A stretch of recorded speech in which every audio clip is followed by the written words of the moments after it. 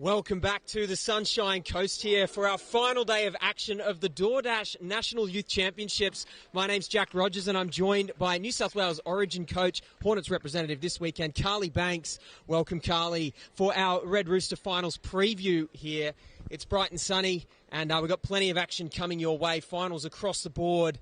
And, of course, probably our eyes look towards the 18 boys and girls. Can anyone stop the QSST teams? Carly, there's a few teams in the mix there, but what do you think of those divisions? Oh, we've got some amazing matchups sort of happening in the quarterfinals right now in the 18 boys. Everyone's going to be hard-pressed to stop QSST, but New South Wales, CHS, Triple C, CIS and the Cobras, I think, are definitely in there. In the girls in the 18s division, wow, QSST have been a juggernaut this week, but there are a few teams out there who are surprising them. The New South Wales CHS girls, very young, the Triple C girls there as well. It's going to be really, really on, and this quarterfinal stage is really, really exciting, Jack. But there's so many other divisions and finals today, aren't there? The 16 boys. Well, we started with 2,000 players, 121 teams here at Sunshine Coast. It's coming down to it now, and in some of our younger age groups, the 12 boys and girls, well, they've been running amok and actually creating waves across the fields here. Carly, you were pretty impressed by some of those teams yesterday. Oh, the Hornets and the Scorpions in the 12 boys, befitting of 14s or 16s level of touch. They are two really well-coached teams, and hopefully they'll get their dream match up in the finals. Sharks in the 12 girls are going really, really well. The Hornets are there as well. The 16 boys, we're looking at Scorps, Sharks, Hornets. It's anyone's ball game there. 16 girls, Cobras are looking the goods. Wow, so many great games, so many great teams. But the real question is, can anybody catch Hayden Matters as the Bristol leading try scorer? Yeah, well, if anyone's going to catch him, then it's Caleb Lewis from the Hunter Western Hornets. 26-23 is the try tally there, both from the 14 boys. Might even see a clash later on in the day between their two sides. So they're really racing away for our Bristol leading try scorer at this point in time. Well, shortly, we're going to see action behind us here on the field, and we've got a full day of action. Coming up first, of course, is the Sharks versus CHS in the 18 boys. Either team could win that one. It's going to be a tight tussle all the way to the end. You can see them just starting here behind us. Well, we'll be taking you through that action shortly here live on KO and Sky Sport Next.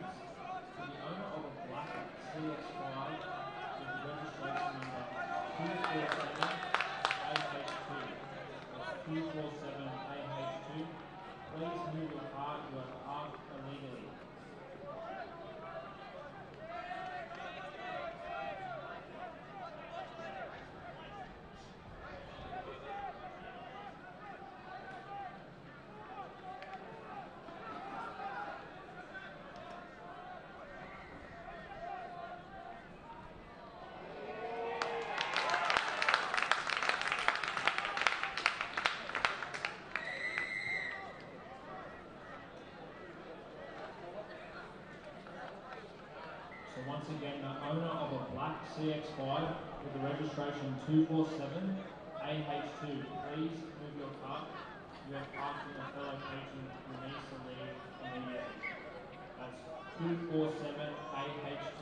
Thank you.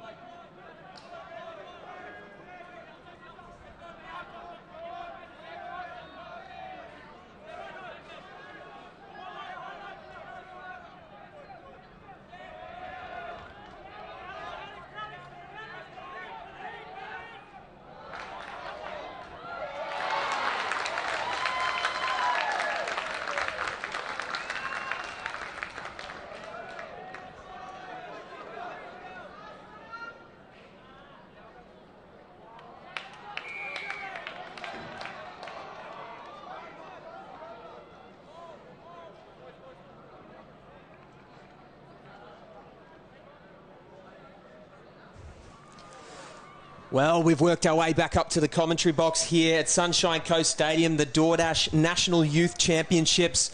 As we mentioned, this is an important matchup for both teams. It's knockout from here on out. New South Wales CHS and the Sharks. Looks like the Sharks have that early lead, 1 try to the good. But CHS, well, they'll be hitting back hard momentarily, Carly.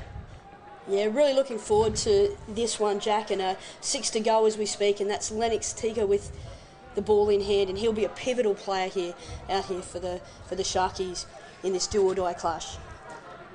Tika, of course, playing big part at NTLs earlier in the year, and here picking up from half, touch is made. Referee Zoe Jenrick in the best position to call an easy touch there. Let's see what the Sharks can do.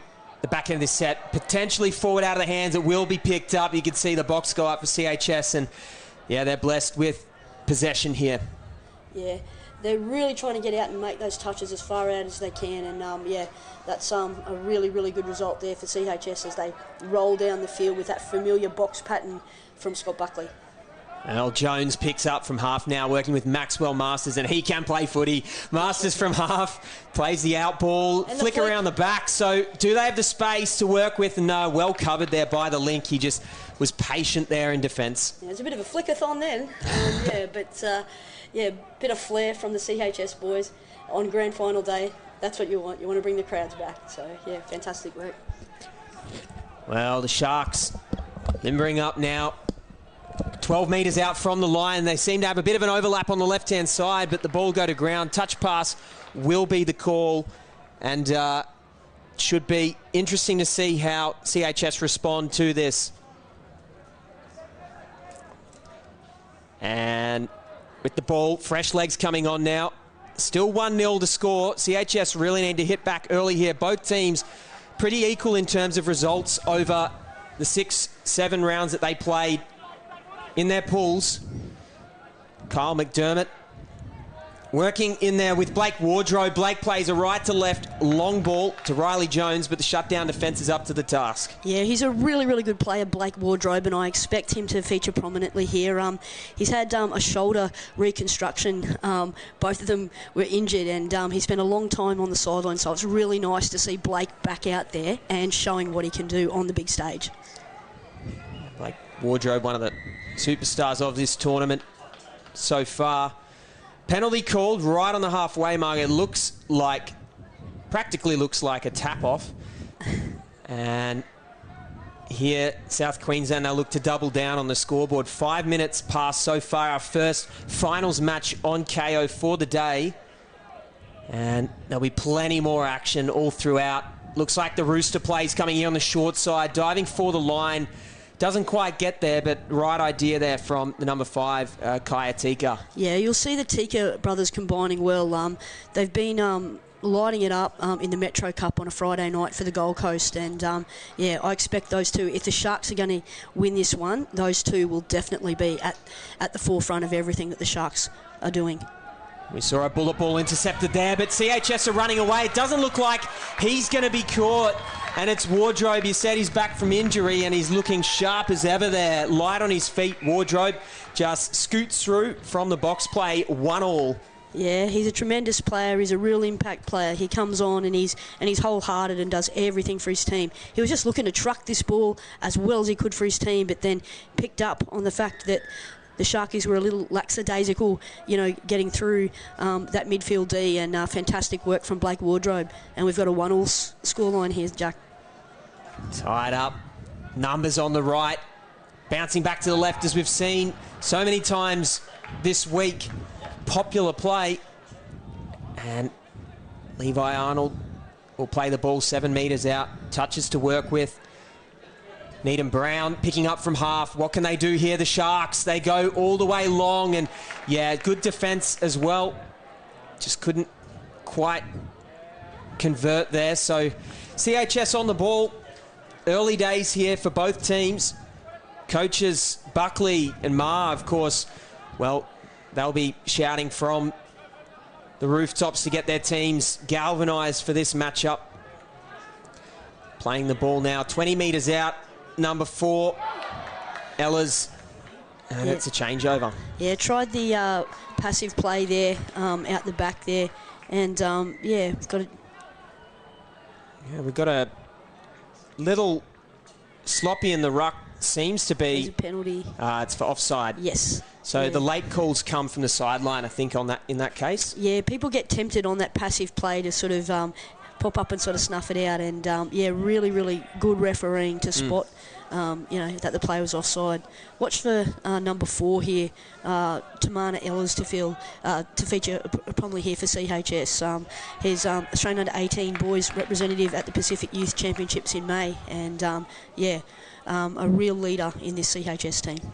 Tamana Ellers, he was looming there, actually, on that right-hand side, looking for a sort of trail ball. They couldn't connect their CHS. So, Sharks, in this arm wrestle of a match so far here, the DoorDash National Youth Championships, 5th and last is the call. Will they go long? They're going to have a crack. It's taken and intercepted there by CHS. And, still not a bad result at all for the Sharks. They get the ball right down the field. Unfortunately for them, it is on the box side of CHS, and they've been pretty good from this area so far. Yeah, great meters there from Elijah Cooper, the winger, to just pick up the extras, and a really nice latch there from Charlie Walkerton. And, it's given them some great flow in there. Looking out the back, that's fantastic. Long ball went rip, and they had the shape out the back with Walkerton for the passive, so that's classic Scott Buckley in terms of just setting him up for the 3-card trick. And perfect long ball. They just lined up and went whack, and that's the result of such a good construction from the changeover. They worked their way down the field, and the challenge for Sharks will be to be able to stop those first 3 touches, because once CHS get on a roll, they're very, very difficult to stop. And it was that man Wardrobe, pick up and went whack. He is having an absolute day out here already. And it started with Cooper, it ended with Cooper as well. That play, Carly, for any aspiring wingers watching at home, putting in that early effort in the set can often pay dividends. And speaking of paying dividends and being a winger, there's another try for the Sharks. They've equalled the scores here. It's the number 9, Pokai, who gets the ball over the try line. Yeah, really good hit back from the Sharks, and it was that man, Lennox Tika. He is, one of those players who just has an impact. He has a presence. He sums it up beautifully, and just one step and went whack. And this is going to be an absolute crackerjack game. We can already feel it here, and the crowd's gathering here at the Sunshine Coast Stadium, and they're in for a treat this afternoon. Should be exciting to see which teams progress, and of course, going on at some point to contest QSST.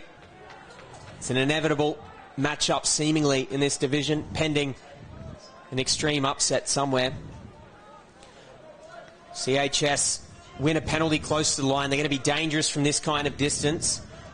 Riley Burke picks from half. Looks like they might have snuck under their Maxwell Masters. Yeah, he's good from that kind of range, and just stretches out for the 3rd try for CHS. Yeah, he's another one of the Australian youth representatives who's carried on his good form from May. Max Masters is a very talented young man, whether it's the static game or a passing game. He's got all the attributes that you want to see in an elite player. And, he edges his team out here 3-2, and I don't think the Sharkies will be done by a long shot anyway. I think the scoreboard attendants are going to be fairly busy here today, Jack. Well, they have a bit of an overlap of numbers on the left-hand side.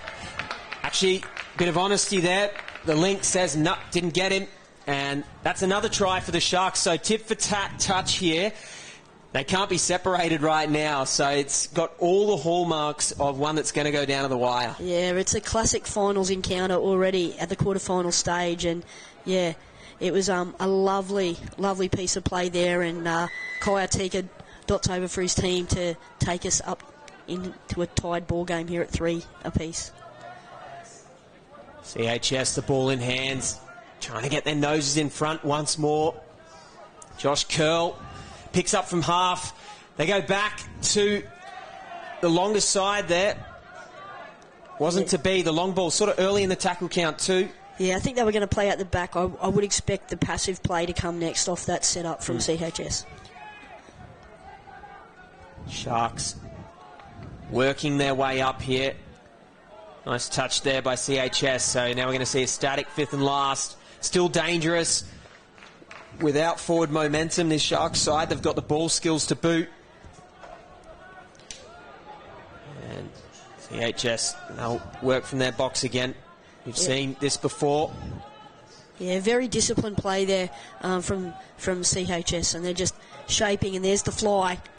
Oh, and Masters there just working with Riley Burke. That's a dangerous combination as well. Potent, you might say, and just sort of a misthrow there by Masters that glanced off the hand as it left. Yeah, we've seen two lacklustre sets from both teams in terms of finishing the set. Maybe we've been treated to such a high standard already that we expect a little bit much here, Jack, but I think that this is a real crucial period for both teams, just to try and, get the ascendancy a little bit and get to their set completions, leave the ball down the other end and see if they can make the other team pay. And there we have an error from the Sharks around halfway. So this is a golden opportunity here for CHS to get down the other end and try and, claim early bragging rights here. Forward pass from the ruck there. So CHS will benefit. Fresh legs working their way into the field now, and they'll look for sort of latch plays that we've seen earlier on. Yeah, watch for Wardrobe. Wardrobe out there working as well with McDermott.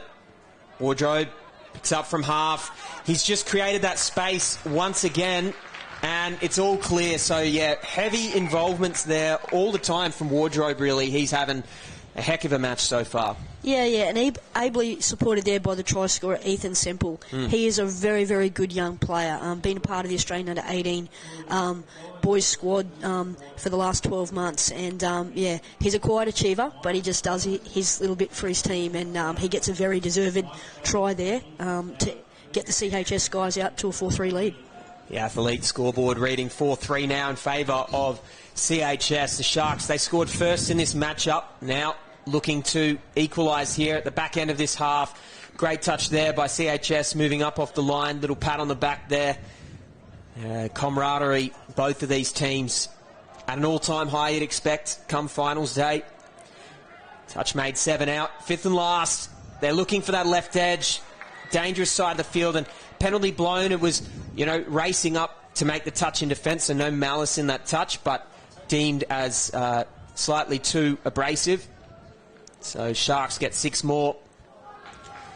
We should see them with a few low-risk plays, I think, in the first few touches here. Yeah, the Tika brothers are just searching for the opportunity that they want, and just sort of trying to move the chess pieces around the board, as you'd appreciate, Jack. So, the punch play will come soon between the two brothers. They're working in there with Kyron Ford, the number 3, and he'll give him a good strike dump. He's a really good setter. Ford working with Tika, and there we go. Brothers combine. Gorgeous stuff. It's the number 5, Kaya, who gets the ball down, but the hard work from Lennox there, unreal to break the line. Yeah, and that's a real patient set of 6. That would please Sharks coach Dave Marr no end. Dave's a very tactical coach, and would really have been working with the Tikas just on their patience. He plays with them at the Gold Coast on a Friday night, and has a pretty close relationship with the boys. So really good understanding there, and nice to see the boys being really patient. Earlier in the tournament, they probably pushed a few passes and stuff, but the Tikas have got their A game today, so that's fantastic to see them, and the Sharks fans will be cheering about that. Well, really tactically tricky here around the 7-metre mark, but well defended by the Sharks at 4-all. Defence is crucial at this point, and unfortunately the Sharks can't quite get it done. It's going to be 5-4. This match is still tight as ever. Yeah, it's anything you can do, I can do better. They're just trading touchdowns at the moment. So in each coaching box, they'd be really trying to sort of do something to arrest, this flow of tries that just seem to be endless here from both teams. And so defence has to be, a real priority. I think paying attention to not just the line defence down there, but being able to say, well, they're getting all the way down the other end of the field. Let's tighten up in the midfield and try and, make them really earn every metre they get, and see if, we can sort of put their foot on the throat a little bit and force a few errors. Touch made, 7 out.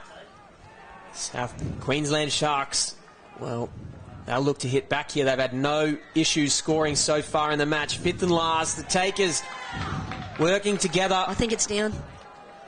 Referee's calling 6, and that's a tight call. These small calls can often make a big difference, but importantly, if one doesn't go your way, you just got to keep your head up. Absolutely. That was a fantastic piece of defence from CHS, but unfortunately there's a turnover there, and Lennox is out there, and he'll control this set of 6 for them to give them a good shot with around about a minute 30 left on the clock. Got to say, Cully, that's a quality response from Tika. The call went against him on the previous dive, and then to sort of come out and have the presence of mind to get that no-touch call in his favour. Here they come around to the right. Tika working with the ball. Second phase play, right to left ball. Gorgeous stuff. We love seeing touch like that. They play the ball close to the line intentionally. Get it back and score on the wing. Yeah, that's fantastic. Number 2, Kaya Murray. Great presence of mind in the phase to get that down, and Lennox did the rest, just ripping off the ground. A gorgeous long ball, and we'll see on the replay, just getting the phase and one step and whack, and connects beautifully with his winger. That's the great thing about Lennox, Tika. You mentioned it before. His presence of mind and his composure under pressure has really improved. I was fortunate enough to have him in the Australian Under-18 boys team this year, and he was a model of consistency, and just a very intelligent young touch player who has a very bright future. Future of touch here on full display over the course of the last few days. Very sneaky indeed. On the left edge, they've just snuck past the CHS defence there, and it's, I believe, Kaya Tika who, it is indeed. And so the Tika boys are running rampant here. And that one's going to hurt a little bit. Scott Buckley, it's a play that the Penrith team run a lot in the Vorden Cup, the sneaky down the sideline, and Dave Maher stole that one from the playbook. So very interesting little match up between the two New South Wales men's 30s teammates. So we're seeing the battle not only between the players but the coaches as well. Two fantastic coaches. We have actually seen a little player sent to the end of the field there, actually, right on the death. The number 2, Kaya Murray. He didn't quite catch what that one was for, but importantly, South Queensland Sharks have edged ahead right before the buzzer there, 6-5 the scoreline. And Carly, I don't think we've seen the end of CHS. It's still anyone's match here in this quarter-final fixture. Potentially, we could see a drop-off looming.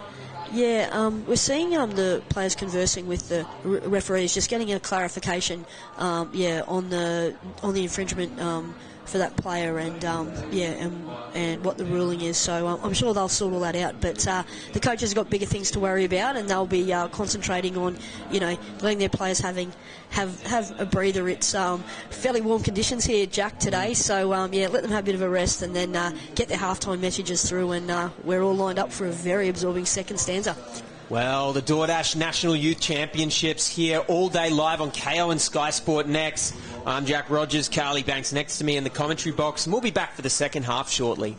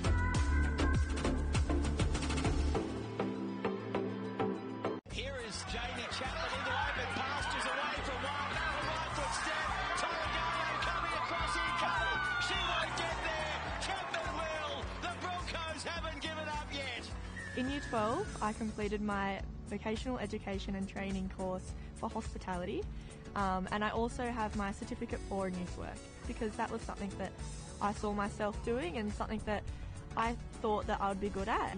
And now I have the qualifications, I can work in the sector I want, and it's definitely given me a lot of opportunities with jobs and opportunities within the community.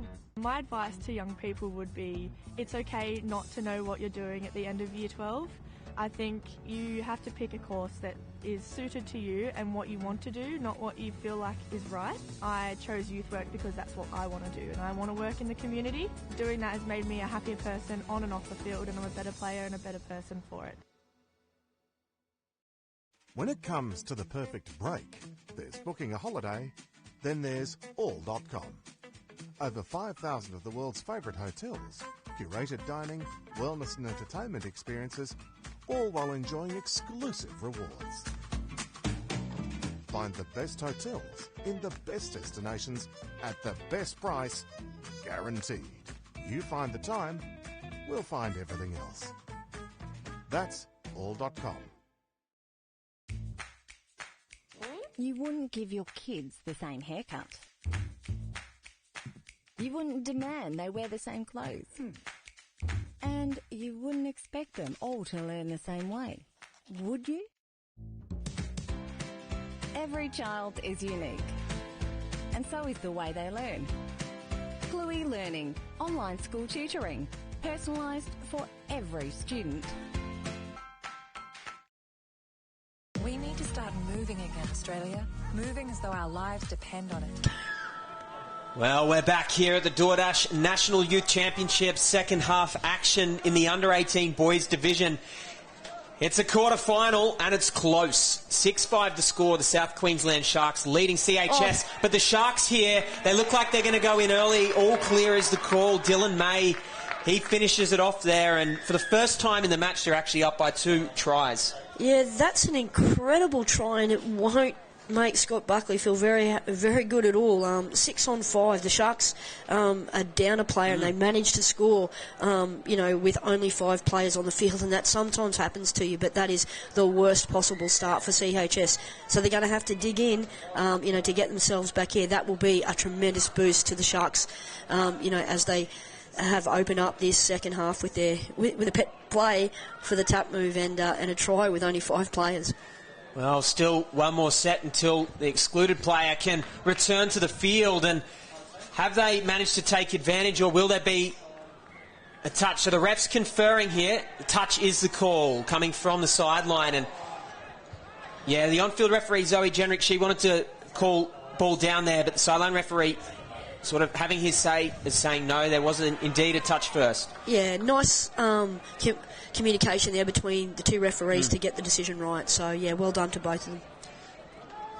And the Sharks here, they'll have their return player by the time their next set occurs. And they've done so well to score a try and hold out with only 5 players on the field. So, testament to the efforts here of this team. Almost getting through again there, the Sharks on the left flank, or their own right flank. Yeah, they're back to 6 players now, and we're back on an even keel with the numbers out there. So, big job here for CHS to claw their way back. And I think they can settle and they can get themselves right. And, here they come. This is a really nice latch play. They've got some momentum with Tamana Ellis off the back. Ellis with the ball. Can he scoot around them? No, he can't. So Levi Arnold doing well to defend a dangerous opponent. Yeah, fantastic piece of defence there from the Redlands junior. Great work from Arnold. He did a fantastic job defending Tamana Ellis on that occasion. Let's see if the Sharks can get 3 tries ahead now. They'll work towards the line. Pretty happy with the result there overall. The Sharkies, and now CHS working to their box. We know how many tries have been scored in this match so far and how tight it's been, so it's so important that they stay in touch on the scoreboard.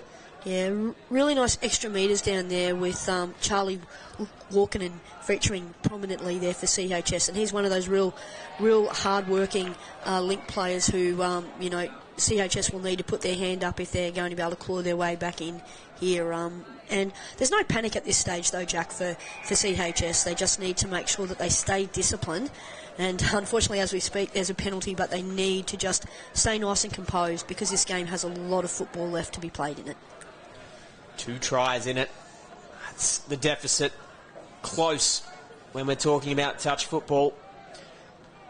And the Sharks, well, they don't want it to be close for much longer, so they want to put a couple of tries on the board here, try and put this game to bed sooner rather than later.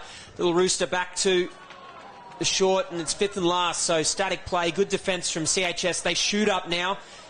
No holes open up, and Masters there on the inside just does well to get up into the space. Yeah, fantastic work there from CHS to defend that. Now they're on the march a little bit. They've got to be cleaner on this and get to their latch and have some real momentum coming into this back end. Nash Ritchie calling the shots there from the wing for CHS, picking up his Wardrobe. Danger, and they find the hole. Yeah, he's the architect. We've been using that word a bit for our playmakers this week. Gets the ball away there to Max Davies, and CHS with a much-needed try. Now I see Scott Buckley in front of us in the commentary position, and he's talking very firmly to his teammates and telling them exactly what he needs. And it would be win the midfield. Make sure you do what you've just done then, get those first 3 clean, get to your latch, and then let's play off the back of flow. And that's exactly what they've done in that set. And, they have to stay with the plan and keep doing what they're doing. In the other box, Dave will be working really, really hard to make sure that the boys continue with their heads up and keep playing very positive touch with the Tika brothers leading the way. Looks like Wardrobe, long arms, make the touch there. Makes the touch coming off the line. Yeah, superstar on superstar there.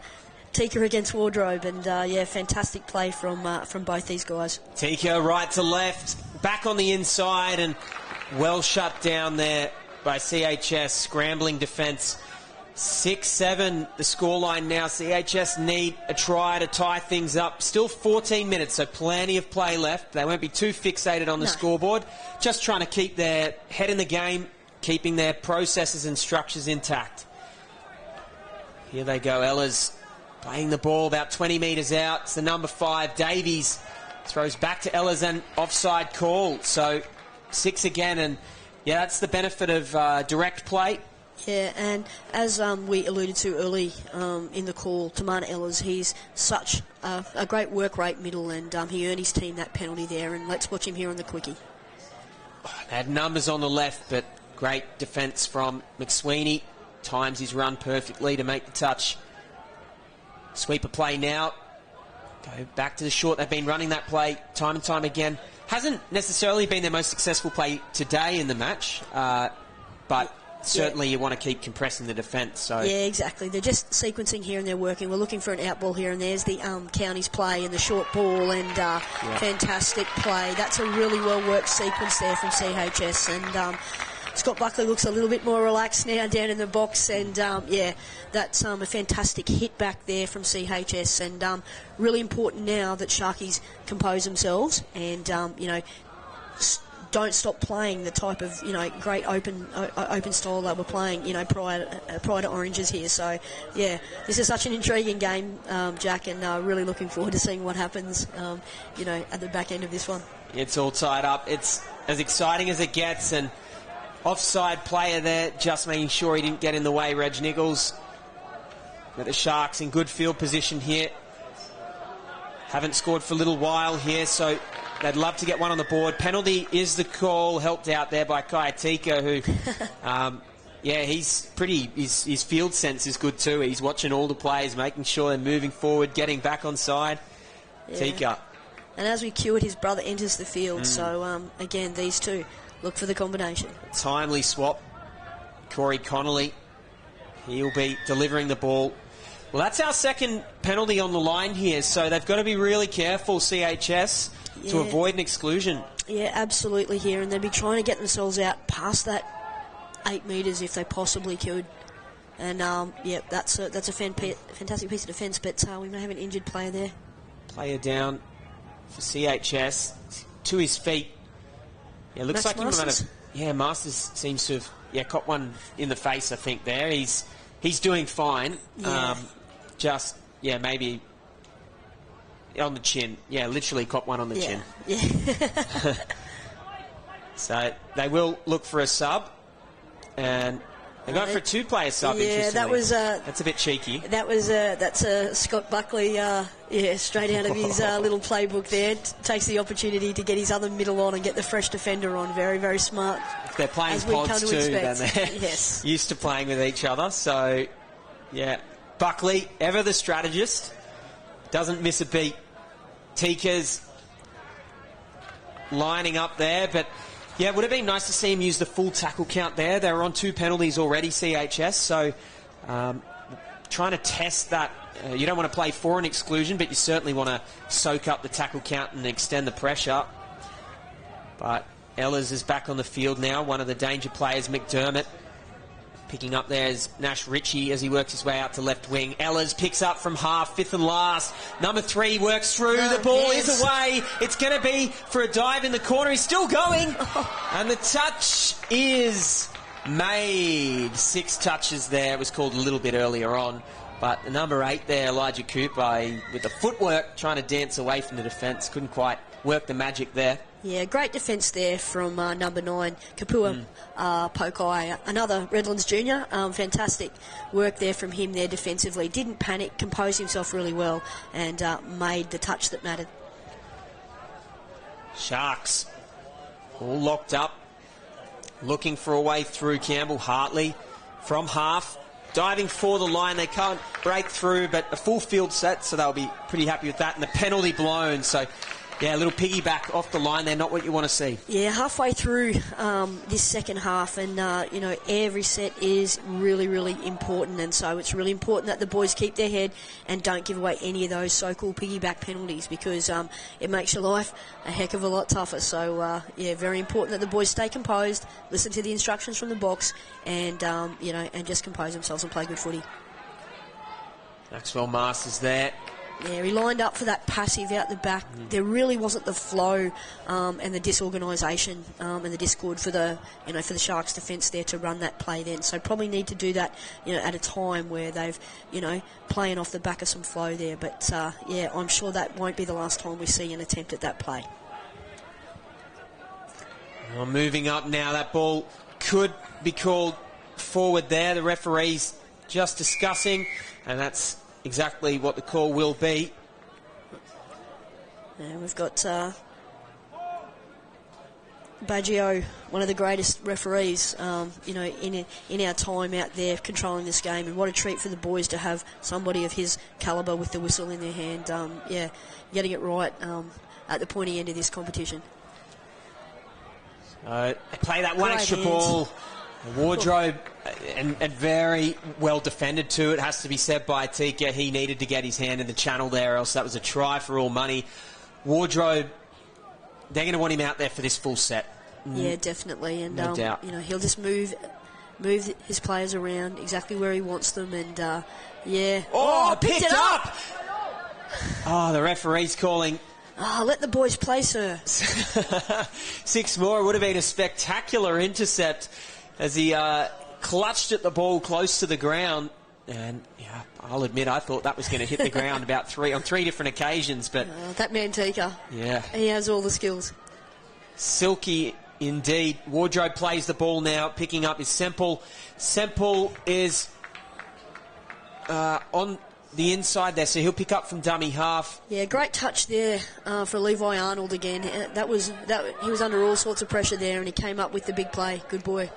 Right to left, long, back on the inside. Can he defend 2 players at once? The ball's to ground, and it has to be said the defence there was impeccable from the number 7, Dylan May. Yeah, that was such a difficult situation. He looked like a soccer goalkeeper diving through the air to try and get both players, and that was a fantastic defensive play then, and saved the day for his team. For soccer fans tuning in, that'd be the equivalent of a keeper making 3 saves in a row, diving each direction. So the Sharks on their own line here. They'll have to move forward. That's the call from the referee. Players not onside in the middle of the park, actually, so they're out of position. They're all clear. Yes. Call is going to be made. The ball is down. So, they just lost their footing a bit there in defence, the Sharks. Yeah, 100%. I think the error coming out of their own end there rattled them, and it made it really, really tough. And they've been doing a hell of a lot of defence, and it was a really, really difficult, period of time. But number 5, Max Davies, got in really, really low for a big, tall man, and managed to, dot that one down for his team. He seems to slip underneath the defence, and that's a fantastic effort there to put the CHS up 8-7 for the first time in a while. Well, slight lead, still 6 minutes on the clock, so plenty of time, but out here to the right, diving around the defender. And it is a try. Baggio calls the touchdown. And that's good stuff. Athleticism on display. Yeah, Keelan Needham-Brown, what a sensational dive to dot down for his team and get us back to an 8-all scoreline. It was a really nice little out ball from Tika round the back, but it's the put down. It's the ability to get to the side of the player and dot that down with the inside hand. Not an easy skill at all in this game, and we're being treated to an absolute classic game out here in this quarterfinal clash between two fantastic teams. Athlete scoreboard lit up with 16 tries so far, split evenly. CHS look for their next opportunity, courtesy of Ehlers working with Davies. 5th and last is the call. Davies, he'll look to kill in the corner, likely. No shenanigans there. Yeah, Scott Buckley won't be happy. And Q on, here he is, he's bringing them all in, and I think he'd be saying, I want this ball over this sideline, not 5 metres in, not 2 metres in, but right over here, because every metre is vital, and he'd be just asking the boys for a little bit of extra effort. Same things are being said over in that Sharks box. I can guarantee Dave Maher, one of the sharpest operators around. All right, go for the flick ball out the back. Called for 6 again, but instead winning a penalty for his team for offside. So it's crucial here that CHS hold their line, keep communicating against this Sharks attack. They'll smell blood in the water here on the short side. It's not there. The touch just got there in time, yeah. Maybe the link got the 2 feet. Yeah, I'm thinking so, but CHS do not want to muck around with it there. No. They need to get out past the 8 and take all of the guesswork out of it for the referees. It's very important that they do that. Tika, ball goes to ground, so sigh of relief for CHS. 4 minutes left on the clock. Some really tough carries are required here just to get over halfway and put yourself where you need to be, and the CHS boys have done really, really well there, and but equally good is the fact that the Sharks are staying up and they're looking to flatline here and make sure that they don't let the dangerous wardrobe get away with anything here. And look at the hands on display there. We saw a little flick out the back. Charlie Walkerton. And they're away. Walkerton bamboozles the defence. An all-important try. Thought that the play might have been over there, but Walkerton gets the ball away to Jones. They're one ahead once again, 9-8 on the scoreboard. Yeah, the Central Coast combination there, working really, really well. Looked like not much was doing on that 5th touch play. Wardrobe didn't give up on the play, neither did Chook Walkerton. And he put his Central Coast teammates Riley Jones into the corner for a try. 9-8 to CHS. It's getting tight now. Quarterfinal do-or-die matchup. Both teams worthy of progressing. Really comes down to those small moments. Tika, ball in hands. It's glanced off the New South Wales defence, but I think we're going to see a forward pass call. Yeah, we are, and that was exactly the right decision there from the refereeing team. So with 2 minutes 55, oh wow, we are in for a crackerjack finish, and it would be a brave person to be able to pick a winner here, Jack, because they are both so evenly matched. CHS looking to stamp their authority, go 2 ahead. They've only been ahead once or twice in the match, never by more than 1. As we see a play of the ball, Ehlers with it. And they can't get it out to the wing. They were looking for a hero shot as they did before, and they've earned an offside.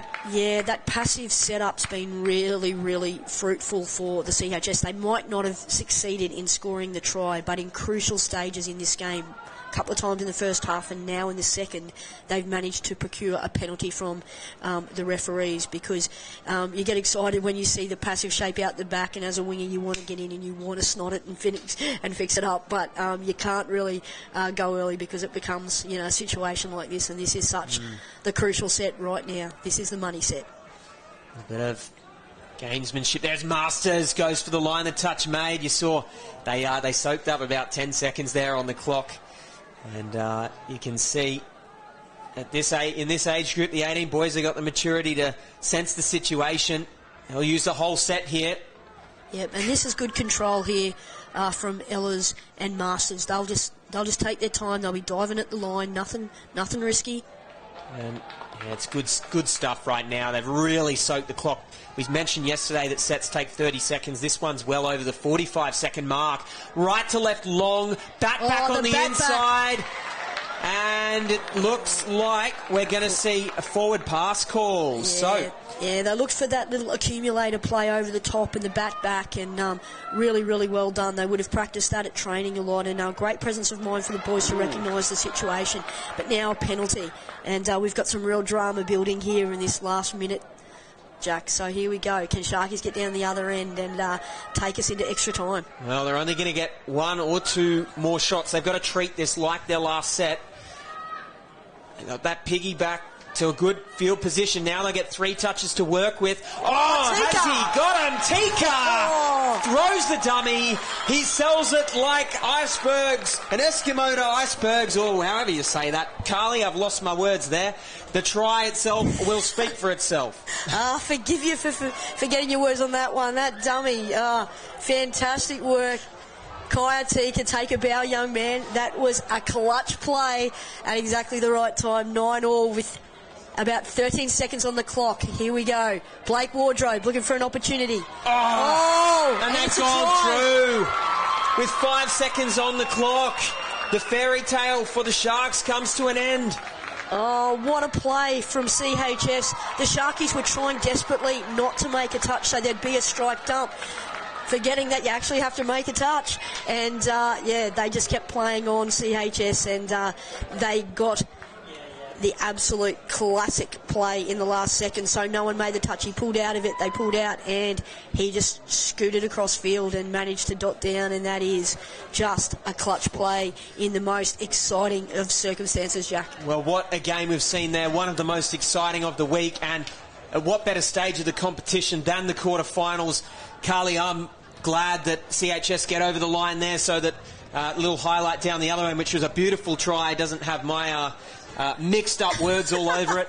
But 10-9 is the final score here. CHS have ousted the South Queensland Sharks. Both teams can pat themselves on the back. A brilliant performance. Yeah, and this was a great standard of what's been a really, really competitive 18 boys division. We've seen some crackerjack games, and I can guarantee that out on those backfields when the other quarterfinals are being played, we'll see some very similar score lines as well. Whoever gets through to this grand final, it's going to be an absolute fantastic contest. So Dave Maher and the Sharks boys, commiserations. They couldn't have given any more. The Tika brothers were outstanding. They did everything they could to get their team over the line. For CHS, that Wardrobe, absolutely outstanding. At one stage they had a player in the bin. They had them scored on when they were there, and Scott Buckley gave them a bit of a rev, but the CHS boys came back perfectly and showed their championship qualities. Can't wait for the rest of the day. It's going to be an absolute cracker, and we'll be bringing you an interview with a player down on the side of the field from this winning CHS team shortly here at the DoorDash National Youth Championships. We'll see you soon. Go on, do it. Scott's like, What?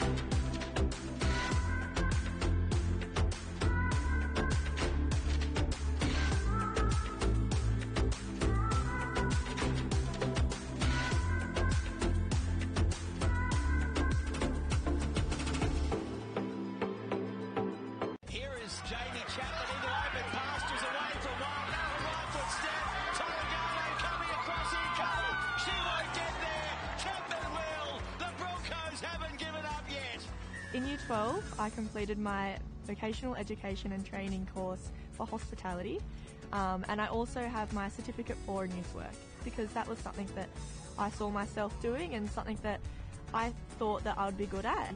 And now I have the qualifications, I can work in the sector I want, and it's definitely given me a lot of opportunities with jobs and opportunities within the community. My advice to young people would be it's okay not to know what you're doing at the end of Year 12.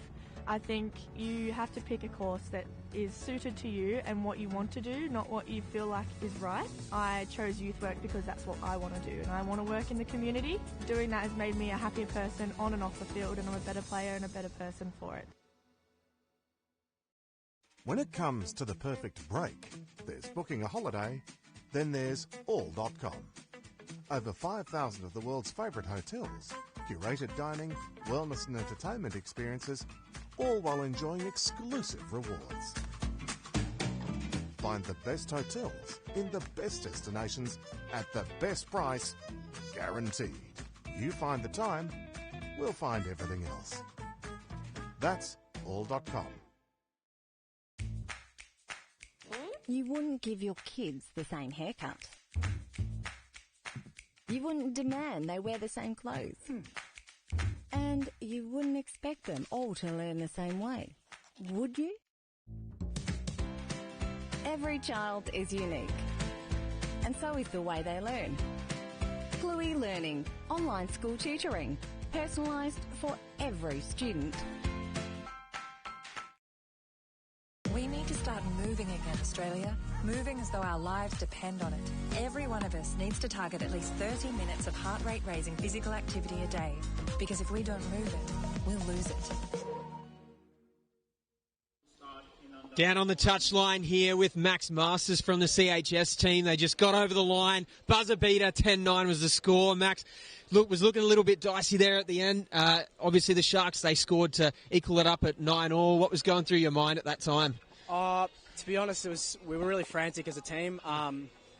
We just tried to take it step by step there, really, and play one set at a time. We weren't trying to overthink everything. We had great coaching staff. Our coaches, they really guide us in the right way. But we stuck in. Rather win ugly than lose pretty. So. We had Carly Banks up in the commentary box earlier on, and she was talking about the influence of Scott Buckley on this side. He's obviously a great tactician and someone that you probably enjoy working with. We could see him calming down the troops on the side there. Max, you got pulled into a huddle at one point. What were some of the things that Scott was trying to get the team to do? He really just told us to really settle because we were, as I said, really frantic, and a lot of the players were just trying to overplay their hand. And I think having him in the box with us really settles everyone down. And when he brings us together, he gets us to focus on him instead of the game, and it really brings the tempo down and makes sure that everyone's on the right track. So yeah. Well, 10-9 scoreline in the quarterfinals. They still had plenty of energy to boot, though, I'm sure. We love seeing the passive balls out the back as well, Max. And in the semi-finals, there'll be plenty more of that to come. A potential berth against Triple C, a couple of different opponents floating around. Who do you think is going to be the toughest team to take down in the 18s? Well, QWST is always very strong. Those Queensland boys are, they're rapid, quick. We played them yesterday in a really fast game. They really brought it to us. But, right now we're going to take it to our next game, which is our semi-final. I think it'll be Triple C, but I know our team knows most of those boys, and it should be a really good game. Well, we can't wait to see it. Probably here on the stadium field as well, pending, of course, where we'll play around the ground. But for now, Max, congratulations. Well done, CHS, through to the semi-finals. Good luck. Thank you.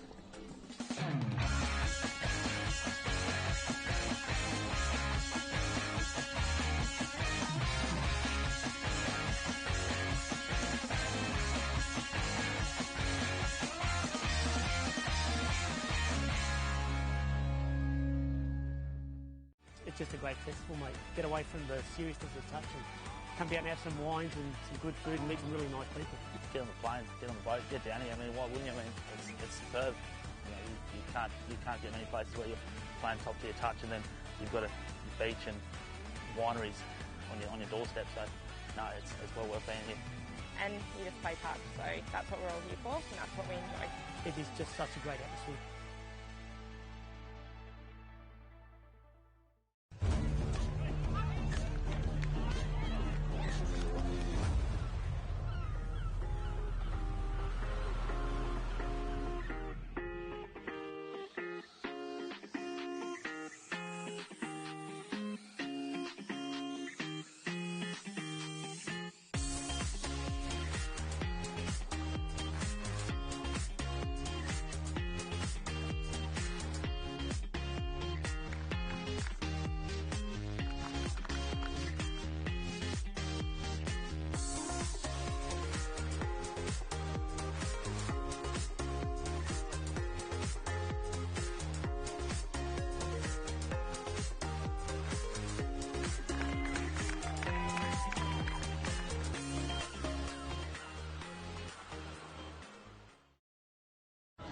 Welcome back to the DoorDash National Youth Championships semi-final action about to get underway here in the under-16 girls. The Brisbane Cobras taking on the Central Queensland Bulls.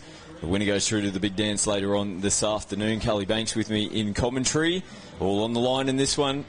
Yeah, really looking forward to this one. This has been a really competitive division, Scott. I was out the back earlier this morning when the Cobras defeated the Hornets in their quarter-final 9-6, and it was a very, very entertaining game, and they've been one of the form sides of the competition. And the Cyclones, the Bulls, as usual, working their way through the competition. Whichever division, whatever age, they're always strong, aren't they? And they've quietly been working their way through the draw. And, very, very difficult to pick a winner here, Scott. Yeah, the Bulls making their way through to the semi-final with a 5-2 win over the Sunshine Coast this morning in their quarter-final.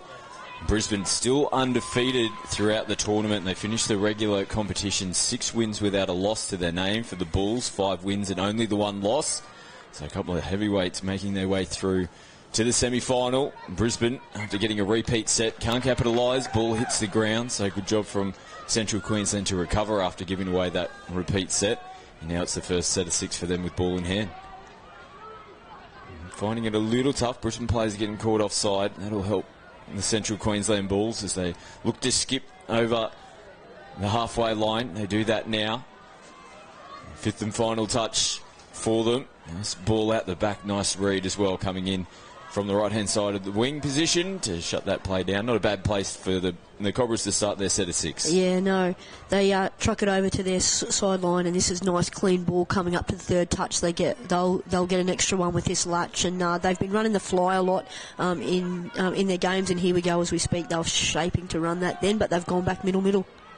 Richardson picks up looping ball over the top and space.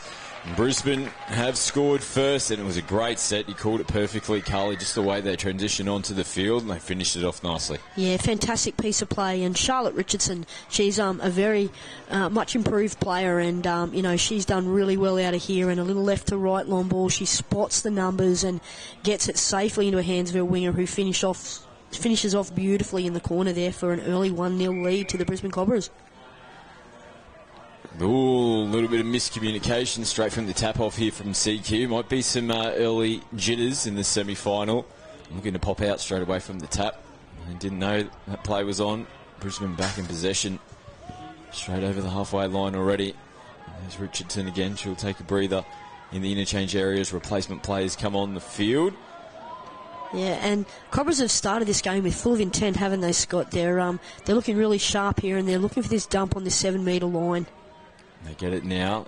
Salio, nice out ball, nice take, and good cover defence coming across to make the touch. Ellie Goodwin closing that play down for the Bulls. Yeah, comfortable touch there for CQ, but they really have to, get things sorted with their first couple of touches. A little bit of hesitation. It's very hard to get you, and that's a forward pass. Yeah, really, really tough to get yourself going if you've had a couple of clunky sets. So I'm sure down here in this CQ coaching box, it's a wealth of experience with Damon Moore and Damien Kelso running the show down there. So they'll get the girls together and get them to settle down and, try and diffuse this situation from Cobras and then hopefully get out of their own end a little bit better.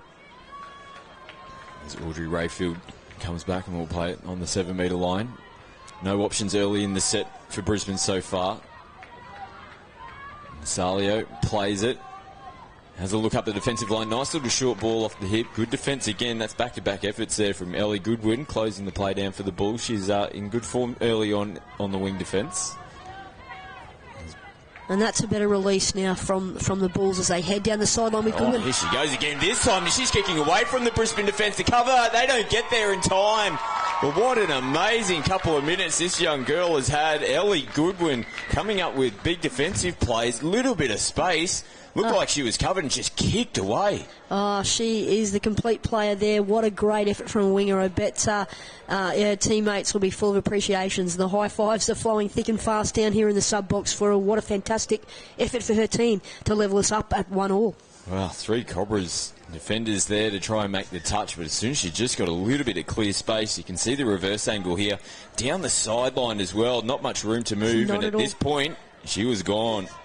What a try for the Bulls to level up the scoring.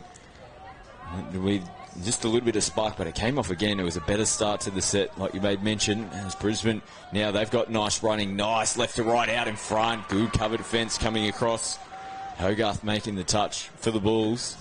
Yeah, really nice long ball there from Millicent Watson, but the Bulls' defence was up to the task.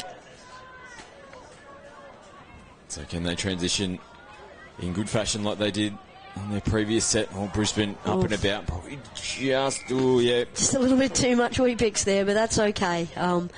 It's early exchanges, and the Bulls player popped up to her feet nicely and got back, so no harm, no foul.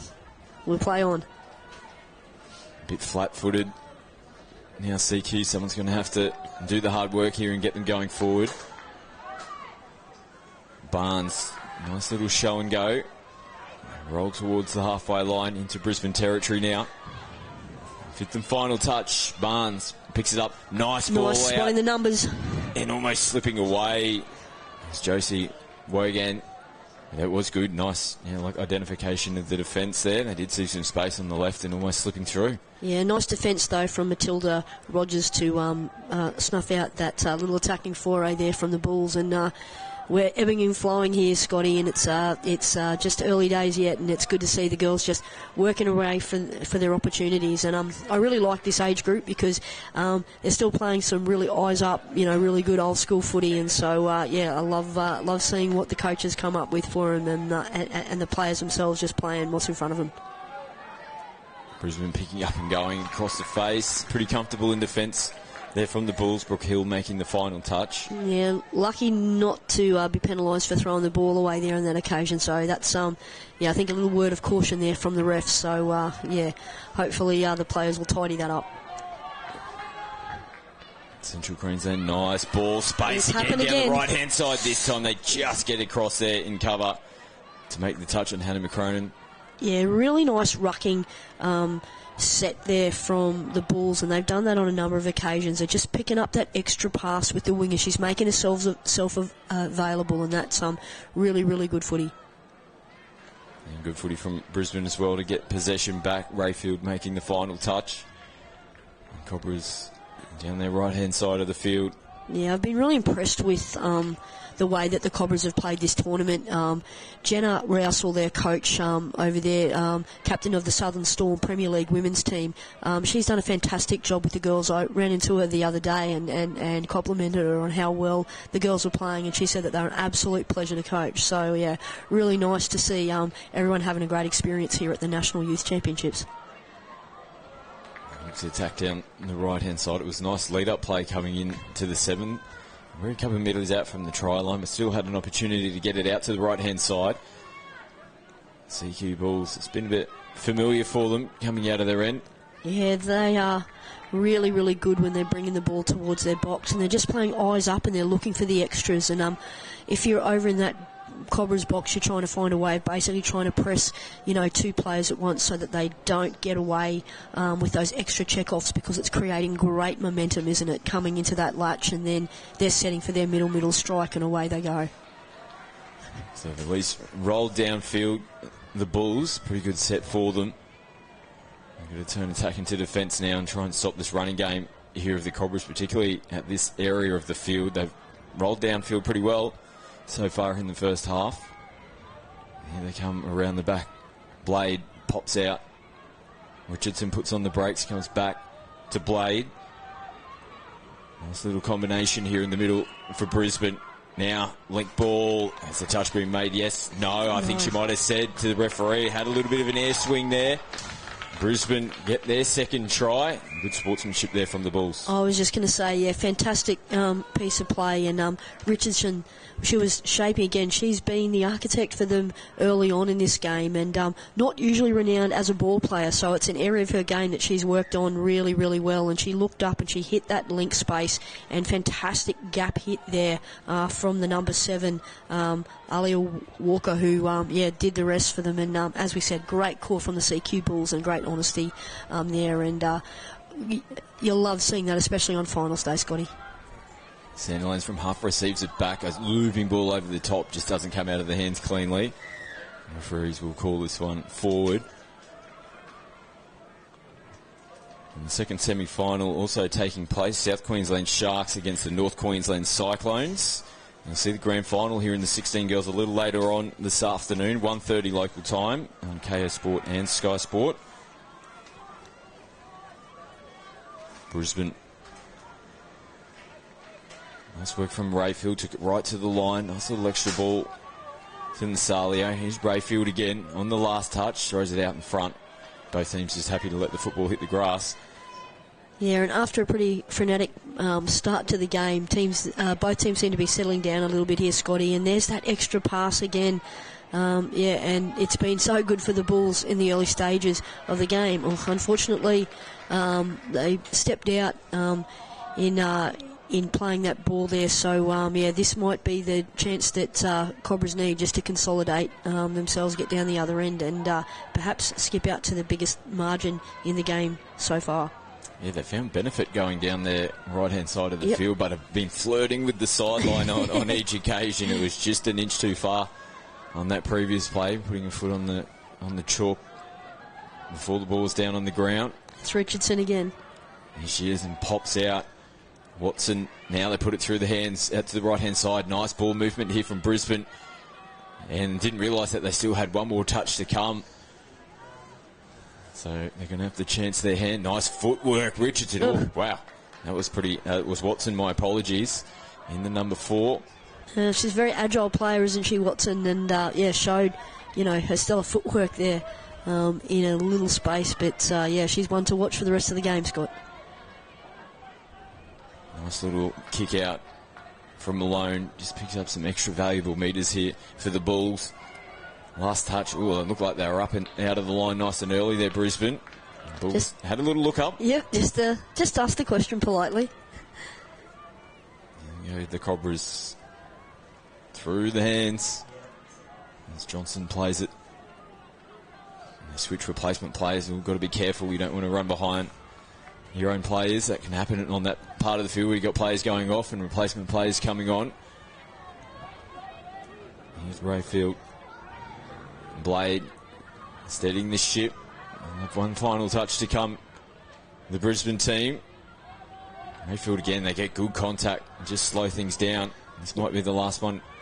Now Rayfield trying to skip away on the outside, and again, well, it's been in 2 occasions now for the Bulls. It looks like defensively they're there to make the touch, but they're just that little centimetre away from stopping the try from happening. Yeah, and a fantastic individual try there to Audrey Rayfield. She's again a very much improved player. Saw her play earlier this year in the Med East schools team that won the under 18 girls championships, and she's a really hard working player, and nice to see her get a try for herself there on such a big occasion. So 2-try margin now to the Brisbane Cobras as the Bulls throw a lovely ball out to the right-hand side of the field. Another try to Ellie Goodwin. And they needed that nice response and just brings the margin back down to 1. Yeah, and fantastic response from the Bulls, nice and composed, giving themselves, every chance in this game. And, this game has a lot of touchdowns left in it, doesn't it, Scotty? And there's, a fantastic effort there from the number 7, Brooke Hill, who just summed it up nicely and then ripped that nice little left to right ball for Goodwin to extend another try on her list. I wonder if she's getting any closer to Hayden Matters in the Bristol leading try scorer. Well, if she's not quite, she's coming for him. A couple of early tries already. Both tries here for the CQ Bulls. Brisbane now. Nasalia sends it out. Well covered on the left-hand side. Nice work there from the Bulls. They should. And it's another one where Brisbane have flirted with giving the ball back to the mark. Referee just having a quick chat. Yep. They'll tidy that up now. They've been warned. Good metres. That was Hanson. Pops back up to her feet now. It's Kayla Vella. A bit of confusion out on the field. I think we've got a Brisbane player who might be injured. Oh. They play on, and she doesn't look like she's in a good way. I think the referee will pull it up now. I think he needs to. Yep, they've seen it now. I think she might have gotten a bit of a shot to the throat potentially. Yes. Looked like she was struggling to breathe at Isabella Nasalio on screen there. Just getting the oxygen back into the lungs. Never nice, that, isn't it? No, that one's a... Copped an accidental shot. Nice, not... Yeah. Yeah. From time to time. So she's in the very capable hands of the Brisbane medical staff. They've got their replacement player back on. Referee signals time back on. Yeah, hopefully she's okay. We'll get a bit of an update soon, hey, Scotty? Last touch here for the Bulls. I don't think they know what the touch count is, and that can happen sometimes when there's a little bit of a stoppage in play. Yeah, so you just got to check with the referee where you're up to. It can definitely rattle you a little bit, and just see that. And so both teams, it's an interesting little junction now with about 4.5 minutes left in the half. Really, really important here that both teams look to try and find a chink in the armour close to half time, because it could be a very significant play if either team can kick out and get a try now. Here goes Rayfield, the try scorer for Brisbane. Can't skip away from the Bulls' defence this time. Malone making the touch. There she goes, rolling it forward for the Bulls. Oh, there's a little bobble in the play ball. You really got to be on the job there. When your first thought's probably like, I need to get it over to the box, I need to get a breather. The first job first is just to make sure that ball's down on the deck nice and clean. Yep, 100%. Big opportunity. Just over 4 minutes left before the halftime break. Brisbane down the short side, attacking the line. Touches made on Ella Denny. Yeah, really nice piece of play. That's a touch that had to be made, and CQ Bulls handled that one really nicely. Rayfield again goes short to Blade. Ooh, dropped the lollies over the line there. That could have been very interesting if she'd been able to take that one, Scotty. Yeah, referee signalling it was ball down. Bulls are just about to say they've got to be really careful. That's a couple of sets in a row now. Again, angling their body towards the interchange area. They've got to square up those roll balls. And just as well, Damien Kelso and Damon Moore don't have too much hair, because they've been pulling it out at this point, mate. That's 3 sets that they haven't gotten, off their own line, and they're gifting the Cobras opportunity after opportunity, and sooner or later it's going to pay dividends. Salia back on the inside. Great defensive read there from CQ. They have that one well covered as Denny comes back. Plays it. Salia this time will go away from her. Long bomb out. Oh, and then there's another one. Let out of jail, and let's see if CQ can make the most of that reprieve, because if that ball was taken, we would have been seeing the Cobras skip out to a 4-2 lead. Well, there's no one within Kui here for the CQ Bulls. They just watch it go over the top of the head. It was a tough one to take from Chloe Vera. Just dipped away in her last minute. And this is a better set now for the CQ Bulls as they come up for a middle strike dump. They come back to Stone. There's a forward pass there, I'm thinking. Come back to the middle of the field. Oh, late pass, yep. Brisbane quick tap and go. Denny. She's been busy over the last couple of sets here for the Cobras. Replacement players will flow on around the back. Richardson. Nice clean play the ball. They're running in nicely, taking it right to the line. Murphy. She plays it. They pick up and go. Oh, beautiful ball off the hip. It just opened up again. It didn't really look like there was much going on in terms of set structure coming into it. Just pick up and go. Put some questions to the defence and they slip through. Yeah, and it was number 9, Cameron Bray. She's featured prominently for them in earlier games, and I've been waiting for her to pull the trigger today, and she finally did at a very opportune time, and she puts Millicent Watson in for a try, and a 4-2 lead now to the Cobras, the most significant lead we've had in the game so far, Scott. A minute and a half on the clock as well before we get to the halftime break. And Bulls, they'll be desperate to get another point on the board before half-time. Here they go. Out to the left. Nice slide defence there from the Cobras. They force them back. This is the final touch for them as well. As now they put the ball through the hands and just out in front and off the fingertips. And tough ball to take there for Kelso. They need a big defensive effort. Still 60 seconds on the clock. They want to keep the Brisbane Cobras down here. If they can have a good defensive set, they might be able to have one final crack with the footy in hand. Yeah, definitely think they'll get another sneaky set if they can get up and put some pressure on the Cobras here. And this is the area where they want to try and do it. They're keeping him And towards the there's the fly midfield. again. There you go. So they forced him to push the pass. It wasn't the greatest of sets there, and Brisbane felt like they were under pressure to try and punch a little bit further downfield. Nice little ball down the sideline. Good recovery to make the touch from Denny. 30 seconds to go. They need to stay composed here, Central Queensland. Yeah, they need to truck it down and get closer to that 7 if they possibly can with a strike dump to come. Here's Brooke Hill. Brisbane containing them well so far. Nice ball out in front. Doesn't find a target. Yeah, they'll probably wanted, a little bit more direct play to give themselves a strike in the shadows of half time. But yeah. And there is the hooter that sounds in the background. Brisbane going to the halftime break up by 2 tries.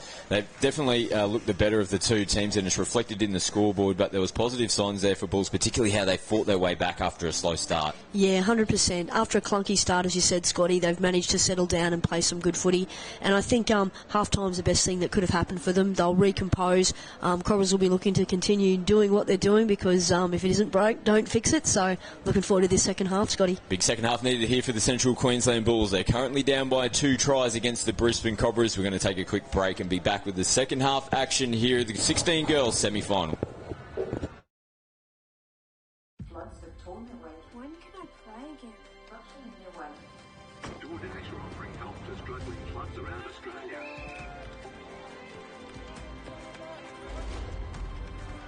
There you go. Get some footies for you guys. That's like good practice, yeah. Good luck out there.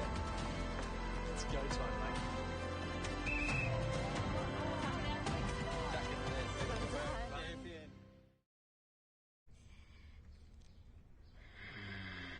Crunchy outside, juicy inside. We're so thoughtful. I'll bring you some chicken. Oh, the rooster's calling. Hi, I'm Scott Prince, Bristol Ambassador. I'm inviting you to join me in signing up to Team Bristol. So what is Team Bristol? It's a club for those who play touch footy. You'll get tips and tricks when it comes to painting, exclusive offers, and the chance to win prizes throughout the year. It's easy to sign up. Visit the Bristol website.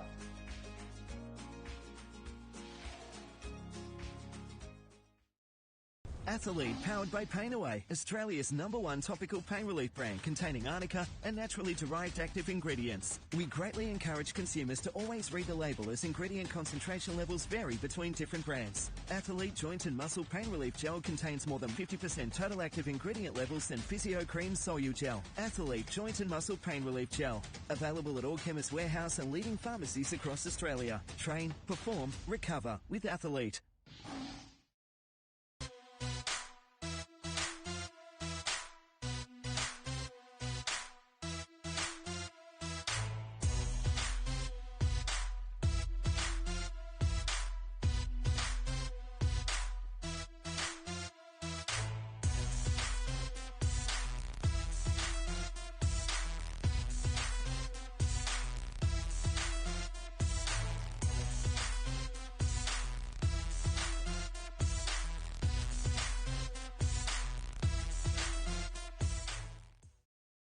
Here on the Sunshine Coast, you'll find sunshine makes the sea sparkle.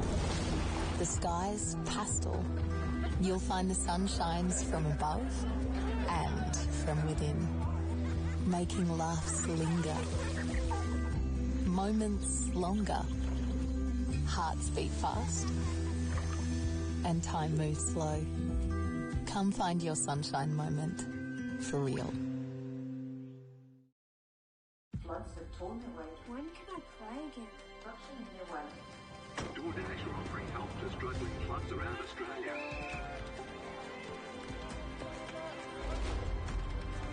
There you go. Get some footies for you guys. That's like good practice, yeah. Good luck out there. It's go time, mate.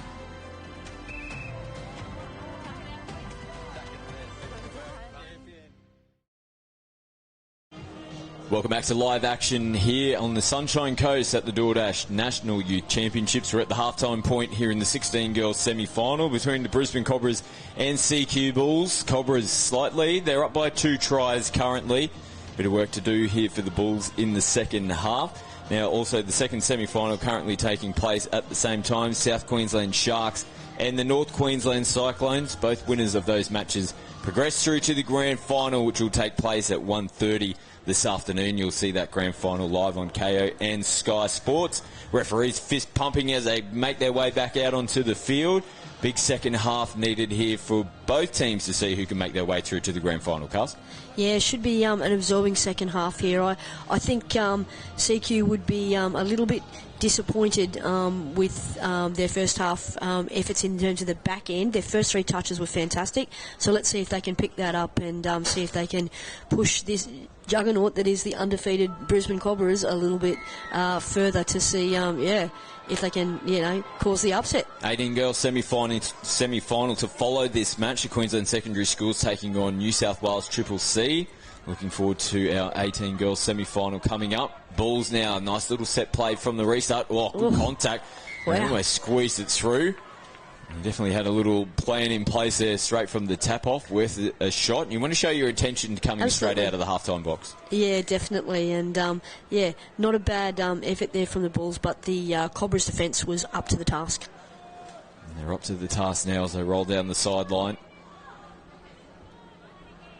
There's Walker. Gets him over the halfway line. Just rolls through the middle. Good combination here between Richardson and Blade. Richardson just throwing a ball out in front. Yeah, a couple of All Hallows girls play a lot of school touch together, those two, and have for a very long time, so nice to see them connecting up. Here we go, positive play from the Bulls down the left-hand side of the field on the first touch. Gets them on the front foot. They're continuing to follow suit. Back in towards the middle of the field now. As Barnes plays it, 5th and final touch. Looping ball, can't get its way over to Ellie Goodwin. He bagged the 2 tries for the Bulls in the first half.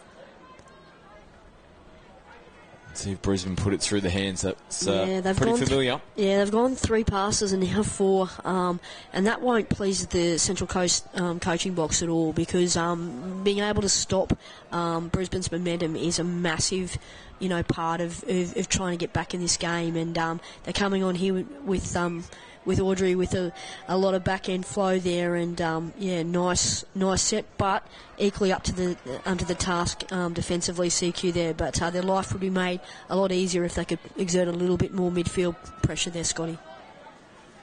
Now the Bulls on their first touch come across. It's good contact here from Brisbane. They're being pretty physical in the touch. We see another Bulls player down on the deck.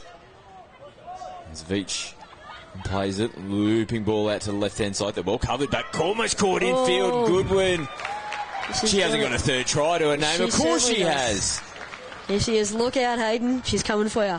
Fantastic piece of work there. Molly Kelso featuring prominently there. She picked up out of half and eyes up and managed to throw that long ball right to left. And lovely little catch and pass here from the number 9, Wogan, who linked up with her winger, and Goodwin. Yeah, she's having a day out here, Scotty. Oh, yeah. Just doesn't need much room to work with as well. Looked like she was covered all of a sudden. That speed, like we saw in the first half, just kicking away from the defence, and they needed that, the Bulls. Gets them back into the game, 4-3. Here in the semi-final of the 16 girls. Brisbane will be looking to hit back. Watson was busy in the first half here for the Cobras. Has a look at the line, decides to take them on herself. Good defence, Molly Kelso. Yeah, Molly Kelso all over that one there. She needed to make that touch, and 5th touch coming here now. Really important that the Bulls get up and repel the Cobras as they do, and here's the transition. Let's see if they can be a little bit smoother. I've been matching Brisbane's transition as I say that. Commentator's curse, we've done it again. Here we go. Can I blame you this time? Yeah, I'll definitely take that one. I'm going to put my hand up for that one. Thank you, mate. I was just going to say at the same time, they've been happy to throw the footy like Brisbane have been as well, and they got a bit of value out of it, but it's risk and reward. Doesn't come up for them on that occasion. Brisbane back in field. Watson having a bit of a look up, communicating Good touch. Kelso again, strong in defence on the line. Yeah, she's been a power of strength for this CQ team, and they really need to get out past the 8 metres, and because the Cobras have been so good on the 7 metres during this tournament, and I think she was claiming a no touch. It was a good recovery. Yeah, I'm with the link. I'm with the CQ link, and yes, I think the sideline referee has seen it. Absolutely. So it's great officiating from the referees. Yeah, that's great. Mason Carroll, good call on his behalf, and he's a very, very experienced referee, and really helped out in that situation. And great that the referees are prepared, to communicate and make sure that they get the right call for everyone. And we've had a really high level of refereeing at this tournament, haven't we, Scotty? The Bulls, they couldn't capitalise. They give the possession back here to Brisbane on their own 10-metre line. And we saw that during stages in the first half where CQ just got themselves into a little bit of a rut. It was back-to-back sets where they gave the football away and Brisbane made them pay with points. Yeah, they've done a power of defensive work, and it's, the probability of numbers, isn't it, mate? After a while, you sort of, just can't keep turning up, touch after touch, and and do that amount of defence with it not taking a toll somewhere. So, going to have to be some really tough carries here from the Bulls to get themselves into some really, really good field position, and so it is. They managed to truck the ball upfield on 3. They need to get the momentum back. 4. McCowan, just shy of the halfway line. They roll over now. Sophie Barnes plays it, last touch, nice ball. They've come infield here, again. Out in front, Goodwin. Who else? She's got to stretch away. No, they'll say forward.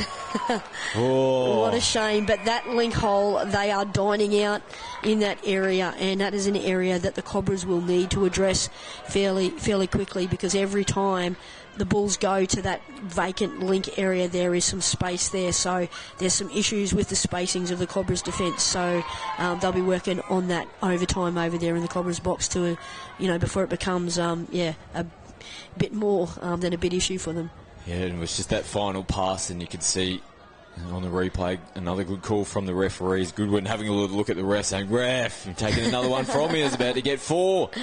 Still got a hat-trick in this game. Now Brisbane down the sideline off the fingertips of Vera. Well, such an entertaining contest here, Scotty. The girls are prepared to throw the ball around, and as we said, it's such a good age group to watch because they'll still play that eyes-up footy, and fantastic to see, that accented by both coaching boxes. Brisbane getting up in defence here on the first 3 touches. The Bulls having to do the hard work. And play out the back. Veach puts it through the hands, receives it back. Someone's going to have to take it forward. It's Tara Veach. Back on the inside. And pick up early ball. Kelso takes it hard to the line. And at least try to punch as far downfield as possible. Yeah, we're in a bit of a stalemate here, aren't we?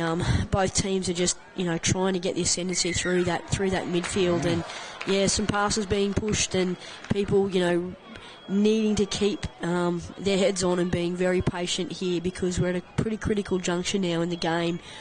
So, if you're in both coaching boxes, you're really wanting some set completions, and you're wanting everybody to just, do their job and play their role and get the ball down the other end of the field so that you can set up and give yourself a chance.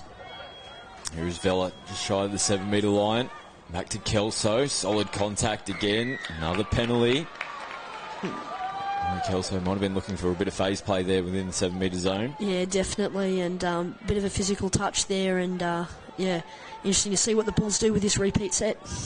Kayla Vella pops out, has a look up, nice early ball and release. Good job to hold on to the ball. Josie Wogan will come back out to the 7-metre line, still touches to come here for the Bulls.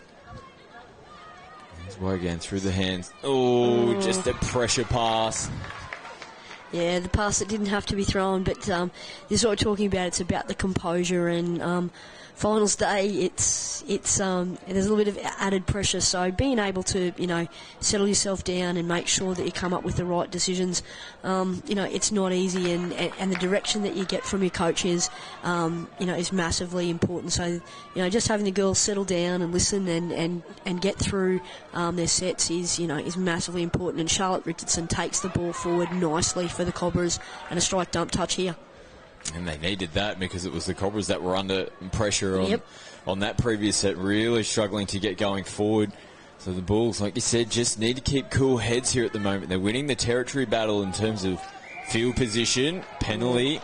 Yeah, there's a little bit of physicality there, but feeling like the 7 metres is getting a little bit skinny, so I think the referees will concentrate on just opening it up a little bit so that those physical confrontations don't become an issue. Good opportunity here for the Bulls. Down by 1, still a heap of time left on the clock. Over 10 minutes to go. Both teams just need to stay cool and composed, like we said, and opportunities will open themselves back up. Here's Malone. Yeah, she is very, very creative, Malone. She's good on her feet and good with her hands, so just keep your eye on her. There's a little dink in at the line. I think they found another forward pass. Both teams just a little bit sloppy ball in hand.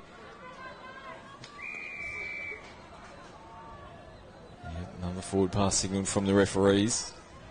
Just need to get their timing right. Just take a little step back. Nice little show and go. Picks up metres, but the half, again, having to get on the skates to get over there. Another little flat one.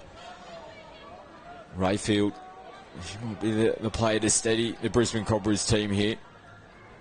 Nice ball, punching through a beautiful hole. Maria Walker, last touch. Ooh, loose ball back on the inside, and wisely didn't want anything to do that. Bunkered down for cover. There's Zoe Stone. Absolutely. Put the helmet on and duck for cover for sure.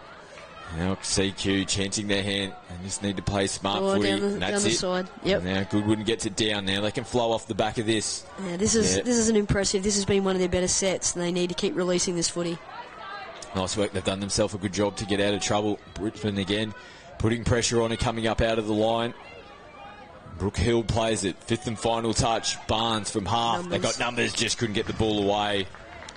But that's a better set of 6 from the CQ Bulls. That'll give them a bit of confidence, and now they have to back end that with some really, really good midfield D here to give themselves, a chance to arrest the ascendancy here from the Cobras.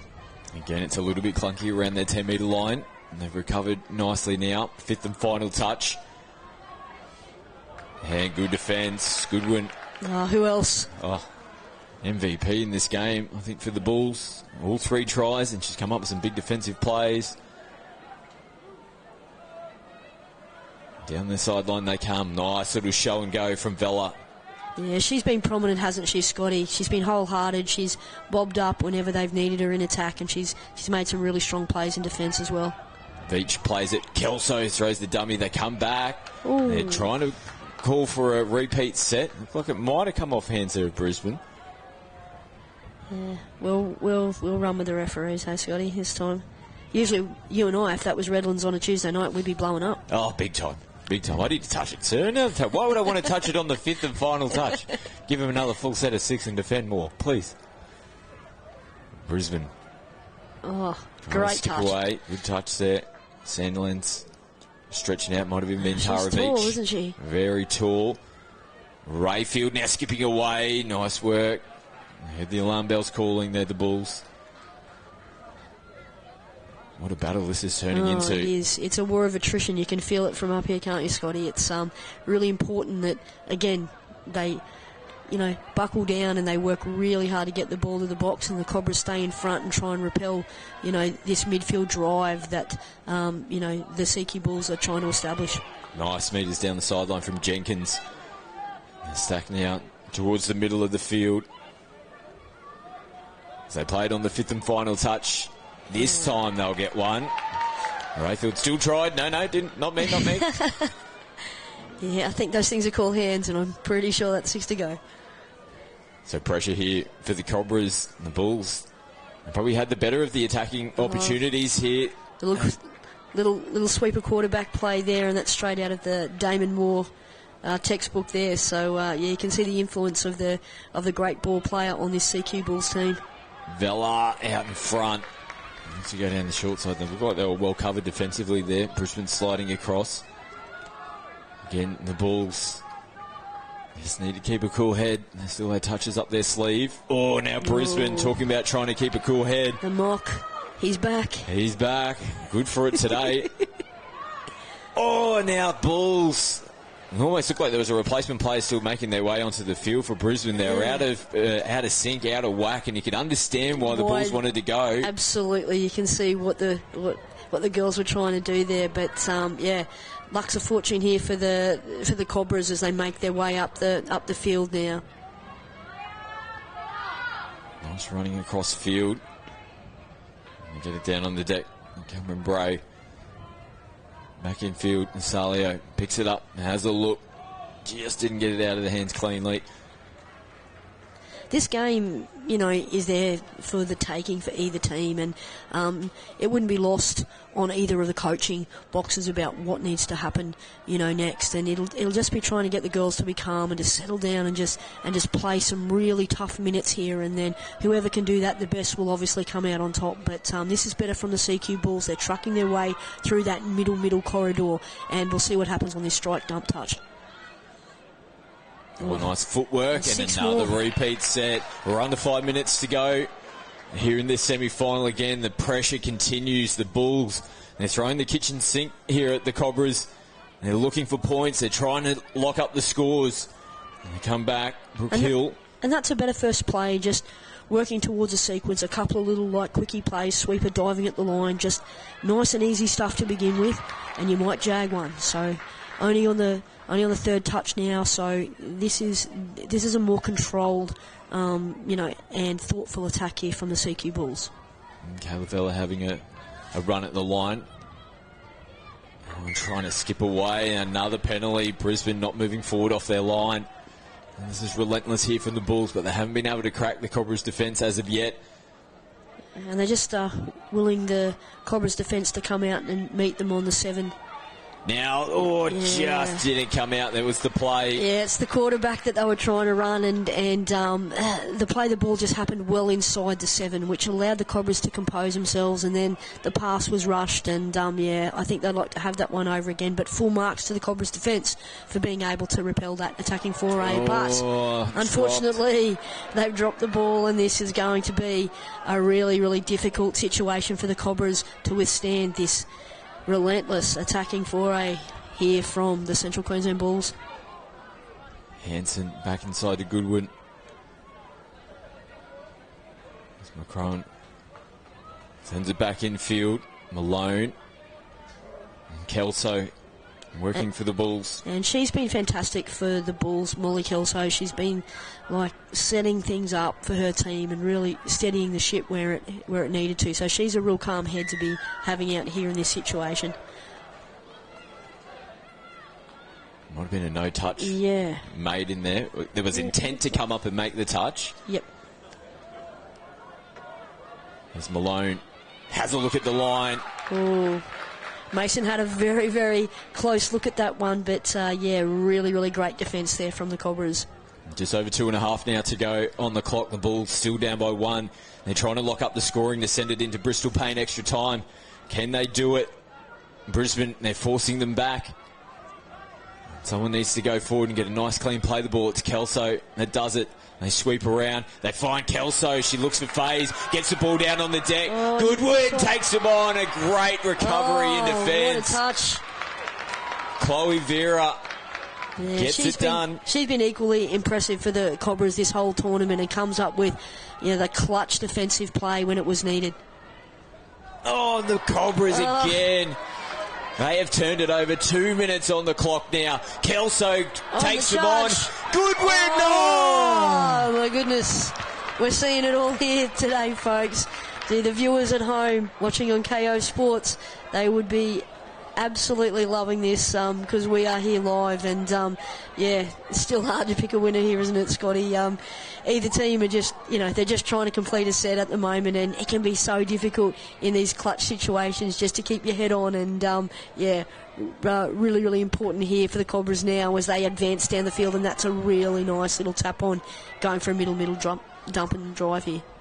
Last play, and they finish it off, and while they didn't get too far downfield, they completed a full set of 6. They haven't been able to do that for the last little while. Brisbane, again, though, the Bulls, good hands. Nothing wrong with that.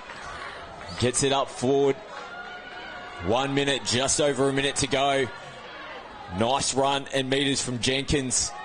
Yeah, and that's good from Jenkins. That's good go forward. That's exactly what CQ are looking for. Brookhill plays it. They pick up and go. Taking them on. Takes it right to the line. Referees say touch. Oh, that was touch and go for sure. Fifth and final touch. 35 seconds on the clock. Is this it for the Bulls? They send it out. Cobras come up and make the touch. They've got to hold on to the football here, Brisbane. 30 seconds left on the clock. Can the Bulls create a miracle? Oh, Brisbane are going to get a penalty. Bit of a brain snap there. Salio, quick tap down the sideline. It's a penalty here to the Bulls. Nasalia, too much contact as she was playing the ball. 10 seconds, and 9 he's penalised seconds. again, and that's great refereeing from Mason. Yep, he's stopping the game. Forced substitution as well. They've got a player number advantage here, the Bulls. Hooter sounds in the background. The referees will pull it up. Dramatic scenes right at the death. The Central Queensland Bulls had one last-ditch effort to try and get themselves into the grand final, to level the scores up and send it into Bristol Paint extra time. But the Cobras, they hold on. Yeah, what a dramatic finish, as you've alluded to there, Scotty. Two great teams throwing the kitchen sink at each other, and it's the desperation of finals day, isn't it, Scotty? And what a fantastic match that we've seen here, and hopefully more to come. Well, two absolute quality games to kickstart the broadcast here on finals day at the DoorDash National Youth Championships. 18 girls semi-final to come up. The Queensland Secondary Schools team taking on New South Wales Triple C. We're going to head down on the sideline as well with Jack Rogers to soak up all the atmosphere after the 16 girls semi-final. Stay with us, more action to come.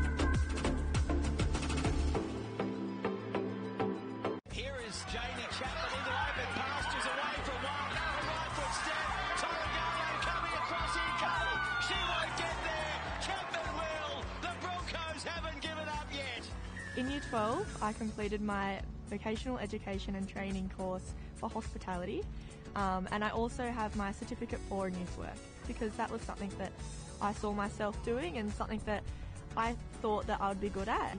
And now I have the qualifications, I can work in the sector I want, and it's definitely given me a lot of opportunities with jobs and opportunities within the community.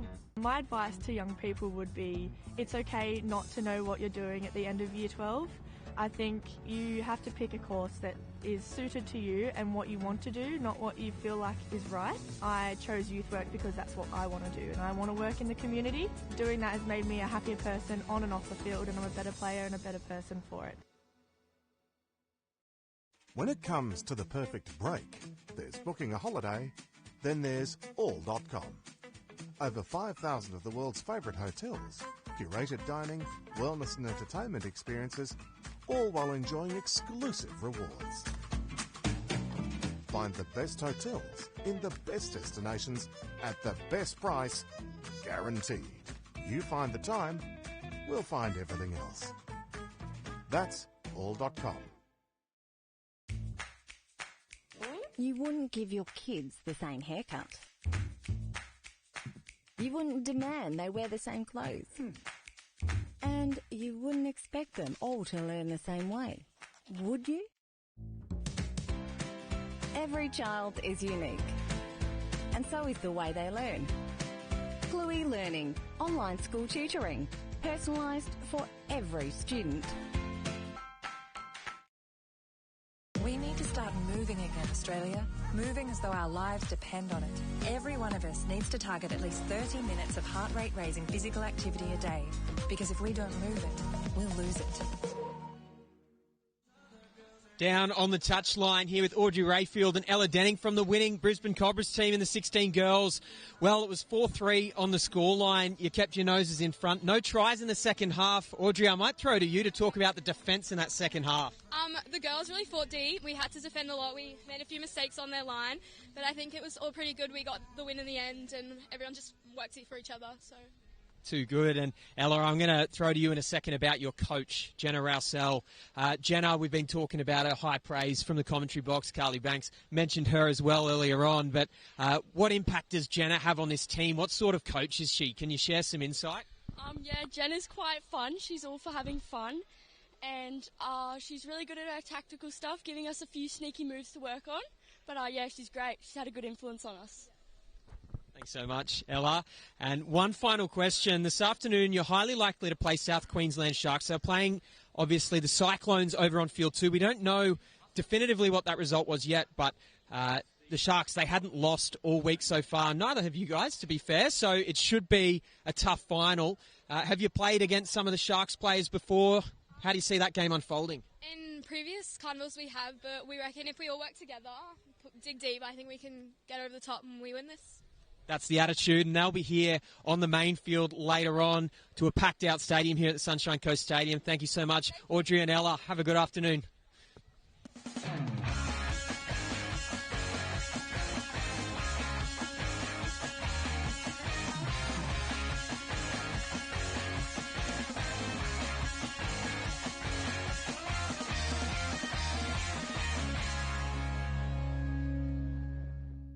It's just a great festival, mate. Get away from the seriousness of touch and come down and have some wines and some good food and meet some really nice people. Get on the plane, get on the boat, get down here. I mean, why wouldn't you? I mean, it's superb. You know, you can't get many places where you're playing top tier touch and then you've got a beach and wineries on your doorstep. So, no, it's well worth being here. And you just play touch, so that's what we're all here for, and that's what we enjoy. It is just such a great atmosphere.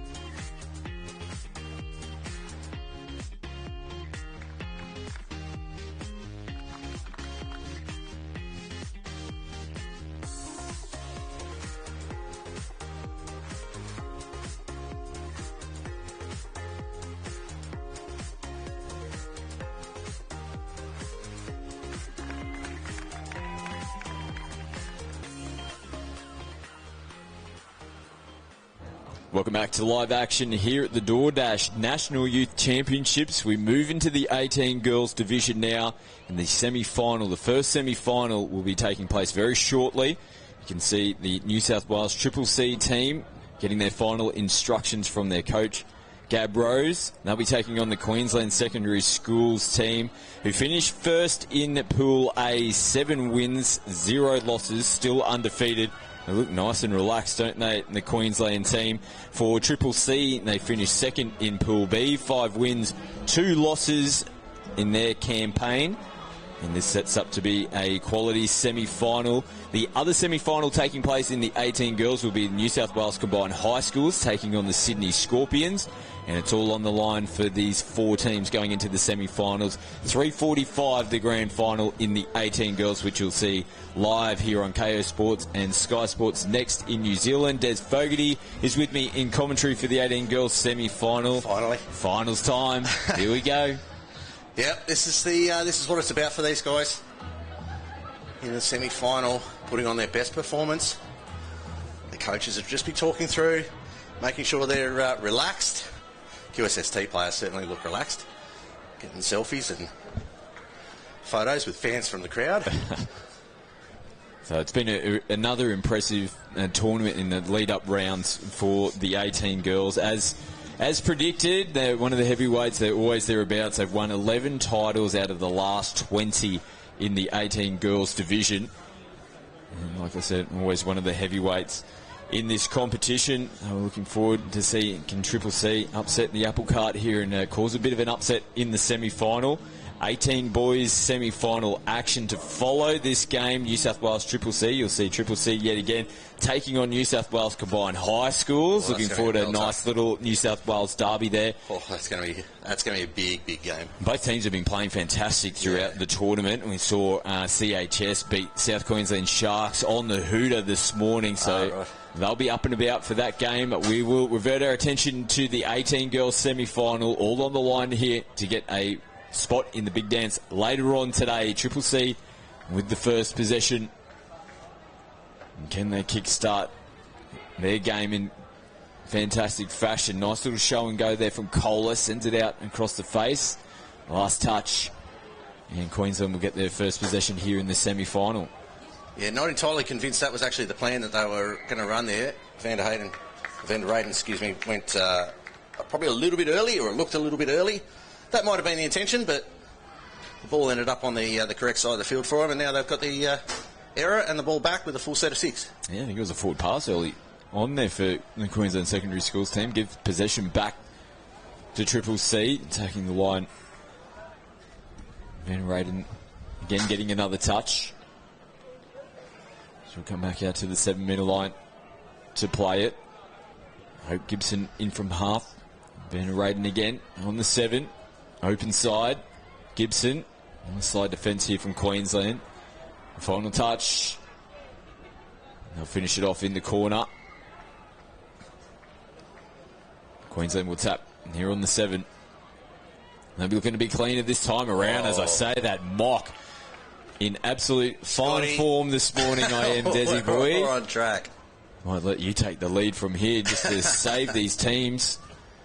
Yeah, that was a very loose pass, but the link and the wing out on this side for QSST really not alert to what was going on, so the ball's just gone into open pasture. Kohler working now here with Hope Gibson. Gibson, a little bit of footwork, going to drop it back. She'll have a crack. She's looking for the player to sweep around. There will be a penalty for a hard touch, though. No, we're on offside. So more pressure here on Queensland. They've done nothing but defend their line so far in this first half. A couple of possessions, but turning the ball away on the first touch on both occasions. And Triple C, it's probably been interesting for them because they haven't been able to get replacement players on and opening up. Well, the weight of possession and all the pressure defending their line, just too much for Queensland. Doesn't matter how strong you are on the field, you have to defend your line on that many occasions. Eventually you'll crack.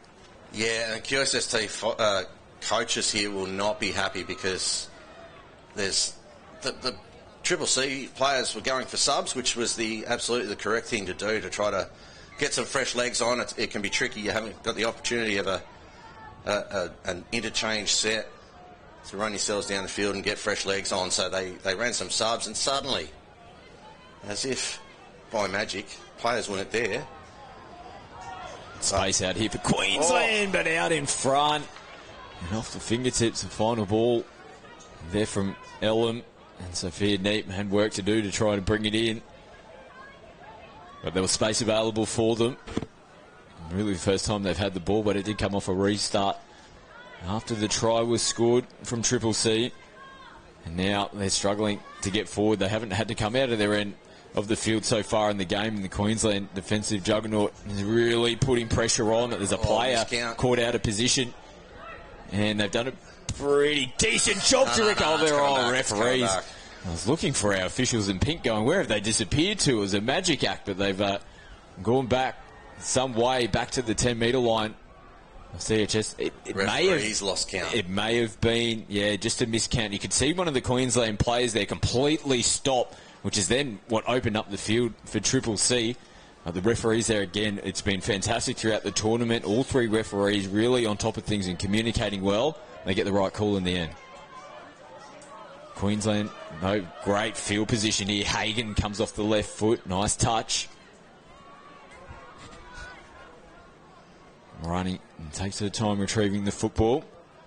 Probably their number one attacking group out there on the field at the moment with Hagen, Zanamu, Nicola, and Kate Ellen. Oh, what's happened here? Yep, that one was me. So there we go. 1-1.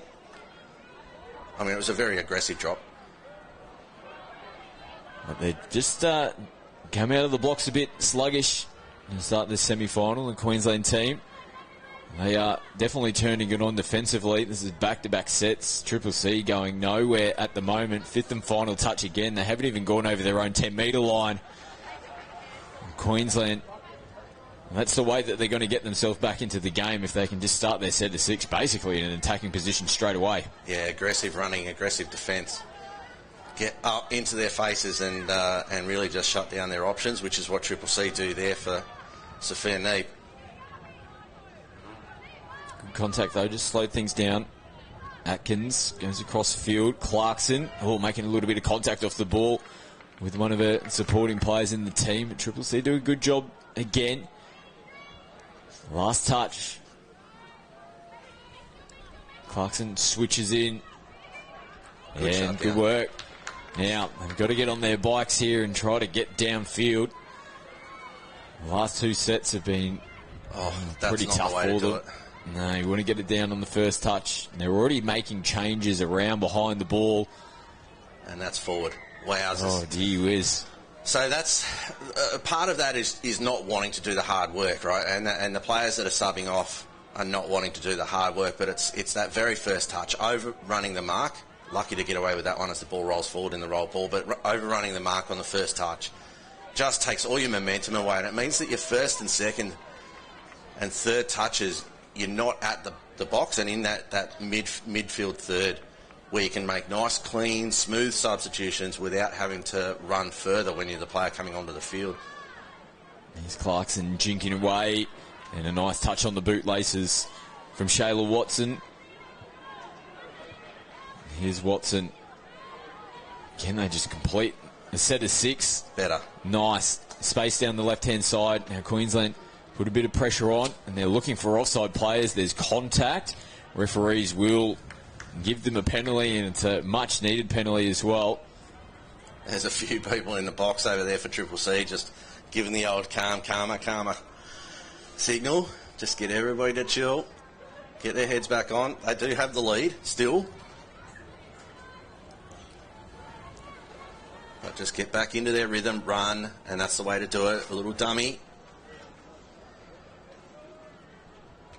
So Triple C in good attacking position, but just lateral at the moment. Late pass. Yeah, took it right to the line, and at least finished it off in the corner. They're down the right end of the field.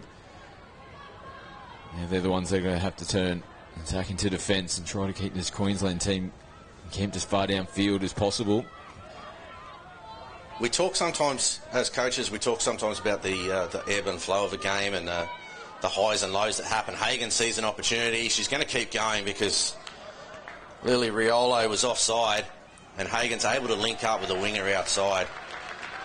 Riolo really not going more than about 3 or 4 metres and then just making a tag and standing there going, well, surely I'm onside by now, but not enough. And Hagen's able to take advantage and rip the ball out to the winger, who's wide open. So there we go, 1-1. You can't give these kind of opportunities to either of these two teams. And both of these tries that we've had so far, they've come really off just a defensive lapse, a switch-off moment. Both teams just need to get their heads on and then start getting their running legs on. Here's Hope Gibson. Back on the inside, had to stretch for it there. Olivia Kohler. They've got all their numbers out on the left. And just probably got body position in the wrong place. Queensland threading the ball again. But they do a good job picking up meters and going down the sideline now. No touch has been made on the first occasion. And stretching away. Wow, what a turn there. Lily Neal. Queensland going straight into attack mode. And Neil showing a clean pair of heels down the sideline. Yeah, and the Triple C winger out on this side, it looks like it's Olivia Kohler.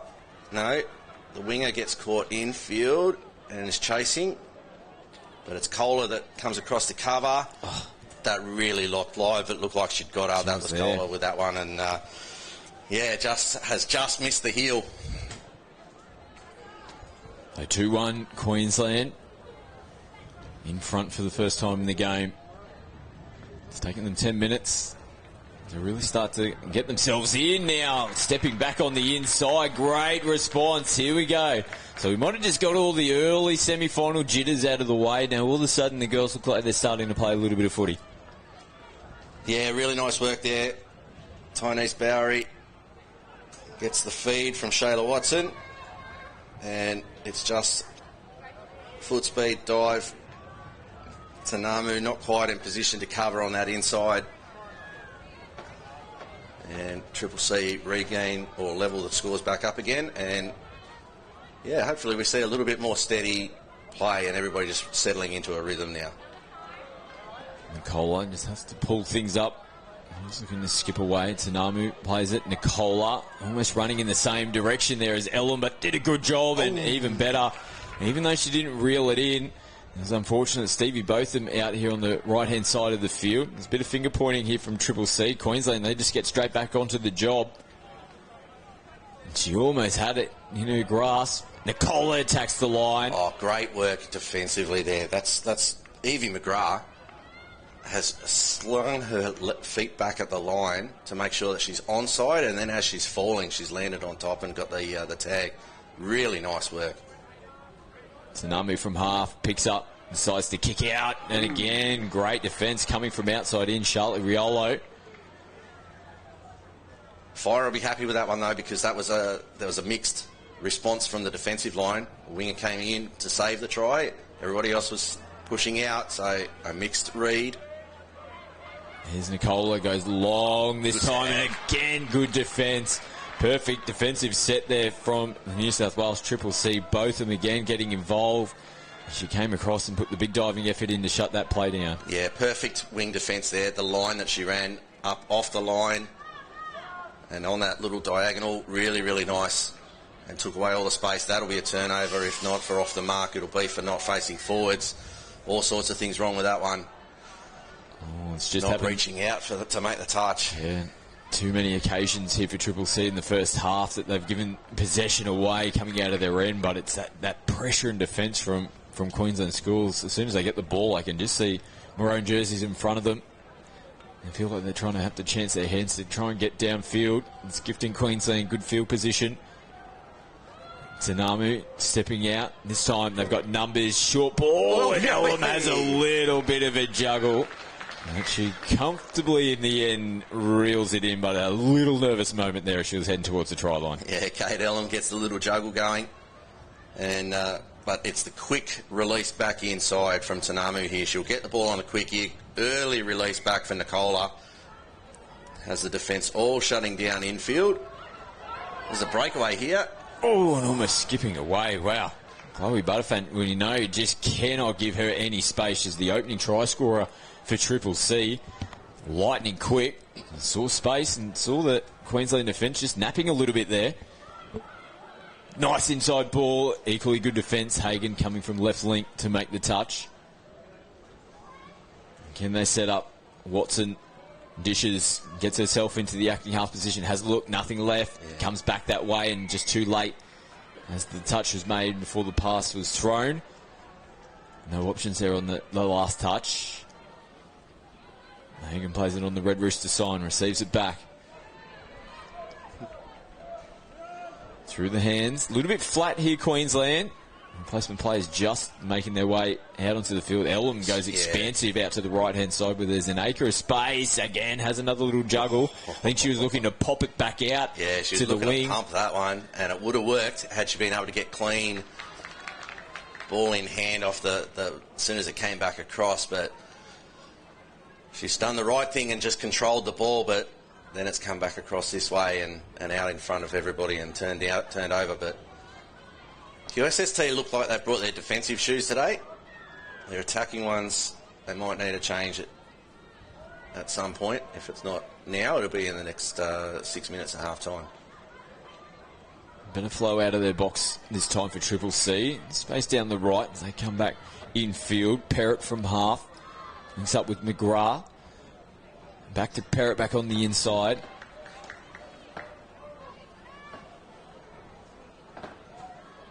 Queensland will restart. They're set. Here they go, through the hands. Still happy to throw the football around. When it comes off for them, it really kick-starts their set. Well, they've just been a little bit clunky in the first half on the odd occasion. Over the halfway line they go. As replacement players make their way onto the field. Tanamu out of the box with Nicola.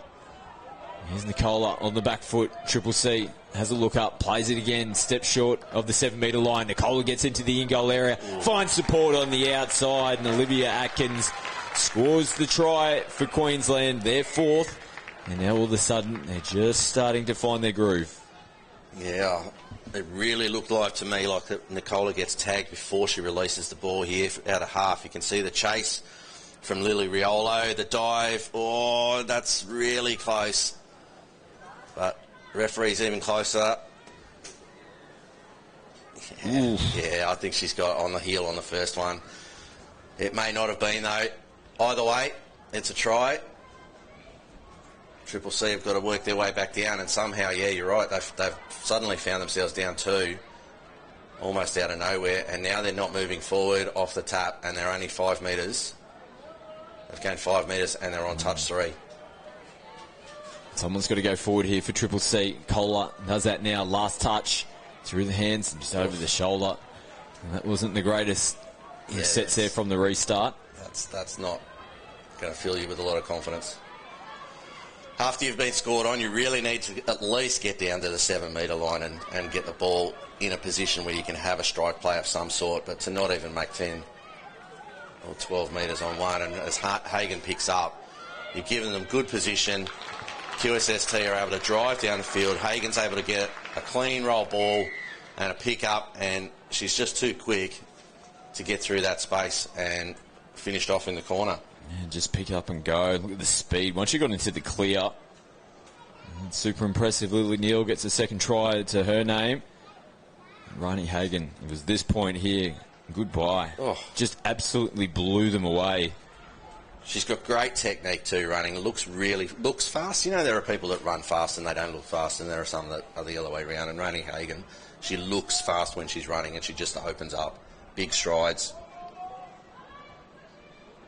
Bowery, left foot. Oh, got away from the first defender. It was lucky there was cover defence. May have just been short of the line.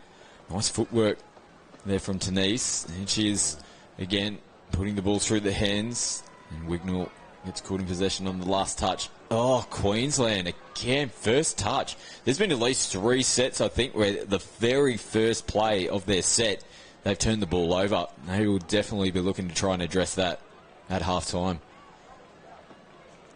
It's a good opportunity here for Triple C. Yeah, absolutely. The coaches are down there just having a short little brief conversation.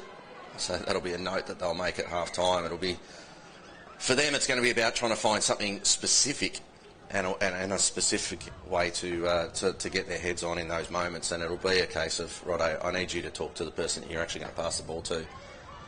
Even if it's something as basic and fundamental as an intercept. Yeah, taken from Sophia Neep. But yeah, even if it's something as basic as going, okay, remember how we passed the ball when we first learnt? Eyes, toes, fingers. Eyes is the first one. Look at the person you're passing the ball to. Are they ready to catch? Okay. We all need to go back to basics at some point. Nice running from Queensland. Winger just not in position. They were making changes. Lily Neal, who was on the left, was making her way over to the right. But again, it was a pretty good defensive set there from Triple C. They made Queensland really have to work for it. And they start their set in good position. Well, they've struggled to get downfield. Better metres down the sideline for them. Bowery now pops into the interchange area. I think it might be the 13, Chloe Butterfin. If she can get good clean ball in space. Last touch. They go the other side of the field. They've got all their numbers. Took a little deflection. They've finished it off in the corner at least. Both of them getting caught on the 6th touch. Queensland will be looking to try and be cleaner this time around. It's a better second touch rolling forward. And just going nice and direct. And good from Triple C. They can tell every time pretty much Queensland are doing that little switching option coming out of their box. This time they got players up. Tanamu has to go back to the mark on the fifth and final touch. Nicole, you don't want to hang off her. Yeah, it was Cleo Butterfly that came in and made that tag off the back of those switches. It was a good read, and that took all the momentum out of the fire drive up the field. Ooh, yeah, just an extra couple of steps. You could probably see the contact was made, and she was still progressing forward before putting the ball down on the deck. And with 20 seconds left on the clock in good attacking position, this is a huge defensive set here for Triple C. They definitely don't want to leak more points going into the halftime break. This is huge for them. Hancock offloads Hagan. Short side, danger. Comes in at the line and throws the ball right at the death. Well, that is smart ball playing there from Rani Hagan. She could just sense that there was pressure coming up. Triple C know that she's the danger woman, ball in hand. And she throws a beautiful ball. Look at this. Fakes as if she's going down for the try. And a lovely ball, and finished off in the corner from Lani Ingram. Yeah, and she knew she was going to get that she'd drawn that winger in, and that's why she's put the body down, fakes the dive, and then, yeah, definitely she's got the head up at that moment, sees the winger coming in, goes, nah, that's it, pass the ball out. Really nice finish. Triple C, bit of work to do. Yeah, so after a slow start, Queensland just starting to find their groove a little bit. Still a few areas that no doubt they'll be looking to address here at the halftime break. Halftime here in the 18 girls semi-final. Queensland Secondary Schools currently in the lead. Halftime scores 6 tries to 2. When can I play again? DoorDash are offering help to struggling clubs around Australia.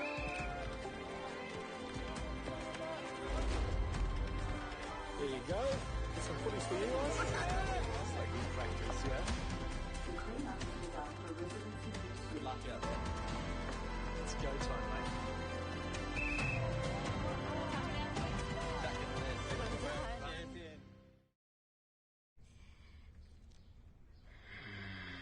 Crunchy outside, juicy inside. We're so thoughtful. I'll bring you some chicken. Oh, the rooster's calling. Hi, I'm Scott Prince, Bristol Ambassador. I'm inviting you to join me in signing up for Team Bristol. So what is Team Bristol? It's a club for those who play touch footy. You'll get tips and tricks when it comes to painting, exclusive offers, and the chance to win prizes throughout the year. It's easy to sign up. Visit the Bristol website.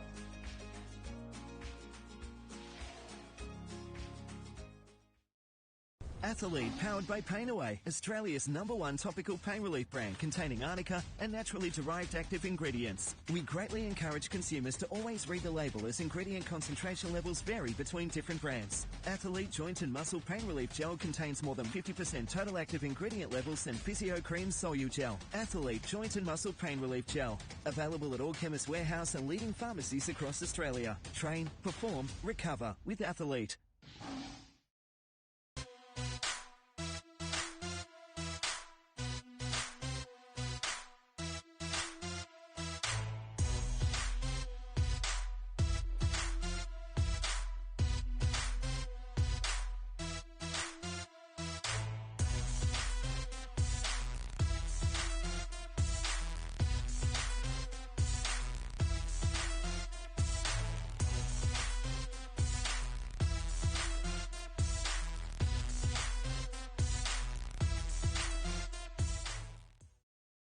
Here on the Sunshine Coast, you'll find sunshine makes the sea sparkle. The skies pastel. You'll find the sun shines from above and from within, making laughs linger, moments longer, hearts beat fast, and time moves slow. Come find your sunshine moment for real. When can I play again? DoorDash are offering help to struggling clubs around Australia.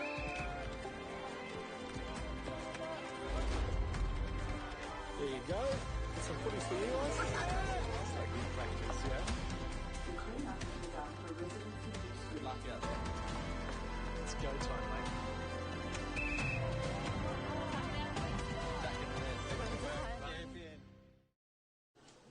Welcome back to live action here at the DoorDash National Youth Championships. 18 girls semi-final. Queensland Secondary Schools team.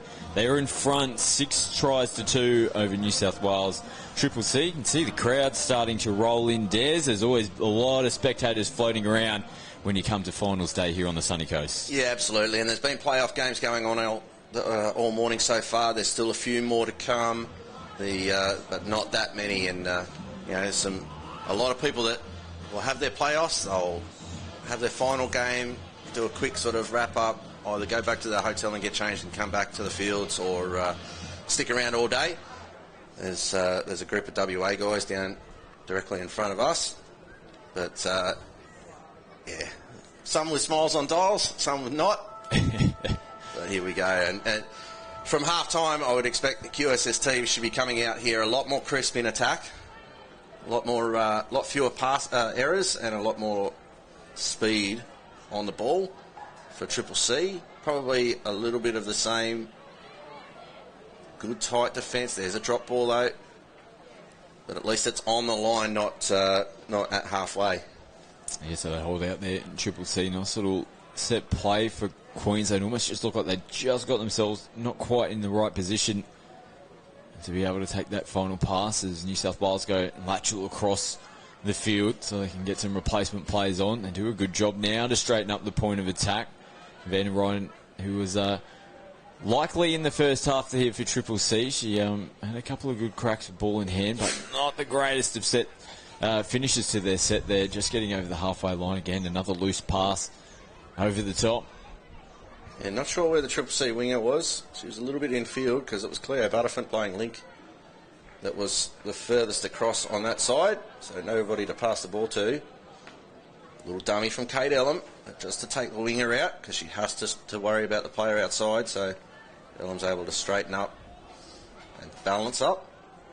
And subs come on. Hagen from half with the hands needing to reach a little bit further. Yeah, just couldn't pick that one up cleanly. New South Wales now putting the ball through the hand. Butterfant playing it. Again, good metres. Barry has been trying her best to get her team going forward. Queensland give a penalty away here. Just a bit of contact coming in on the side.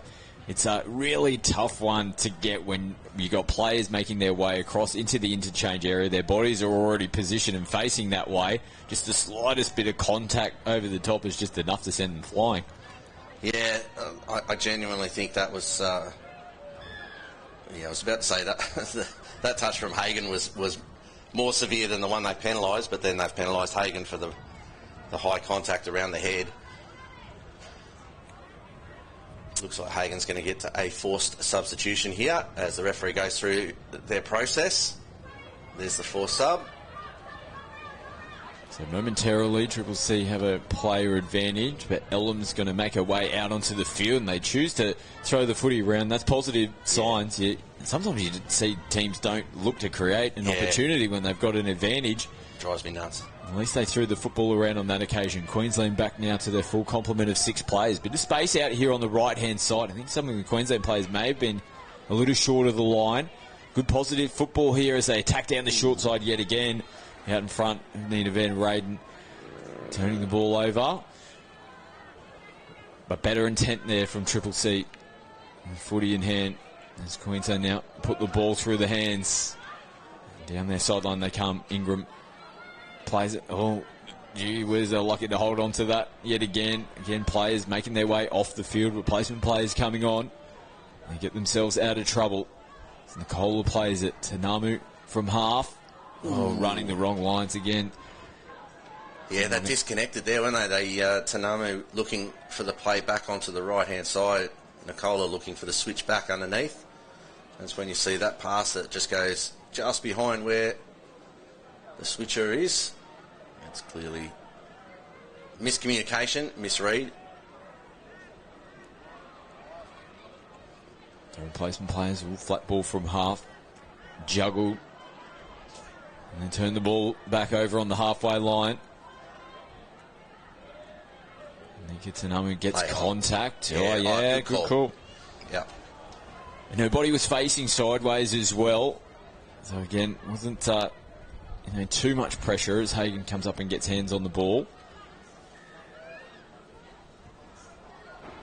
It's a good field position here for Triple C.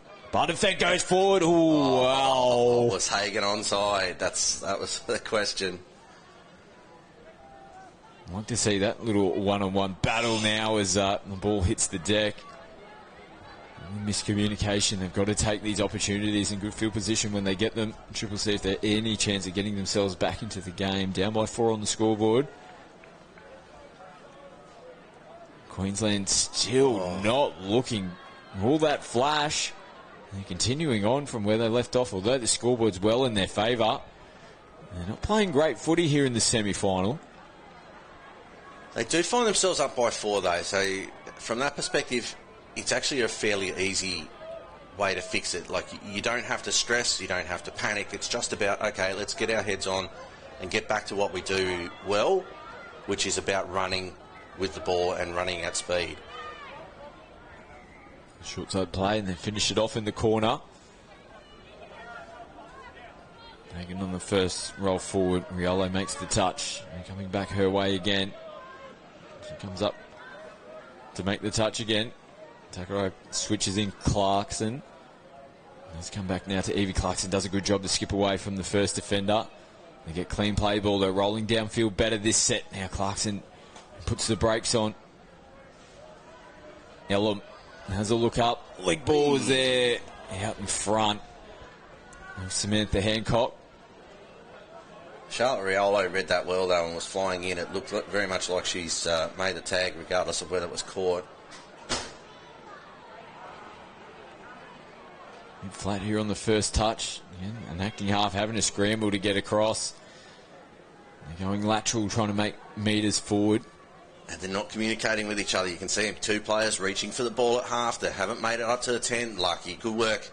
Now they're underway, but it's still 5th touch, and they were inside their own half when that roll ball happens, and it's the winger who picks up and scoops with it. That's really not great. But they're still in the game. They've just got to drive. They've got to get some run into their legs. Their defence is okay, but they've got to run and they've got to talk. Queensland not really going anywhere while they were making some changes. Pratt now within the 7. Nicola picks it up. They were deep on their own line there, Triple C. And it took a little time, but Queensland do get their 7th try on the board.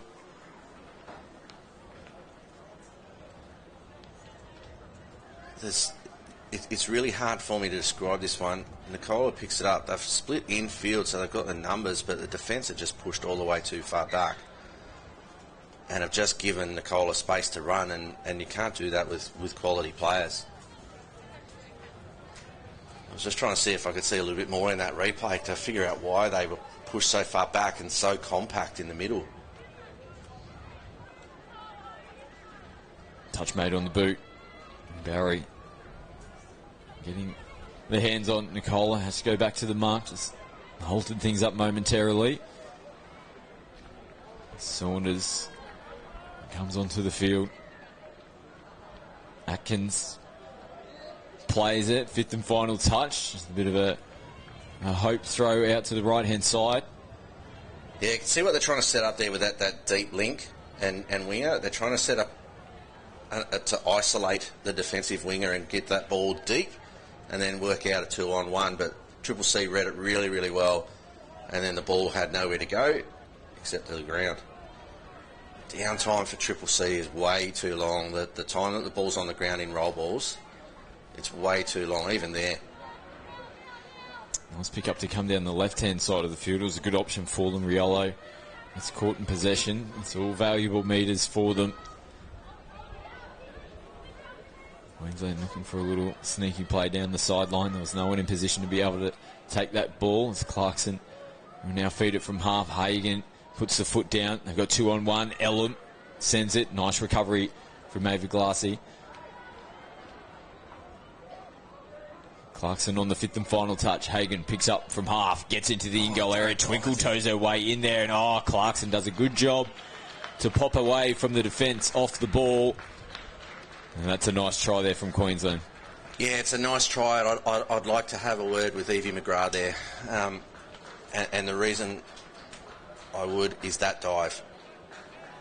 Rani Hagan is the half. If you keep your feet, she can't score. Keep your feet and pressure by chasing all the way into the in goal and give your defence, like your defensive teammates at Lincoln Wing, time to balance up and give them a chance to buddy up on all of those players in support and put some pressure onto Hagan. You can see as soon as she's through and the player's on the ground, she's able to just look around and see where the open player is. If she's being chased, it's completely different. 18 boys semi-final to follow this game. It's Queensland, nice ball back through the middle. Takaro plays it. Nicola doing the same. Nice ball movement. And they come back for a penalty. Yes, nice ball movement, except for the one that went forward. And they haven't missed this week. The referees have been all over it. Or us. Yeah, that's true. That's true. A little eagle-eyed fogarty up here. Yeah, 18 boys semi-final, Triple C, CHS. And coming up at the conclusion of this 18 girls semi-final. And CHS Sydney Scorpions currently playing in the second semi-final. The winner of that game likely to progress through to the grand final later on this afternoon against Queensland Secondary Schools, who have got one foot through the door so far. Triple C. You could just... probably hear through the effects. The hit. They were done on the inside. It's really good positioning, though, from Nicola, as the referee nearly gets run over and has to really put the afterburners on himself. But it's really good positioning from Nicola. She puts herself into a space where she can come in and hit if she needs to, but she can go out and still cover her player as the ball's gone through the hands and then shut down. Chase Parrott with a good tag. But yeah, so like if the ball goes out, she's in good body position to chase out, but she's holding that space, really narrowing it down, and then able to just lean in and grab make the tag to close it out. Through the hands they go. Nice meters down the sideline. McGrath getting them forward. Followed up. Getting themselves into a better position this set.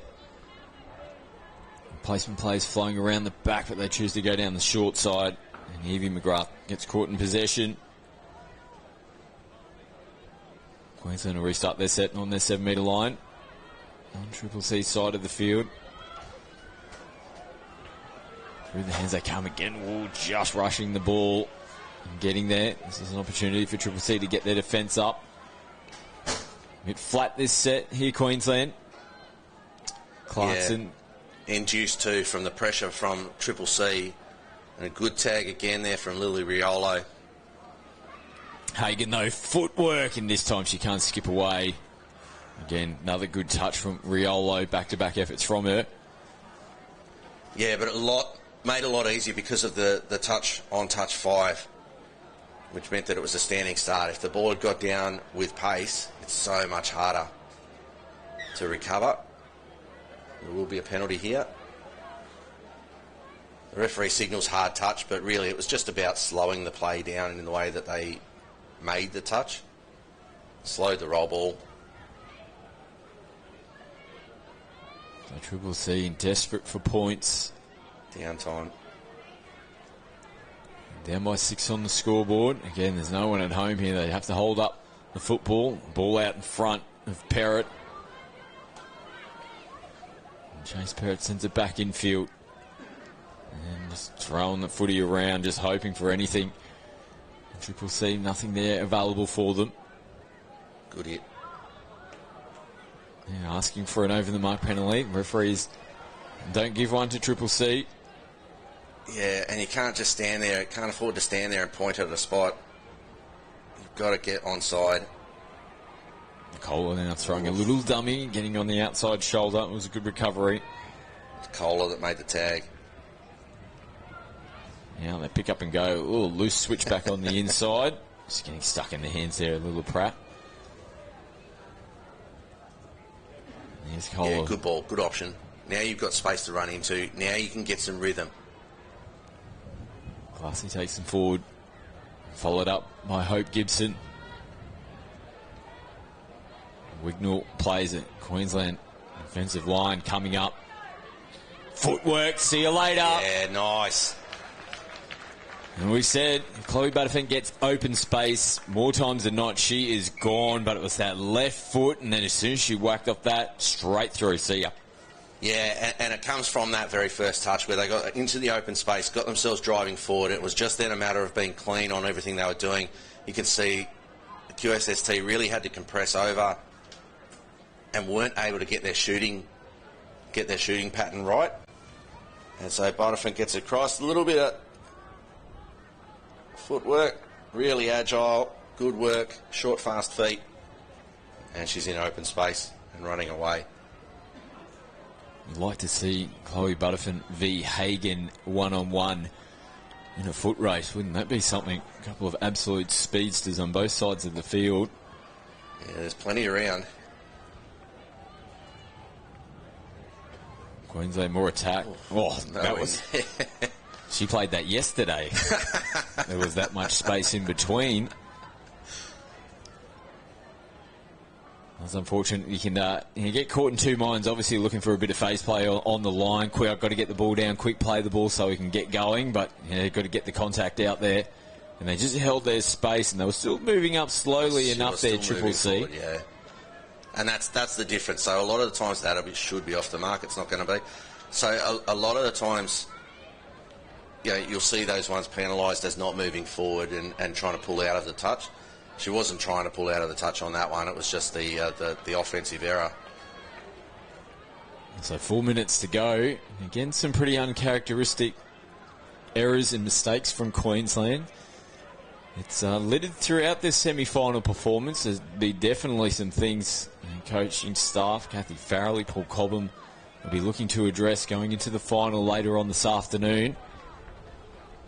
They don't address these little errors. They come up against either CHS or the Sydney Scorpions. It might be a different story in the final. Nice attacking running coming in. Riolo, she's tried her heart out in this game. Yeah, I think it's fair to say they've all tried very hard. Just not able to get their rhythm going a little bit. When they do, they score. But that was what happened with the Butterfin try just a few moments ago. They were really into a good rhythm. That's ball to ground for sure. Yeah, good call from the sideline referee who's got really good view and good communication between them. These referees have been good in this game, even though there's been a couple of ones that I'm like, well, I don't know if that was the right decision or not. As there's a little run towards the line, but reeled in by the winger on that far side. But they've been good, and their read of the game sense, like their game sense, has been good. And here we go, and out in front. It's worth a shot. And we've got a Queensland player down on the ground. Saunders, Saunders. No, that's Hagen, actually. Hagen, yeah. Good to see that she's back up to her feet. This might have been winded. It was a pretty big dive to try and make the touch. It was a good positive play there from Triple C. They were looking to close this game out. It's been a good tournament for them. It's no mean feat to make your way to a semi-final in the 18 girls division here at the DoorDash National Youth Championships. They'll be pretty happy with their performance. Hasn't gone their way here in the semi-final. Top four at the National Championships. Pretty good effort. And they're still throwing their bodies on the line. Both of them making the final touch. Here she is taking the next one forward. As Kohler follows suit. A minute and a half to go. Queensland Secondary Schools will make their way through to the grand final against either New South Wales Combined High Schools or the Sydney Scorpions. 3:45 local time, you'll see the 18 girls grand final. 18 boys semi to come. CHS and Triple C and all New South Wales Schools affair in the semi-final for the 18 boys. This is better running here for Queensland. They're looking to put the icing on the cake. And just can't quite pick that one up cleanly. Nicola. Yep, cake fell out of the box. Yeah, no, that was Got to turn the oven on. We'll work on that for the finals later on this afternoon. Drop a line out there and just met with stony silence. That was awesome.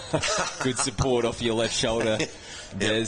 That's what I'm good for. Leave you hanging high and dry. Through the hands here and to ground. And so in the last little bit there, I think Triple C will be reasonably happy with the top 4 performance, as you were saying before. I'm not sure that Coach Gabby Rose will be really that happy overall with the performance in this game, but at the end of the day, they'll go away. They'll finish ranked, I think, 3rd or 4th. There'll be no playoff for 3rd place today. Will be player offside, and called by Zach Jenrick, trying to do a good job, held her position, try to get back onside before making the touch.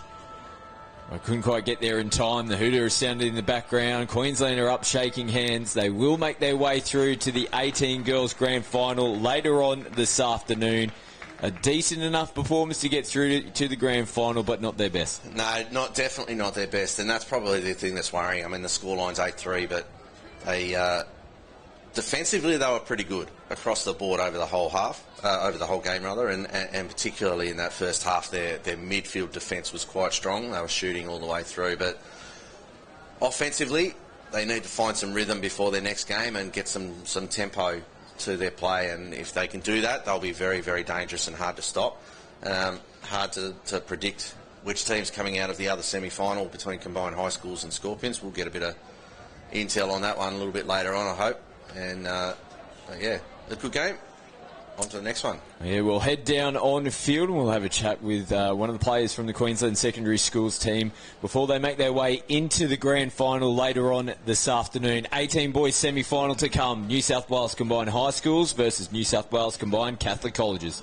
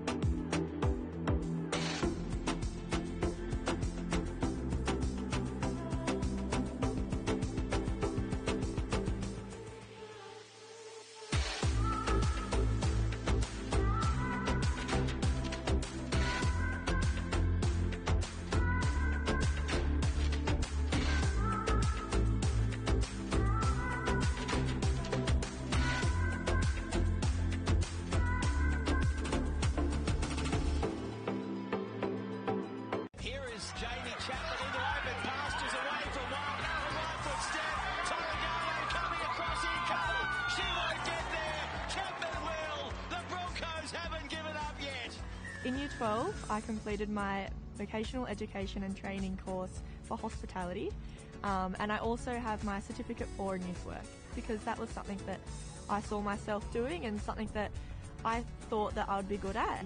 And now I have the qualifications, I can work in the sector I want, and it's definitely given me a lot of opportunities with jobs and opportunities within the community. My advice to young people would be, it's okay not to know what you're doing at the end of Year 12. I think you have to pick a course that is suited to you and what you want to do, not what you feel like is right. I chose youth work because that's what I want to do, and I want to work in the community. Doing that has made me a happier person on and off the field, and I'm a better player and a better person for it. When it comes to the perfect break, there's booking a holiday, then there's all.com. Over 5,000 of the world's favourite hotels, curated dining, wellness and entertainment experiences, all while enjoying exclusive rewards. Find the best hotels in the best destinations at the best price, guaranteed. You find the time, we'll find everything else. That's all.com. You wouldn't give your kids the same haircut. You wouldn't demand they wear the same clothes. And you wouldn't expect them all to learn the same way, would you? Every child is unique, and so is the way they learn. Fluey Learning, online school tutoring, personalised for every student. We need to start moving again, Australia. Moving as though our lives depend on it. Every one of us needs to target at least 30 minutes of heart rate raising physical activity a day. Because if we don't move it, we'll lose it. Oh, down on field here with Rani Hagan from the Queensland Secondary Schools team. You've made your way through to the grand final, but a few things to work on potentially. Wasn't your greatest performance there in the semi? No, it wasn't. We had really good midfield defence, but I think just in our attack we kind of weren't as composed as we wanted to be, so we'll try to work on that for our final. Yeah, Triple C, they started the better. They scored first as well, and you gifted them probably some cheap field possession, but you started to work your way through in the back end of the first half, so there are positive signs to take out of it at the semi. Yeah, there definitely are positive signs, especially in the back end. We kind of start a bit rocky, but I reckon in the back end of most of our halves, we kind of pick it up a bit more, and that's when we kind of keep going and we get there. What do you think the key things are going into the final? Go back now, have a bit of a rest, but where do you really want to sort of work on so you can get yourself into a position to take the final later on today? Yeah. I think, just like I said before, like staying composed in our attack, because we all know we can attack, so just staying composed and doing our plays like how we want them and getting who we want is probably our main focus for our final later. Well, you're into the big den. That's all that matters. All the best for the grand final later on today. Thank you.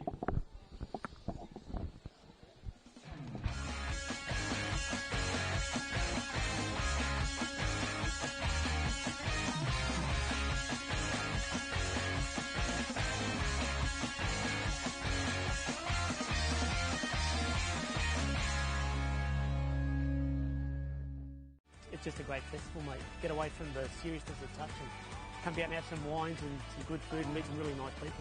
Get on the plane, get on the boat, get down here. I mean, why wouldn't you? I mean, it's superb. You know, you can't get many places where you're playing top tier touch, and then you've got a beach and wineries on your doorstep. So, no, it's well worth being here. And we just play touch, so that's what we're all here for, and that's what we enjoy. It is just such a great atmosphere.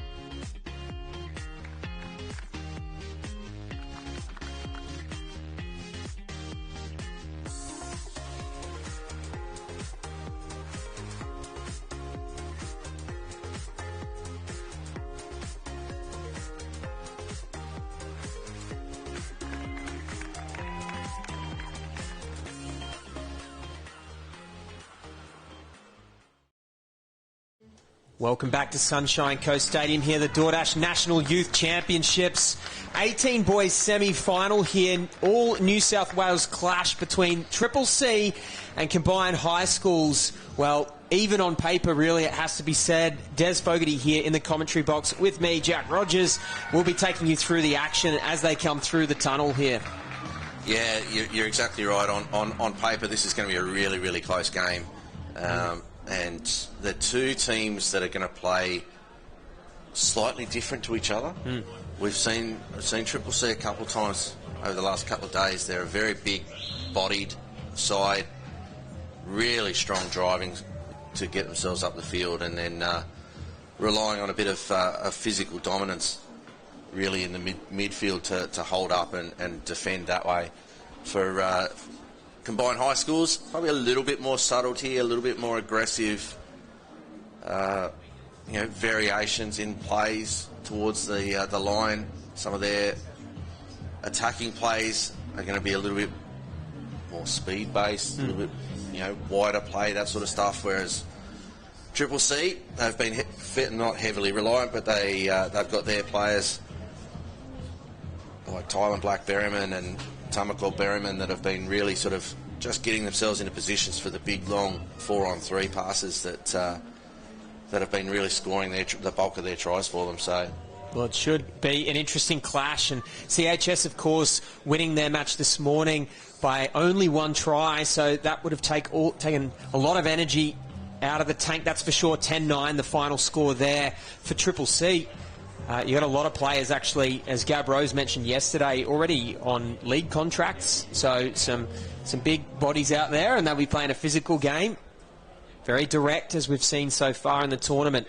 So we're moments away. Zoe Jenrick, referee, out on the field in the middle of the park there, will get us underway. And only one team will progress, of course. Many of these players, of course, play with each other at club level and representative level. So lots of friends out there. Masters told us in his interview this morning. Playing the ball 9 metres out from the line. Black-Berryman picking up from half. One of their main strike players here. Now look enthusiastically towards the sideline. Can't get it done, but Policy, according to Policy, killing the ball in the far corner. CHS with first possession now. What can they do off their own line? Sweeping players on now. And, yeah, that strong start there for him, or rather Max Davies, but the ball goes to ground. So early defensive efforts there by Triple C pay off, and they'll get the ball back on the halfway line. Yeah, a little slight error there from Blake Wardrobe, I think it was, but yeah, and then an error back from the Triple C, so ball's going to come back away the other side. Slightly nervy start for both teams, but it's a long game. There's 40 minutes to play with. And another drop ball, so 3 in a row there. A little bit of frustration creeping in, but they're an experienced side, CHS. They'll keep their heads. Hang out to the right edge. Berryman with a nice clean box set there. Look at the legs from these from this Triple C team. Oh, and a forward they pass sweep off on the roll ball. Yeah. From the sideline. Good call there, Des. You might have caught that before the refs, I think. I was watching referee Kim Skelly over on that far side. His body movement gave that one away very, very early. Skelly, of course, one of the top referees in the game. And at the pointy end of the competition. And here, touch football's best referees, of course, on this stadium field. The pace of this game's pretty tough to keep up with, that's for sure, and they do a great job. With the ball now, Wickham goes wide, it's Ellers, of course, who's been prominent for CHS, one of their key attacking weapons this morning. They scored probably half their tries off dummy half plays where Ellers was involved. As well, playing a huge role this morning was Blake Wardrobe.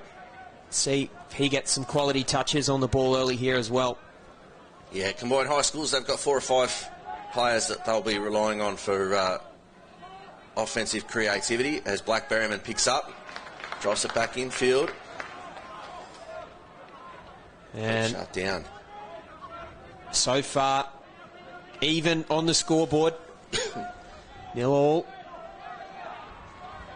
And CHS should get a bit of a strike at the back end of this set. Masters picks up the ball from half. He wants it back. Yeah, right idea there, but couldn't get all the way around. The ball was moving at lightning pace. Tough to keep up with. Yeah, they both saw it there, Masters, and I didn't see who went through that hole. It looks like it might have been Riley Burke. And just popped that ball up for Masters to get it. They both saw that it was on. They both were looking for it. Execution just a little bit off at that high speed. It would have been effective. Well, Jack Dean turning over the ball on 6 there. In, has to be said, pretty equal field position right now. The territorial battle can't be called either way as of yet. Only a trial start to break that open. Picking up now is the 11 Wardrobe. He's caught from half, so I'll bring it back to the 7. Off we go again. Really tense, no tries, no score yet. It's deadlocked, and CHS, of course, they had that close game this morning, so they're used to this sort of play. Triple C, of course, they're experienced enough to be ready for this fight as the space opens up on the left. So they're just using that pace that they have. Almost a touch made there. Want the player underneath now. They'll go right to left. The short ball, and it's a runaway now. Play on. Has he got the legs to get down the field? Looks like the defenders are coming closer. He's probably going to be caught on the dive, and he is. It's the number 12 for Triple C that makes the touch. Jack Attard, well done. Yeah, Angus Gobrin did really, really well up the other end of the field to sneak his way through and around and then get a strike dump down, and then the pass has gone out. It's bounced off somebody, streaking away down the field as Charlie Walker and didn't quite have the toe to get down. Well, they've still got a shot here, and that's a penalty. So he's calling the middles to get back on side, and that's 2 penalties we see very clearly from Skelly. They've got to be careful here to avoid exclusion.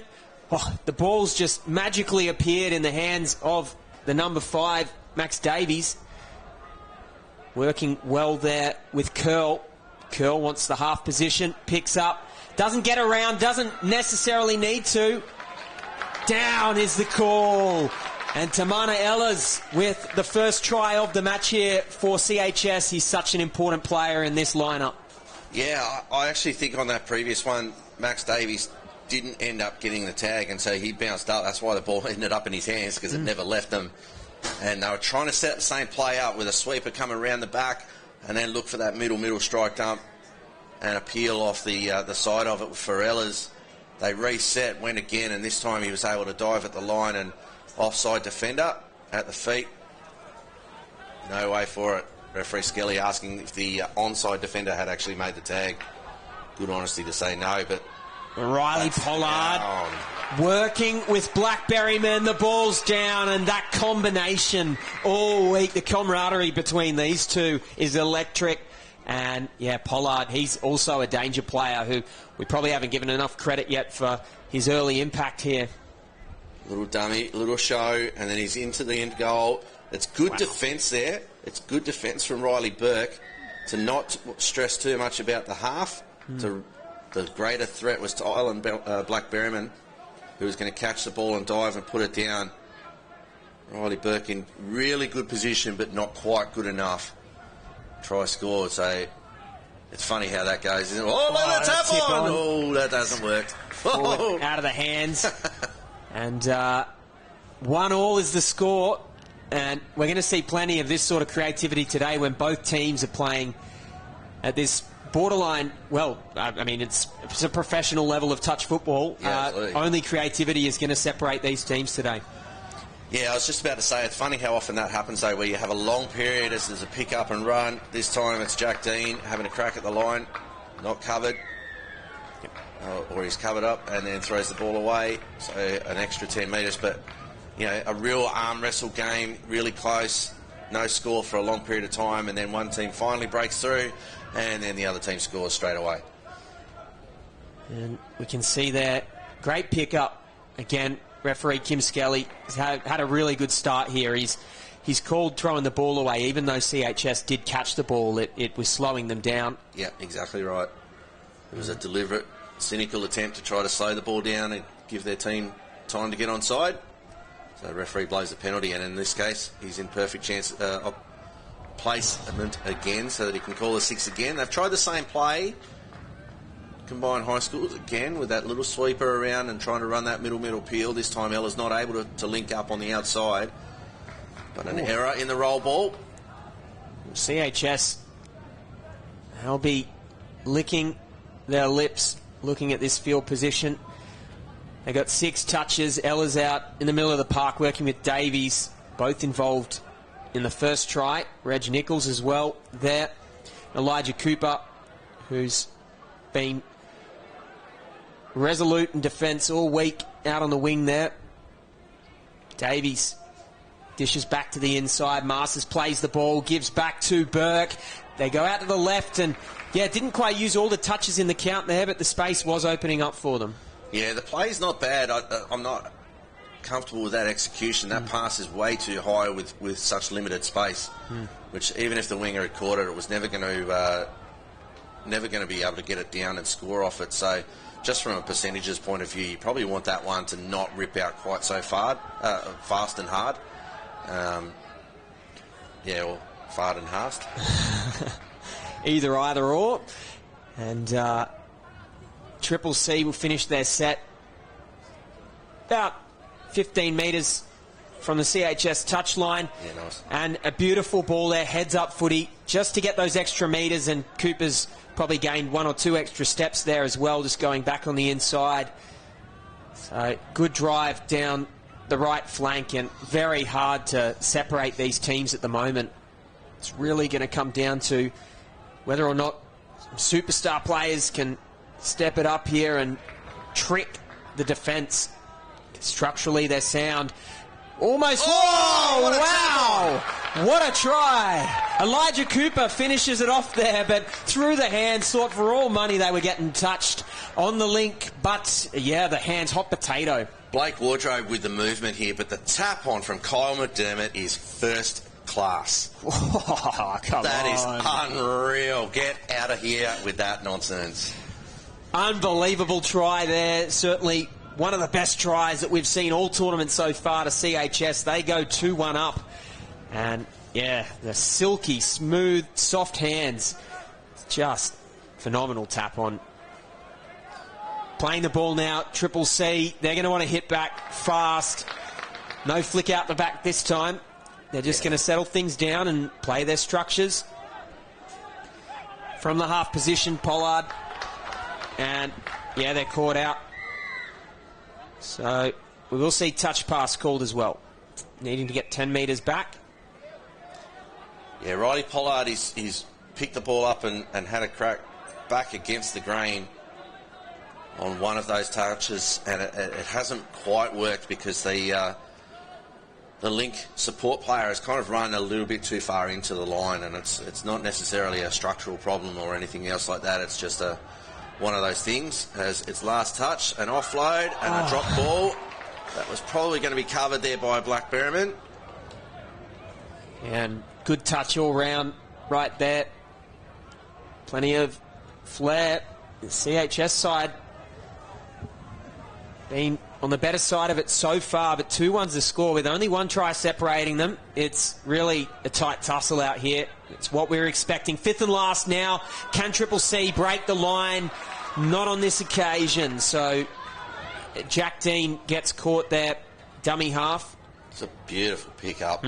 Real beautiful pickup. And then he's gone to the side where the defender, who was a little bit more set, was set up.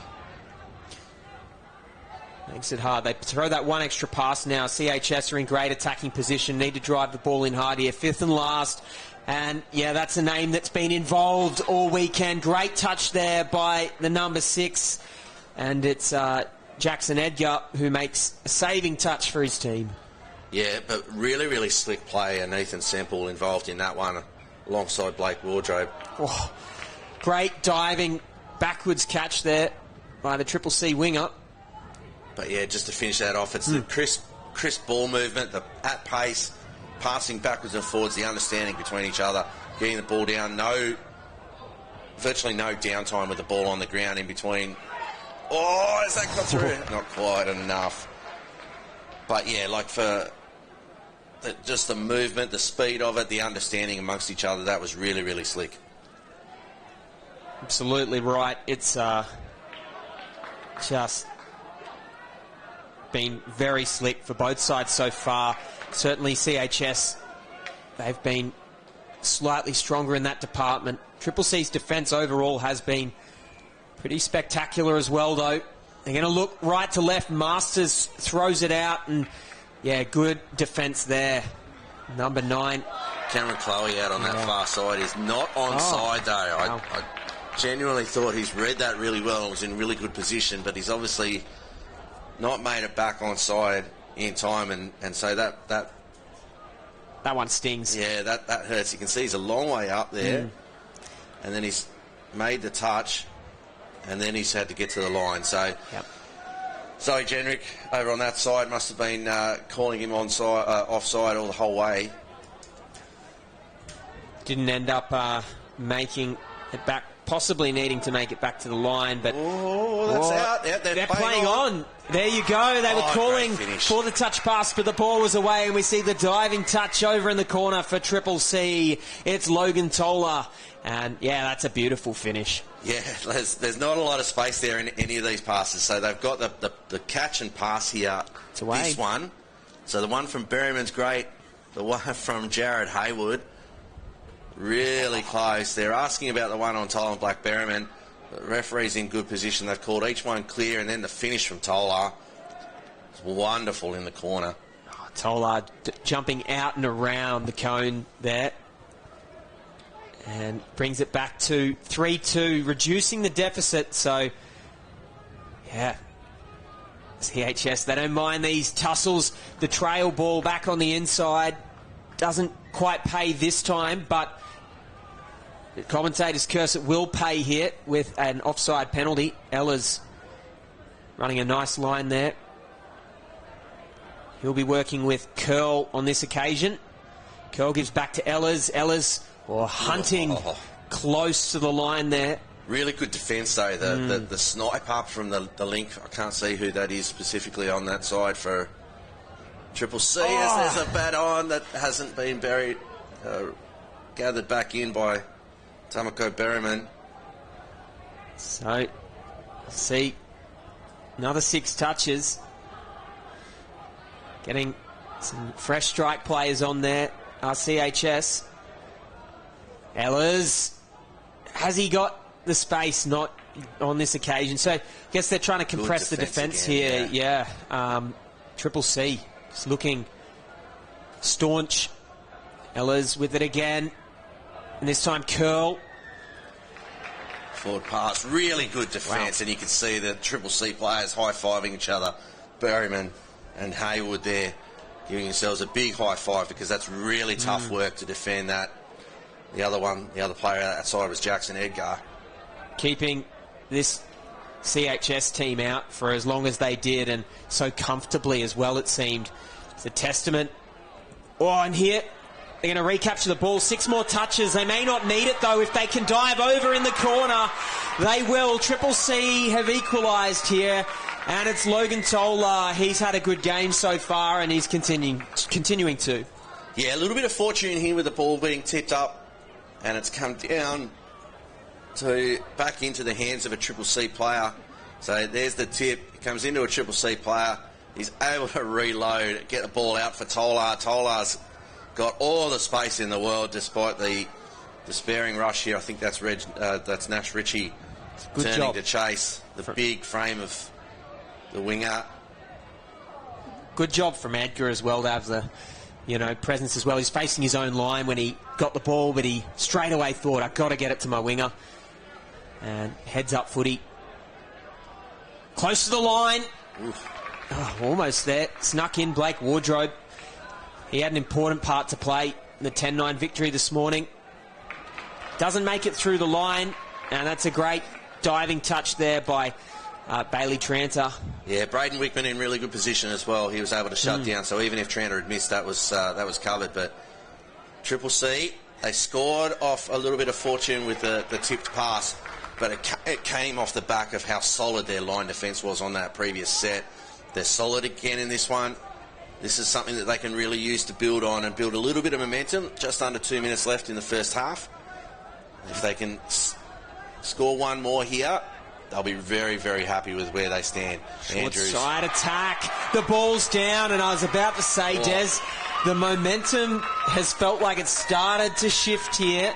Triple C starting to take a little bit of a hold, and it's so important for CHS now to keep their heads.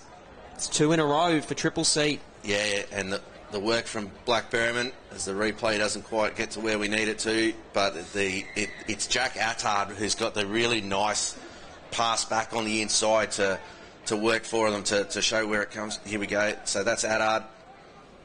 Gets it down. Adard there. Back across. Back in the inside. And it's Angus Gobrin with the try. Nice. Come back to live action. Davies, Masters. Close to the line, Masters. Almost picked off, and that would have been a really interesting chase, that one, and especially with only 50 seconds to go. A 2-point margin would have been the first time in this match had they have scored one there. Pollard throws a risky ball, and it pays. They're going to look back on the inside here, Triple C. Big collision. Referee collides. They're going to pause the play, and that is a good refereeing decision from Kim Skelly. The crowd, they're all getting amongst the atmosphere here, but yeah, it was just, look, they were both trying to run back to get in a good position and couldn't avoid each other.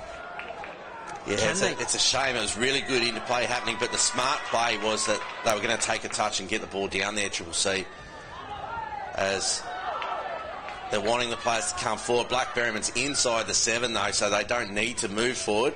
They want to have a crack and there's here. The siren. Flick out the second. back. And what an exciting finish to the half, Des. 4-3 is the final score here in the 18 boys semi-final. And Triple C just started to get a bit of an edge there. Oh, bonk. There's the collision. And it's Max Davies trying to run back and make the touch. Kim Skelly doing the right thing there. He's not in position to be able to control the next on sideline, but also he's created a disadvantage because he's been in the way and knocked out a player that's a defender. So he's taken the smart option to say, no, everybody, let's just settle, roll the ball there once we're back in position so that no team gets a disadvantage or an unfair advantage from me being in the wrong spot or being cleaned up or cleaning somebody up or whatever you want to say. But for Triple C, they'll be really, really positively amped up now. Their line defence has really given them some energy to get back into this game and on top in this game. So really looking forward to the second half. Should be an exciting one here at Sunshine Coast Stadium. The DoorDash National Youth Championships as we draw closer and closer to our grand final matchups this afternoon. When can I play again? DoorDash are offering help to struggling clubs around Australia.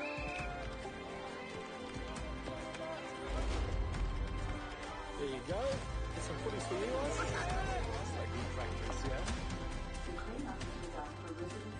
Good luck out there. It's go time, mate.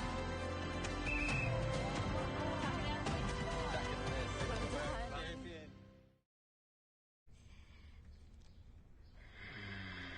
Crunchy outside, juicy inside. We're so thoughtful. I'll bring you some chicken. Oh, the rooster's calling.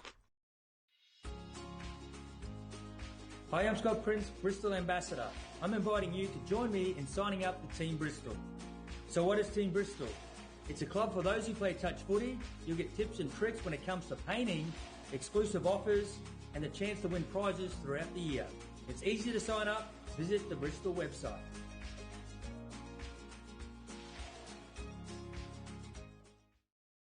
Athlete, powered by Pain Away, Australia's #1 topical pain relief brand containing arnica and naturally derived active ingredients. We greatly encourage consumers to always read the label as ingredient concentration levels vary between different brands. Athlete Joint and Muscle Pain Relief Gel contains more than 50% total active ingredient levels than Physio Cream Solu Gel. Athlete Joint and Muscle Pain Relief Gel. Available at all Chemist Warehouse and leading pharmacies across Australia. Train, perform, recover with Athlete.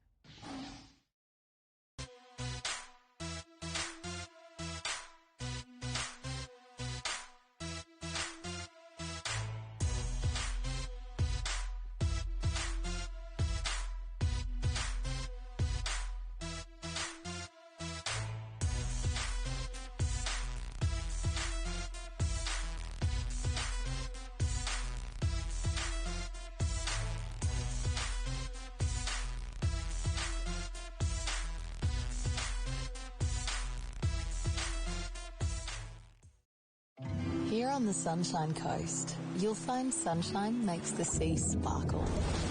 The skies pastel. You'll find the sun shines from above and from within, making laughs linger. moments longer, hearts beat fast, and time moves slow. Come find your sunshine moment for real. Floods have torn their way. When can I play again? Rushing your way. DoorDash are offering help to struggling floods around Australia.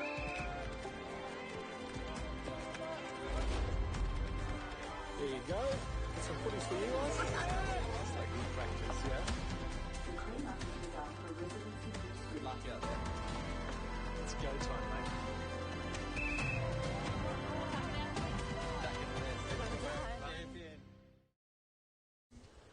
Welcome back. We're just about to see the second half here at the DoorDash National Youth Championships in the 18 boys division. New South Wales Triple C leading CHS 4-3. It's been a tight tussle all the way. And I got Des Fogarty in the commentary box here with me. Could go either way. Yeah, it's really, really tight. And as I was saying at the end of the first half there, the Catholic schools really got a massive boost from that defensive set at their own line. They had a couple of possessions in a row, gave away 2 penalties, managed to hold out the combined high schools from that one, and from there they went down the other end, scored, went down the other end, and they really had high energy off the back of their defence. That's really positive for them. We'll see what happens. A little Cindy play isn't going to quite come off for them here. And for combined high schools, but lots of bodies in motion, lots of movement. Combined Catholic colleges respond really, really well to it. We've talked a lot about that line defence, Des, and another good example of it there. It's really been at the pinnacle of this performance by Triple C.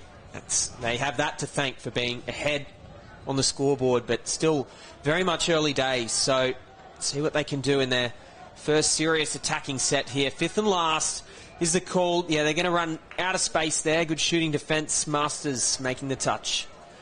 Yeah, Jack Dean, the focal point on that set, which is where it's been for most of this game. Combined high schools are going to run their couple of interchanges. Coming on here with the ball now, Nichols. Just moving the ball around into space, out to the wing. It's going to come back out, down into the middle here now.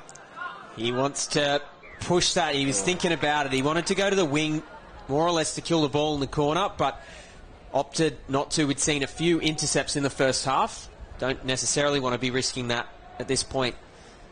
So, Triple C. Legs for days. Pollard back out in the middle of the pitch now. Working there with Cade Majali. Now they'll come back to the left, and he's got the ball back in his hands. It's 6 more. He's in the passing passage there. Whether or not he tried to claim the ball or not doesn't really matter. Picking up there is Majali from half, working with Pollard. Finishing the combination is Gobrin. Scored a try in the first half. Gobrin gets the ball back flat off the ruck, and it's going to be called forwards. Ellis with a quick tap. It's good from Ellis. Heads up footy to go straight away there, and by 2 touches they're at the halfway mark. So positive signs for CHS. Coach Scott Buckley had some tense words with the crew, and he's quite the tactician, so imagine he was getting pretty specific. Here we go. Interesting call there, Des. I'll let you walk us through that one. Yeah, I'm not sure exactly what the referee is saying here. It was he's basically trying to signal that he's held the player up in the roll ball a little bit from the side. I don't necessarily think that was exactly right, but a little flick out the back. Wow. He's got him. Nothing. Spectacular stuff there for CHS. They've certainly had a couple of inventive tries so far. 4 all. They've equalised things. Ethan Semple just sends Blake Wardrobe around the back and pops the ball up for him. Wardrobe with just the foot speed. So we've levelled it up at 4 all, but it could have been a turnover. They get the penalty instead. They get an attempt at it, and while everybody is standing flat-footed and trying to slow the play down, Wardrobe with the quick sprint around. Sample with his slick hands. Shooting defence is brilliant there, and Black Berryman, he'll come to the half position, slowing things down there, working with Jared Hayward. And now it's Berryman again. He'll look for Black Berryman on the switch, but he stayed wide there, so doesn't connect. It's just incredible to see 18 boys' talent here, just working into space every time. Masters, he recycled the ball back on the in. Yeah, Tamako Berryman, he really had worked everything he needed to, and then there's a little bit of complicated movement on the outside between the support players, and just didn't quite work out for him. But if it had been basic 4-on-3 play, Berryman could have just picked out whoever it was and you know, ripped a ball to somebody to score. It didn't quite work out for him as the complicated interplay. Combined high schoolers doesn't work down this end, and we're going to catch back up, and that's a long pass, high risk, and caught and held, and there's lots of ball movement. Homing pigeon play from the Triple C side there, over the halfway line, fifth and last, not afraid to take some risks. Oh, they're still moving through. Referee Skelly had the whistle in the mouth to call a penalty actually for offside, decided to play through. The correct decision there. Yeah, and then he signals for a missed touch, so I think he was actually going to call the offside because he felt that there was a touch made directly in front of him. So you can see this one here, see that player's offside. He stops because it's the diving player. He thinks that diving player might have made the touch, but then it signals. Oh, how's the pickup from outside? Amazing. The one-handed pickup, and he just scoots through. And Jack Dean doesn't have to do anything but catch and put down. But just beautiful work from Attard. 5-4 now. So here we go again. He scored yet another try there. Blake Wardrobe, all clear for 5-all. Wardrobe, he was dangerous this morning, probably arguably the player of the match in their quarterfinal matchup, and yeah, he's putting on the exhibition here to make it 5-all. He's been really, really good, and he gets up and he points to the spot, does the teapot. I'm a little teapot, points to the spot, and the referees agree. That's how I get mocked back home, pointing the teapot. 10 tries on the board. There's been no shortage of them. Attacking prowess across the field, and given how good the line defence has been, to see this many tries, phenomenal. Black Berryman has a crack at the line here.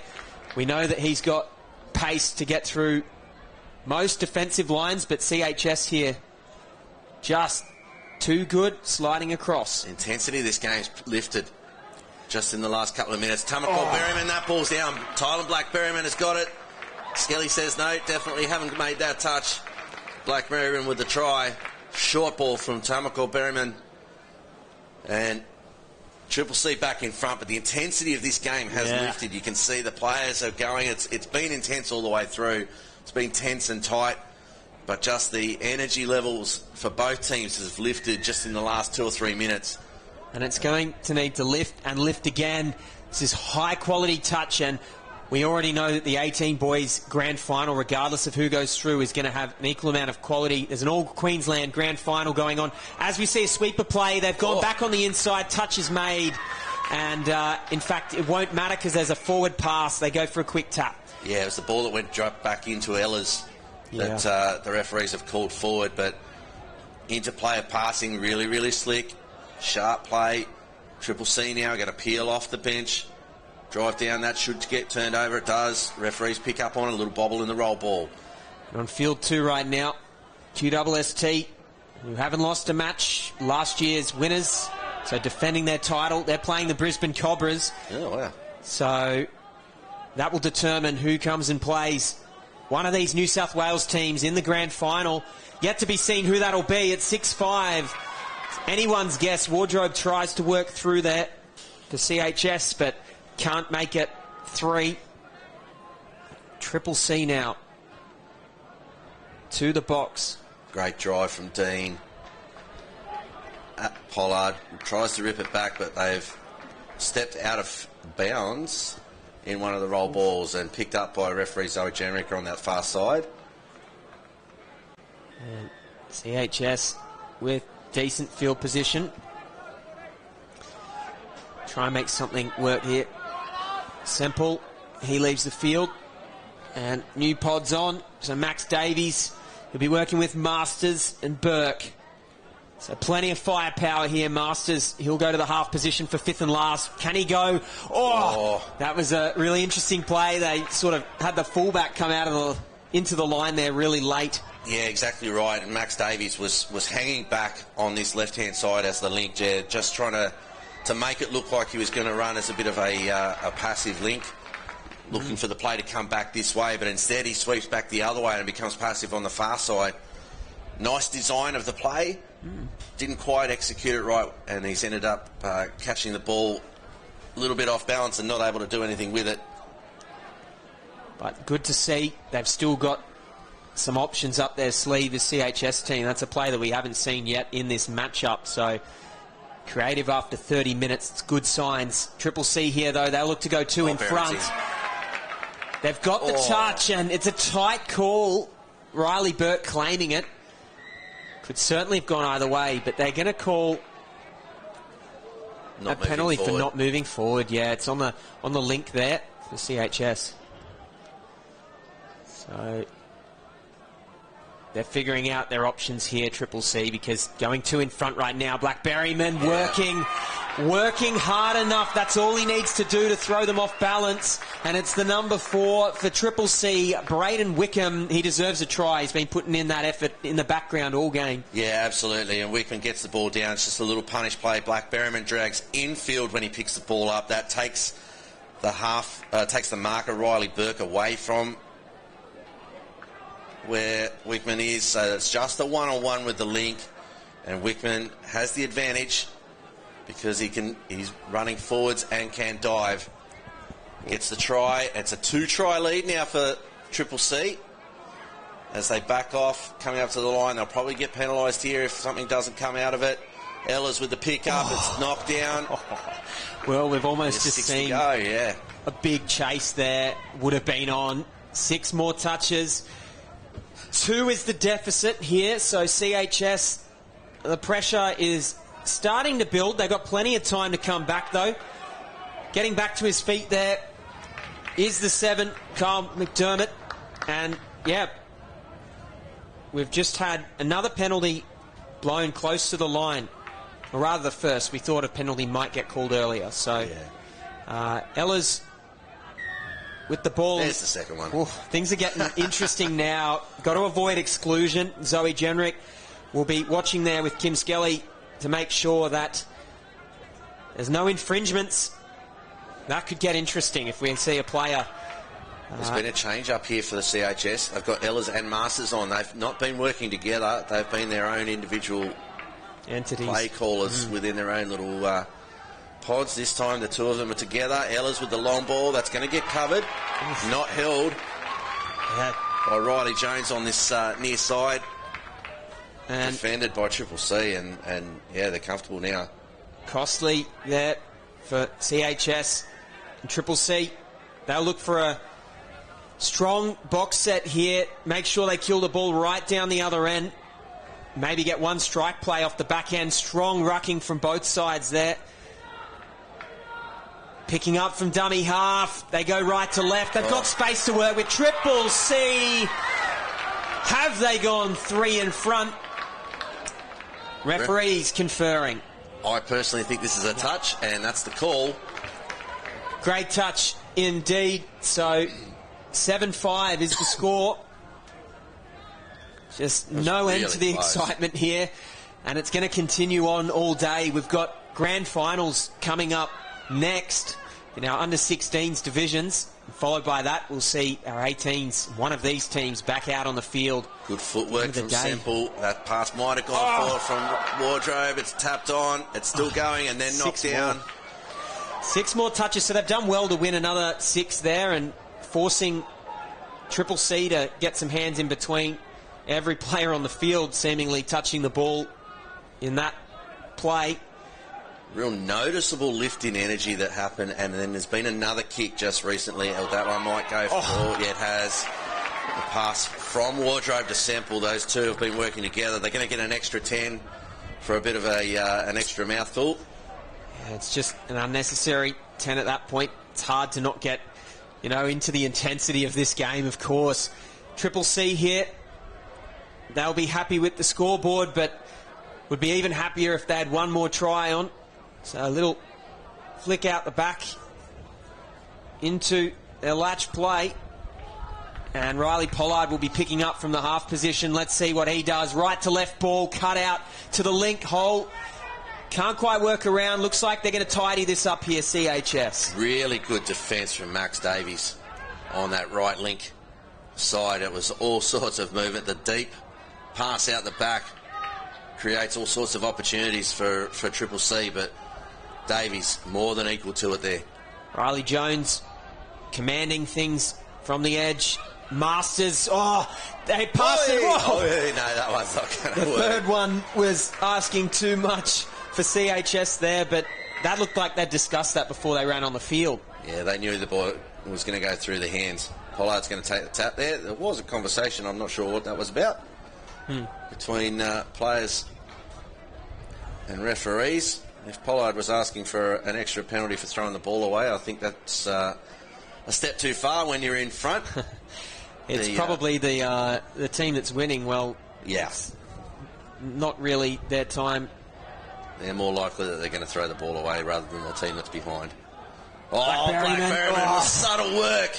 And they go for the flick, and actually the scramble defence was pretty good from CHS to shut that down because it looked like they were going through there. Yeah, it was, but the sleight of hand there from Blackberryman was really nice. Our athlete scoreboard still reads 7-5. 4 minutes left in this clash.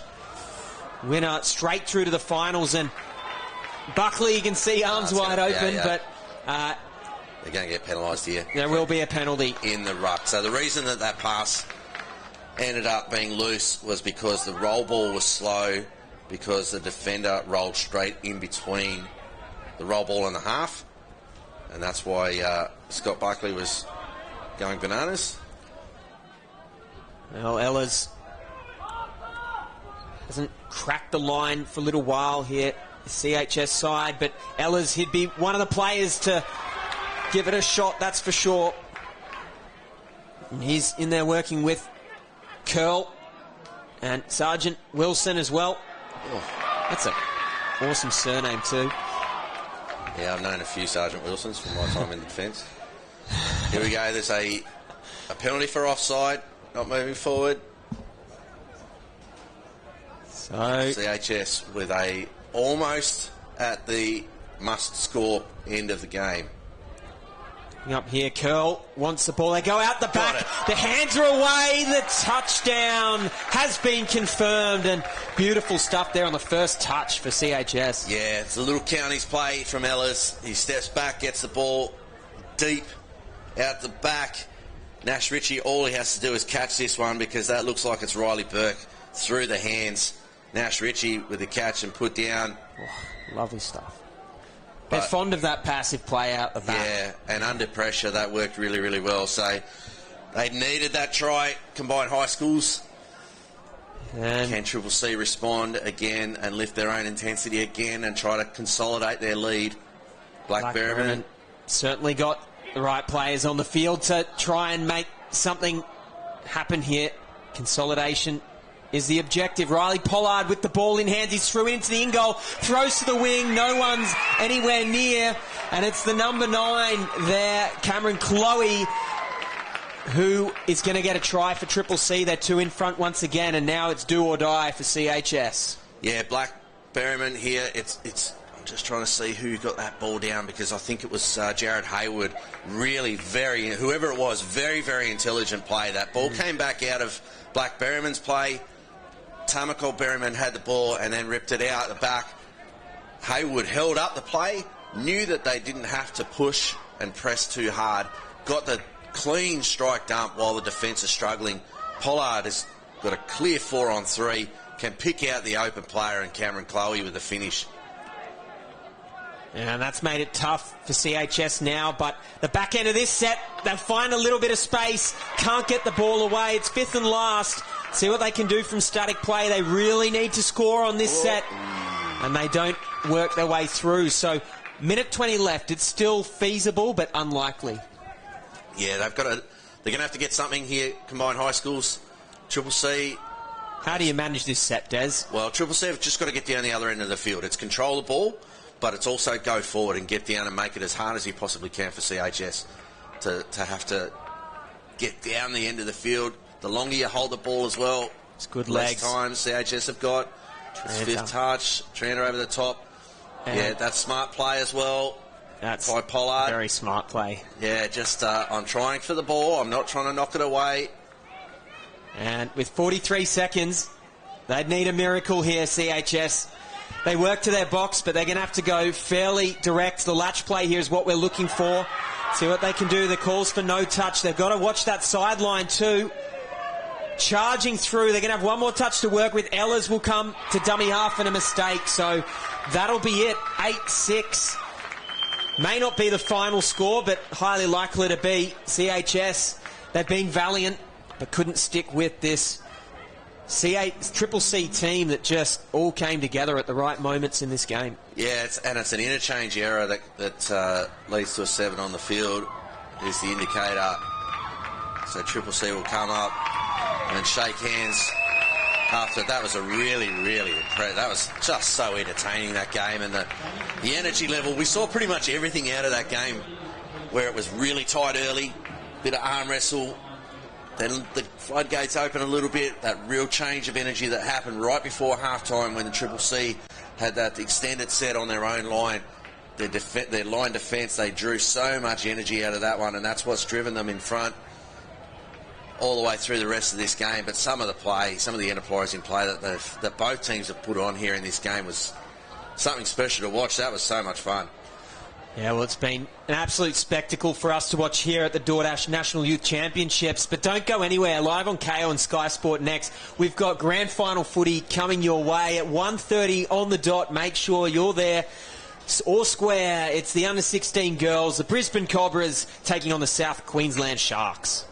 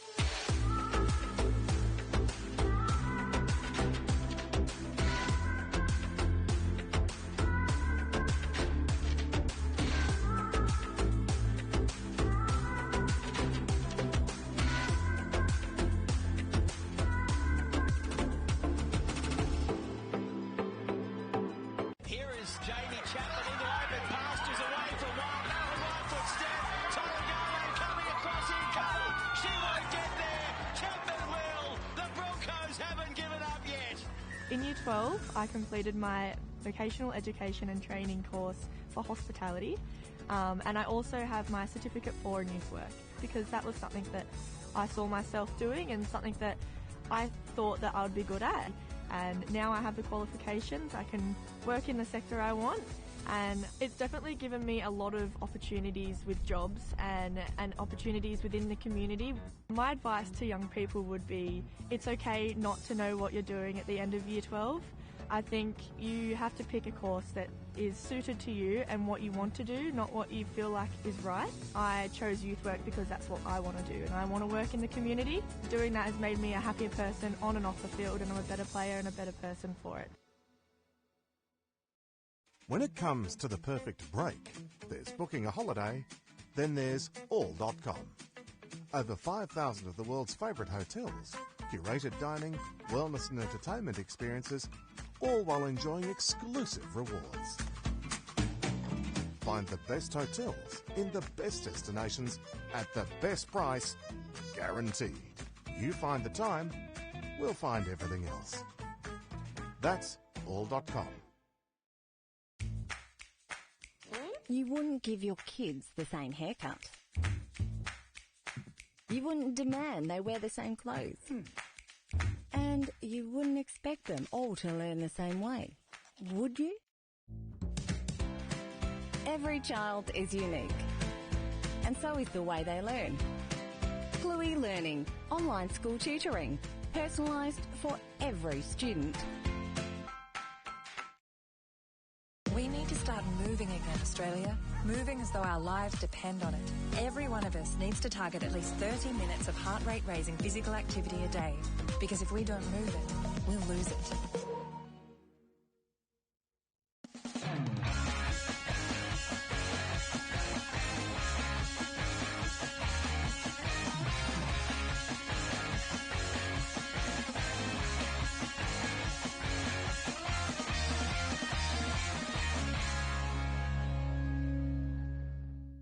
It's just a great festival, mate. Get away from the seriousness of the touch and come down and have some wines and some good food and meet some really nice people. Get on the plane, get on the boat, get down here. I mean, why wouldn't you? I mean, it's superb. You know, you can't get many places where you're playing top tier touch, and then you've got a beach and wineries on your doorstep. So, no, it's well worth being here. And we just play touch, so that's what we're all here for, and that's what we enjoy. It is just such a great atmosphere.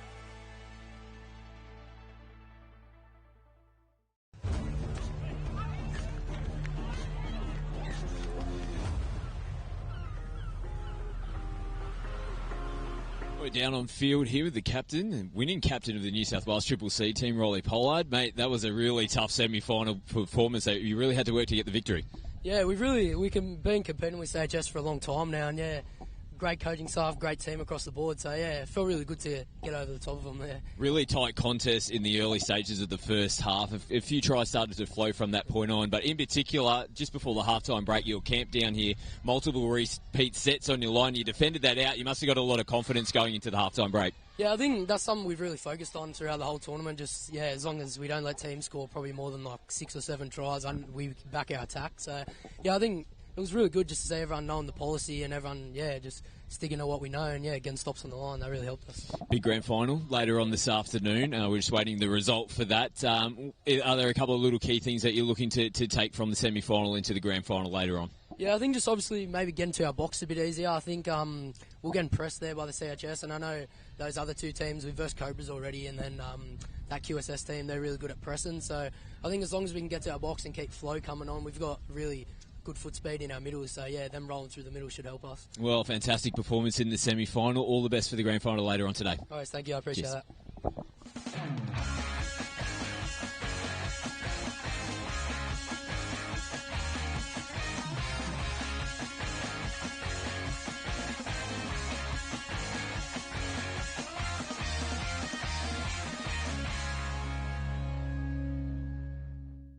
It's just a great festival, mate. Get away from the seriousness of the touch and come down and have some wines and some good food and meet some really nice people. Get on the plane, get on the boat, get down here. I mean, why wouldn't you? I mean, it's superb. You know, you can't get many places where you're playing top tier touch, and then you've got a beach and wineries on your doorstep. So, no, it's well worth being here. And we just play touch, so that's what we're all here for, and that's what we enjoy.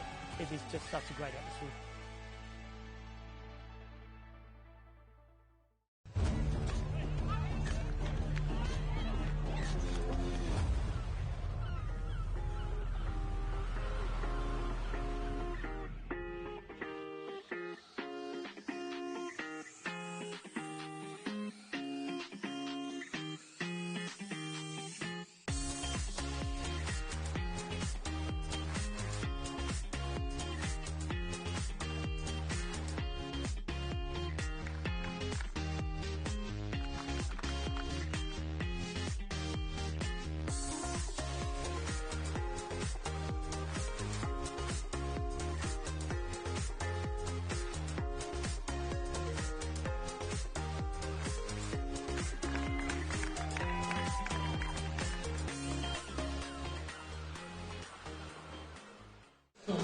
Welcome back to Sunshine Coast Stadium here at the DoorDash National Youth Championship, live on KO and Sky Sport Next.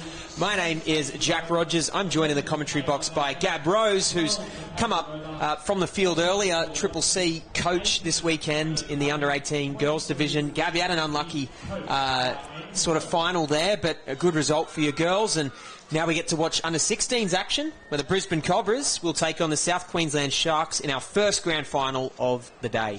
Yeah, this is going to be a good game to watch. It's a bit of a local derby, Brisbane versus Gold Coast, and I was speaking to Cobras coach Jenna Roswell, and she said that they're strong right across the park. She couldn't have any one individual she would name as their standout, so that's a good sign. Yeah, that's a really interesting point that you make there, Gab, as well. It's certainly been hard to pick an individual player on our broadcast earlier. We actually had two players, Denny and Rayfield, who came and they both wanted to chat to us, so we're at the point where we wanted to get the full team on, really. They're just a good bunch, good chemistry, and same can be said about this Sharks lineup as well. There's some big names in there. So both teams undefeated all week so far. So their first, well, they've been tested, but this will be the biggest test yet. Yeah, they're both looking ready to go, out waiting for that hooter. Brisbane Cobras probably lucky to hold on at the back end of that semi, but they're into the grand final and off we go. Got to shake the nerves out of the legs here. Full stadium as well. Not too many empty seats left. And Nasalio plays the ball. They're already up to the 7-metre mark here. They'll get an early attack here. Can they get around? No. It's the fifth and last touch. Great touch there made by Mulheron for the Sharks. Yeah, you note there she got back to the line, then she came up and across to affect that touch on the sweeper play.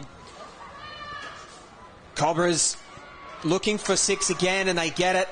Well won. Yeah, they got the first call in with the referee there. I thought it might have been ball down, but another set of 6 on the line. Just probing here. Salio wants the ball from half. Gives it back to Cameron Bray, who's been one of the standouts for this Cobras lineup. Swinging the ball back to the right. Gee, a nice ripping long ball there. Left to right. Think the referees are going to call touch. Got player down here, though, in the corner. It was a certainly big dive into the corner. She'll limp off the field. Yeah, they've had 3 early opportunities already, the Cobras. They're playing a nice, wide, expansive game, and you'll see, looks like Millicent Watson is very fast on her feet when they're getting her on that outline. Watson broken through a number of times, and we'll keep you updated with Gabriella Johnson, who's on the side of the field right now. It looks like potentially a knee injury, but she's got good help down there on the touchline. Physio. There were some fist pumps there in the Gold Coast Sharks box. They'll be happy with those defensive stops. They're under pressure, but now they're going to get the fresh girls on and try and drive up the field. Although they've given away a penalty here, another box penalty. Yeah, we've got to be so careful of those. Referees have been consistent all week with making sure you don't have too many players on. No blood drawn yet between these two teams. Both known this week for their strong defence. Barely any tries, actually, for both teams if we look at the ladder as well. In fact, the Cobras have only had 9 scored against them in total, plus 3 from their semi-final. Yeah, it's an impressive stat sheet. Looks like they are going to play a nice, wide, expansive game, Cobras, and try and spread that South Queensland Shark defence. They've drawn out another penalty there. Should make a note of equally, the Sharks have only conceded 9 in their pool phase, so they're really square on paper. But going for the line here, it's definitely been Cobra's advantage early, despite the scoreline still being equal. Yeah, it's going to be hard to crack the lines off. Both teams have only let in, 9 tries coming into finals day. Their coaches have done a great job in their defensive policy, and you can see they're all tucking in there and getting behind the middle that's making the touch. Oh, so a nice hard touch made there, slows down the play of the ball from the Sharks, and they'll reap the rewards of that. Good defence there. I believe it was the number 9 for the Sharks, Maya Colley. Yeah, she was really strong in her pre-touch there and ended up drawing an error, and now she's come off to the sideline. Sharks will be looking to complete their set here and get it down. We haven't seen the ball over halfway yet in the first 4 minutes. So, certainly testament to their defensive efforts to have not conceded here. Let's see what the Sharks look like in attack. So Oceania Graham, flight pace there, but can't quite work through the line. Audrey Rayfield will play the ball for the Cobras. Yeah, they won't be too disappointed in that finish. It's probably their first completed set, and they've finished down the other end of the field. But Cobras, they're going to get a couple of tunes. So this is not their best set. No, not quite driving on. Just correcting myself from earlier. That was Charlotte Richardson who was playing the ball for the Cobras. This is Rayfield now. So sprinting away, almost there, caught from the half position, and yeah, the top end of that set was a little clunky on the sideline for the Cobras. Yeah, they ended up going direct for the last couple of touches, which kind of saved the set for them. Sharks towards their box, still 0-0. I would suggest that this is probably looking like being a fairly low-scoring match, but full of excitement, undoubtedly.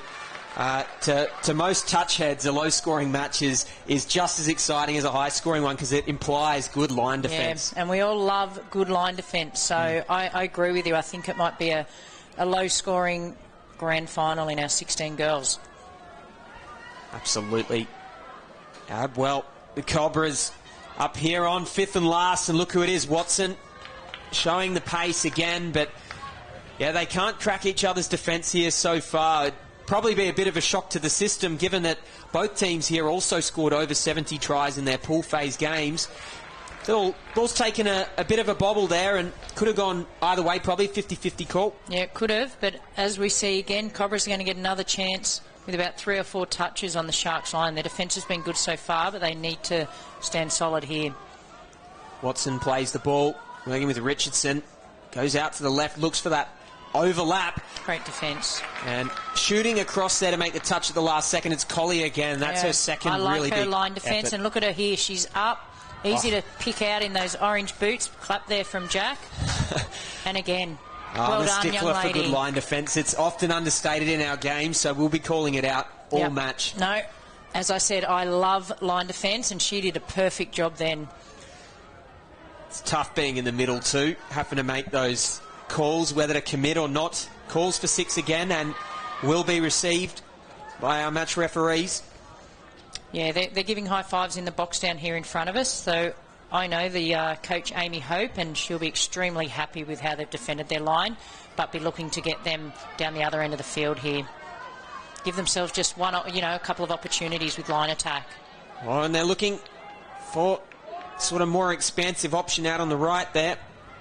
Is a good coaching matchup, Amy Hope versus Jenna Rousell. 2 phenomenal coaches. Well, here they go.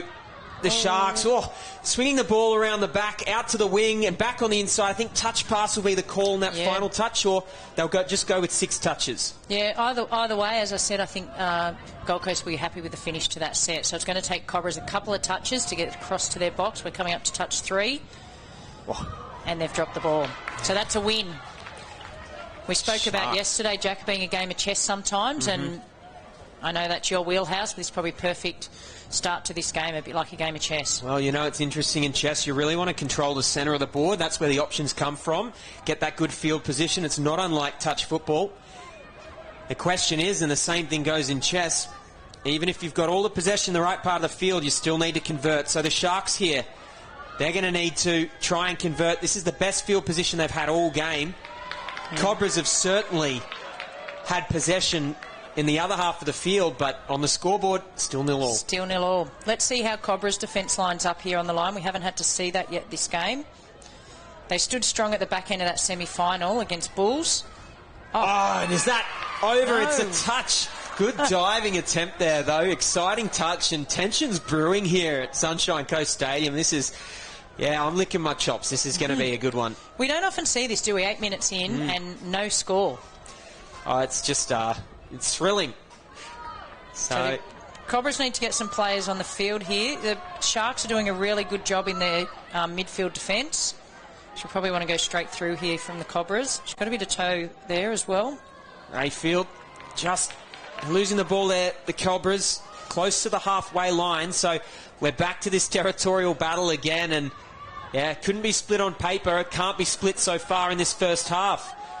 8.5 minutes gone. Yeah, they're getting a little bit of momentum here, the Sharks. So we see, there's a trick play down the wing. Ball's away, not going to be stopped try. here. And speedy wing play there from Ella Watkins, who scores the try for her team. Just staying alive in that play, really important there. Yeah, she just snuck on there in the corner. That couldn't be seen when we watched the replay, and the defence had actually fallen over on the wing. So she's up, and down she goes. Yeah, and looks like Watkins should do pretty well on an athletics track too. Good running technique to just put on the afterburners there. And sometimes that's what it takes to break the shackles. It was unfortunate that the Cobras winger slipped over in defence, but they took full advantage of it. Well done, Sharks, 1-0. Certainly a game of moments. And things are staying interesting here. It's 1-0, Watkins with the try. And the Cobras back on the attack here. They've had a lot of ball in this part of the field. We'll need to start getting creative to crack this defence, which has been impenetrable so far. Fifth and last is the call. Watson. It's that same foot race we've seen about 3 or 4 times there, with the defender from Sharks being up to the case every single time so far. And it's going to be come back to the staff from Cobras and the players to sort of put their heads together and think, where can we crack open that Sharks line? It's now important given the scoreline. And good intercept there, just up and in the space there. Gabriella Johnson for the Cobras, turning the ball over. They're about 20 metres off their own line, working towards halfway. And I'm pretty sure Gabriella Johnson was the one that we saw hurt her ankle or hurt her lower leg at the start of the game. So it's good to see that she's back on the field and becoming involved and making a difference out there. Yeah, I think you're right on that, Gab. So Rayfield caught on 6th touch. Oh, yep, is going to get penalised for not giving the ball back straight away. I think it was innocent, but innocent or not, it slowed down Sharks' return. Yeah. And they're not standing for that at all this weekend or this week, the referees, which is good. So you need to return that ball so we can play on straight away. So the tap off now for the Sharks. Oh, working her way through there. Natalia Hickling. Light on her feet. Bit of sleight of hand there to work her way past 1 or 2 defenders, and now they're in prime position. Can they? They'll be trying to draw the Cobras out here. Run a little. Oh, the Red Rooster. Ooh, probably had to give it early. She kind of looked to give and then double pumped, and the defence was up to it. But that was enterprising play by the Sharks. Sharks, the better side of the creative options so far. She left early then, unfortunately, because it was a really good touch, but left before the acting half had touched the ball. Well, the Cobras, 8 minutes on the clock in the first half here. The DoorDash National Youth Championships first final of the afternoon on the main stadium. It's Watson with the ball in hands, working together with Nasalio, 5th and last. Nasalio's got a big long ball on her and goes out to the wing. Couldn't quite be picked up by the winger. Might even be called forwards there. I think will be the call. Yeah, it would have been a hard catch to take there for the winger, but she needs to turn here because they're running straight at her. I think that's Gabriella Johnson. Watson up to make the touch. Aggressive defence here by the Cobras. Rahi Walker as well making an important touch earlier. And there we go. So we've got a bit of a fumble in the ruck, and Cobras will get to play the ball on halfway. Yeah, they'll be happy with that, Cobras. Some good defence there. So getting a little bit of a roll on Sharks through the middle of the field there. But they've got to stop, and then now they'll get at least 3 opportunities down on the line. Walker leaving the field. And coming on, other replacements. Gabriella Blade out there in the middle as well. They're going to go right to left. Ella Denny looks for that option, and yeah, the defence is just can't be cracked at the moment. No. It's like a fortress. It sure is, because they're rushing up, but they're coming up, and then they've still got the ability to slide across because their feet are beating the speed of the ball in the pass. So they're doing a really good job so far, and now using the ball in attack, but smart play there. Took the safe option. Here we see Collie. She'll just drive up the field. Gab, if you're coaching the Cobras right now, they've had a lot of ball down that end. Yep. I mean, do you have any ideas about how to crack this line defence? I think they've got to maybe try and condition the defence a little bit, run one play or run a couple of out balls, which is what they've been doing, trying to get a foot race and then get it down and then come back to whatever their pet plays are in the middle, if it's an ML or a rooster or whatever their play might be. But they're not beating them on the out ball at this stage. That may come later, but once they've spread them, they've got to condition the defence. She goes down here down the blind side.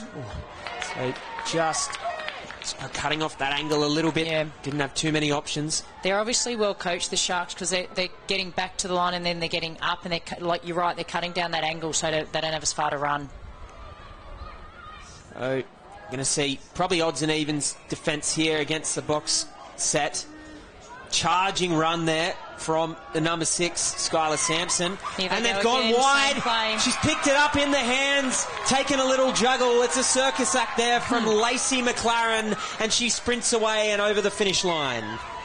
Yeah, that was exactly the same play that they ran earlier, that little trick play down the wing, where the sub just steps on, winger goes in to effect a touch, and she just pops out the other side. 2 tries now for the Sharks, and she did tiptoe. It was like on a tightrope. You're right with the circus call. She's certainly running the tightrope there. And with 5 minutes left, 2 tries to the good. Tries have been few and far between, obviously. So... And that's how the tries are going to come. I think it doesn't appear that it's going to come through either of the team's line defence. They're too strong. It's, like you said, it's like a brick wall. So it's going to be those little plays where we're going to see down the middle of the field.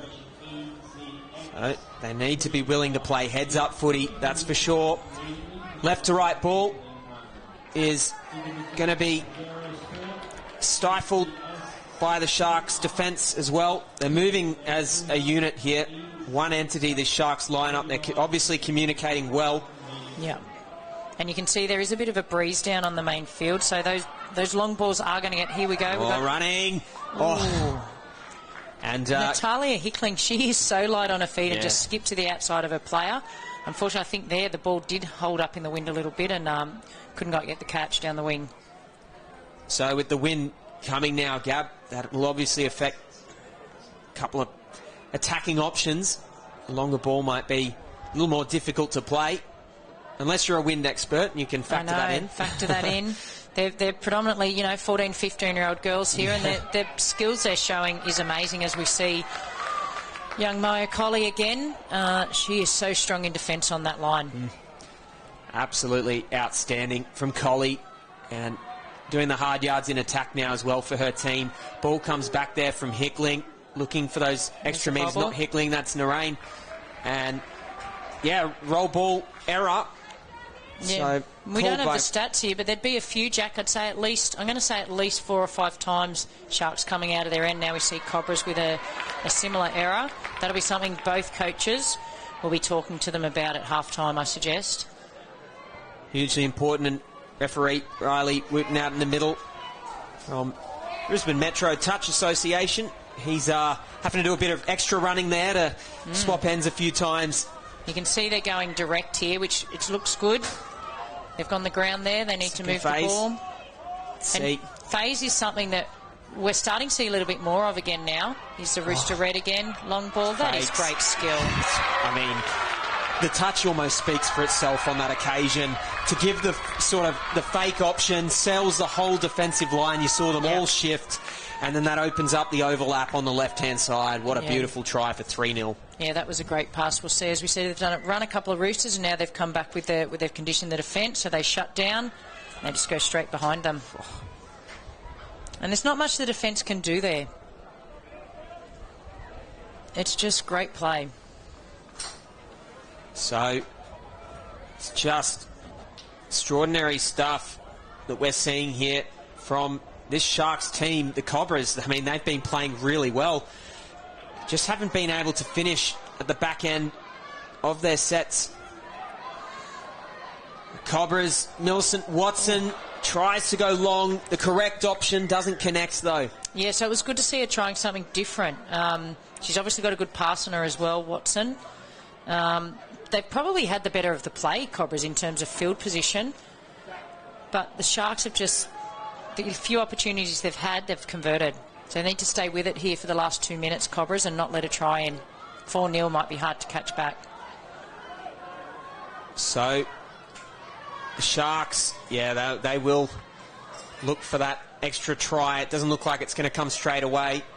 If we're going off the 30 seconds per set sort of rule, then they might get one more attacking set here. Salio helps get her team the box, and this is the kind of open play where their tries are probably going to come that you were alluding to earlier, Gab.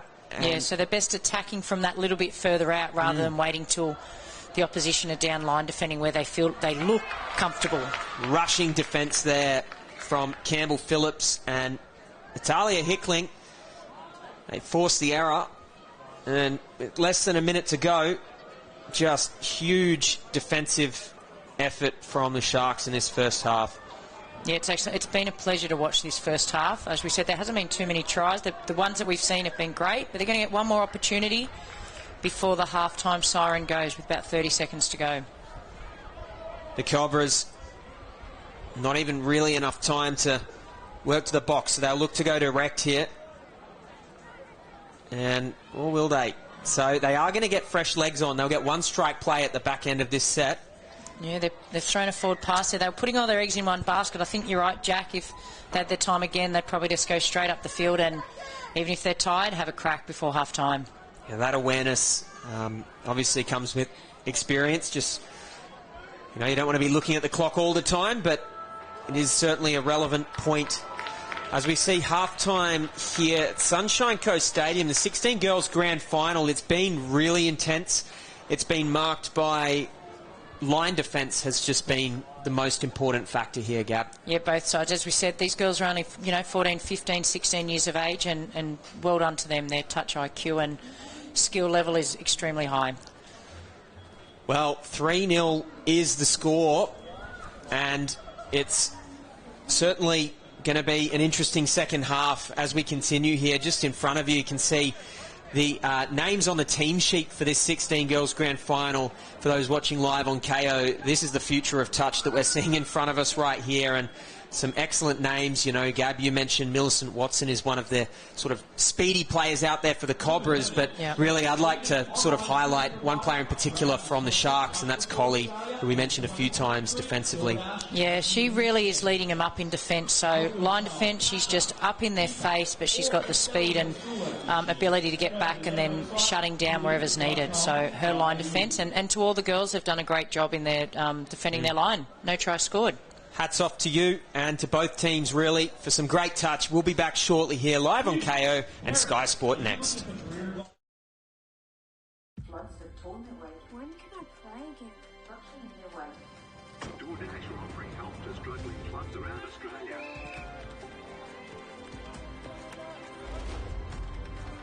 There you go. Get some footies for you guys. That's like good practice, yeah. Good luck out there. It's go time, mate.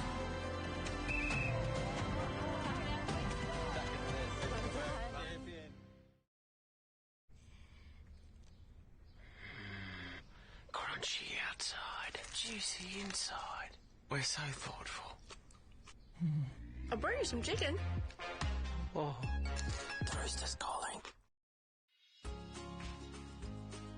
Hi, I'm Scott Prince, Bristol Ambassador. I'm inviting you to join me in signing up for Team Bristol. So what is Team Bristol? It's a club for those who play touch footy.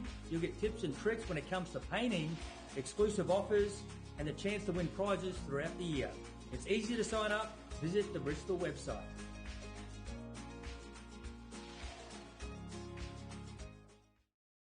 Athlete, powered by Pain Away, Australia's #1 topical pain relief brand containing arnica and naturally derived active ingredients. We greatly encourage consumers to always read the label as ingredient concentration levels vary between different brands. Athlete Joint and Muscle Pain Relief Gel contains more than 50% total active ingredient levels than Physio Cream Solu Gel. Athlete Joint and Muscle Pain Relief Gel. Available at all Chemist Warehouse and leading pharmacies across Australia. Train, perform, recover with Athlete.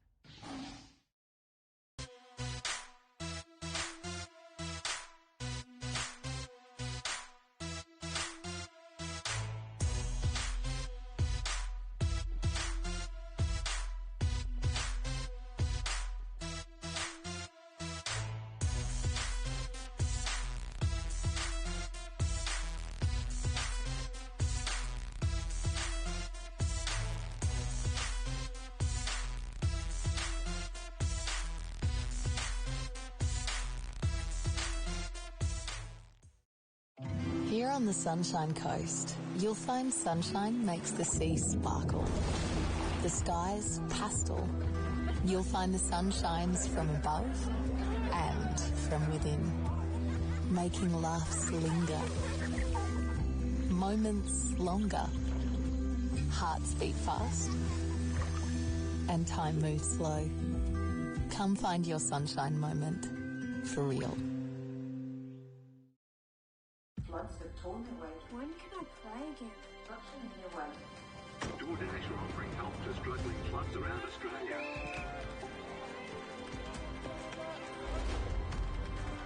There you go. Get some footies for you guys. That's like good practice, yeah? Good luck out there. It's go time, mate.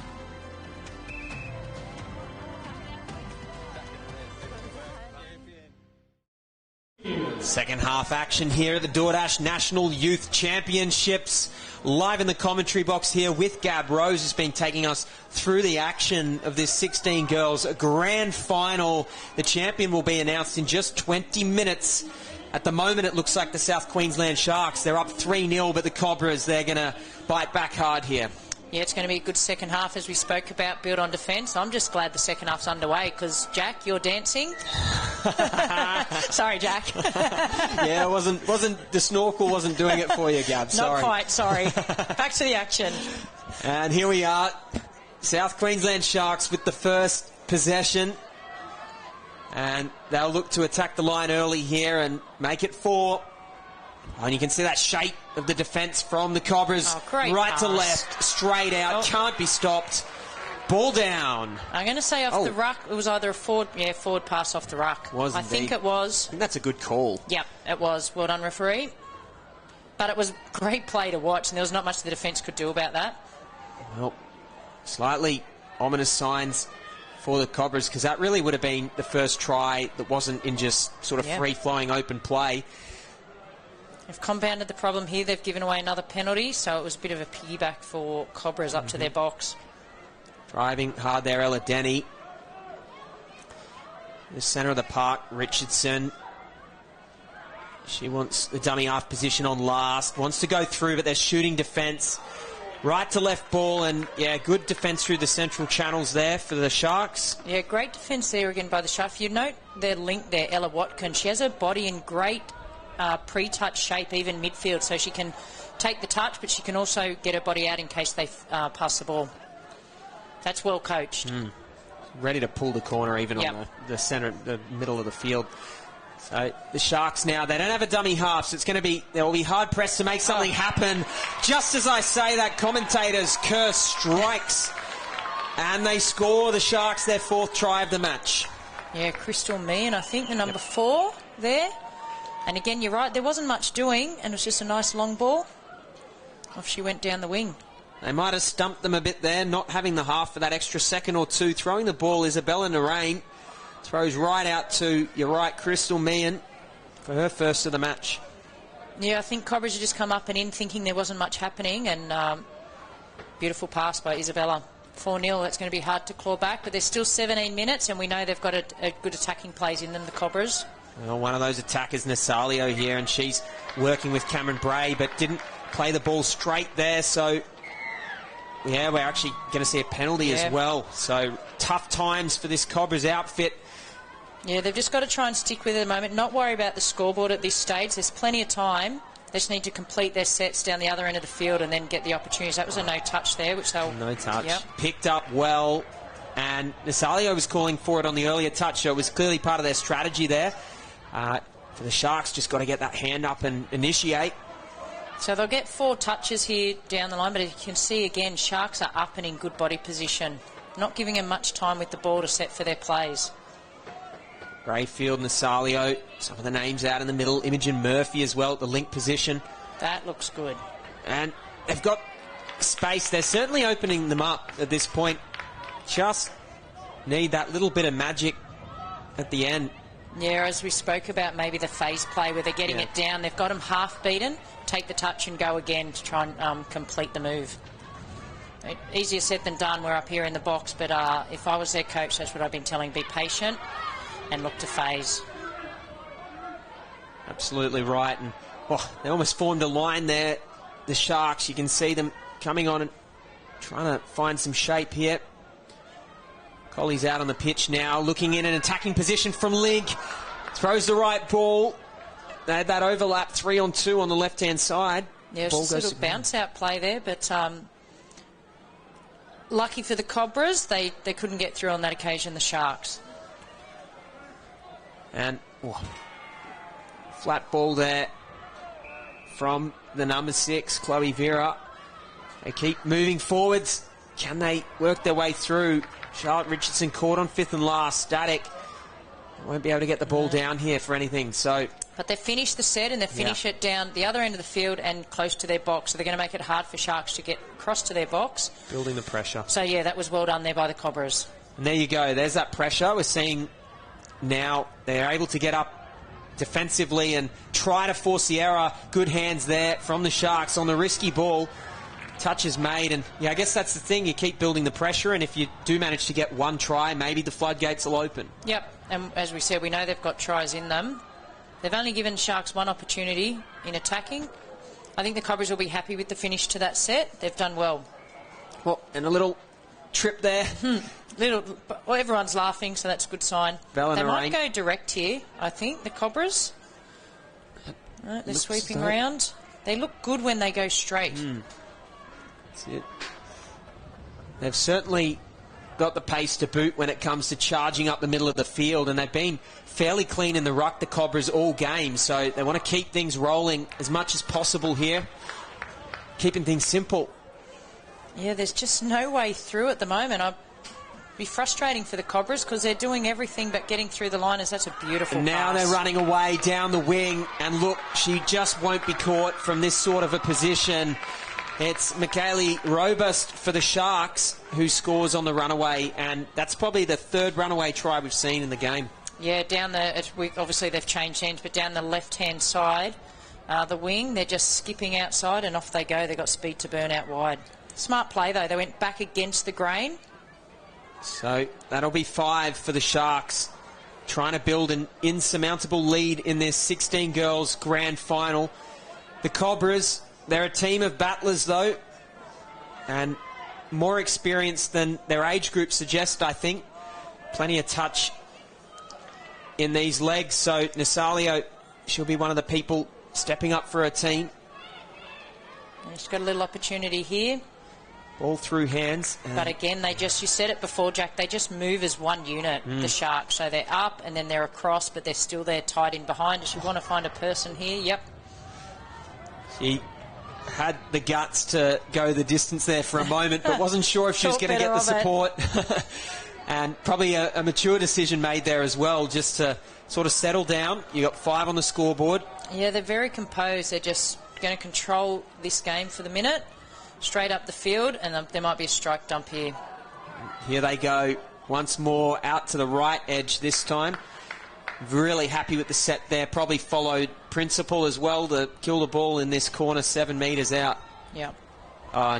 They've incurred the error there from... She had no control, unfortunately, as they put the pressure. That was Colley putting the pressure on again. Yeah, does it at both ends of the park. Just full marks to Colley for the defence in this matchup. It's been unbelievable all game. And a bit of a slip there. And actually, Narain might need to bring out the wet weather boots. Yeah, I think that was her that slipped before, unfortunately. It was. She's very quick on her feet. So might just be too fast at the minute. Too fast for her own good. Yeah. And, of course, it is bright and sunny here at Sunshine Coast, so no wet weather boots needed. But the Cobras back on the attack. 12 minutes left in this matchup, so there's still plenty of time to score tries. But cracking this line has proved almost impossible.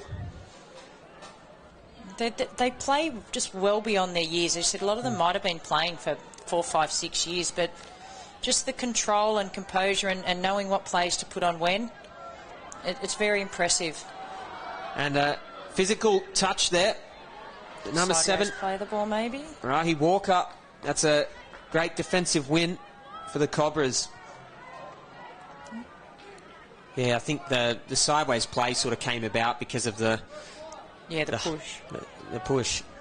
And it's taking a bobble. no arguments there about a foot in the ruck. It might have actually been a Cobras player that sort of foot trailed over the ball. So they're still going wide. They're going back to the well as to, what's been working for them, Sharks. Athlete scoreboard at 5-0. They're really spreading this Cobras defence now. They cannot let them score here, the Cobras.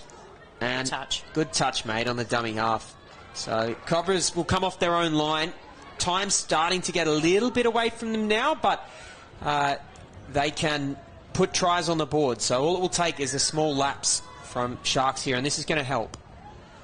Yeah, they've got a penalty. You've got to take the quick tap. They're Cobras. You can't afford to let any time get away from you here with only about 10 minutes to go. Go to their box again. It's been preempted, telegraphed by the number 8, Campbell Phillips, who's also been good defensively. Would be hard to sort of pinpoint any one player in this Sharks unit, which I'm going to now start calling them. And yeah, they're just cohesive. They really are just playing as one team. You said that there's no individual superstars, just the 14 of them playing are doing their job, and they're doing it well. Ooh, thought she might have released the ball there on the ground, but referees are in a better position to see that. Cully with the ball, picking up is a 22. Oh, Reece Rigby out on this right edge here, looking for a next involvement. Collie close to the line. They're just happy. They'll be wanting to use every play of every set. Sharks just hold the ball for 6, finish it down here every time. Skipping into the in goal, and they got the ball down there. It's going to be pretty close. Actually, we're going to see an offside call. So they'll get another set of 6 here. And Lacey McLaren was the player scooping through there from dummy half position. She'll be involved again here on the sweep. Maybe diving at the line. He's called play through, called her off, and she kind of... Rayfield doesn't make the line. She's claiming that Nasalio might have made a touch, but the referee saying no, the ball was down first. So McLaren on the sweep. Yeah, she's got a little laugh as she comes back into the box. She's played to the referee's whistle there and come up with a try. Just a simple auto or sweep play. She ran straight at the offside defender. Good work listening to the referee as well. Yeah. So 6. Bundled her way to the try line. Thought she was, going for the headbutt play. So 6 tries to the good here, the Sharks. You've got to think that with the quality of their line defence that they've already run away with this, but there's the a Cobras, nice little trick play. Lovely stuff. It almost pays. Just needed a cleaner ball to the wing. Yeah, and it's good to see the Cobras still trying different plays. They're giving 100% effort, which is all you can ask as a coach. They've still got 8 minutes to try and claw their way back into this game. Over the halfway line here, probably by the next touch, if not for some phenomenal defence by Ella Denny. Just jumping out of the line there and sensing the opportunity to catch them sleeping. And the Sharks here, 5th and last. Oh, that's going to be called forward. That was definitely forward. Right idea and good hole, but couldn't quite get the pass away in the correct direction. She's in the right spot there, Oceania Graham. The Cobras now working to their line, throwing that extra pass. Yeah, still being enterprising. I'm loving seeing that little play up to the wing. It's just going to hold that rush or flood defence from Sharks back a little bit. They really haven't played badly at all here, the Cobras. There we go, fly play. Out to the left, open play. Picking up now, Rayfield, 5th and last, needs to make something work here. Maybe a little switch at the last second would have been a nice option. Shifting the line around a little bit. Sharks here just eating up the clock. Yeah, against a lot of other teams, they would have scored plenty of tries today, the Cobras, but this defence it just has not relented. They have not broken policy. There obviously, as you said earlier, a lot of communication. The sweep. They go for something a little more creative from distance, but it doesn't pay on this occasion. Rolling the ball now, Imogen Murphy. Coming in there as well, Chloe Vera from the wing. See, as they work their way to the box. The space keeps opening up, but you can see that actually the Sharks players, they're ready to chase. They're ready to go. It's just it's that scoreboard pressure now. They've got to try and nearly score a try every set of 6 they have the ball, the Cobras. And given they haven't yet scored, mostly courtesy of the defence, close to the line, touch is made, and Watson comes up off her line. She's been impressive all game. Yeah, she's been good, Millicent Watson. She's, we said she's fast on her feet, and we've seen her in attack, but on that occasion she was really strong in defence and came and shut down any opportunity. Watson still going here, and opts to play the ball. They're running away. Oh. The touch on the ankles. She pinned her ears back, head down. She thought she was away there. Yeah, did Imogen Murphy. I think, was it? Yeah. And again, you got to love sort of just there from Watson, eyes up footy to just play that extra ball instead of just going down, draw and pass. It was good play there. Oh, yeah. Good touch on the boot. Gets her on the boot. That's rough for the Cobras. Yeah, we're cheering him home then for a try. Ball through hands. Probably needed that one extra pass, but tough to make in the circumstances with the rushing defence. Collie speeding the ball back, not wasting a second there. And that's probably the best approach, even if you're trying to wind down the clock, just forcing the Cobras' defence to start rolling backwards. It's not what they want to be doing. Yeah, they look quite fit as well. They're not tiring at all, and as we said, it's been 35 minutes of a pure display of process. We see a little trick play out the back. It's last, static. They'll work it to right edge. Yeah, just touch. Principled performance all round from this team. They'll be well deserving of the accolades on the full-time whistle, but still 4 minutes 30. It's been a quality display here. The 16 girls division calls for 6 again. Won't be accepted on this occasion. The Cobras working towards the 10-metre mark now. They're probing, they're trying to find a way through. Rosalio, she was looking for that passive ball out the back. Wasn't quite ready for it. She's tried everything. Very good skills. And diving touch. So the effort still high here at the end. Rahi Walker makes another great touch. Careful not to get in the ruck there. And penalty will be blown. I thought she did well to try and get out of the way. But that's the ex-ref in me. It's been a while, but... Oh, you got it 100% correct there. And Sharks coach here, Amy, knowing Amy, she's a competitor, and she will not want them to let her try, and she want them to go all the way to the bell. Salio, strong touch. I played with Amy earlier this year for the Sharks, actually, at the Seniors NTL.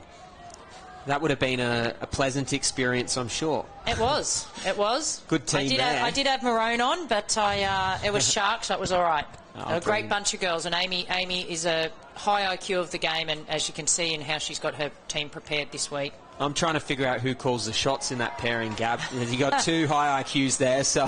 I definitely sat back. I was learning off a lot of the other girls. Brilliant. And 6-0, still the score. Uncrackable here. Yeah, you definitely don't see many. And Cobras have been valiant.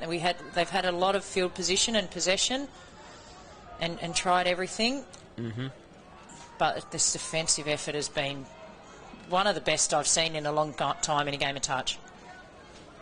Absolutely, and here they'll keep showing off in attack, preferring to just kill the ball in a pretty rough spot for the Cobras, not giving them too many touches at the back ends of their sets here to do any sort of damage. So the 16 girls grand final.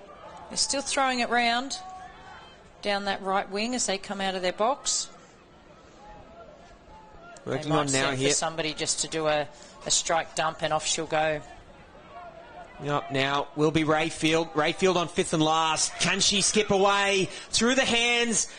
Right idea, but again. Is that Phillips again?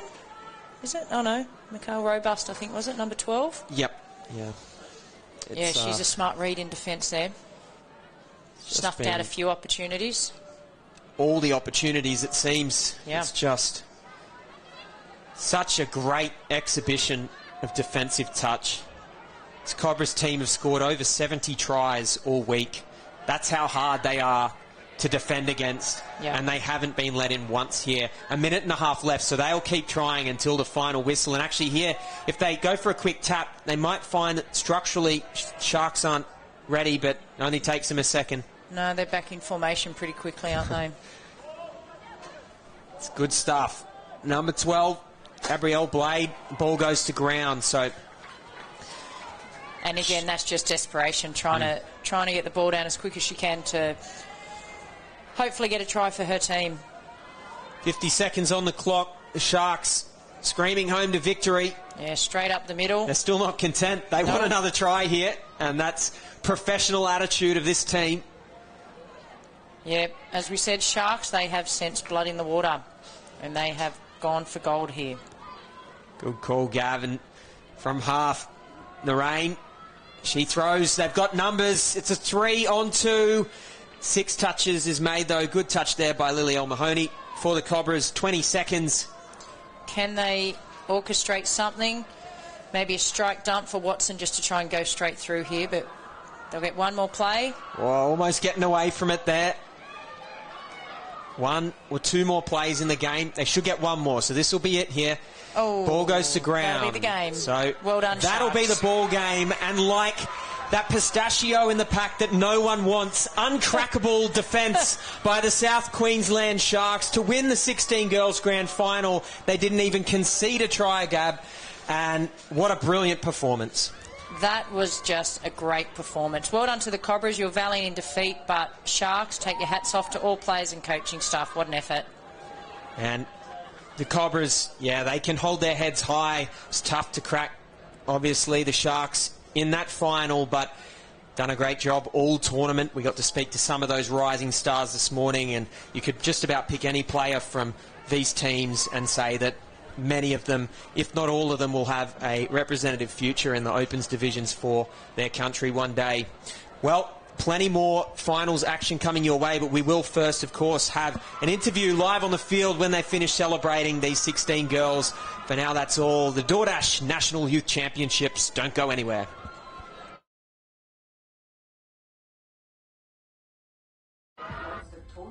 When can I play again? Option in your way.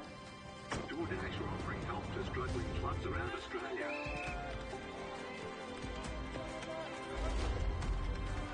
There you go. Get some footies for you guys. That's like good practice, yeah. The clean-up is designed for residents in use. Good luck out there. It's go time, mate.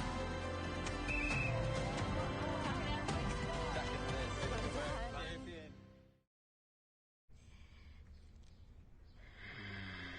Crunchy outside, juicy inside. We're so thoughtful. I'll bring you some chicken.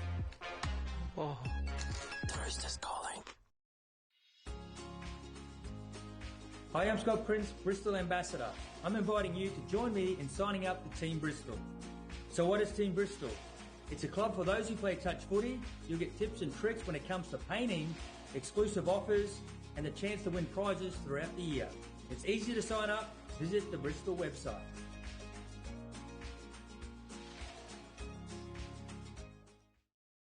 Athlete, powered by Pain Away, Australia's #1 topical pain relief brand containing arnica and naturally derived active ingredients. We greatly encourage consumers to always read the label as ingredient concentration levels vary between different brands. Athlete Joint and Muscle Pain Relief Gel contains more than 50% total active ingredient levels than Physio Cream Solu Gel. Athlete Joint and Muscle Pain Relief Gel. Available at all Chemist Warehouse and leading pharmacies across Australia. Train, perform, recover with Athlete.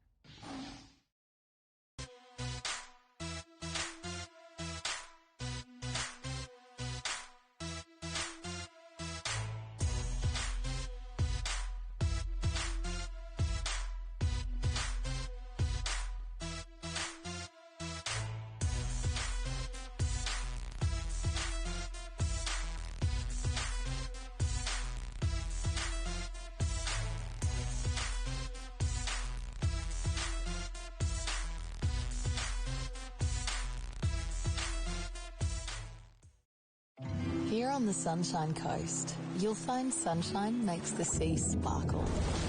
The skies pastel. You'll find the sun shines from above and from within, making laughs linger, moments longer, hearts beat fast, and time moves slow. Come find your sunshine moment for real. Floods of tournament weight. When can I play again? Option in your way. DoorDash are offering help to struggling clubs around Australia.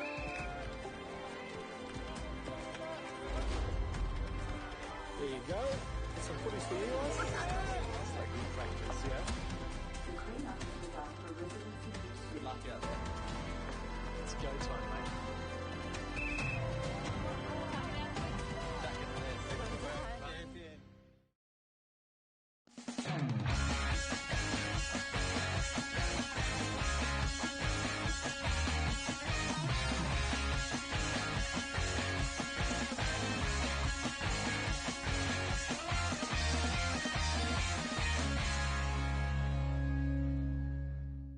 It's just a great festival, mate. Get away from the seriousness of the touch and come down and have some more.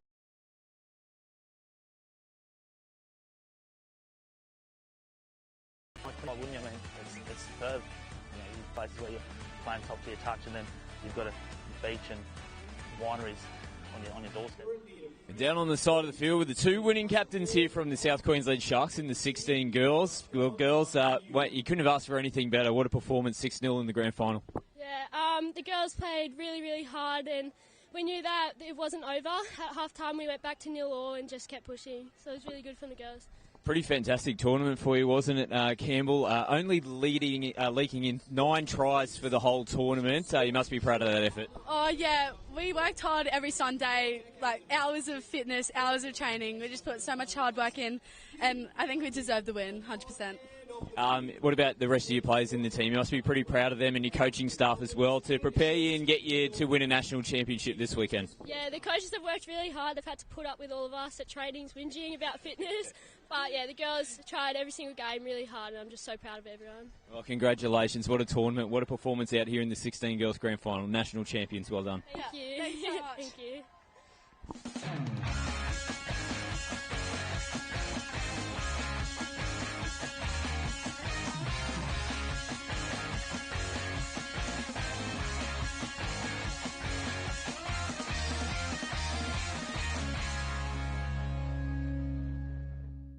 It's just a great festival, mate. Get away from the seriousness of the touch and come down and have some wines and some good food and meet some really nice people. Get on the plane, get on the boat, get down here. I mean, why wouldn't you? I mean, it's superb. You know, you can't get many places where you're playing top tier touch, and then you've got a beach and wineries on your doorstep. So, no, it's well worth being here. And you just play touch, so that's what we're all here for, and that's what we enjoy. It is just such a great atmosphere.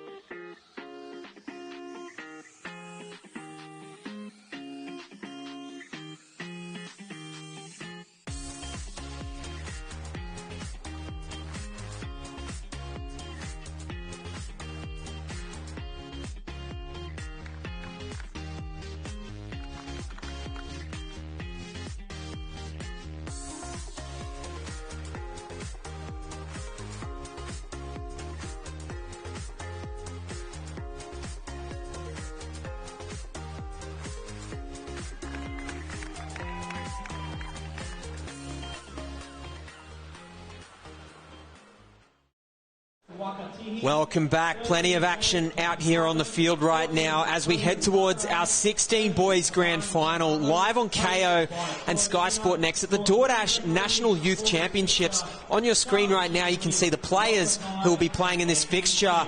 The Sydney Scorpions taking on the South Queensland Sharks. My name is Jack Rogers. I'm in the commentary box with Carly Banks, and they're running out on the field now, as you can see, but this is going to be a high-octane matchup. Lots of close touch today, and this one shouldn't be any different. Hotly contested division, and yeah, really looking forward to seeing the two best teams in this division square off in this grand final. Should be exciting indeed. And you saw on your screen there's a few names that we're absolutely going to be looking out for. That Masters name keeps popping up, not just in this team, but for the Scorpions 16s. Jake Medved's fantastic player as well. Then looking at this South Queensland Sharks teams, well, it's full of names that are famous in touch already, despite their age. Yeah, most definitely. And two very talented coaches as well. Craig Lowe over in the Scorpions box. He's done a wonderful job with these boys, and he's a bit of an all-rounder, Craig. He's been involved with the Scorpions for a lot of years, and good to see him get his team all the way to the grand final. And in the Sharks box, Troy Skinner, well, he needs no invitation in terms of what sort of a coach that he is. You know, a fantastic decorated player for New Zealand for many years.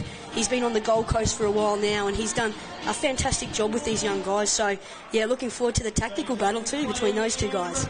Well, these are the teams that were expected on paper to get here to the grand final, and they've both lived up to expectations. Who will win and claim the National Youth Championships crown, though, is yet to be seen as they await the touch. Saw the support from their teammates there from South Queensland Sharks and Scorps camps. We saw them come through the tunnel earlier. Can they keep their nerves together in the heat of the moment? Rico Masters, the ball early there, working their way out wide, just trying to spread out the players really early on in the set here. And Chase Geros as well is involved in the play, tries to tip it on, ball goes to ground, so no luck in the first set here. Yeah, casual little tap on there. I don't mind that for the start of a grand final, but yeah, and here come the Sharks now, trying to truck the ball out of their own end, and nice safe first three, and then they're working up with this latch, and yeah, they'll pick up the intensity in the back end with a couple of touches to go. A pacey start here, nice attempt at the cutout ball, and both teams showing an early inclination to throw that extra pass and just test out the defence. So the Scorpions here, gee, this is going to be a competitive matchup. And bouncing out now, Stan Clark plays the ball, running through is the number 8 for the Scorps, Taj Thompson, but he can't quite connect. The ball was a little bit high there, he got a bit excited. Yeah, and just a late pass there at the end, and the Sharks are let off the hook there. So Max Henderson, and that's a good call, by the way, Carlia. I know. Do you like what I did there? I love a fishing pun. And back on the halfway mark now, the Sharks, they will look to strike first, if possible. Fifth and last touch is going to be called there, dummy half court, and it's Jeremiah Watts who couldn't quite make it through there. Yeah, but I love Jeremiah Watts' lovely direct line, and that's going to be a weapon the longer this game goes on. It's sure to be. As the Scorpions limber up well over halfway. It only takes them a couple of steps and they're there. There was a touch made, but they've skipped into the in goal because he was offside. Fender gets the ball out wide. If they haven't gone over the dead ball line, which they haven't, it will be called a try. First blood drawn there. Sydney Scorpions up 1-0. Yeah, fantastic piece of play there from Fender. Showed great game awareness there. Took a couple of steps out of half, realised the defender was offside, continued to run forward, checked with the ref, and through he went. And then the ever-present Alex McElwraith in the corner to dot down there for the Scorpions, and they're right out, off to a flyer with a 1-0 lead. Credit to the winger for staying nice and wide, not checking out of the play. He's done a good job there. McElwraith. And the Sharks on the 7-metre mark will look out to the left edge, hoping for a touch pass, but instead the Scorpions benefit from Sharks attacker stepping on the line. Yeah, and that's not the first time we're going to see that passive play out the back from the Sharks boys. It's been a feature of their tournament, so keep your eye on that particular play. So they are a bit of a problem there with their box set. It's going to be a penalty blown in favour of the Sharkies. They need to hit back on the scoreboard. Plenty of time, obviously. We won't start talking about that, but Watson there will be working with Chase Davis on this left edge. see if the ball's away, and he slams it down in the in goal and spins it back to halfway. 1-1 is the score. Yeah, that's a classy try there for the Sharks.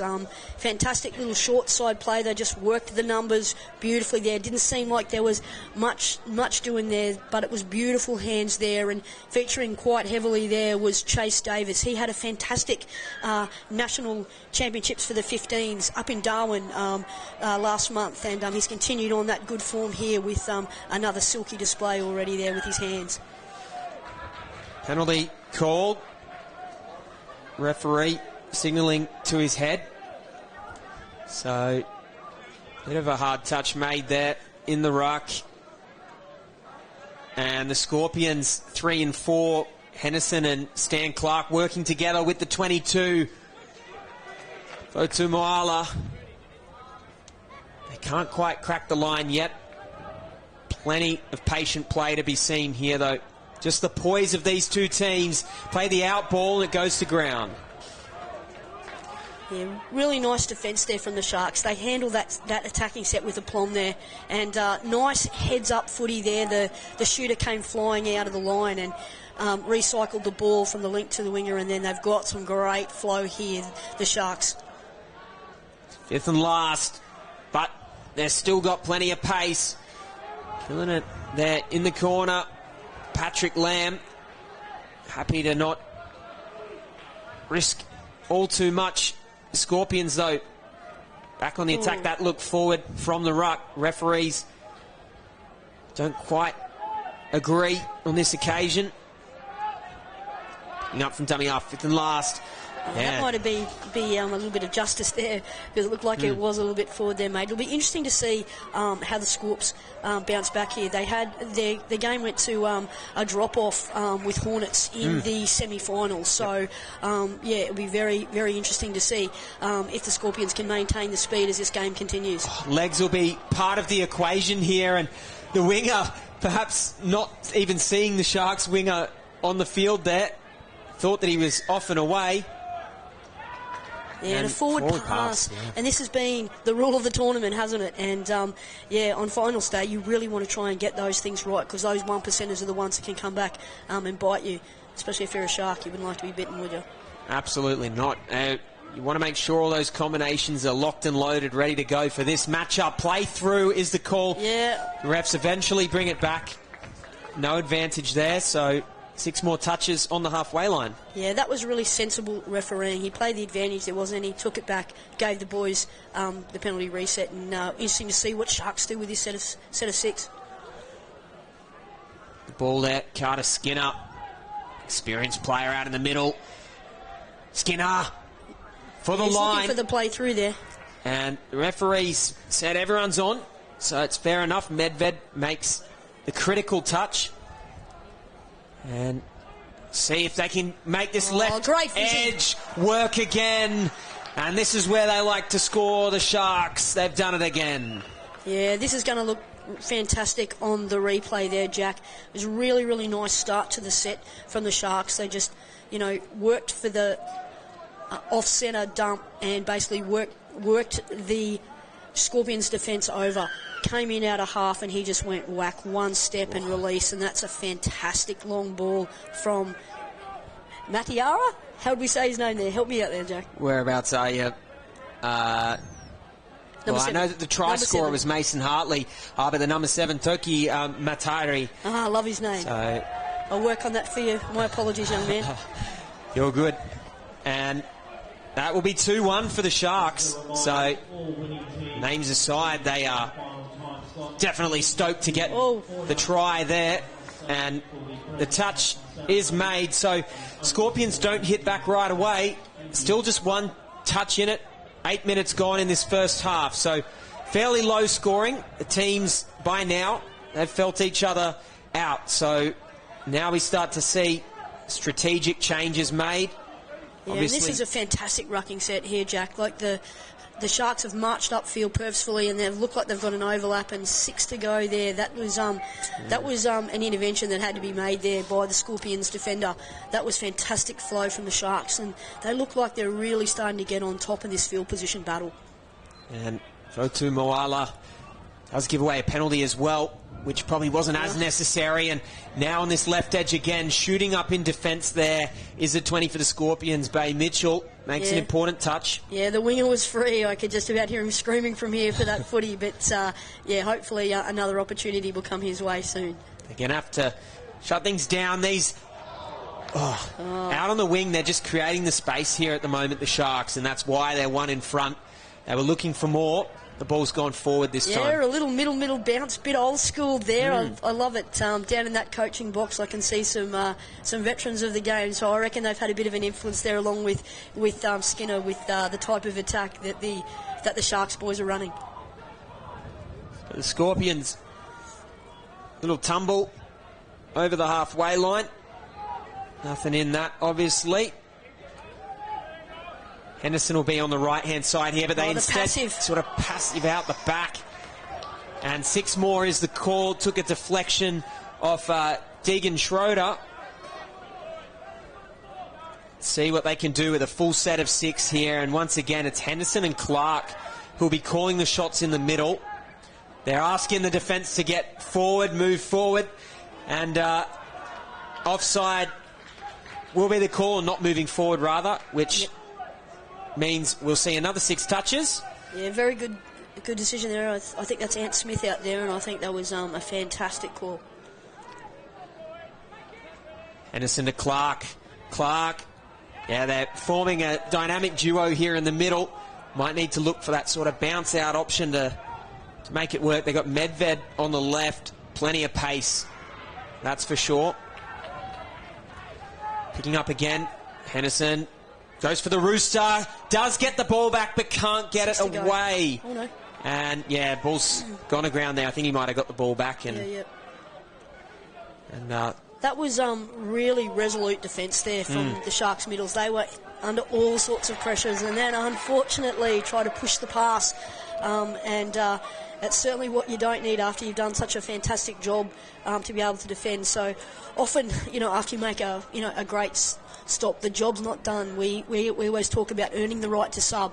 Work really hard, get the ball to the box, and when you get off, you can get your drink of water well earned. But hopefully that won't hurt the Sharks too much, and they can keep the Scorps out, because they're looking very, very dangerous with ball in hand. Well, the Athlete scoreboard at 2-1, so certainly has created interest here around the stadium. Seats really filling up now as we near our 18s finals. Close to the line now. This again is the call, and seems to have come off the South Queensland Sharks' hand there, so they will get more touches. Very nearly got a try as well. Sweeper play is on. They're throwing the ball early. Possibly unnecessary to throw that ball on first touch, but they're ambitious. That's right. They had a few more touches up their sleeves and probably needed to be a little bit more patient. Now, this will be interesting because Sharks really do need to get the ball down the other end of the field. So no risk plays, just getting the ball, through the middle or getting their subs on is really, really important right now because they've been under enormous pressure these last few minutes. Important consolidation set here. Getting another try on the board would see them move ahead by 2 tries for the first time in the match. Push is called there. So physicality of the game starting to creep in the latter stages of this first half. Ball back in hands now on the quickie. Dishes back on the inside and a great touch there by the 22, Fotu Moala for the Sydney Scorpions. And Noah Fien looking at his options there. Penalty blown for not moving forward. So we've seen a little bit of that, and there's some strategy to this as well, of course. They want to reset the line now, and they're pushing the limits with the referees, but the referees are all over it. Sharks close to the line here, and diving. The ball's down. He rips it back towards halfway. Tiamo Kalani take a bow. That was a great little finish there. Yeah, the work from Quade Wakatari with him was quite special there. He rolled him on expertly. There's the art to running a quickie really well, and that was a rolling quickie, and it was done with absolute precision by the Sharks boys, and that puts them out to a 2-1 lead here, Jack. And Tiamo actually threw that ball back to halfway. It landed on the spot. He was pretty proud of himself there for that and the try. So The Extra point for Scorpions. Yeah, you might. Should get an extra point. Half point, I think, Scott was trying to invent yesterday. So here go the Scorps on the rooster. They go back to the longer side here. Touch is made. The Sharks now being beckoned to move forwards. As we get to last, nothing much happening there. Can't get the ball away. Certainly looked to play direct there, the Scorpions, but the Sharks' defence were up to the task. Yep, absolutely. And this is such an absorbing battle here, and a little bit of space on this edge here for the Sharks. In the ball early, those extra metres we so commonly see in this part of the field.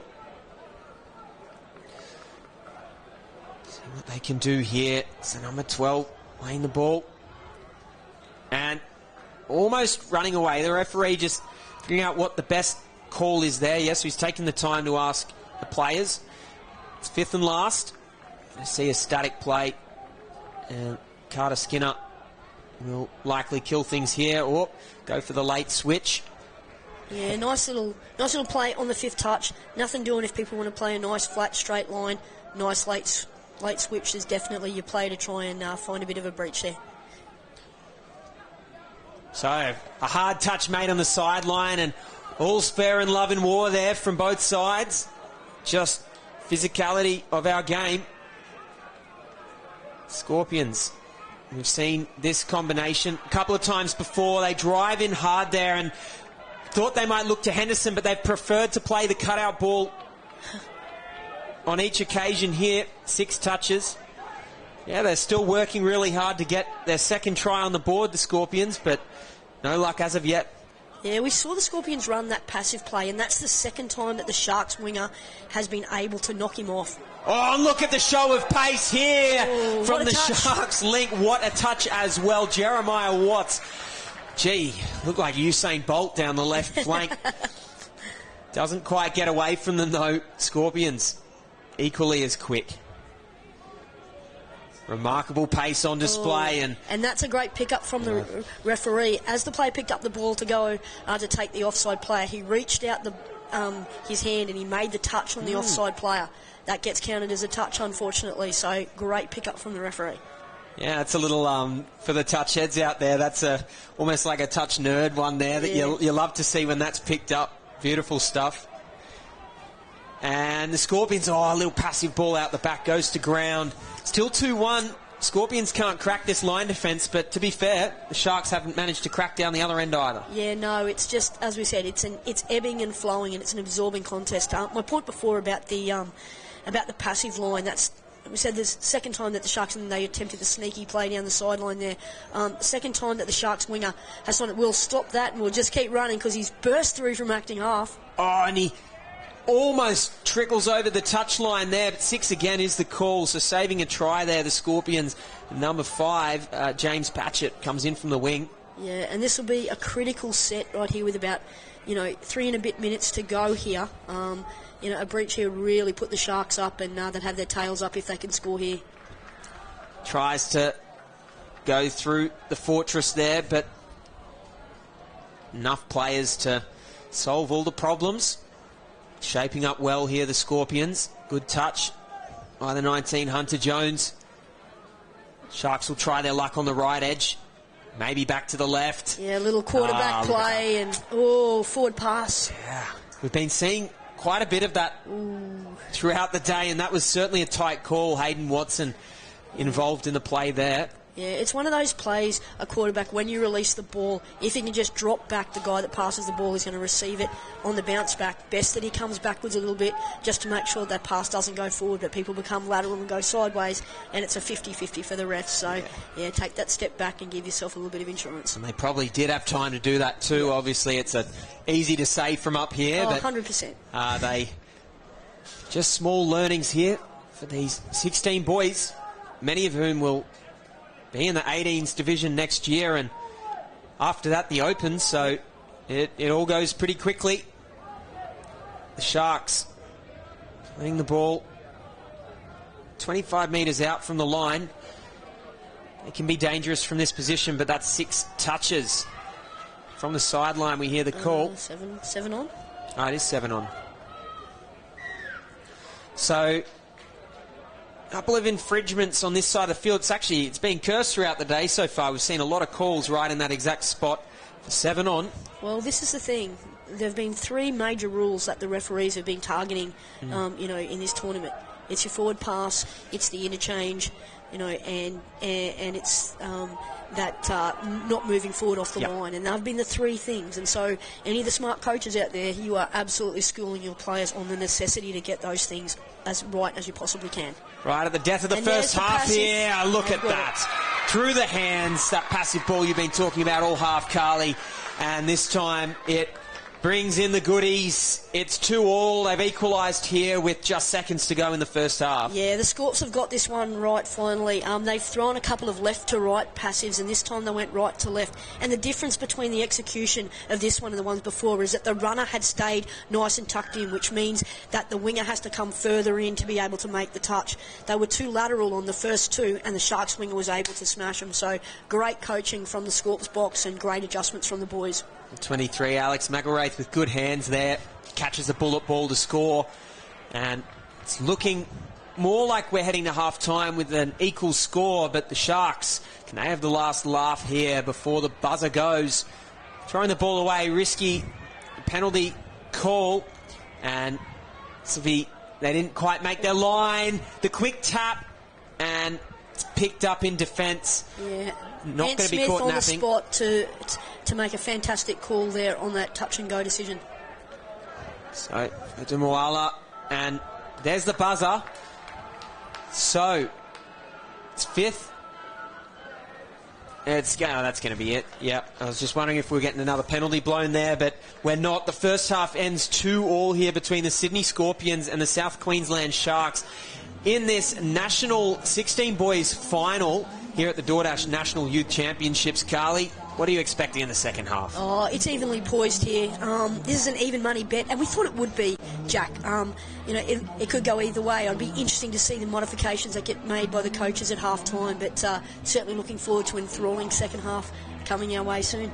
Should be a cracker. Well, don't go anywhere. Live on KO and Sky Sport Next. We'll see you soon.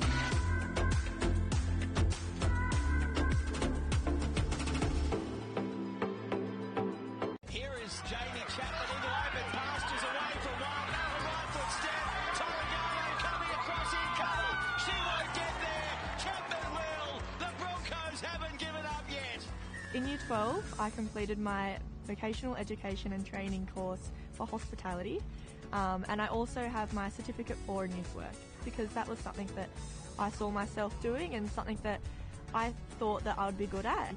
And now I have the qualifications, I can work in the sector I want, and it's definitely given me a lot of opportunities with jobs and opportunities within the community. My advice to young people would be, it's okay not to know what you're doing at the end of Year 12.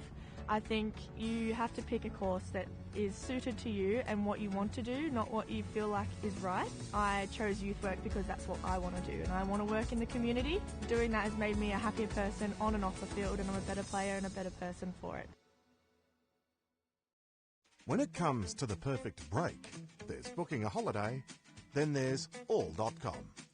Over 5,000 of the world's favourite hotels, curated dining, wellness and entertainment experiences, all while enjoying exclusive rewards.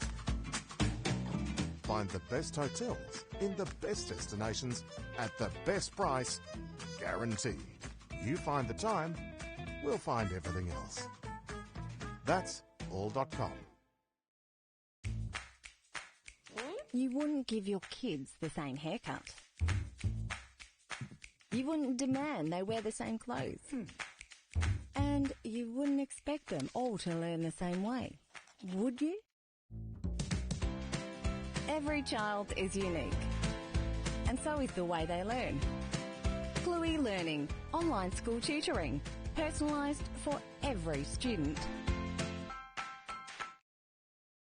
We need to start moving again, Australia. Moving as though our lives depend on it. Every one of us needs to target at least 30 minutes of heart rate raising physical activity a day. Because if we don't move it, we'll lose it. Well, we're back here at Sunshine Coast Stadium. The sun is out this afternoon here for our grand final, the 16 boys division. It's 2-2 here between the Sydney Scorpions and the South Queensland Sharks. I got Carly Banks in the commentary box. It should be a thrilling second half. Yeah, it really should be quite an enthralling contest. There's been nothing in it this first half, Jack, and yeah, really excited to see how this one's going to play out. We've got our referee names as well before the tap-off here for the finals. Thought we'd shout them out as well. Charlie Cheesley, Rob McKay, and you already mentioned Ant Smith. So some of the best referees in the game. Very experienced, of course. And one of the other factors that need to be accounted for here is keeping up with the game speed-wise, which is obviously a huge challenge with this pacey teams out on the field right now. But picking up is Watson here early. He dishes wide. Should be really interesting to see what attacking channels they go through and look for those small changes, Carly, that you mentioned before we went to break. Yeah, 100%. Really good first defensive set there from the Scorpions. They handled what Sharks threw at them in that first set, quite well. So they'll be quite relieved with that as they bring the ball towards their box on 3 and looking for their latch play now. And here they come, shaped up nicely. Got momentum coming forward, but falling to the ground. So they are going to... Whoa, look at the... It's a dive-a-thon. Hands here. They're diving on the ground, picking it up. Looks like classic catches in the pool in summer. Yeah. And yeah, they'll try and make something of this set. It's been somewhat clunky, and actually they're going to get a bit of a push call there. Referee was playing advantage, but there was none. Yeah, that's a fortuitous call there for the Scorpions, and let's see if they can make the Sharks pay. Okay. And a forced substitution as well for the Sharks player. So, time is of the essence in terms of the forced sub here. They've decided to go for a quickie on the short side. And, it's a try. So they have benefited. They're jumping and chest pumping each other there. That's 3-2 now in favour of the Scorpions. So, yeah, that forced sub was the bane of the South Queensland Sharks. Yeah, fantastic opportunistic piece of play there from Tyrone Fender. He got the best body position on his quickie and he got down low and underneath the South Queensland Sharks defender. And, here we are. We're all tied up here at 3-3. Stoked with that. And should be curious to see whether or not Sharks can get in here. Trying to get the ball out to the wing. And they've scored yet another try here, the Sharks. And by my calculations, that's actually evened it up now. I believe it should be 3-3. The halftime score 2-2. So scoreboard here live at the stadium might be one try out. Yeah, what a fantastic piece of play by the Sharkies and a great hit back straight away. The number 12, he's had a fantastic game so far for the Sharkies, and then he's linked up with his winger, and he's now given the Sharkies another try. Scorpions here, close to the opposition line. They'll play the ball 7 out. Nice out ball there. Do they have the space to get the ball down? Fifth and last. That's beautiful defensive work from Chase Davis. Yeah, he's a fantastic player, Chase Davis, both in attack and defence, and he's come up with a big play for his team right there. And the Sharks here, they get the ball back. They'll be pleased with that. Good defence. And playing the ball now, working their way towards the box. They'll get those fresh legs on. It's been a fairly structured box so far. I like that little cheeky there from Jeremiah Watts. He was actually potentially staying alive for that out ball down the wing. Or a little sneaky, I guess, is probably the better name for it. But they've got space. And that passive has just been paying dividends all match so far. It's been one of the main try-scoring weapons for both teams. And Jeremiah Watts, he just keeps getting himself in good try-scoring position. Yeah, no, it's a fantastic piece of play there from the Sharks. And, you know, both teams have done really, really well in terms of making the adjustments that they need on those lines, you know, to be able to run that play. And that's a wonderful long ball there out the back with the passive from Hayden Watson. And, yeah, the Sharks go up now 4-3. Sharks up 4-3. The coach beckoning that it might be 5, so we're just doing a little scoreboard check. And the Scorpions, they're about 15 metres out from the line now. Playing the ball close to the line, 7 metres, trying to dive for the line. That's 5th and last. Yeah, love the work from Rico Masters. Very, very good piece of play there, and he nearly sneaked through. Sharks bouncing back. And they'll look to put another try on the scoreboard as soon as possible here. Athlete scoreboard. Still looking for that update. And fresh legs on. So they haven't quite got forward momentum here or any sort of latch play, but the new legs mean they will probably get a strike play at the back end of this set. Scooping through now is the number 8. It's Noah Fien. And that was interesting bit of contact there, so it will be a penalty. Yeah, penalty there, and yeah, Ant Smith's all over that one, and yeah, just a little accidental, threw the hand out, and yeah, no harm, no foul. He's okay. They'll go back and we'll see what they can do with this set here. This is a very important set now for the Sharks. The Scorpions have to work really, really hard defensively here. So the Sharks, they're over there. That's going to be called all clear, and yeah, they're starting to skip away a little bit on the scoreboard now. Got a little bit of a lead there. Yeah, that was just all class. It looked a little bit too easy, didn't it? But it was well constructed by the Sharkies. They took their time. Carter Skinner off the quickie, bang, and just found space. And yeah, that's a very important try now for the Sharks to take them out to a big 6-3 lead. 3 in front and working their advantage here. The Scorpions going for the line. 16 boys, hotly contested division. Neither of these teams have lost to date in the competition, so I look to storm to victory here.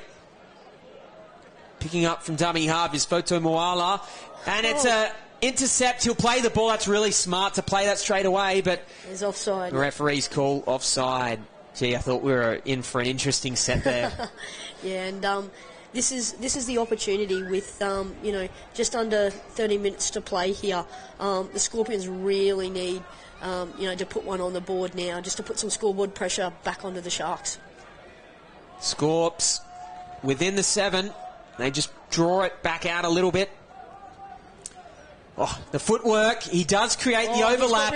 They're going to get it away, dive into the corner, hammers the ball down on the ground. And it's just that footwork there from the 28, Tararoa Low, for the Scorpions, just throws them all off balance, the defence. Yeah, that's an exciting piece of play. There wasn't a lot doing there. The boys just shopped around, and then a lovely catch, pass, release, and in the corner for the winger. And that bridges the gap, and we're back to 6-4, and it's still game on here, Jack.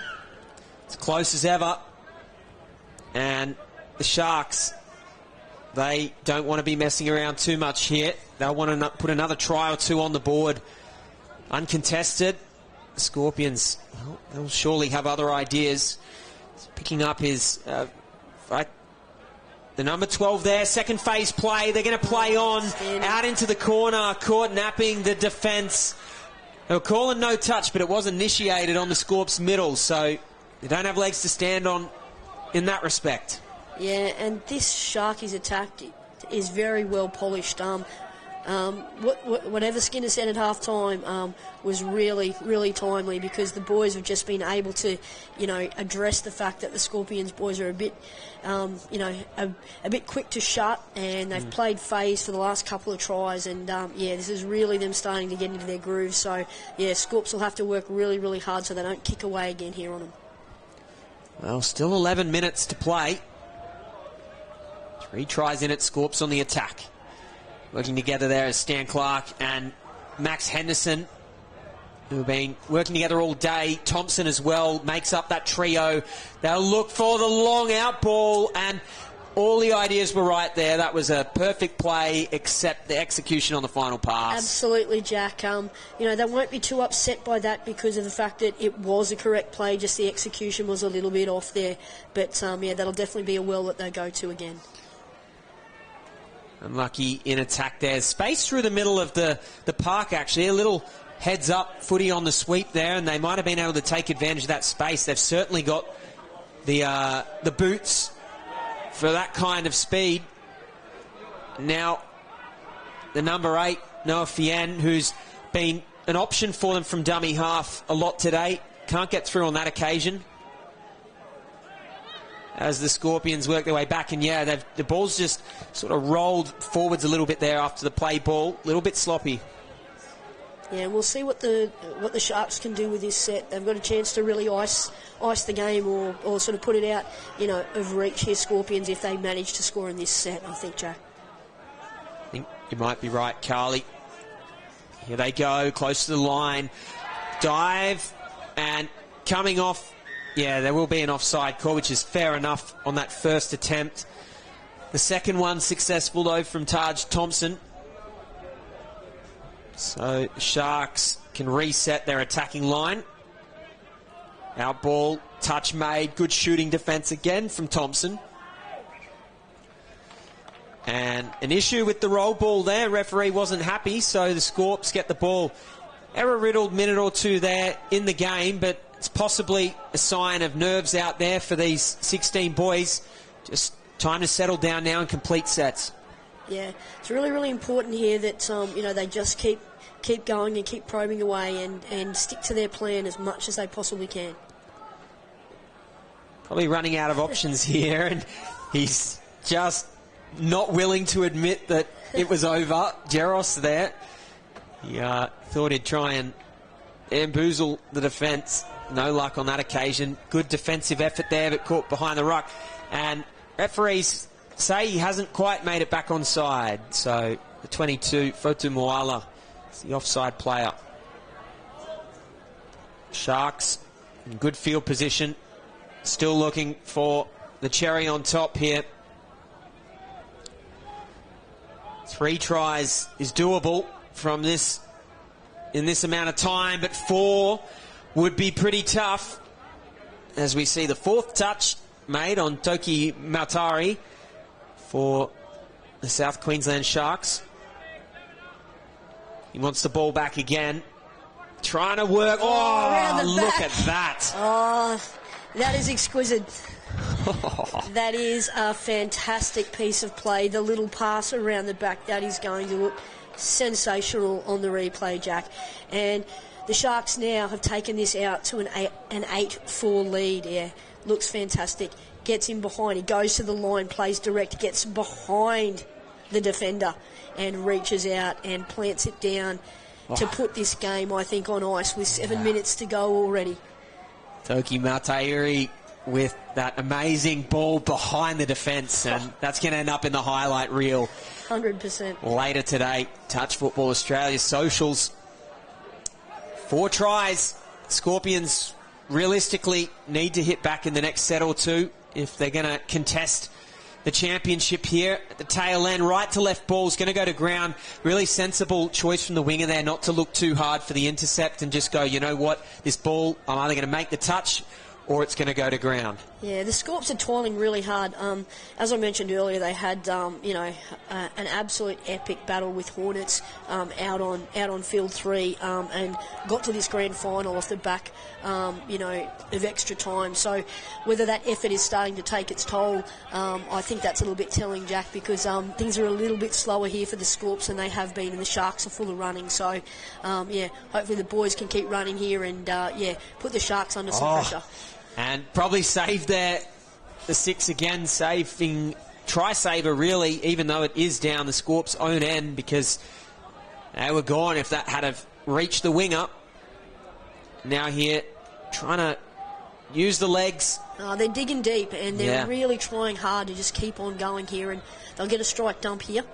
It'll be that Henderson-Clark combination again. Clark picking up 5th and last. He goes early, which is an interesting choice for sure, trying to take advantage of numbers out on the left. Yeah, he was looking for that passive out the back again, but he really had to engage the defender a little bit more short before stepping back into the space. But, full marks for, all the effort the Scorpions are making to try to peg back this juggernaut that is the South Queensland Sharks. They have been absolutely dominant, today in this division, and they have no signs of stopping running. They're looking for a little fly play out for a 4-on-3 platform. Here we go again, 5th and last, and they're going to get another try there with that bullet pass at chest level to Jack Heppy-Simon, and that's another try there for the Sharks. Yeah, this is a really, really classy piece of play. This is such a complete performance in a grand final for Sharks. They've run away with this in the second half, and we still have 5 minutes to play. So, the Scorpions will keep, throwing salvos as much as they can. But, this is a fantastic performance from Sharks. Can't say enough about how good their teamwork is and their passing and, their sense of instinctiveness in terms of playing in the moment. So, full marks to the Sharks boys. It's been a fairly complete performance here, Jack. 9-4 on the athlete scoreboard, and a right to left ball. Tries to throw the Hail Mary over the back of the head, but not enough time to do so. Yeah, fantastic read there from the Sharkies winger, Deegan Schroeder. Did a fantastic job there of being able to pick off the passive, and he's got his timing right on that, and that's a fantastic defensive effort. Well, piggyback off their own line. 10 metres, Scorpions will need to get back now. Chase Jaros in the middle, communicating with his defenders, and he'll get up here to try and make this touch. It's a good job. Tyler Erickson as well in the middle of the park, and a little issue in the ruck once more. Scorps with the ball now. 5 metres shy of the halfway line. On. That's what it was. 7 again. Yes. So the Scorpions, they really will need to score at this point. 5 tries to equalise is a big ask. It is a big ask. I'm ever the optimist, so I'll look at that. And I'll say, okay, there is technically enough time, but given how the Sharks have defended today, unlikely. Love the optimism, Jack, but regardless, of what happens in these next few minutes, it's been a fantastic effort from the Scorpions, to go all the way to a GF. Like I said, this is a very, very hotly contested division in the 16 boys. There are so many teams, and it was so competitive, and they can be well proud of themselves, and their region can be proud of them for the effort that they've made, to make it all the way to the big dance. And some big dancing still to be had here. South Queensland Sharks on the switch.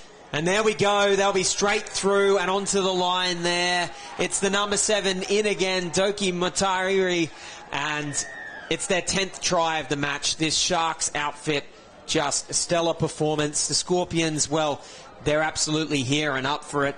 That's a survivor drop-off, obviously, this morning. But and they're super excited. I'm just down there, and there are high fives across the board there for the Sharkies box, and lots of hugs and lots of excitement there. Troy Skinner embracing one of his players. He's got Gary Sonder, one of the great legends of our game, also down there in that late switch. That is classic GS7 footy. So you can see the influence that Gary's had on this group as well. So this is a well-deserved title for the Sharkies. Well, 2 minutes left on the match clock here as we see Stan Clark and Taj Thompson working together. Taj picks up, looks for the rooster. Oh, and the short ball. Is it away? No, so a touch was made. Offside player. Yeah, it'd be nice to see the Scorps finish with a try here, Jack. They've been valiant, so it'd be nice to see them get one on the board to finish their tournament. They've been outdone on the scoreboard in the second half, but it has, of course, been competitive all the way through, diving for the line. And look at the effort there. The effort there from the number 7, Jake Medved, still reaching out with 1:30 on the clock. He knows the result is unambiguous at this point. He's still just trying to get his team over the line one more time, finish on a high. So Stan Clark, or rather Max Henderson, is out there at the moment, working with Clark. And 6 more. So they keep winning the ball back here, but they need to come up with some points. Giving them every chance to score a try here. It's just a roll ball, yeah. That's exactly what he was indicating. Clark goes to Henderson, wants the half position, gives early to Medved, and it's just gone through the hands there, and would have been great to see the Scorpions finish with that try, but it has to be said, with 30 seconds on the clock, South Queensland, well, I think they want to finish with this set. Yeah, absolutely, and they'll just, no risk plays here, they'll just run it down, and they'll enjoy every second of this last set as the clock winds down, and it's going to be a well-deserved victory for the Southwest Queensland Sharks. And not necessarily looking to go straight through, they just want to settle this, kill the ball with the ball in hand. Or kill the game with the ball in hand, rather, and there is the buzzer, so this will be it. Can they score on the last play? He does indeed. It's the 30, Kalani Te-Amo, and the Sharks running in, and they celebrate victory in the grand final here, the under-16 boys. What a performance. What a great team. Yeah, fantastic. They did not have a bad player today, Jack. They are so cock-a-hoot with that victory, and so they should be. It's been a very comprehensive performance from the Sharkies today, but as we said, full marks to the Scorpions boys, who battled their way all the way through to the grand final, and they never gave up for the entire duration of the game. So a quality clash in this 16 boys grand final, and hopefully a sign of things to come with the two big divisions on their way soon. Well, 18 girls and boys action coming your way here shortly, the Sunshine Coast Stadium. This is the DoorDash National Youth Championships grand finale coming up. Don't go anywhere, live on KO Sports and Sky Sport Next. Floods have torn their way. When can I play again? Construction in your way. DoorDash are offering help to struggling floods around Australia.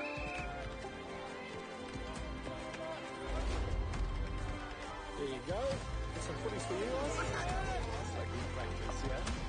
The clean up will be done for residency use. Good luck out there. It's go time, mate. Back in there.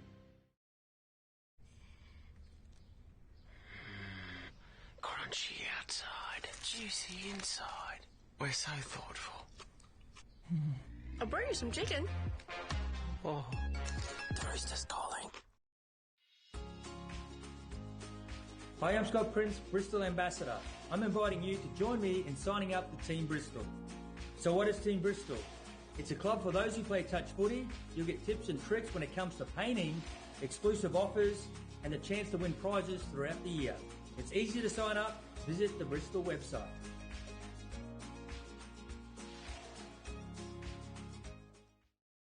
Athlete, powered by Pain Away, Australia's #1 topical pain relief brand containing arnica and naturally derived active ingredients. We greatly encourage consumers to always read the label, as ingredient concentration levels vary between different brands. Athlete Joint and Muscle Pain Relief Gel contains more than 50% total active ingredient levels than Physio Cream Solute Gel. Athlete Joint and Muscle Pain Relief Gel. Available at all Chemist Warehouse and leading pharmacies across Australia. Train, perform, recover with Athlete.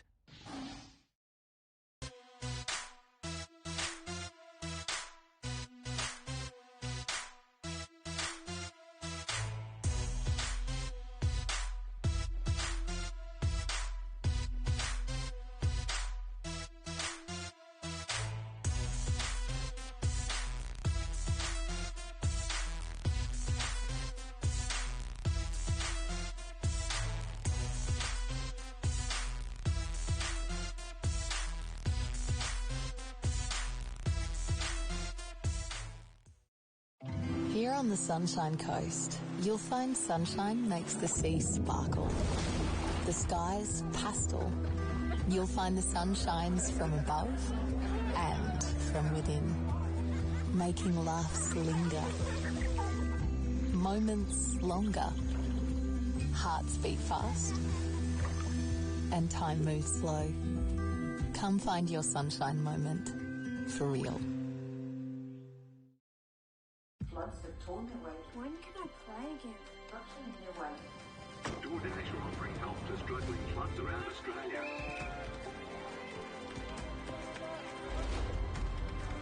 There you go. Some footies for you guys. That's like good practice, yeah? The clean-up is up for residents in Bristol. Good luck out there. It's go time, mate.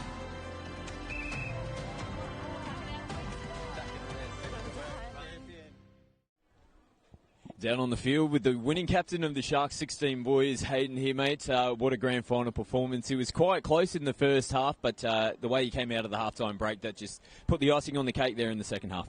Yeah, we knew from the start, we knew that if we played our best footy, we would get away with the win. So we're just trying to limit their tries and get back at them in the second half. It's a fantastic competition that you guys have had, undefeated going all the way through to the grand final. How are the nerves coming into the big dance this afternoon? I don't think we were too nervous. We seen what they were about, and we just played our own footy, and yeah. What did you think of your team's overall performance? It was a pretty comprehensive team performance there. You've got so much strike in your team. You've got plenty of tries in tonight's grand final. It's a great performance from the Sharks, like we said.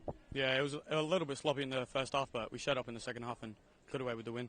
Well, congratulations, mate. Under 16 boys national championships. What a great grand final performance. Congratulations. Thank you.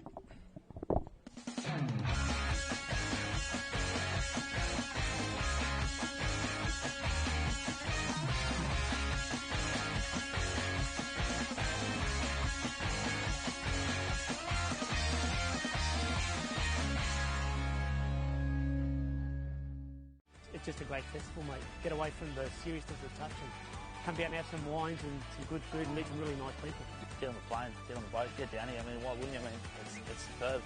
You know, you can't get many places where you're playing top tier touch, and then you've got a beach and wineries on your doorstep. So no, it's well worth being here. And you just play touch, so that's what we're all here for, and that's what we enjoy. It is just such a great atmosphere.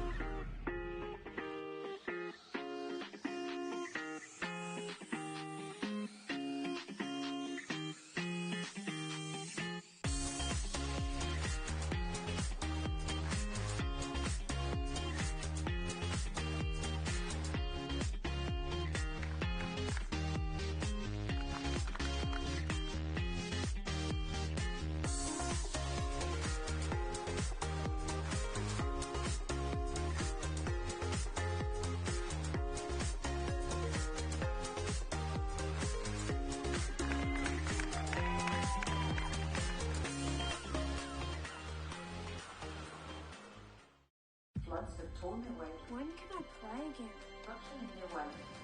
DoorDash are offering help to struggling floods around Australia.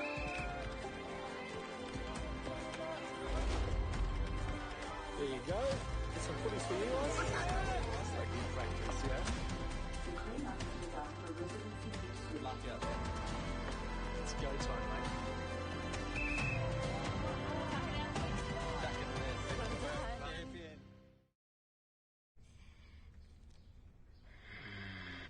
Crunchy outside, juicy inside. We're so thoughtful. I'll bring you some chicken. Oh, the rooster's calling. Hi, I'm Scott Prince, Bristol Ambassador. I'm inviting you to join me in signing up for Team Bristol. So what is Team Bristol? It's a club for those who play touch footy. You'll get tips and tricks when it comes to painting, exclusive offers, and the chance to win prizes throughout the year. It's easy to sign up. Visit the Bristol website.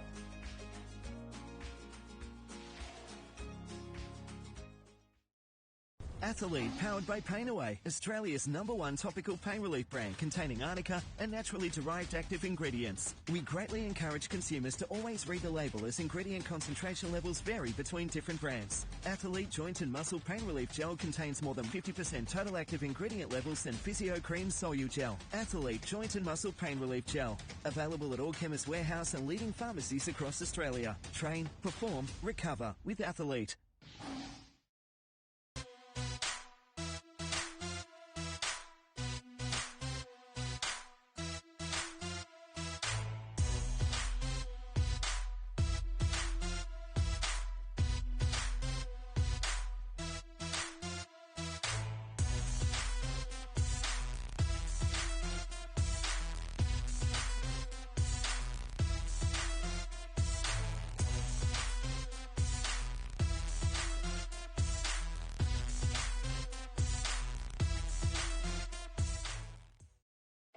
Here on the Sunshine Coast, you'll find sunshine makes the sea sparkle.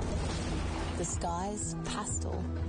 You'll find the sun shines from above and from within, making laughs linger, moments longer, hearts beat fast, and time moves slow. Come find your sunshine moment for real. Floods of tournament weight. When can I play again? Russian here way. DoorDash are offering help to struggling clubs around Australia.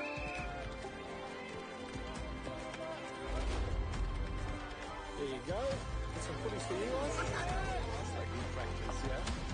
The clean-up is done for residents in Houston. Good luck out there. It's go time, mate.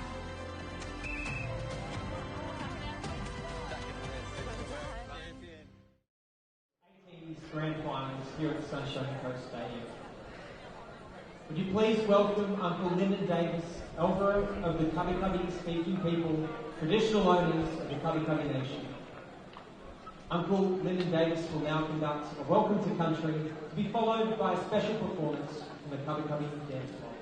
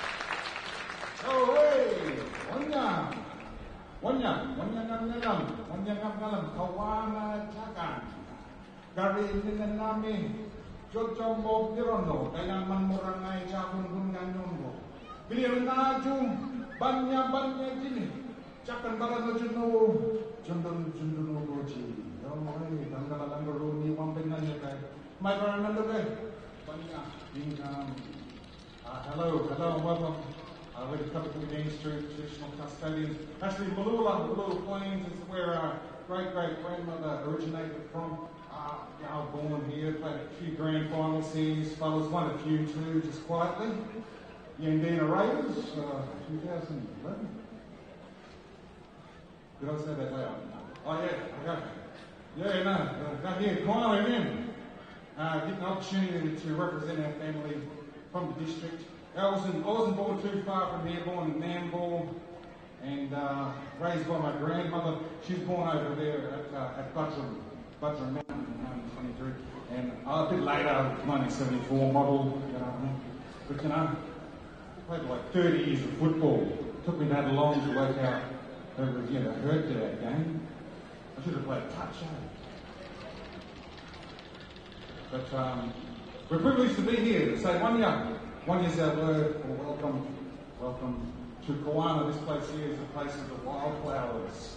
A couple of wild people getting around now. Wildflowers, not wild people, but the women were connected to the wildflowers. They love the banksia trees. They really own them, and you make the best drink out of them too. But we're going to use this song as a welcoming to country gesture. But welcome to country, all about custodianship and stewardship. We know the people lived here before us. They looked after this place, our ancestors. Now we live here, we've got to look after it for the next one. So this song sort of talks about that.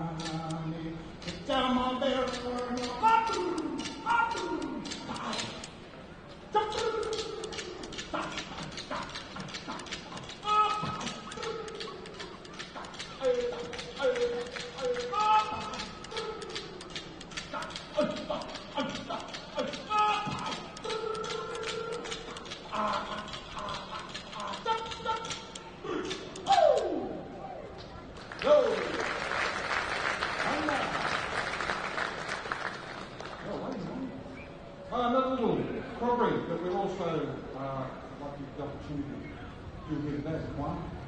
To do with this one's a canoe song, old canoe song that we'd like to share with you. It's called Buildup. It's talking about crossing the Brisbane River, come from Doughboy Creek back over to Winkenbar, using a canoe made from tallowood tree. Tallowood tree bark canoe we'll call Gundu. Gundu Yangu, as they're coming across. Yana is to push off. It's this old canoe song. Coming back home to Kabi country. Winkenbar, in our language, refers to the place, the cabbage palm tree. Balandido. Balandido, Bondo Mambale, Balandido, Bondo Mambale, Ya Bondo Yango, Bondo Yango, Ya Bondo Yana, Bondo Yango, Balandido, Bondo Mambale, Balandido, Bondo Mambale, Balandido, Bondo Mambale, Ya Bondo Yango.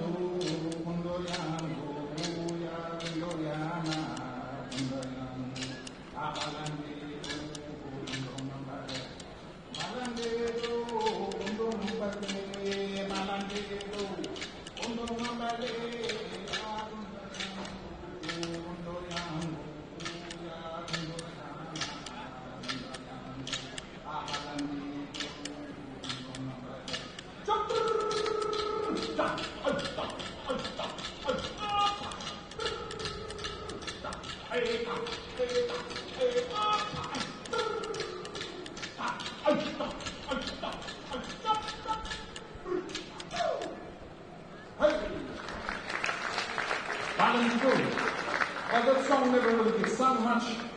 That's an old Cup song that we would bring back to life, sing on the country again. So another one that we'd like to share with you. This is the Sea Eagle dance. The Sea Eagle, we call it Ganga in the language. The language basically comes from the earth here. The Gabi there, Gabi is the name of the language spoken in the district here, as far as the Brisbane River, all the way up to the Barham River, out of the Conondale Ranges into the ocean. But Gunga, he says that all the time, that one. The sea eagle, boy, girl, young, Gunga, he's always called Gunga. And loves eating sea mullet. And it's the first one to begin the hunting in the sea mullet season. In winter time, everyone's down the coastline waiting for that sea mother to pass through the warm temperature waters. The first animal you can hunt is a seagull, keeping the law to the sea country. Never hunt the lead fish under the followers. Go away, Ganga, dances the seagull.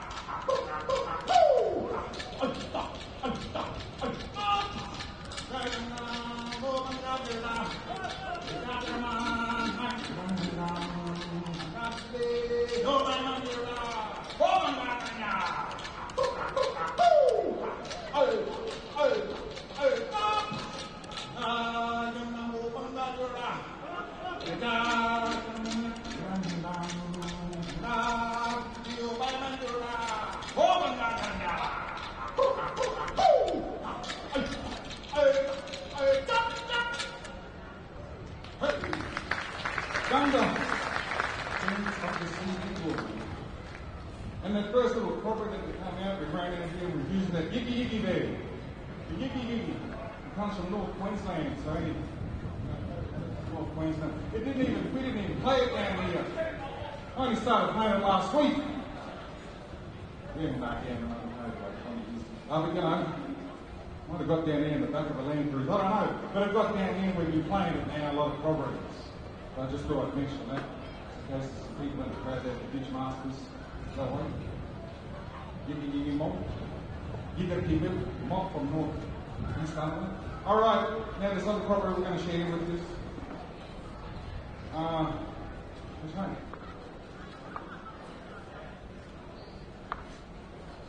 Oh, we'll do the kangaroo, eh? We'll do the kangaroo. There's a lot of grass around here. This is where they live in. This is where they're hanging out, where the grasslands are. Yeah, look at the grasslands, you know. You might go back a long time. You might know your showgrounds. A lot of showgrounds are open grounds. Can't have your showgrounds. But look after this kangaroo. It's my total. Not allowed to eat kangaroo, but this place here is too. Talking about the place of kangaroo, Maradon. Awana, Maradon. So this one here is a play dance. Kangaroo hunting dance. The big red from Palkadoon country, Mount Isa. So he's there looking. You know, hunters looking from afar. Little does he know it's the season. They're closing for the hunt. See what happens. Kangaroo hunting dance. Kadang madamba, kadang madamba.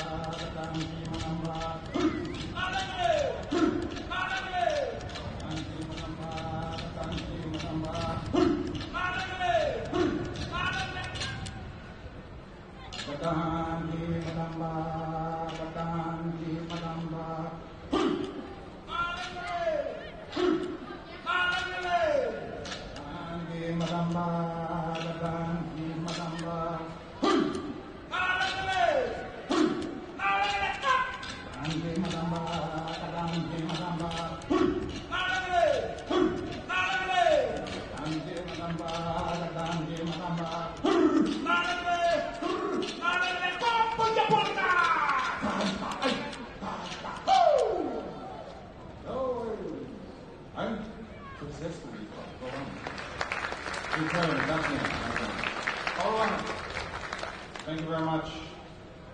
We're going to finish with the last property here, but with this area, yeah, this coastal area, that's right. But every December through to March in this country, everyone will be up in the mountains. Summertime up in the mountains. This is bunya season. This is bunya country. Bunya is, or bunyi, is a large pine tree. Not that one over there, bigger than that fellow. About 100 feet tall and they've got fruit right at the top that you can eat raw, you can cook it in your stew. Silver side, what do you want? You know, the side of the fire there. But we're the bunny people, and user invited. It comes in, see, it's here, still here. The tree's still here. But they don't do the bunny gathering. The bunny gathering is massive. People would come from far. Why they travel 300 kilometres to get up here? Who wouldn't? Man, you get fed for 4 months. Mud crabs, fish, look out. And a heap of bunya nuts. Man, don't eat too many bunya nuts, very high in oil. Right there, but yeah, they're very good food, super food. So we're going to finish up with that bunya song. Thank you very much, and good luck to the next teams coming up there, under 18s. I was 18 once. Boys and girls, good luck to both sides. Here's one here.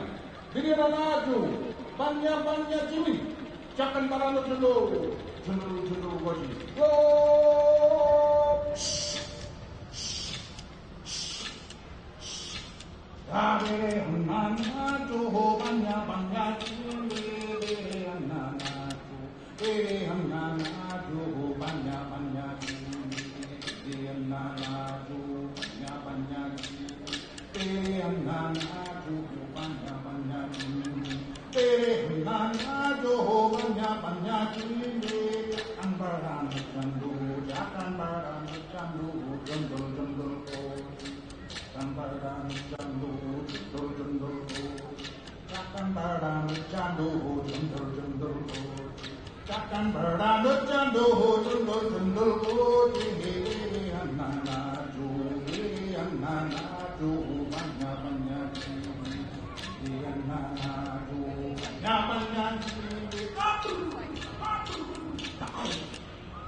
You're welcome, Mom. Thank you very much. Welcome.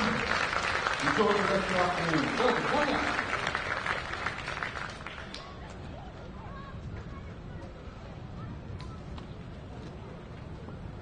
Thank you very much to Uncle Lyndon Davis. Thank you, Uncle Lyndon and the Cubby Cubby Dance Mob. Can we please show our appreciation one more time?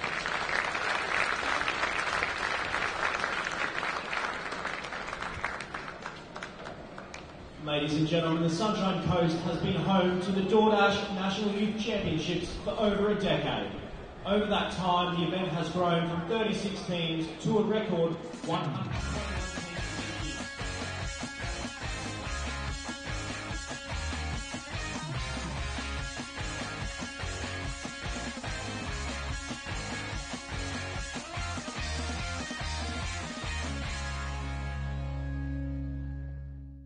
It's just a great festival, mate. Get away from the seriousness of the touch and come out and have some wines and some good food and meet some really nice people.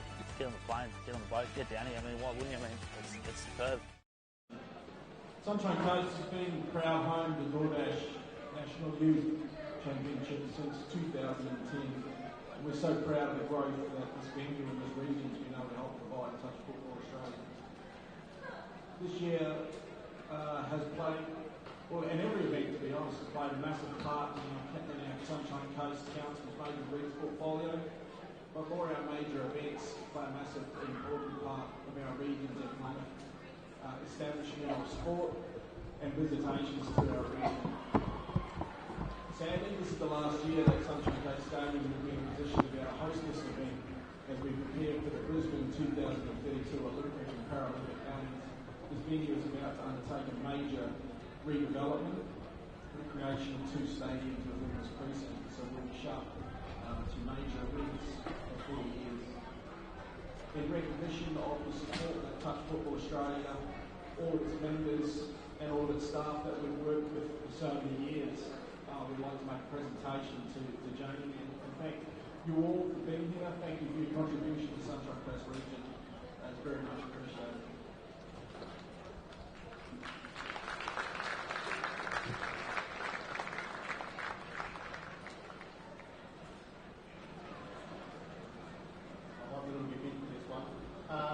Thanks very much to Simon and your staff at the stadium overall for your tremendous supporters over the last 13 years.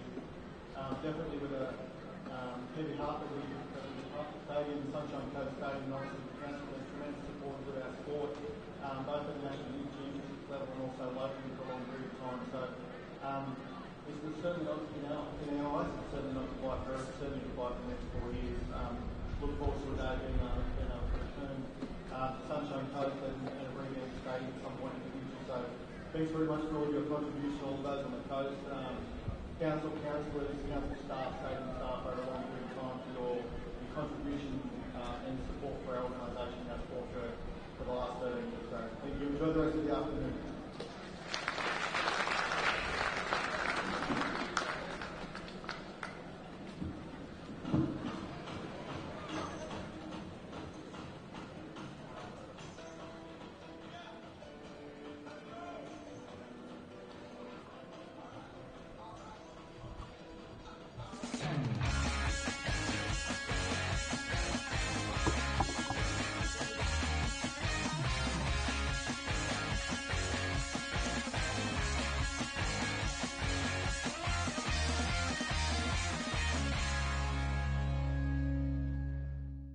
It's just a great festival, mate. Get away from the seriousness of touch and come out and have some wines and some good food and meet some really nice people. Get on the plane, get on the boat, get down here. I mean, why wouldn't you? I mean, it's superb. You know, you can't get many places where you're playing top to your touch, and then you've got a beach and wineries on your doorstep. So, no, it's well worth being here. And we just play pubs, so that's what we're all here for, and that's what we enjoy. It is just such a great atmosphere. For the paint-hearted, the Queensland DoorDash National Youth Championships here, and it is grand final time. You can see both teams in the 18 girls about to make their way out onto the field, starting with the Queensland Secondary Schools team. And it's all on the line to see who's going to be crowned the national champions here in the 18 girls division. Gab Rose is with me in commentary for our two remaining finals. Looking forward to seeing how this unfolds here on the big dance. Gab?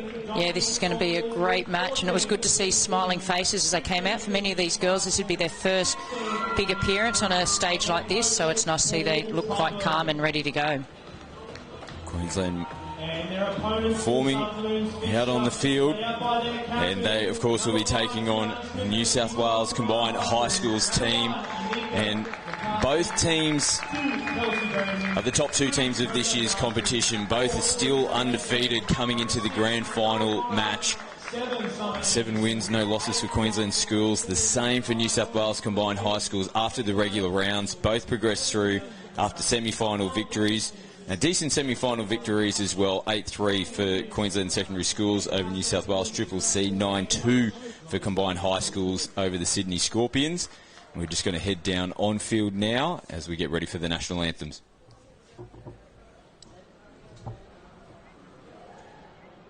Ladies and gentlemen, if you could please be upstanding. Touch Football Australia is saddened to learn of the passing of New South Wales Touch Association board member and dedicated volunteer Rod Hetherington. Rod was a long-term servant of the game. He was a loyal and influential servant of the Parramatta Touch Association for over 30 years. Please join us in observing a moment's silence.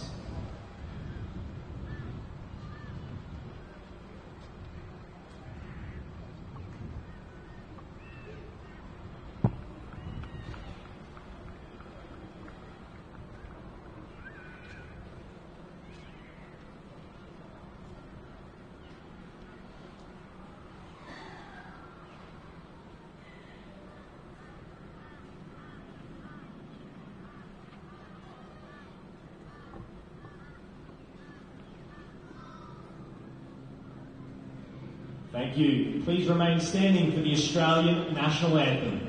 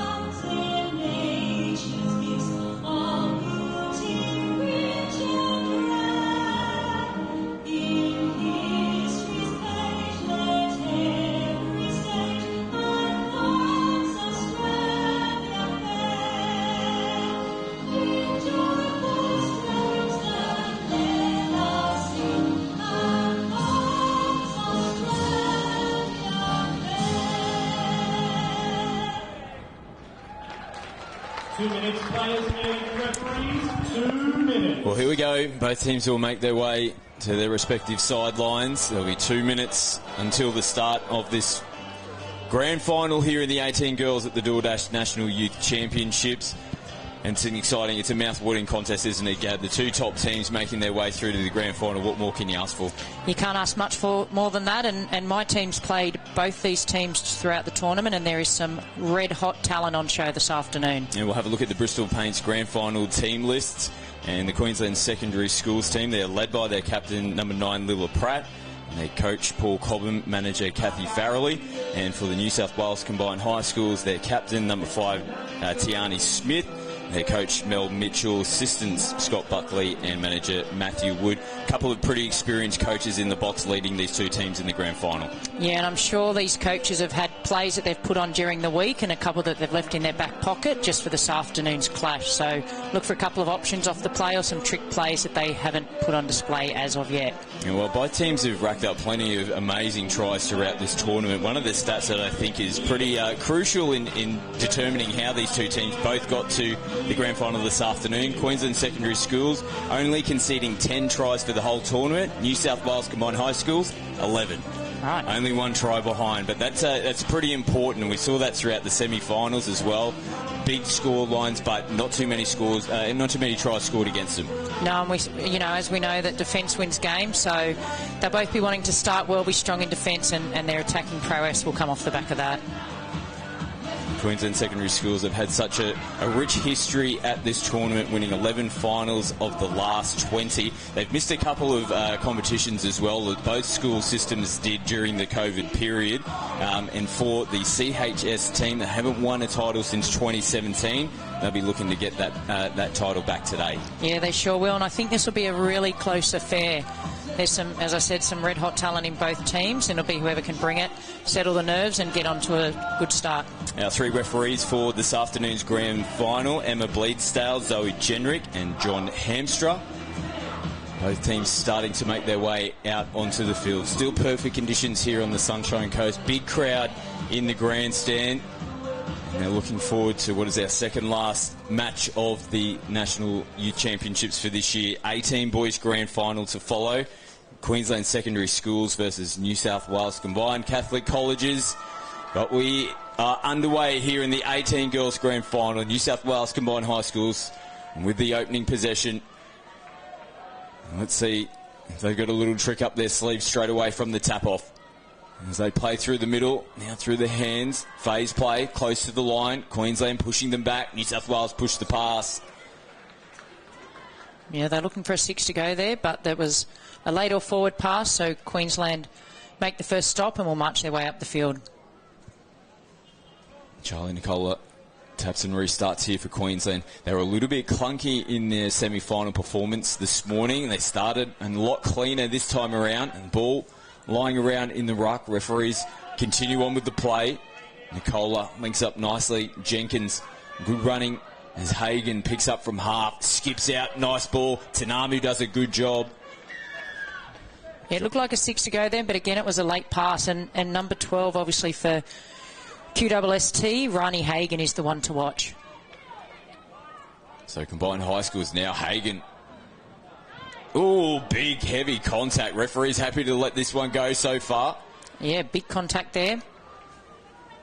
As New South Wales get replacement players on the field. Nice little kick out, gets them on the front foot. This is the last touch for them now. Good hand puts it through the hands as they come back into the middle. And the final possession there with Medved is finished up. Yeah, as you watch the game progress, you watch the Queensland team, the way they do the flood defence when you're trying to get to your box. So I'm sure New South Wales coach Mel Mitchell will have something up his sleeve to go against the grain. Now again, we see bodies on the ground. Referees happy for both players just to make their way back up to the feet. They're letting the game free flow at the moment as Ellum grabs across field. Not much doing here at the moment for Queensland. And they still have a touch to come. Ellum plays it on the 7-metre line, has a look up, throws a rocket out to the left-hand side of the field. And it was just out in front of Lily Neal. Yeah, there's a couple of half opportunities. They just haven't been able to convert yet. A couple of forward or late passes, but could just be settling into the game and some of those early nerves. And there is Lily Neal, who makes her way over to the interchange area. Olivia Atkins is out on the field now for Queensland. New South Wales marching downfield. So you can see how compressed the Queensland defence is. Their left winger here is almost on where you tap the ball off. So in the middle of the field, trying to stop New South Wales getting to the other end. Yeah, fifth touch. Look at that. Queensland are going to start their set in New South Wales' end of the field. Perfect defensive set for the Maroons. Gives them an opportunity now to get some replacement players onto the field as they're playing the ball on the 7-metre line. Hagen's out on the field. Clarkson from half goes back to Hagen. Little stutter step back on the inside. Nice touch. Yeah, she's got all the skills, Ronnie Hagen, so she can throw long, she can run fast, but she can also step back inside and dive for a try. So switch in Hillman, who was looking to switch yet again to Clarkson. Ball hits the ground. New South Wales restart their set here on their 7-metre line, direct on the first touch. Yeah, so they're going direct first to try and hold up that flood defence, and they've drawn a penalty here, so they'll be happy with that. But Queensland are relentless. They'll keep pushing up on them the whole game. They continue, even though they just gave the penalty away. Hillman again, using the body in the touch. It's just slowing down momentum here for New South Wales. See how they're getting their two hands in and up under the ball. Queensland are in their defence. They're very assertive in their touch. Nice play though, short ball off the hip and coming across, having to make the touch. Olivia Jenkins, better finish to the set there. Just picking up from half and going nice and direct, and then short balls off the hip. Yeah, because there wasn't much on, but there was a good end to the set there. Mel Mitchell will be telling them they need to get their hand out and make the touch when they're going down, because otherwise they're going to get pushed off the ball in the ruck. And Coach Mitchell, just on the far side of the field, pulled all her substitute players together, just gave some instructions. So replacement players, they'll know what the plan is. Yeah, the instructions will be simple. Mel's an extremely good coach. They're in very capable hands. Good cover defence coming across. Alice Mitchell making the touch. And Alice Mitchell's had a really good tournament, so she'll be one the Queenslanders will have highlighted to need to get a stop on when they're down line attacking. New South Wales now putting it through the hands. It was Mitchell. He just got it down on the deck. Last touch. And they haven't punched too far downfield. Here they go. Good defence. Oh, she's taken a knock to the head there. Looks like Olivia Atkins, possibly. Yeah, we've got one of the New South Wales players down as well, Kelsey Berryman. Both players have popped back up to their feet. Yeah, a bit of a head clash, I think. She's in the coach's hands, and the medical staff is coming out to check on them. Tanamu switching in. They're going to come back for the forward pass. They tried to flirt down the sideline to pick up some cheap metres. Both teams are trying to assert themselves. They're being strong in the touch, so that's why we're seeing a little bit more contact than we're probably used to. The referee's allowing it to go ahead at this stage, but if it gets too much more, I venture there might be a few penalties given. Ooh, out in front and off the fingertips there of Summer Anderson. We're just a bit flat-footed as the pass was thrown. She might have been getting herself ready to go into the acting half position, but the pass came her way. Good field position here for Queensland. Still 0-0 on the scoreboard. 18 girls grand final. As Queensland secondary schools attack the line off the right foot. I think we've got our opening points here in the 18 girls grand final, and it will go the way of Queensland. It was just good attacking football. As soon as the ball was in hand, off the right foot and shot straight for the line. Yeah, they got the link to come out and make the touch, which means they then did just a simple punish play, which comes a foot race with the link making the touch and the live play getting the ball back there. Great dive. Dominic Saunders. Oh, no. Yeah, Lily Pratt, their captain, leading from the front. That's what you want from your skipper. She goes over and opens the scoring here for Queensland. You just can't afford to drop the ball in your own half, and you give the other team a fresh set of 6 attacking your line. Let's see how New South Wales respond. As Berryman plays it, Masters from half. Comes back to Berryman. Masters again with another touch. Skips across field. Tries to link up with Berryman. We're just going lateral there on the 5th and final touch. Yeah, but they finished on their side, so that was one bonus for that set of 6.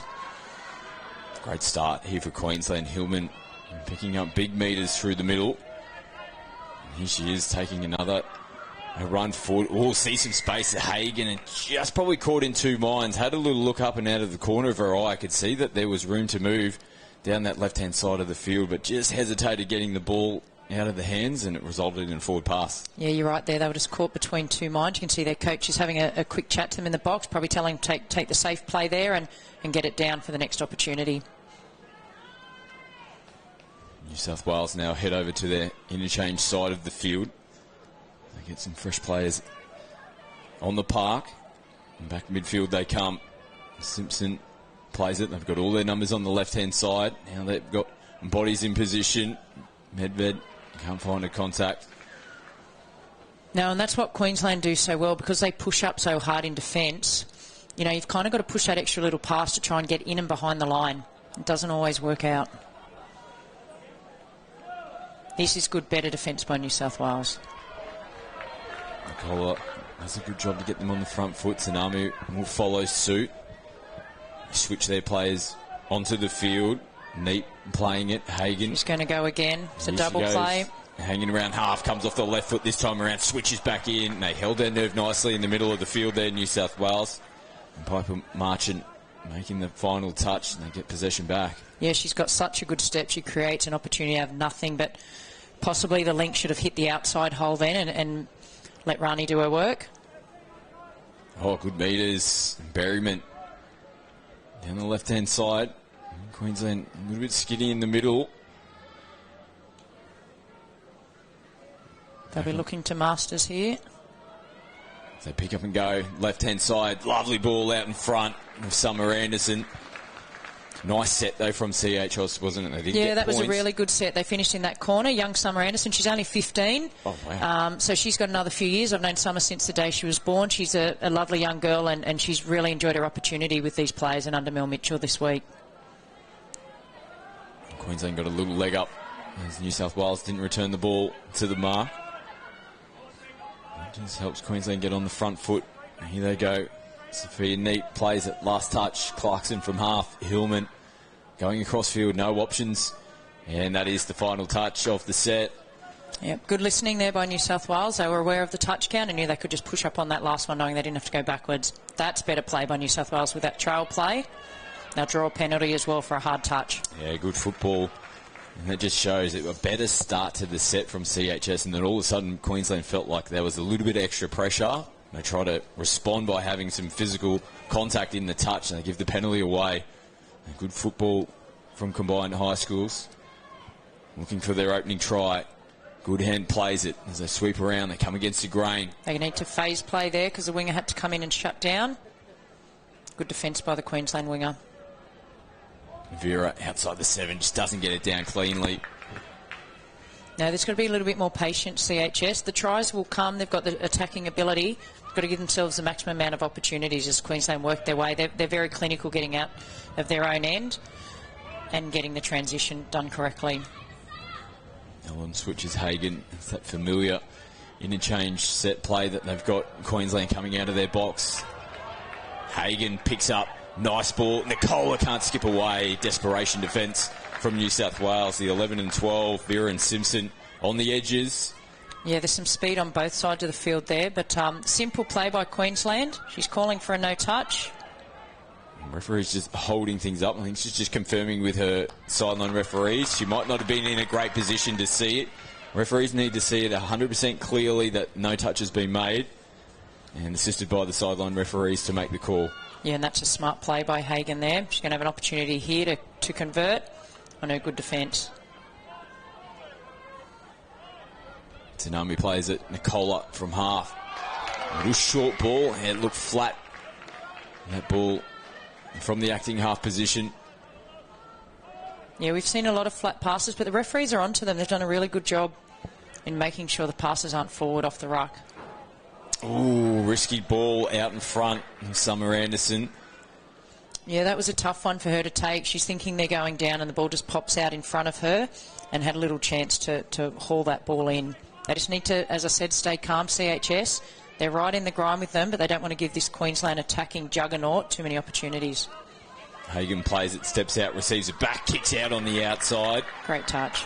Referee Hamster sends her back to the 7 metre line.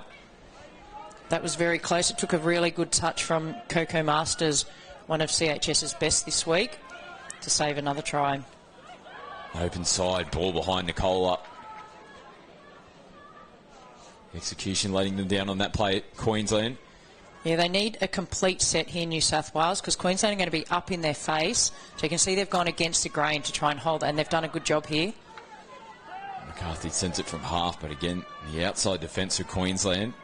And getting up nice and early. So they've already chewed up 3 touches. They're only just getting their fresh legs on now. They'll get one opportunity. Oh, again, the contact. They're flying up out of the line and just really doing a good job of unsettling New South Wales. It almost seems like as soon as the ball gets in their hand, there's a maroon shirt straight in front of them. Yeah, as soon as that dummy half's touching the ball, they are up in their face. So they might have to stand a little bit deeper, CHS, or bring another one this way to the blind side against the grain, as we call it, to try and hold up that smash defence. Saunders plays it, receives it back, has a look on the inside. Take away from half, nice switch. They can't get the ball away. Yeah, they're doing a good job in their line defence, CHS. They've given them ample opportunities, but we've only seen the 1 try so far. Again, they need a complete set here, over halfway and well into Queensland territory, because Queensland are relentless in that defence. Still just over their own 10-metre line, still working their way downfield. They haven't hit the half. Bit of space out here, good option. She's got wheels too. I think that's Ava Simpson. There it is, Simpson who plays it, but they shoot it back in the middle and couldn't pick any additional meterage up on the final play. Queensland start their set on the halfway line. Yeah, they're just starting to assert their muscles at the moment, Queensland. They're getting some really good field position, and New South Wales CHS will do well to hold on. They'll need to keep their processes and their shape in line defence. Here's Ivy Clarkson who plays it. Ellum takes them on. That's a try. And she's gone through the New South Wales defence. Second try on the board for the Queensland Secondary Schools team. And it was just good experience there from Ellum. Saw the gap and she just went for it. Yeah, she went straight for it. Good dive. And that's just sustained pressure. It's coming from their defence, giving them ample opportunity. She just ran hard straight at the player who'd made the touch. Good try. Great dive. Well done, Queensland. The 2-0, 5 minutes to go here in the first half. Queensland with the early lead. Number 7, New South Wales looking for points to try and spark themselves back into this game. Yeah, they're looking a little bit bunched. They might want to spread out a little bit, try and spread this Queensland defence and then come back to what they know. They've got to try and get them upset what they're normally used to. Little opportunity there. Yeah, touch and pass will be the call. Mitchell taking it right to the Queensland defensive line. There's almost a little bit of room to work with on their short side. As you can see, they're just quite clinical with that little switch play to get the new players on. They just roll into their strike play at the end of the set. Nicola looks inside, looks outside. Oh. Gives the ball back to New South Wales. That was very polite. Very polite. I thought it looked like it was really close to being a touch and pass penalty, and I thought it was like, here you go, you have it, you tap it. Good sportsmanship. It is, and it's good to see at this level. All the games I've watched today and all week have been played in a great spirit, so that's always good to watch. New South Wales have got numbers on the left. They choose to come out to the right. Ball hits the ground. And again, because that Queensland defence just comes up hard first and then they push laterally, you run out of space. So they've got about 4 minutes to go in this half. New South Wales will be looking to strike. Queensland will be looking to do exactly what they're doing, just rolling down the field and winning the territory game. It's like rinse, wash, repeat here, Scott, isn't it? Coming out of the box. Yeah, it's Groundhog Day for Queensland. They're just familiar pattern for them, but it's working. Why wouldn't you continue on as they're punching through the hole? Jenkins, apologies, in the number 3. Looked like the cover defence was coming across from New South Wales. Good ball movement, though, from Queensland. Yeah, it was nice ball movement, and that's no. It's not the way they would have wanted to start their set. 3 minutes to go in this half. New South Wales will be desperate to get a stop or an error here. Queensland will be looking to consolidate. On the run, Ellum. McCarthy is there this time. This is a huge defensive set for New South Wales. Yes, they've got to push up, out over the 7. Nice left foot step. That was Elam again. Scored one and now set one up. And classy play for Queensland, but it comes off the back of that error on the first touch from New South Wales. Just can't give a quality outfit like this Queensland team those type of opportunities because they make you pay, and that's exactly what they did. Yeah, beautiful left foot step. Easy pass back into might be their captain again. But that play is live, so they've got to go in and hit her. Great try. But you're right, it's sustained pressure on their line. It is the second try to their skipper, Lula Pratt. Queensland now up by 3. 2 minutes to go here in the first half of the 18 girls grand final. New South Wales, they need something. Sort of switch play out the back. Long ball over the head. Referees say play on. This will be the 5th and final touch. Yeah, that was better movement by them. Gave themselves an opportunity. But again, good defence. So that little play there, just trying to finish it over their side to make it difficult for Queensland to get to their box. It should take them at least 2 or 3 plays to get into their systems. There's Hillman, who shapes the throw, ends up playing it down. That's good, better defence coming up out of the line from Masters. Oh, that's flat. Straight from the half. And again. Flirting Little with the forward fly passes play. at the moment. Elam out in the corner and off the fingertips there of Olivia Atkins. Yeah, that was looking danger signs then, but number 5 there for New South Wales, Tiani Smith, was coming across in cover, but it looked dangerous. 60 seconds to go before the break. New South Wales, can they get themselves downfield? They need a little spark going into the second half. Yeah, what play have they got running in? They need to go a little bit more direct. They're just getting a bit confused with this defence that's just rushing up on them. Not much McCarthy could have done and turn possession over. Just shy of the halfway line, which Queensland are rolling over now. Collett sees a little bit of space. Comes back to play it on the mark. Sanamu, Elam, what a first half she's had.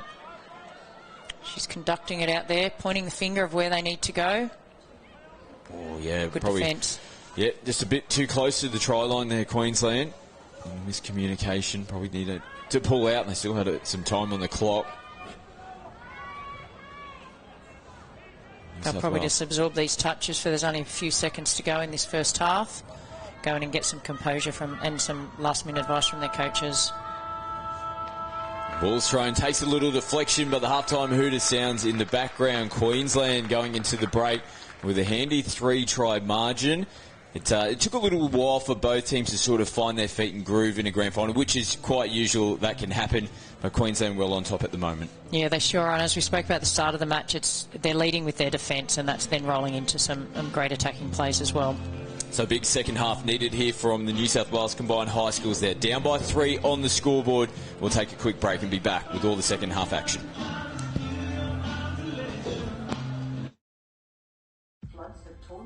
When can I play again? Option in your way. DoorDash are offering help to struggling clubs around Australia.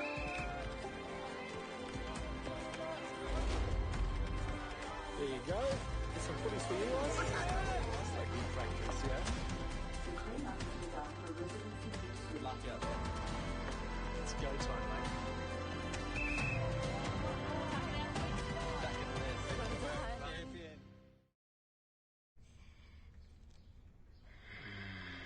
Crunchy outside, juicy inside. We're so thoughtful.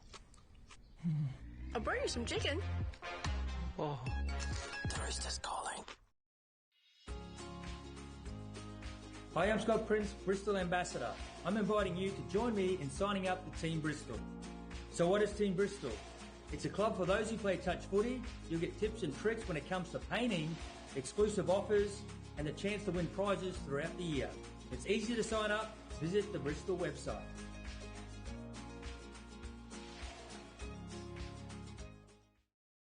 Athlete, powered by Pain Away, Australia's #1 topical pain relief brand containing arnica and naturally derived active ingredients. We greatly encourage consumers to always read the label as ingredient concentration levels vary between different brands. Athlete Joint and Muscle Pain Relief Gel contains more than 50% total active ingredient levels than Physio Cream Solu Gel. Athlete Joint and Muscle Pain Relief Gel. Available at all Chemist Warehouse and leading pharmacies across Australia. Train, perform, recover with Athlete.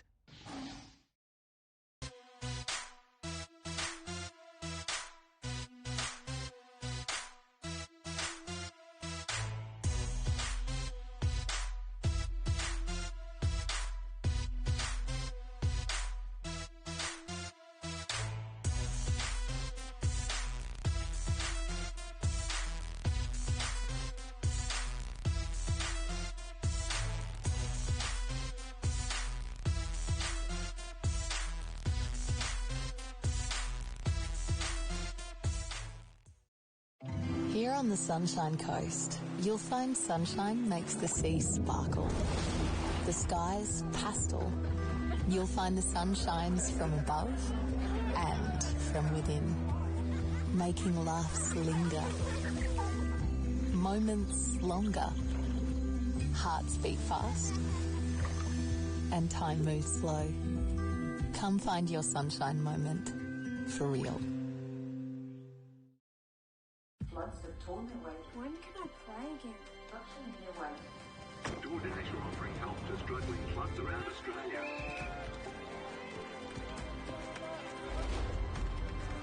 There you go. Get some footies for you guys. That's like good practice, yeah? The clean-up is up for residents in district. Good luck out there. It's go time, mate.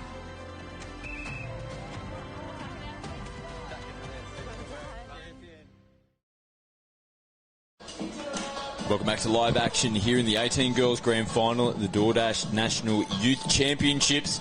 Both teams making their way back out onto the field here for the second half. The Queensland Secondary Schools team, handy margin for them coming into the second 20. 3-0 on the scoreboard. It's going to take a mammoth effort for CHS Gab to get themselves back into the game, but we've seen the class that they've shown throughout the tournament this week. They've definitely got it in them, but they need points on the board. They do. There's plenty of tries in them. They've just got to try and unsettle this Queensland defence, get behind them a couple of times and not let them get up in their face. And this will be an important start here. This very set, the first one here in the second half. And Queensland have the opening possession and the tap off. If they can hold out here, that might just be a little bit of momentum and the spark that they can need. They've got numbers here though, Queensland. Elam sends it out, took a little juggle. And just as I say that, and this Queensland juggernaut, they just continue to roll on. They score first in the second half and they're fourth of the game. Yeah, that's a great play. We'll see when we look at the replay there. Not much the CHS defence could do there. We only see the back end of it. They just did a bit of a sweep. Somebody came out late and then just cut out to the winger. That was not how CHS would have wanted to begin this second half. And here we go, the replay. You can see the sweeping passive player at the back, and Elam. She's got the hot hand for Queensland this afternoon. Another try assist to her name. Yeah, she's involved in this game up to her eyeballs. Nice diving effort at the line from Annika McCarthy. And touch is made. They come back out, fifth and final play for New South Wales. McCarthy left foot and gives it to Berryman, who hands possession over back to Queensland. Yeah, they're going to have to be aggressive or assertive in defence, New South Wales here. Try and stop Queensland getting to their box so quickly and getting the roll on. So they've done a pretty good job here as Queensland just go into their processes, but they've done a good, there we go, we draw an error. So that's the first step back in the process. And these are the moments in the game where they've got to capitalise on these opportunities. And we saw in the first half, as we said, a little bit of a loose ball there again. 2 touches here, and they haven't really progressed too far downfield. Better running there, and they'll get the opportunity to get some replacement players on now.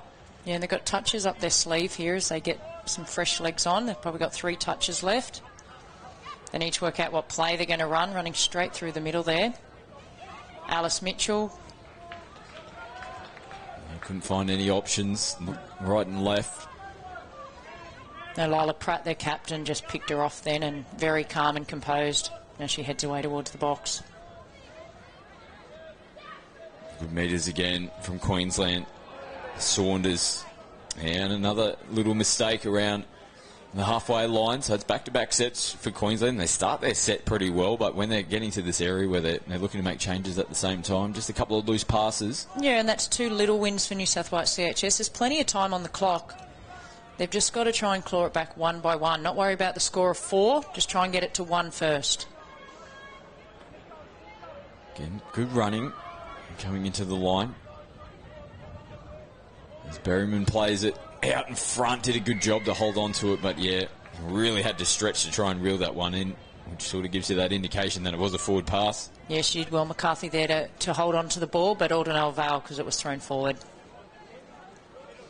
Queensland here will be looking to complete their set. They've had 2 incompletes the last 2 times they've come up the field.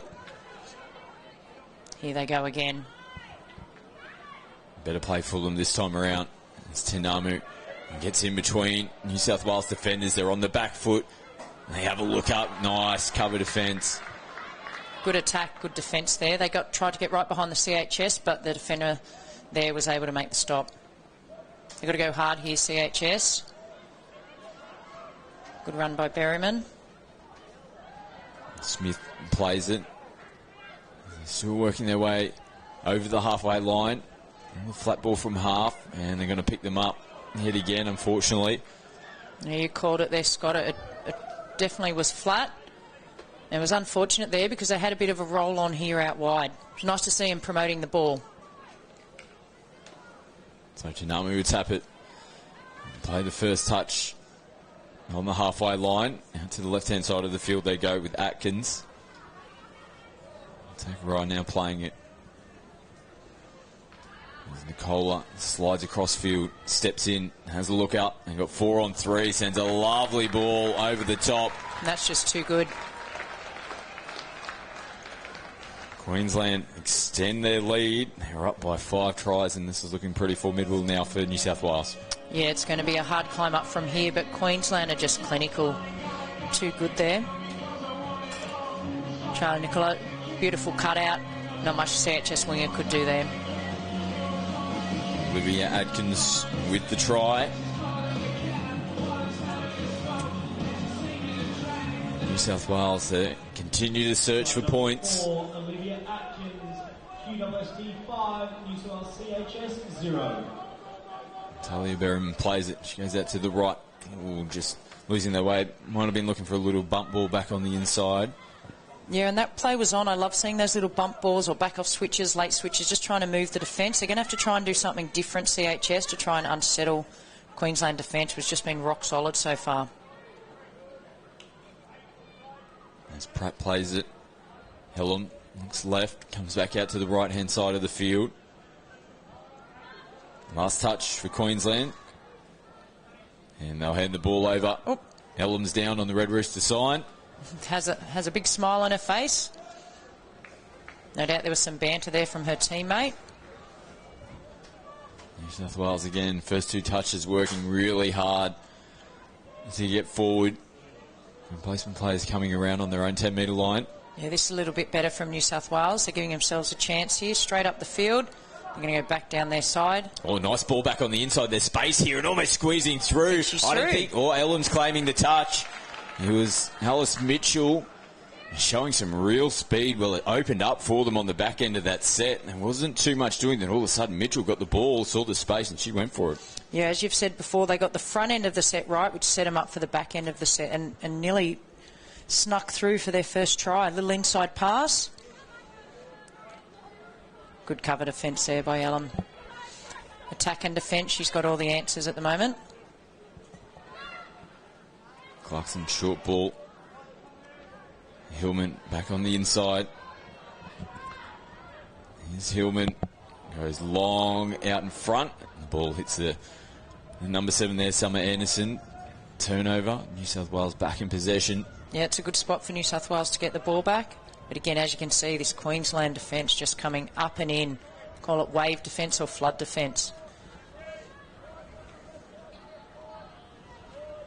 New South Wales trying to head downfield. Nice little pop-out play. Oh, the final pass just goes away from them. They are going to get themselves a penalty, though. And that's better play by them, trying to get on the outside of this Queensland defence that's shutting down. They do that a few times. That might hold them up a little bit and then create some gaps back through the middle. Here's McCarthy. Masters from half. Now she unloads. Doubles down as McCarthy comes around the back. They're in trouble, Queensland. Play. Good footy from New South Wales. They get their first try on the board. Still 12 minutes left to go here in this second half of the 18 Girls Grand Final. Can that spark New South Wales into the game? Yeah, well done, Annika McCarthy there. She could have gone for the dive herself, but unselfishly offloaded to her winger in Ava Simpson. They're on the board. 12 minutes to go. There's still plenty more points in this game. Nice finish as well. Had a little bit of work to do. Ava Simpson. Yeah, she scores a lot of tries, Ava Simpson. Very good winger. So the margin back down to 4. Big defensive set here for New South Wales. They can't let Queensland continue to get points on the board. Hagan left foot, nice touch. Really good touch. There was a lot of space out there for Rani Hagan, but she was up to the assignment there. As Nicola tries to switch back on the final play of the set. So they've scored a try, they've got to stop. Next part in this process is they need to get a complete set and finish it at the other end of the field, but on their side of the box. Play it on their 10-metre line, now through the hands. That's not going to help. Penalty against them this time around. Again, forward passes. And they've hurt them throughout this game. It's just that relentless pressure from the Queensland defence. They're holding him up in the ruck, which is putting the runner off their timing, forcing a forward pass. Tanamu steps out, has a look back on the inside. It's taken a little deflection here from the New South Wales defence. Another full set of 6 here for Queensland. They're rushing out here. Good defence there. Caught Queensland off guard. That's one they've chewed up. In a second, we're not much doing. Nicola takes him on herself. Oh, wow. She's claiming the touch, number 4, but he's caught them both offside. We saw a similar try in the first half where middle players for Queensland just noticing that the New South Wales defence just flat on the line. And Nicola there just took the ball under the wing and just went for the try line. Yeah, she just went straight through exactly where those defenders were trying to backpedal. It's a foot race, forwards running versus backwards running, and we know what's going to win. So back up by 5. 10 to go here in the 18 Girls Grand Final. 18 boys to follow. It'll be Queensland Secondary Schools again. And they'll be taking on New South Wales Triple C in the 18 Boys Grand Final, final match of the DoorDash National Youth Championships. They've gone a splitter there. Phase play. That's better play. Again, guess who took the intercept, Scott? Oh, Kate Ellum. Yeah. She is everywhere in this Grand Final. Setting up tries, stopping them as well. Can't glaze past her defensive efforts. Good defence there by McCarthy. Hagan sees that there's offside players, or could hear the calls of being offside. As soon as the touch was made, they were back in position. Hillman goes the little fake switch. Popped it up to herself, but it popped out of the hands. Last touch, so not too much of a problem there. Oh, New South Wales a little bit isolated. They've done a good job to get themselves out of trouble. Oh, now we see again decent contact, but Alice Mitchell pops back up to her feet. Smith plays it again. They pop out. Yeah, they're trying to work that fly play again. That's had a little bit of success so far. Smith from half goes long over the top. And good sliding cover defence from Queensland. Touch made there on Ava Simpson. Yeah, it was good play by Tiani Smith, trying to kind of got a half opportunity, but Queensland defence able to take their assignment there. Hagan throws the dummy, picks up another 5 metres. Clarkson follows suit. Tanamu back on the inside to Nicola. 5th and final touch. Tanamu switches out the back. Ellum reaching for it. Again, they won't be too disappointed, Queensland. They finished it down on the 7-metre line and on this side of the field, making it difficult for New South Wales to get to their box. Better run from Talia Berryman. And Smith follows. They need some punch coming out of their box. That's a good run. Last touch. Medved through the hands. Yeah, they're creating little opportunities.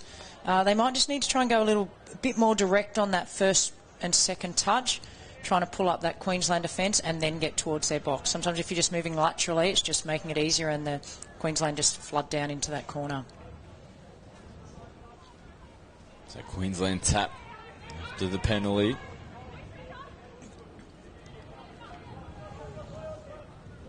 And that's the play that's getting them when they switch the player on. And if you're not all up and can get a stop there, they can get it to the middle of the field and get behind your defences if they draw a 6 to go here. Yeah, Mitchell getting her hands on the football, giving Queensland another full set of 6 to work with. More danger signs here for New South Wales. It's Queensland on the attack. Jenkins from half. Saunders has a dig at the line. Jenrick says touch. Yeah, it was a really good try-saving touch there. It had to be made. Plays in motion again. Saunders picks up, takes it right to the line. And I think the touch was made before the pass was thrown. Yep, correct call. They've drawn another penalty, and they're forcing Queensland to make the pass there. So there is a chance of an error, but they need to do that. They need to force the passes, not just let them run straight through. Better start to their set here. Medved gets New South Wales going forward. Now they come across the face. Not picking up any metres. No, and Queensland's line's just set again now to push up. Masters from half. Comes back infield. She'll pick up and go again. And the ball hits the deck. And you just get a little bit frustrated now. Clock's becoming a factor. Still down by 5. Yeah, they're going this wave defence here. New South Wales are going to push up and try and draw an error from Queensland. But they've got behind the line again, which means they can now get into their flow with that late switch and then draw the 2 middles in. New South Wales on the back foot. Hillman back to Clarkson. Last touch. Hillman picks up, switches Hagen out the back. Nice touch. Good touch. Berryman. Now they've got to get the ball quickly out there and then come back one direct. Get their hands out. That's better. And they follow suit. There's replacements onto the field. Mitchell, nice ball. Linking up with good hand. So you can see now that gets Queensland a little bit out of shape. They're back in shape now. Their defence has been extremely good this game, Queensland. Mitchell sees space behind the Queensland defensive line again. Much better set for New South Wales. Yeah, they created a few opportunities, but those half opportunities they just can't seem to convert, just with the way this Queensland unit is working together. They're not doing anything out of the ordinary, just simple, same play, but it's working, so why change it? There's good contact on the hands there of Sophia Neep. It was just enough just to disrupt the play of the ball. She didn't get her body over the football. New South Wales earned the football back here around the middle of the park. Nice ball over the top. Yeah, there's only a little bit of sun left on the field there. We're almost, well, the mid part of the field's now totally in shade. And this is going to go against New South Wales. Tiani Smith, just a little bit too much forceful contact there as she was coming into the ruck. Using her own hand to drive through. Could be a bit of frustration as well. As Queensland, and we've mentioned it through it, they probably won the physicality battle in terms of definitely around that ruck position throughout this game. Yeah, they most certainly have, which has given them good field position for the majority of this game, and they've got such good attacking play as we see there. Beautiful forward pass, but enterprising play nonetheless. Yeah, the space just continues to open up here for Queensland, even though the final pass went away from them. Down that left-hand side of the field yet again. We've seen them go that way on a number of occasions throughout this grand final. So you see here, because they're pushing up so hard, the only way they can kind of try and find a gap is they're going laterally. Which that's better from Berryman, just trying to straighten up a little bit. Now Coco Masters doing the same thing. It's a clean play, the ball down. McCarthy goes across field and 2 number 1s come together. Zachary makes the touch. Queensland coaches will be extremely happy, so they draw a penalty here. Extremely happy with how they have just kept driving in attack and defence the whole game. They have not relented at all with only 3 minutes to go. A little mistake there from Tanamu. Just getting caught up in her own feet. New South Wales will start their set here on the halfway line. All space out here on the left-hand side if they want. Nice little show and go from Mitchell. But at least that holds the defence up then. They have a little crack down the blind side, so that links in a little bit hesitant to shut down so far next time. Berriman just having to scramble to get to half. McCarthy comes off the right foot. Really attacking the line. She'll have to come back out to the 7-metre line. Fifth and final touch here for New South Wales. They'll finish it off in the corner. Under 2 minutes to go now. And Queensland, you have to say they are home. Yep, 2 hands on that trophy, and well done to Queensland. They just continue in this tournament to dominate. As we've got somebody go down, might be Simpson, might have rolled an ankle just near the DoorDash sign. She's hobbling. She'll head over to the sideline. Yeah, and number 12, Ava Simpson on screen. She scored their one and only try for New South Wales in this game. She's been courageous. Yeah, it didn't look like there was anyone around her. She must have just been one of those ones where you're running back on side or trying to get back into the play and your ankle just rolls. Hopefully she's okay. Getting some assistance as well from Tiani Smith and Co to help her off her field. Queensland, they'll be looking for some icing on the cake here. Yeah, they're not going to take their foot off the pedal here as Hagen's going to go again. She's got them on toast. Come back this way. Switches in Hillman. Hillman holds it up. Good touch. Defense, good recovery. Coco Masters making the touch. They look dangerous there on the back end of the set. We're under 60 seconds now to go. New South Wales on final possession for them. Just outclassed this afternoon. Smith gets them over the halfway line. They got one final try in their back pocket. They get caught from half. They're looking for offside players in Queensland. Yeah, they're ready to take the photos. They're all in together, waiting for this full-time siren to go, and a well-deserved victory today. Hagen casually rolls downfield. Another touch for Clarkson, who throws a loose ball out the back. That didn't quite go to script. No. The hooter I is think they'll imminent. be okay. There it goes. New South Wales, bit of space on the right-hand side. Queensland will come across. They're looking for desperation defence. New South Wales continue to throw the footy around the final ball. And we have to play the forward pass first. The girls have already started running on. Jedrick says, get back over there, girls. Just wait a second. It's a false start. I think Hagen will tap it. And she'll go straight forward and start shaking the hands here of the New South Wales Combined High Schools team. On you go, girls. They're out there now. What a performance from the Queensland Secondary Schools team. It was a clinical performance in the second, the whole game. I was going to say the second half, but really from the opening whistle. They obviously had a plan coming into this grand final and they executed it perfectly. They did. Well coached. Well done to New South Wales CHS making it to the final and putting up a good effort. But, yeah, the defence was just too strong from Queensland. Yeah, congratulations to New South Wales. It's no mean feat being runner-up at a national championship, but beaten by a far better team on the day. Queensland Secondary Schools take the win in the 18 girls. We're going to head down on field with Jack Rogers. He's going to soak up all the atmosphere for us. Following that, 18 boys grand final, the final game of the DoorDash National Youth Championships for 2023. Queensland Secondary Schools taking on New South Wales Combined Colleges.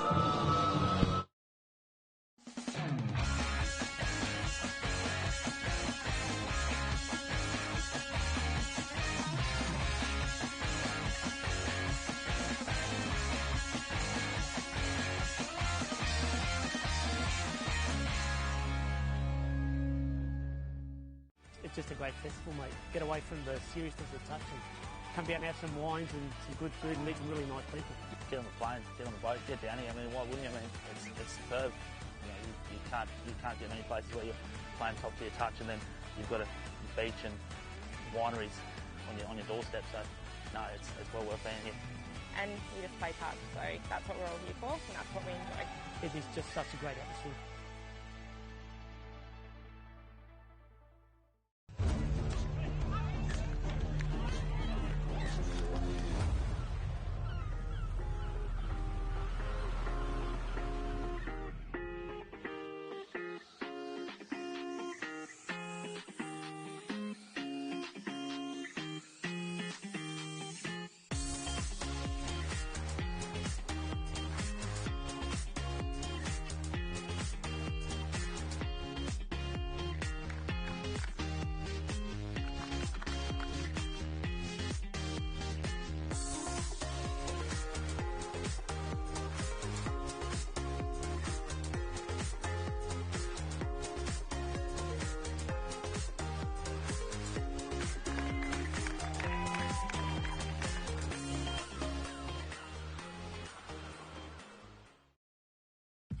tournament weight. When can I play again? Russian in your way. DoorDash are offering help to struggling clubs around Australia.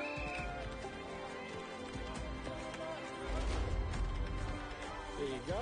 Some footies for you guys. That's like good practice, yeah. The clean-up is up for residents in Bristol. Good luck out there. It's go time, mate.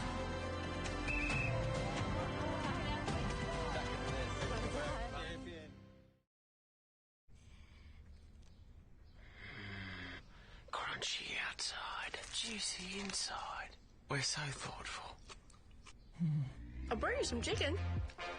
Oh, the rooster's calling. Hi, I'm Scott Prince, Bristol Ambassador. I'm inviting you to join me in signing up for Team Bristol. So what is Team Bristol? It's a club for those who play touch footy. You'll get tips and tricks when it comes to painting, exclusive offers, and the chance to win prizes throughout the year. It's easy to sign up. Visit the... Well, we're down here on the touchline with the victorious QWST team, Captain Lilla Pratt and Kate Ellum with us on the touchline. Guys, how does it feel to be the victors here, the national champions, second year running for QWST? Yeah, back to back. It doesn't get much better than that. And then doing it against New South Wales, our biggest rival. So it was just an awesome win. And to do it with the girls, it's, no words can describe how great it is. Now, you knew it would be pretty tough coming in, of course. Probably the favourites on paper given previous results, but you always know that the CHS team, they're coming out firing, they're quick. Anything that you had in specific preparing for this game? I might go to you, Kate. Look, I mean, we're obviously a Queensland team, so we verse all the Queensland clubs, so we're a lot more used to their game. The New South Wales game is just so fast. They run so hard into the line. Honestly, they are probably the hardest team I've ever had to defend before. They're honestly great girls. They had one little number one. I think she's 15, if I recall correctly. Amazing. Honestly, those girls on their feet is ridiculous. It's so good. Yeah, I think the shout out there to Annika McCarthy is the number one from the CHS team. And Paul Cobham, the coach, he must be pretty pleased with that performance. Any words at half time to get you over the line there? Might go back to you, Lilla. Yeah, me and Kate just got the girls together and we really tried to pump them up. We had a great first half. We really got out there, did what we had to do first and really went across the board. But then, at halftime, we got the girls more pumped up and said, let's keep the foot on the gas and just keep rolling. Our midfield is what really won us the game, so we're very pleased on how we went with that. Well, congratulations, girls. National champions. I'm going to let you go now and enjoy with your team. Back to you in the studio.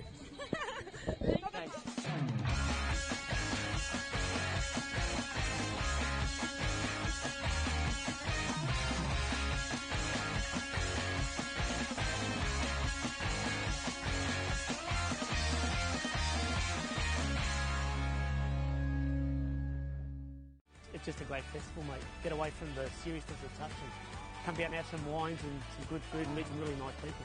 Get on the plane, get on the boat, get down here. I mean, why wouldn't you? I mean, it's superb. You can't get many places where you're playing top to your touch, and then you've got a beach and wineries on your doorstep. So, no, it's well worth being here. And we just play touch, so that's what we're all here for, and that's what we enjoy. It is just such a great atmosphere.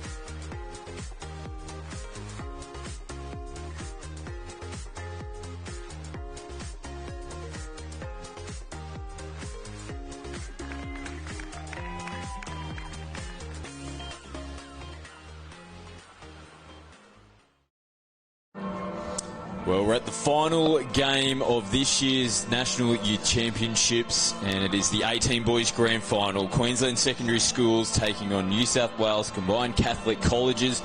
The two top teams again have made their way through to the grand final. You can see both captains on screen. Blaze Prendergast for the Queensland team, Rolly Pollard for Triple C. Coin toss. Let's see who gets the first win. Blaze looking very closely. And Queensland win the toss.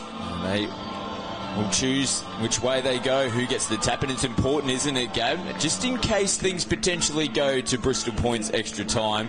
The team that gets the tap in the second half, I think, gets the tap in the first for the drop-off, so it's important. Queensland get the first little win on the board, even though it's only a coin toss.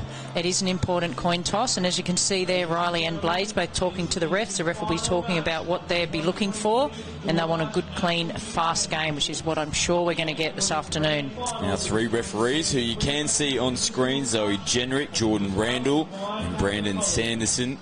That's a nice touch as well. The 2 captains getting a photo with our 3 referees, and we've got to give credit to our referees who have been amazing throughout this tournament. 167 of them have been out here officiating these games from under 12s up to under 18s, and it's a great achievement for these 3 referees as well to be appointed to the 18 boys grand final. Yeah, this is the pinnacle of the tournament, so these are our top 3 referees for this competition, and I've watched them all this week and they've all done a great job. And all the referees, we can't have a game without you, and you've done a really good job this week keeping up with the fast play. Here come the Queensland Secondary Schools team, the defending champions, make their way back out onto the field, led by their captain Blaze Prendergast. And what a tournament that they've had. They're undefeated coming into the grand final this afternoon, as are New South Wales Triple C. So like we said, the 2 top teams making their way through to the grand final. A pretty comprehensive semi-final performance for QSST, winning 9-3 over the Brisbane Cobras, who they played in last year's grand final. For Triple C, they had to work a little bit harder in their semi-final. They pushed right through to the very end. 8-6 was the final score over New South Wales Combined High Schools, but they have very much deserved their grand final spot here this afternoon. And hopefully we're going to have a great contest in the 18 boys grand final. Yeah, this is going to be a really good contest. As you said, probably the 2 top teams they're first to their pool, and as expected, they've gone all the way through to the grand final. They're searching their first DoorDash National Youth Championship win since 2012. New South Wales Combined Catholic Colleges. What a feat this would be if they can lift the trophy later this afternoon. And both teams out on the field now, and they're getting ready for the national anthem. We'll take a quick pause ourselves for the Australian national anthem.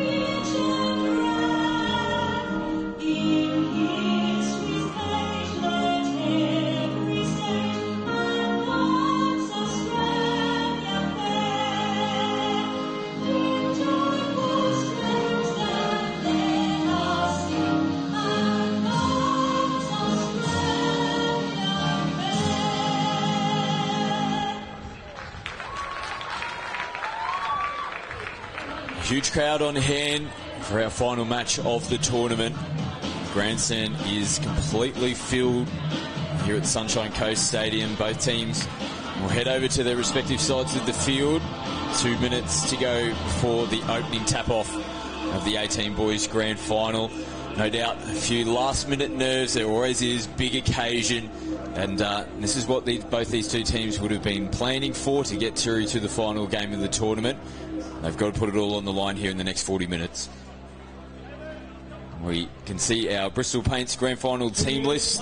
Queensland secondary school teams. They're led, of course, like what we said, by their captain Blaze Prendergast, their coach Chris Loth, manager Nick Pecchia, and for Triple C, coach Robbie Nackler, and manager there Joe Nyong, and captain Riley Pollard, who had an impressive semi-final performance, really led from the front. He'll be one to watch for in this grand final. Yeah, right. Riley is such an amazing player at touch and rugby league. He's just recently come back from the Australian All Schools Rugby League and then virtually straight on a plane up to Queensland. So he leads from the front and the boys all follow on what he does. New South Wales through their final paces. Queensland make their way over to the sideline. Pretty calm and relaxed at the moment. The defending champions get their final instructions from their coaching staff. All high fives here for Triple C. And there's so many players to watch on these team lists. I mean, you could name one or two, but you could name all 28. They've all got talent and ability, and they're here on the big stage and will be looking to light it up for this grand final. Yeah, a lot of players, like you said, on both teams that we saw earlier in the year representing Australia at the Asia Pacific Youth Championships. They come back now to play for their respective states, representing their school systems. Here's the big crowd out here at the Sunny Coast Stadium, all waiting and in anticipation of the 18 boys grand final. What a fantastic tournament it has been yet again. It's just one that you always circle on the calendar. The National Youth Championships has been going for over 20 years now, and there's nothing better than just seeing the next up-and-coming bunch of youth superstars, and a lot of them that would have a little asterisk next to them, and we'll look forward to seeing how they progress through as they make their way into the senior ranks. Yeah, there's plenty of superstars here that we will see in the New South Wales, Queensland, and obviously Australian Men's Open in the coming years. Triple C will have the opening tap off, and we'll get us underway here in the 18 boys. All we need is a football. Who would have thought? Would help. Who would have thought? Might be a bit of gamesmanship. Did you guys bring the footy? No, I thought you guys were bringing the footy. Nobody's rushing to get it. Robbie Nackler, former Australian Men's Open player. Here's he still got it. Beautiful long ball back into the middle. And he's had a really calm approach to this week, the CCC coaching staff, and they've trained well. And they'll be excited and looking to take it to Queensland this afternoon. Underway tap off from Tomoko Berryman. He's had a great tournament as well for Triple C. There's the Thailand Black Berryman in the number one. Here he goes out in front. Nice hands to bring that ball back in. And they recover nicely here, Triple C. As they're holding up, Haywood plays it back to Black Berryman. Hop, skip and a jump. Pollard. And pull them back out. Sun shining there in the 7 metre zone. Difficult for Queensland to have to defend, and Triple C start in perfect fashion. Jarrett Haywood flying through the hole to get the opening try on the board. Yeah, they're looking to where they could thread the needle there. They had a couple of opportunities, but were patient, and great try opening start. First set, Jarrett Haywood. Couldn't have asked for a better start for New South Wales CCC. Well, they threw plenty of the ball. He's doing all the work out here. Lovely just a little stutter there, just caught Queensland a little bit napping. Perfect start for the combined Catholic colleges from New South Wales. Queensland, first possession for them. Clancy Hone working with Matty Moore. Here goes Moore. Oh, they've almost hit the same thing back, but Chloe read it perfectly. Yeah, and as Cameron Chloe does, he's always in correct position. He is for any young wingers out there, he is one to watch. Now Clancy comes up out of the line. Could see that New South Wales were struggling a little bit to get replacement players onto the field. As now they come back in the middle again. Good defence. That's back-to-back efforts there from Clancy Hone, earning his team the football back. Yeah, we've seen the attacking prowess of Clancy Hone throughout this week, but there he stood up defensively and got the ball back for his team in good position. Prendergast from half, picks it up. Oh, he's lightning quick, gets into the in-goal area looking for support, goes out the back to Deacon. Drop ball, I think was the call, but you cannot take your eyes off Blaise Prendergast. He is lightning fast. Not returning the ball back to the marks. So Triple C, quick tap straight away. 2 touches over the halfway line. Queensland giving them a little bit of a leg up. You can't afford to do that too many times in this game. That's a frantic start here. The speed of this game is unbelievable. Gobram plays it. They've got numbers on the left. They go short again this time. Cade Majuli had a good look at that. The short ball option is causing havoc for Queensland so far. Yeah, might possibly just thrown a little bit harder. Going to be covered, I think, anyway, by Queensland defence, but a couple of early opportunities for CCC. Taste Black feeds it from half. Deacon plays it down the sideline. Marcus Spell now. Nice work from Sankey, shy of the 7. Moore has a look up. This time they go short, and Barnes, they say no touch. And Queensland have hit back, and they've got their first try on the board, and it comes the way of Liam Barnes. Yeah, he was in there, Berryman, but just couldn't quite affect the touch. 1-1. Let's take a look at the replay. There's this run here from Sankey, just got them on the front foot, outside the 7. Moore has a look up, and it's Queensland that goes short this time. Good evasive work there from Barnes. He points and said, no touch made there, mate. Yeah, the key was running straight at the defence there by Queensland. Set them up for a good try. Number 5. So locked up, one try piece here in the 18 boys grand final. It's Pollard, just through the middle. Queensland force New South Wales to come back out. Got their strike players on here.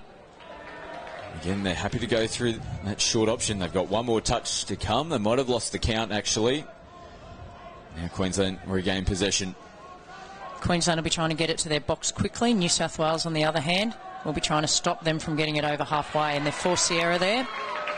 And Matty Moore just having a little bit of a bo peep up at the New South Wales line. The ball going behind him. Great attacking position on the field here for Triple C. They'll take their time just to roll downfield. Like Berryman having a look up at Queensland. Again, just looking to see where their best opportunity is. Queensland defence holding solid at this point. They'll have to punch forward at some stage here because they haven't really progressed forward at all. They do that now outside the 7. Pollard, like Berryman, footwork back out to Pollard, sends it out in front. Yeah, he wanted him to stay outside there. You saw Riley create a little opportunity. Queensland let off the hook there. Matters moves forward, heads into the interchange area, as does Hone. Nice work from Taste Black. As Deacon. They look good when they go straight through the middle, Queensland. Moore picks up and goes from half, but Haywood's there to make the touch. He'll take the first hit up forward for New South Wales. And you'll see in the men's game, there's not as much an opportunity for them to do that flood or push-up defence just because of the speed of the game. So the boys do kind of get a bit more of a roll on than we would have seen in the women's game previously. Rolling downfield nicely. Trying to slip in between defenders there. Jack Addard. Yeah, he's light on his feet, Jack Addard. Deacon and Prendergast on the first. They're up in the face here, and again Queensland chancing their hands. That's twice that we've seen them be a little bit loose coming out at their end. Prendergast throwing the head back. You can see Shepherd on screen. Yeah, they'll be disappointed in that. They just managed to stop on their own line, but they've given New South Wales CCC another opportunity. Here's Jack Dean. Trentner from half goes back to Dean. Yeah, it's forward from half. Yeah, correct call there by the referee. Deacon, quick tap and go. He goes direct on the first touch. Black follows suit. They're only 6 minutes into the game, but it feels like it's been going for a long time. Just so much to look at. This is a quality game. 19 boys grand final. Sankey again picks up meters. Kalis Brown takes him right to the line. New South Wales get the penalty. Yeah, Brock Sankey, he's one that he's just going straight up that field, trying to get that latch play, get behind the New South Wales defenders.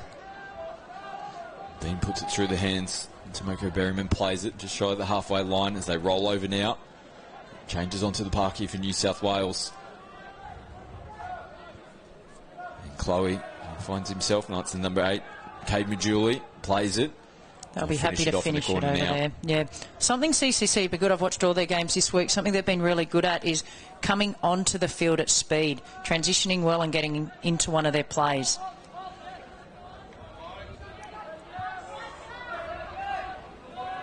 Ooh, a little bit clunky there for Queensland. They took a little advantage. There's almost an incidental obstruction off the ball. Players, the referees say play on as Andrews. He's looking to get himself into half. Matters pulled out, and that just slowed the flow up. Nice footwork, flick ball, and it falls into the hands here in New South Wales. All the touch has been made. Andrews claims the touch, so they'll come back to the mark. He was off to the races there, Cade Majuli. He was. It was going to be hard to stop, but good touch there by Andrews. Now they can set their defence. Majali. Work to do for New South Wales and loose. And we saw Queensland come up with a pretty similar play. And now New South Wales, as they're transitioning to the interchange area. Ball out in front, no one at home. Yeah, they'll have Matters Clancy home, setting up the play here. Here's Hone out in front. Andrews comes off the left foot. Hone. They've numbered up out here on their right-hand side incorrectly, CCC. Oh, Hone diving in at the line. Sideline referee says touch. Good nice touch, recovery. young Archie. Yeah, Streeter almost getting in on the corner. And we've watched Streeter this week. He can score a try. Oh, yeah. A pretzel, I think he was called yesterday. He was a pretzel yesterday, bending himself in all sorts of shapes. And see if he gets open space as well, but he is a quality finisher for this Queensland team. New South Wales with Dean. Nice pick up and go. They're on the back foot. And Hone does a good job to recover. Yeah, that was two speed options there. One in attack, one in defence. Both on display. Be a good foot race amongst some of these players if we had the old 100-metre sprint. Nice work from Black. Got away from the first defender. Deacon straight and hard. Prendergast picks up again. Gassers goes into the in-goal area. We saw this a little earlier on in the game. Do they get away from the defence this time around? Yes, they do. Queensland get their second. Didn't quite come off for them last time. Prendergast picked it up cleanly from half. This time they make it count. Yeah, again, you see them going direct. We'll see as we watch the replay.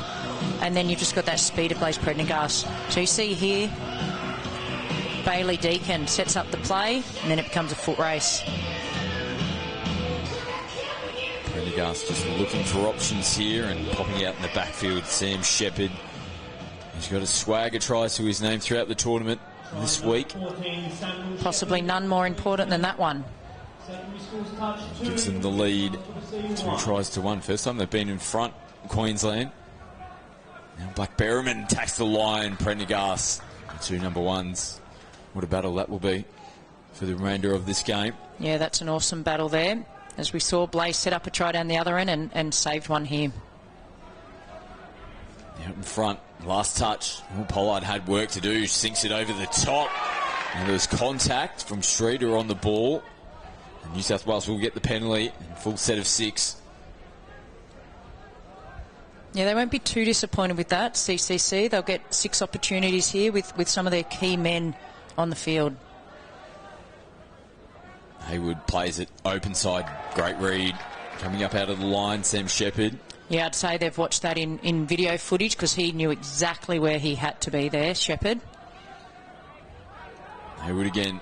That's a Black Berriman. Right foot goes short. Pollard dives in at the line. Ooh, got touched on the shoulder. Yeah, we've seen him slam dunk a few this week. That was extremely close, but the referee was in perfect position to call the touch. Throwing a few questions here at the Queensland defence. Edgar from half. Black Berriman goes long, sends it right over the sideline. Not too much on it. Yeah, the advantage there is they've finished it in their corner, so they'll be looking to push up in defence here. Try and stop Queensland getting to their box. They've done a good job, Queensland, in 3. They might send a little pop pass. There's Marcus Bell. Punching out in the interchange area. Barnes. Back to Sankey. Moore. Goes short to Barnes. Oh, it was there. He had a snatch at the footy. Yeah, it might have been another try on offer there if he could have taken that cleanly. Not to be. Referee Zoe Generick does signal a forward pass. Almost opening up for Queensland. Good hands there by Berriman coming on. He's been really good this week with the latch play. Tomoko Berriman coming on at speed. Here's Gobram, gets away from Barnes. Sankey comes up to make the touch this time. Nice switch back on the inside. That's a try. Yeah, I think they're happy. Jordan Randall's going to point to the spot. That is a good try from Triple C. Nice little late switch at the line, and they were caught flat-footed, Queensland. Yeah, it was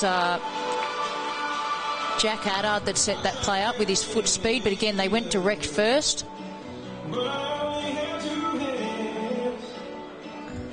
Sankey just caught out there, and just that little stutter took him out of play. And yeah, that's a great call. Tomoko Berryman. Right on the line there. Game on, 2-all. 10, Tomoko Berryman, 2 tries apiece.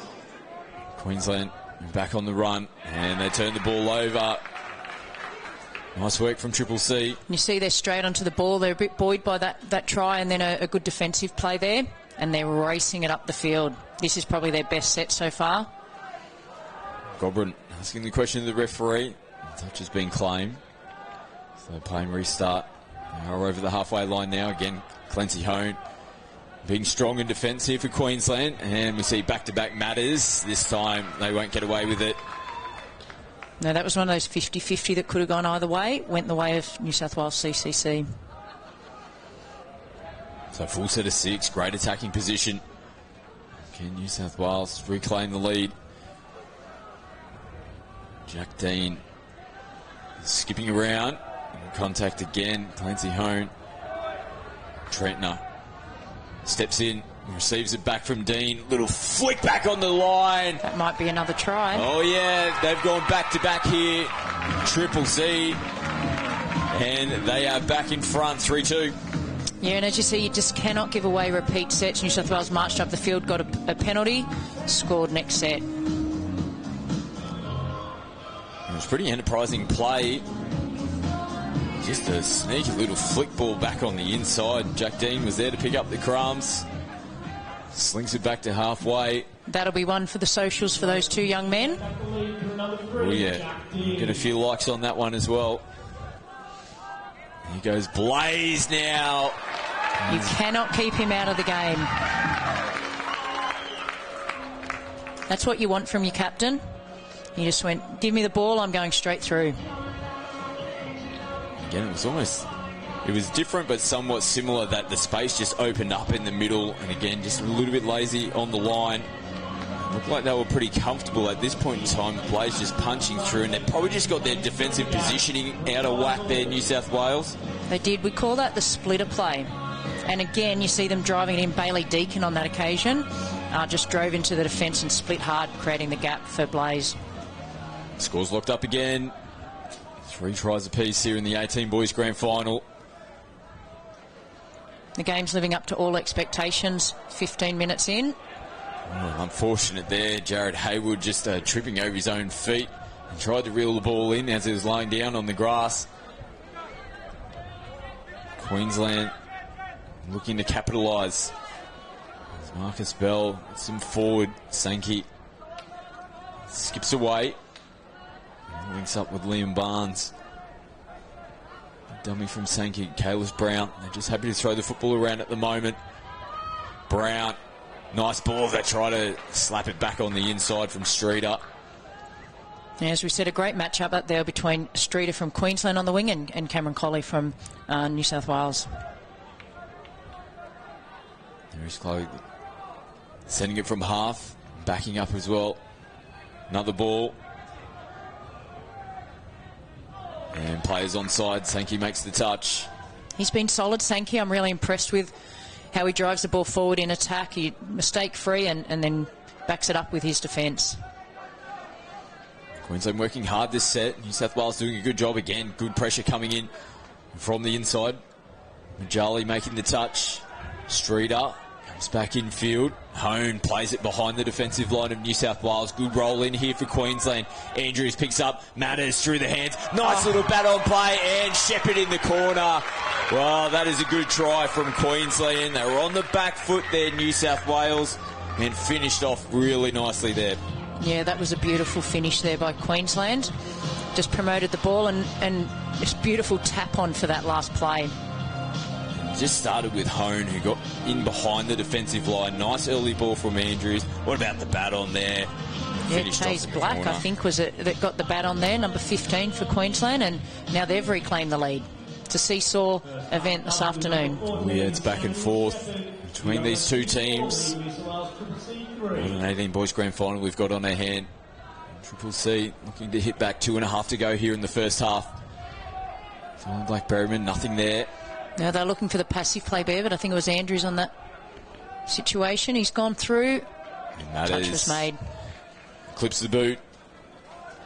Big touch, so dangerous in that part of the field, particularly on a fifth play. It looks like there's not too much doing. Oh, Streeter throws a risky ball back on the inside, and it was too risky. Forward pass. Yeah, that wouldn't have been what the Queensland coaches were looking for after they've scored. They would have been on a nice, safe set all the way up the other end of the field. Gives New South Wales a chance leading into half-time to try and even the scores. Yeah, under 2 minutes left on the clock now. Blackberryman on the outside. Pollard puts the brakes on. Send it back infield. Haywood outside the 7. Out in front of Blackberryman. Does a good job to hold it. Penalty. Yeah, they're trying to open up some space with these fast like Berryman there. Queensland came in, but they did give away a penalty. Brennigas comes up out of the line to make the first touch. Blackberryman now receives the ball back, attacks the line. Queensland make the contact.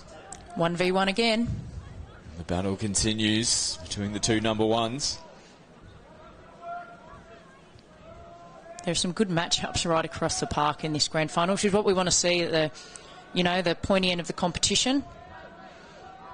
Now Pollard throws a flat ball at the line. Smoko Berryman can't pull it in. Queensland jerseys all around him. Yeah, it was a good read by the winger there, Streeter. Here he is going forward. He'll follow the ball. Here, Nick Streeter. It's Bell sneaking down the sideline. Called it forward. Pass. They'll get one last chance. It's a hard one to execute as well, isn't it? When you're naturally heading infield, then you turn your body position to try and link up with someone flying down the sideline. Yeah, they tried that little pop-on play, but CCC defence was up to the task there, and they'll have about 20 seconds left to try and a trick play. They'll be looking, obviously, to Pollard and Berryman out here. There's Pollard dishing to Jaron Haywood. They get a penalty. They're trying to manage the clock. 5 yeah, we've seconds seen left. this a lot this tournament. Another penalty. They won't mind that. They're just almost deliberately winding the clock down. Flick ball back in. And Queensland, they do a good job on the back end of the first half to stop another opportunity for CCC to level up the scores, but it is Queensland that go into the break. Slight lead, up by 1. That was a really fast and quick, entertaining first 20 minutes. Yeah, it had everything in it, that game. I cannot wait for the second half. We're going to take a quick break. The final 20 minutes of the DoorDash National Youth Championships is coming up. Queensland Secondary Schools, they're in front currently 4 tries to 3 over New South Wales Triple C.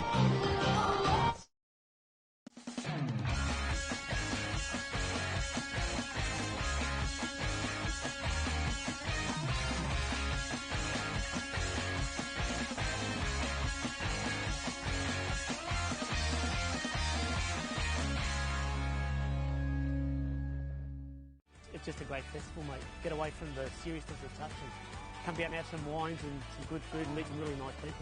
Get on the plane, get on the boat, get down here. I mean, why wouldn't you? I mean, it's superb. You can't get many places where you're playing top tier touch and then you've got a beach and wineries on your doorstep. So no, it's well worth being here. And you just play touch, so that's what we're all here for, and that's what we enjoy. It is just such a great atmosphere.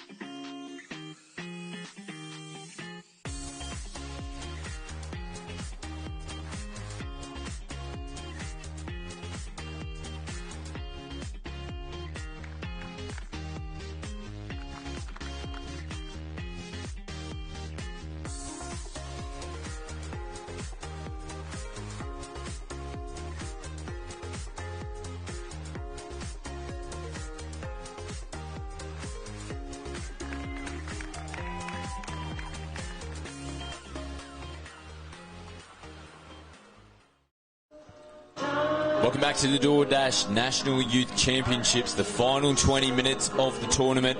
It's not too far from getting back underway. You can see the New South Wales Triple C team Over on the far side of the field, they still look quite calm and relaxed at the moment, Gab. You can even see their coach, Robbie Knackler, just almost signalling, boys, we've got 20 minutes. We are right in this game. Yeah, as we've seen throughout the tournament, both Rob and Joe, their coach, have been extremely calm with the boys, and they've had a really good influence on them, and they'll be telling them to keep calm, stay in the game, and run hard as you're coming out of that box. It was a seesawing battle. You said that throughout the first half there. Queensland are in front on the scoreboard, but it doesn't really feel like they've got the complete momentum in this game. It really is on a knife's edge. Yeah, it's shifting.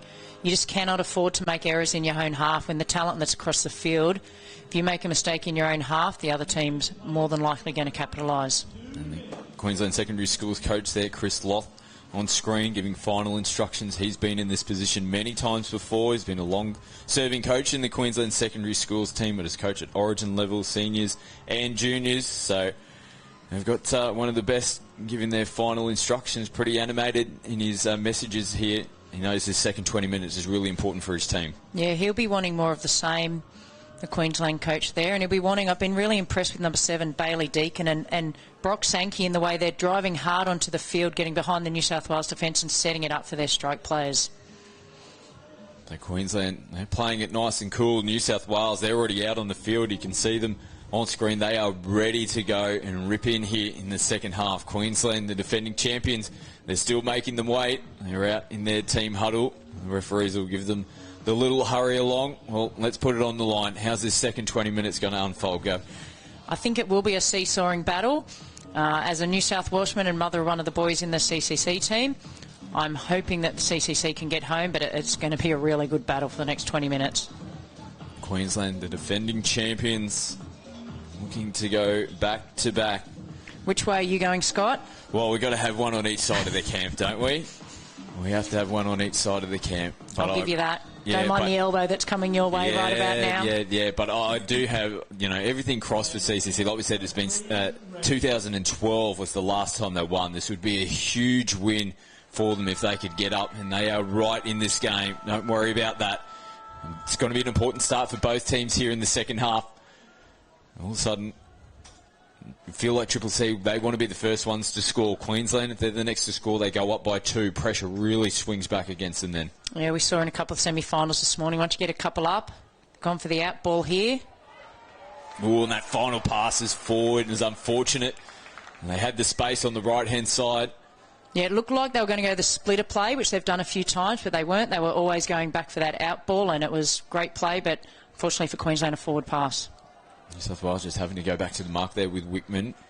They've done a good job to recover. Tomoko Berryman getting forward. Trantner following suit as Dean scrambles to get himself into acting half. They've had a good combination here, Trantner and Dean. Big bomb out to the left-hand side of the field and just off the fingertips there of Logan Toller. Yeah, even if he'd caught that, Queensland defence were about to smother him. They got it down the other end of the park. They've gone over the sideline here, Queensland. Yeah, they would have wanted to complete that first set coming out of their own half. The referee on the sideline there was all over it. Yeah, Brendan Sanderson, the big tall referee, had eyes all over that one. Bit of a shake of the head from Queensland Secondary Schools coach Chris Loth as well. Not too happy with that set of 6 from the Queenslanders. Good field position here for New South Wales. Pollard, ball out in front. Like Berryman puts the brakes on. Goes back to Pollard. He'll come into half now. And the set of 6 will come to a conclusion. Bit of finger pointing there from Triple C. They might have thought they might have had some Queensland players offside. Yeah, it was well defended there. They'll be wanting to get a complete set here, Queensland, settle things down a little bit, but they've done a sideways play. So that's 2 sets. And as we spoke about after half-time, you just cannot give teams in these grand finals opportunities back-to-back on their own line. The coach will be, Chris Loth, will be getting the message out next time they get the ball, just to take it straight up the field. No silly mistakes. Haywood plays it a metre shy of the 7-metre line. Black Berryman pulls the brakes. Here's Haywood again. Rolly Pollard, their captain. Ooh, went a little bump play. Just the execution of the pass. It was almost like a no-look. Went out in front as opposed to sort of switching behind the body. Yeah, Black Berryman knew it was on, but I don't think Riley Pollard got the message there. Here's Javen Andrews. Deacon gets good contact and it just slows things up momentarily there, and that was good work. And that would have been something the CCC coaches would have spoken about at half-time when those boys are driving in the middle of the park. Try and slow that touch down. Here's Tomoko Berryman. Tylen Black Berryman now follows suit. Changes onto the park for New South Wales. Nice little switch in. Gobrin plays it. They'll be looking for one final clean play the ball here. Majali now. Last touch. Triple C. Nice switch out the back, but they're pretty comfortable. Yeah, they knew that was coming back then. So here for Queensland, it's vital for them that they get a complete set here. For New South Wales, they will not want to give away a penalty. Cleaner down the sideline this time around for Queensland. There's more. Plays it. Matters. Rolls in nicely. Hone. Left foot. Tries to burrow in underneath. Good defence from New South Wales. They recovered nicely. Yeah, good set from Queensland, though. It was a really good set. That's their best set of this half. Finished on the other end of the field. New South Wales doing the hard yards to try and get themselves downfield. Jali now New South Wales, Triple C, they're the ones that have gone over. There really isn't anything like separating these two teams. They're even mirroring each other with a couple of mistakes there. Both teams going over the sideline as they're trying to make changes. Yeah, so Queensland will be looking to convert here. They've got 3 or 4 touches. Moore links up with Black. Comes right side, goes back to the left. Hone into half. He comes off his right foot, sees a bit of space on the left-hand side. No, they've called that forward, I'd say, out of the hands. But you cannot give Hone any space. Back in field with Dean, who taps to restart. Pollard takes the second hit up going forward. That's a better start to the set from CCC there. They see how they've got that forward momentum, and then they can come on at speed to their strike players. Nice switch. Black Berryman finds a little bit of space on the left-hand side. They come back in field. Wickman putting the ball through the hands. Now Tomoko puts it out in front. Great defence. Coming across, Seth Carpenter. Passes forward as well.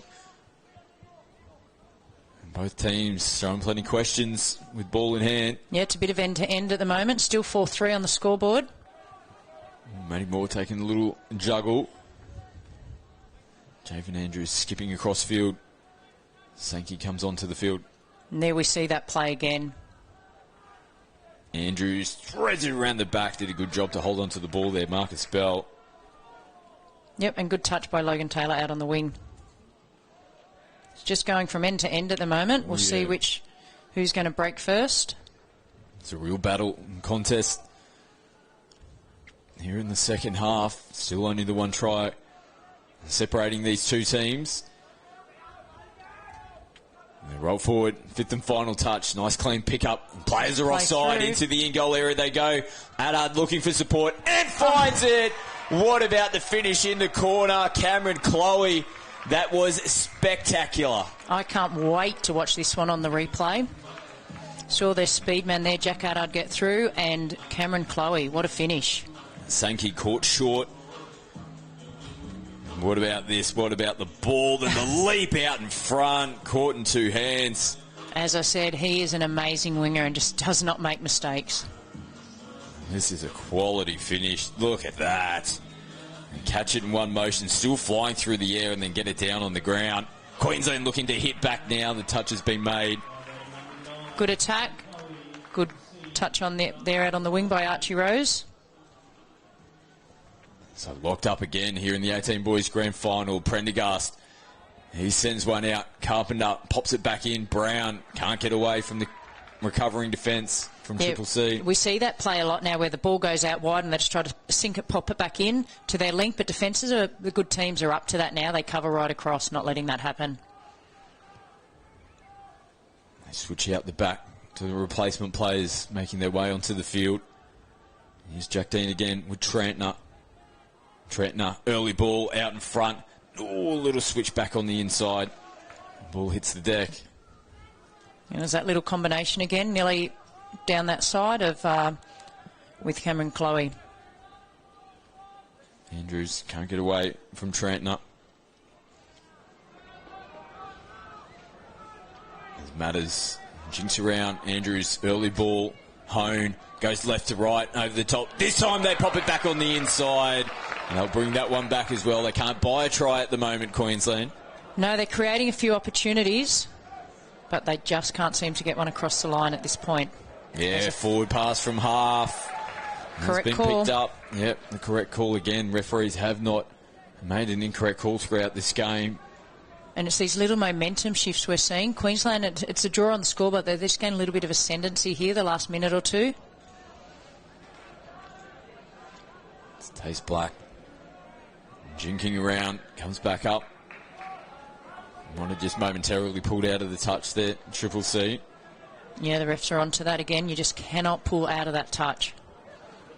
So another repeat set.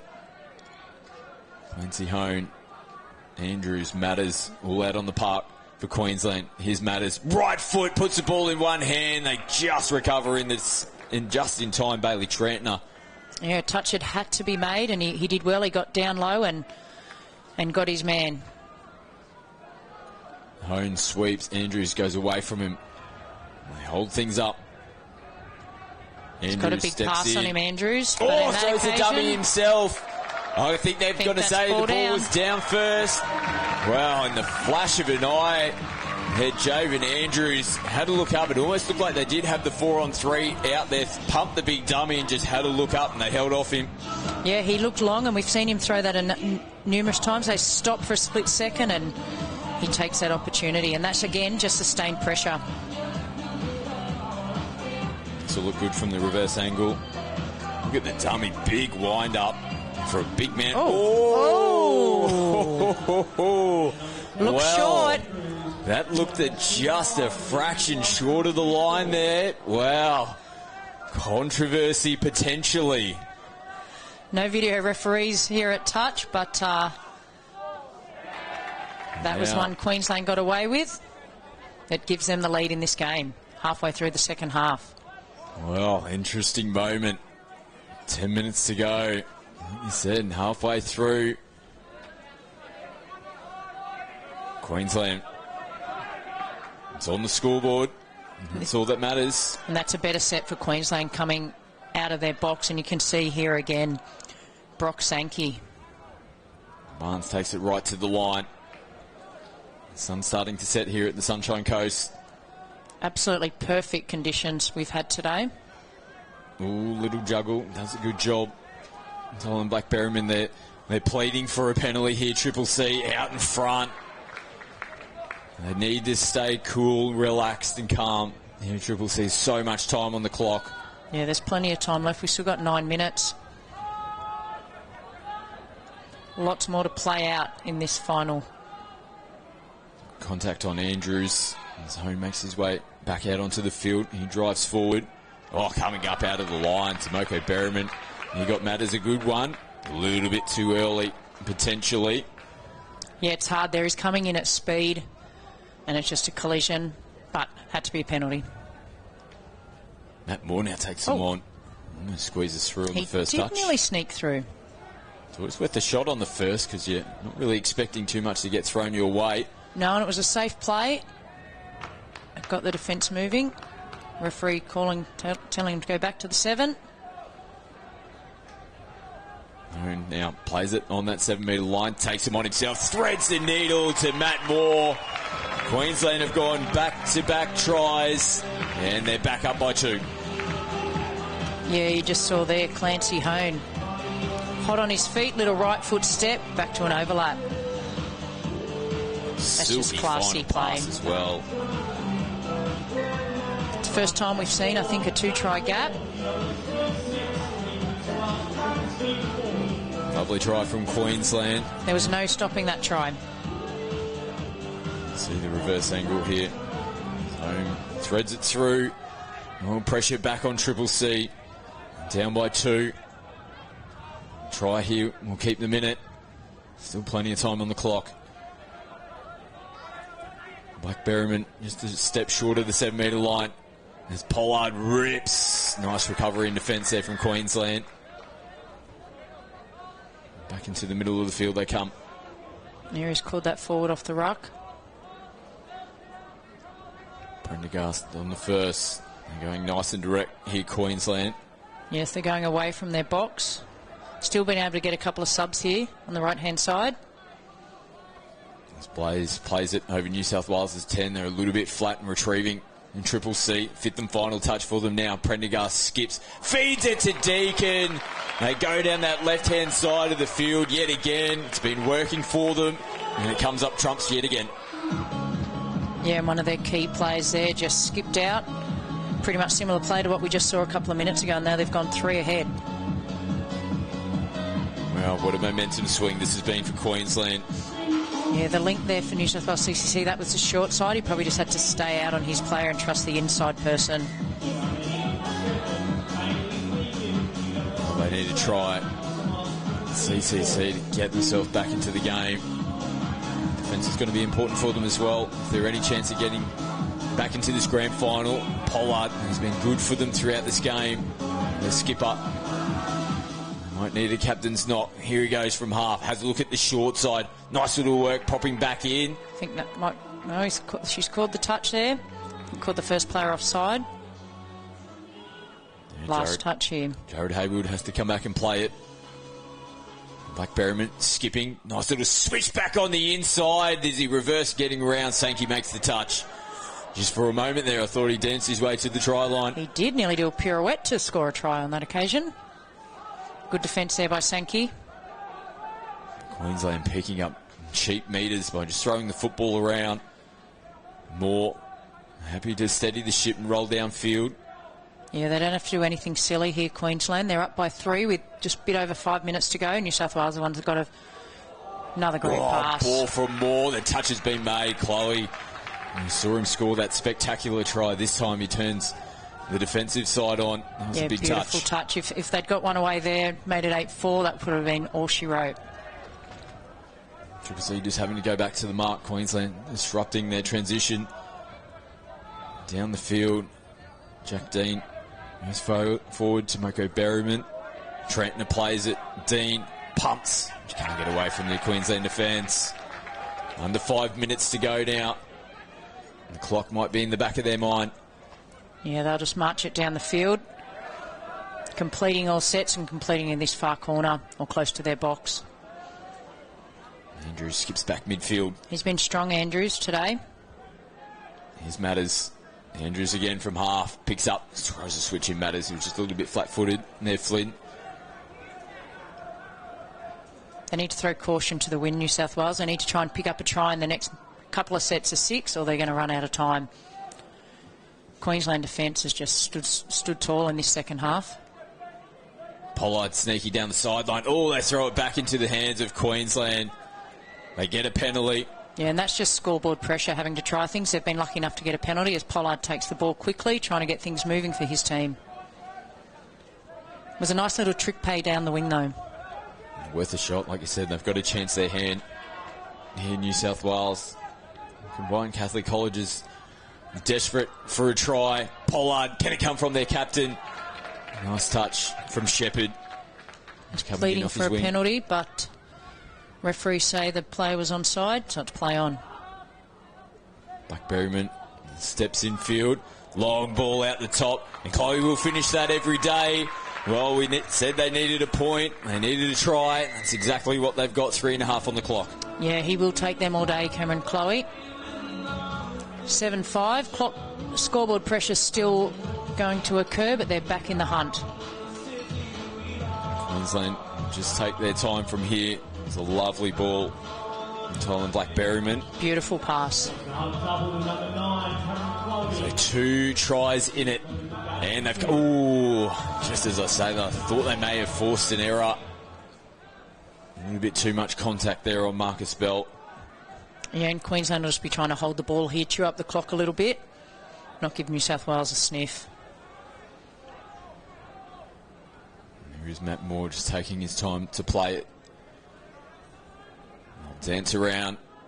It's Prendergast overrun it and do a pretty good job to still maintain possession. Yes. Deacon. This won't be bothering them here. They're using up the clock. Off the hands, so Triple C they hold out. Yeah, they need to get it down the other end of the field, try and give them a small opportunity to try and draw this game level. There's Majali down the sideline. Replacement players on.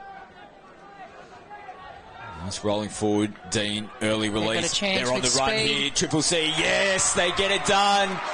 Chloe, another try to his name. 2 minutes left on the clock. Can they level this up? It is a grandstand finish, and you saw there just a little fly play out the back. Jack Ardard using his speed. Beautiful combination there with Cameron Chloe for his 3rd try of the game. Queensland will take their time yet again. Amazing speed. Ardard, what a game he's had.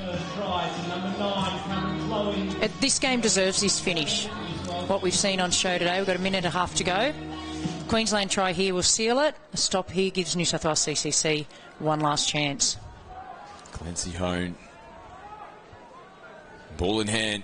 Plays it on the 7. Sits in. Throws it out long. There might be a little bat back inside to Kalis Brown. They're happy. Yeah, lucky he made that touch, because on that occasion it wasn't forward. Touch that need to be made. They'll try and finish it in this corner. Last touch, Brown switches in. Oh, there's players down on the deck here. Queensland chance their hand. Under a minute left on the clock. Tolan Black-Berryman knows how important it is. Ooh, isolated from the first touch. They do a good job, Haywood, to get themselves out of trouble. Pollard goes forward. Yeah, they've got their money men on the field. Nice ball movement. They're making their way downfield nicely here, Triple C. 35 seconds on the clock. They pick up Ardard from half, tries to skip away. They make the touch. Well, Queensland stayed nice and calm and composed there. They were very calm there. They stayed in their shape.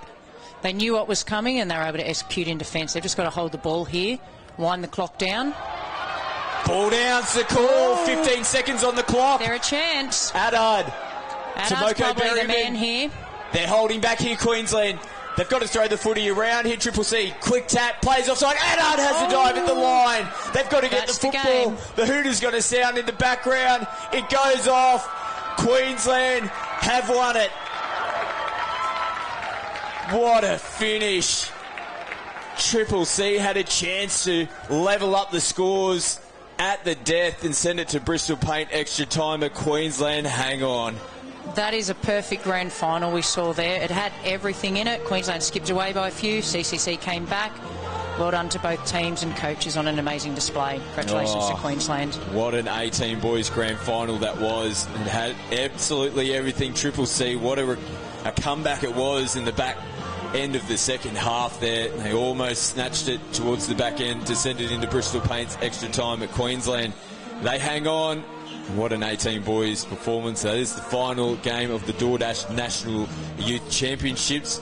Before we head down on field, we will have a look at the Bristol Paint's leading try scorers for the competition and what tries we've seen. Hayden Matters, 30 tries for the competition. Can you believe it? In Brisbane. How is that possible? Unbelievable. 29 in second position, and then daylight after that point. What a competition. Hayden Matters and Caleb Lewis from the Hunter Western Hornets. Congratulations to you both. And Hayden Matters takes the Bristol Paint's leading try scorer for this year's DoorDash National Youth Championships. What a tournament it has been. We're going to head down on the sideline. Jack Rogers is going to grab one of the Queensland secondary schools winning players here from the 18 boys grand final. Stay with us, more to come.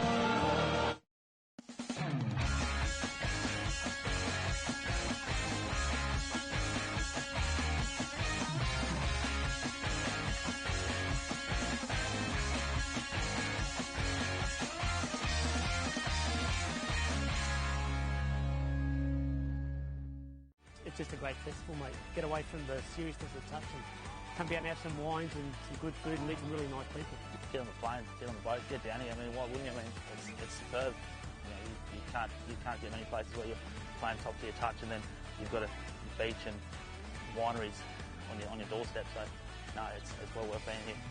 And you just play touch, so that's what we're all here for, and that's what we enjoy. It is just such a great atmosphere.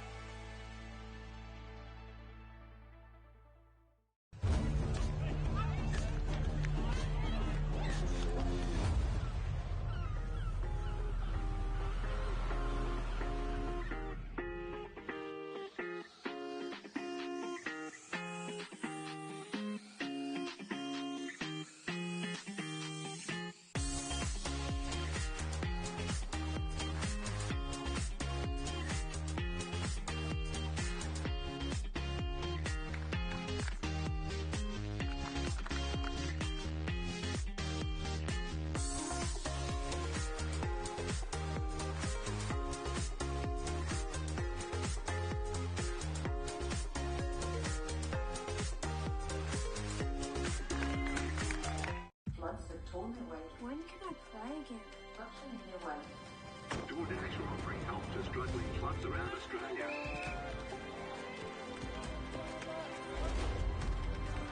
There you go.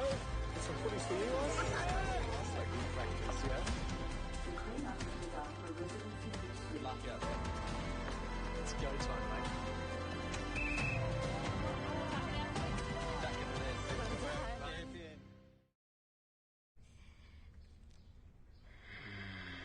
Crunchy outside. Down here on the touchline, 18 boys grand final. We've got the captain here, Blaze Prendergast, the number 1 jersey. Blaze, you got over the line there, 6-5 over Triple C. It was a tough game. What do you make of that?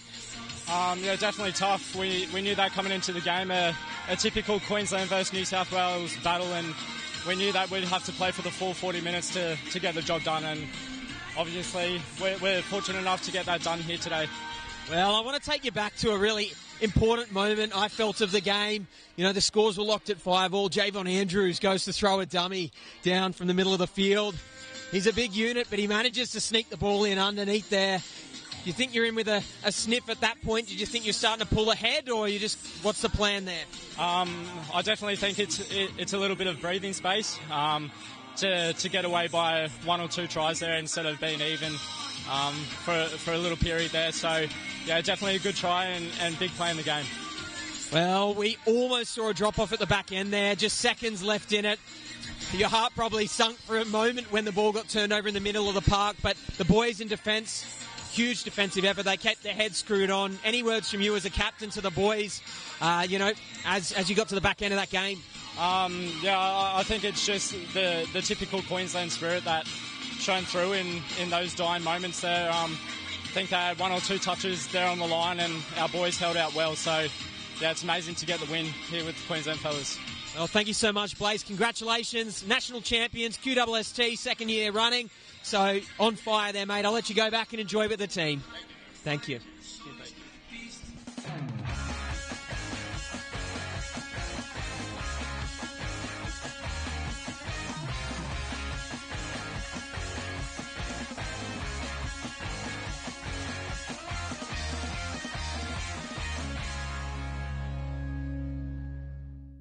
It's just a great festival, mate. Get away from the seriousness of the touch and come down and have some wines and some good food and meet some really nice people.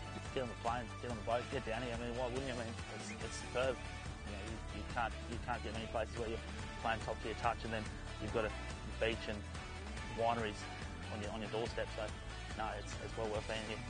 And you just play touch, so that's what we're all here for, and that's what we enjoy. It is just such a great atmosphere.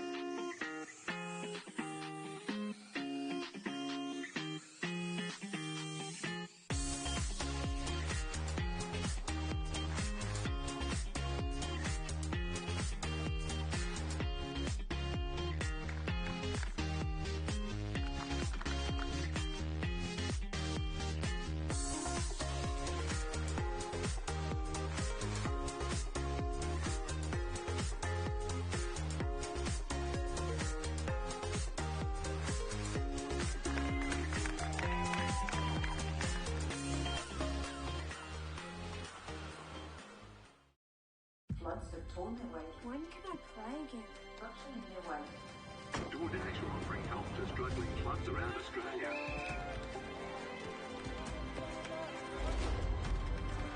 There you go. Some footies for you guys. That's like good practice, yeah?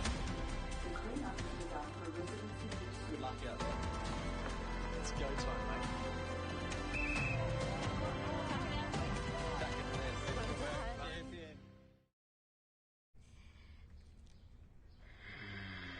Crunchy outside, juicy inside. We're so thoughtful. I'll bring you some chicken. Oh, the rooster's calling. Hi, I'm Scott Prince, Bristol Ambassador. I'm inviting you to join me in signing up to Team Bristol. So what is Team Bristol? It's a club for those who play touch footy. You'll get tips and tricks when it comes to painting, exclusive offers, and the chance to win prizes throughout the year. It's easy to sign up. Visit the Bristol website.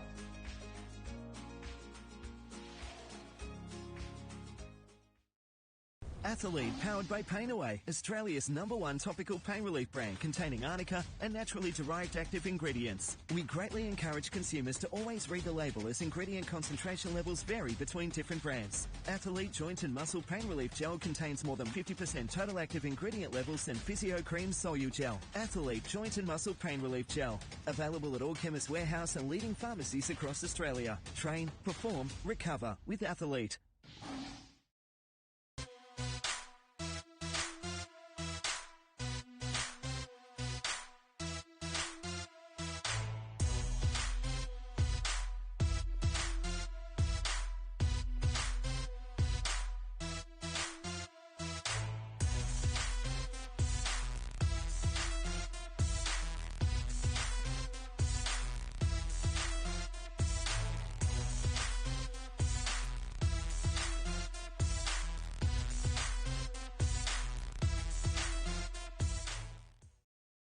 Here on the Sunshine Coast, you'll find sunshine makes the sea sparkle. The skies pastel.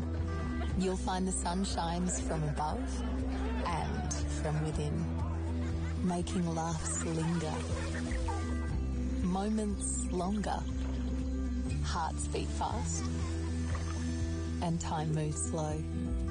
Come find your sunshine moment for real. Floods of tournament weight. When can I play again? Russian year one. DoorDash are offering help to struggling clubs around Australia.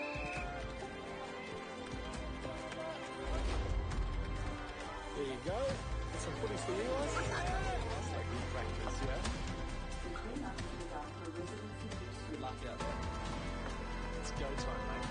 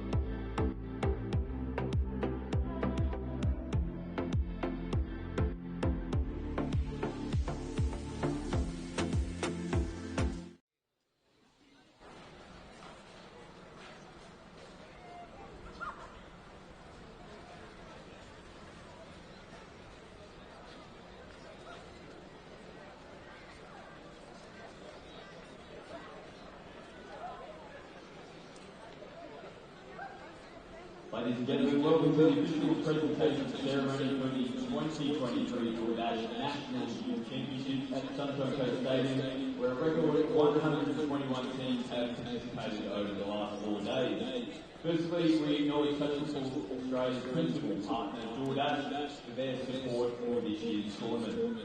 Congratulations to both divisions on the highly entertaining final series. Joining me on stage for the official proceedings, Mr. Jamie O'Connor, Chief Executive Officer of Touch Football Australia, Mr. Phil Guymore, Australian Indian Men's Open Coach, and Mrs. Wayne Ravelli, Australian Indian Women's Open Coach.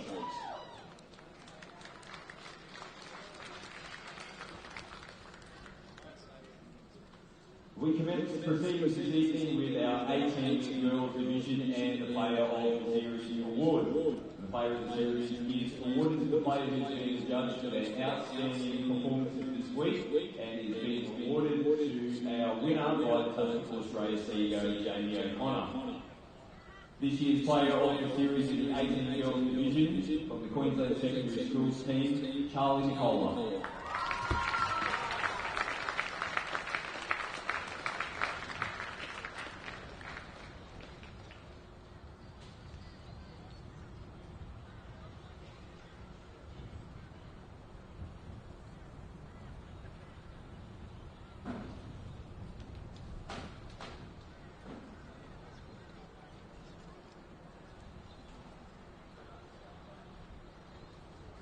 Congratulations, Charlie. Player of the series in the 18 girls division. Please join me in now congratulating today's grand final referees for their contributions to today's final. I'd like to invite Bill Guymore to present the CFA's grand final referee medals to today's referees. If you join me in welcoming and congratulating our three referees, Emma Bleasdale, John Hamstrack and Zach Jenner.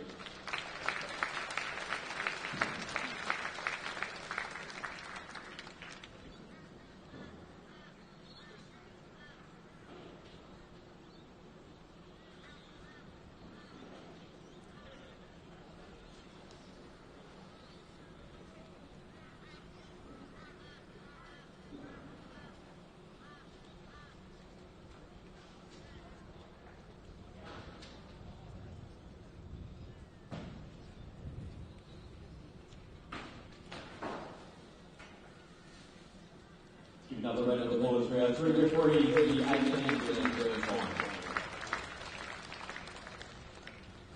And to our runners-up in today's 18 girls grand final, New South Wales Combined High Schools had a fantastic tournament and were gallantly defeated today on the big stage. Would you please congratulate our runners-up as they come forward and accept their runner-up medallions from Touch the Horse Race CEO Jamie O'Connor.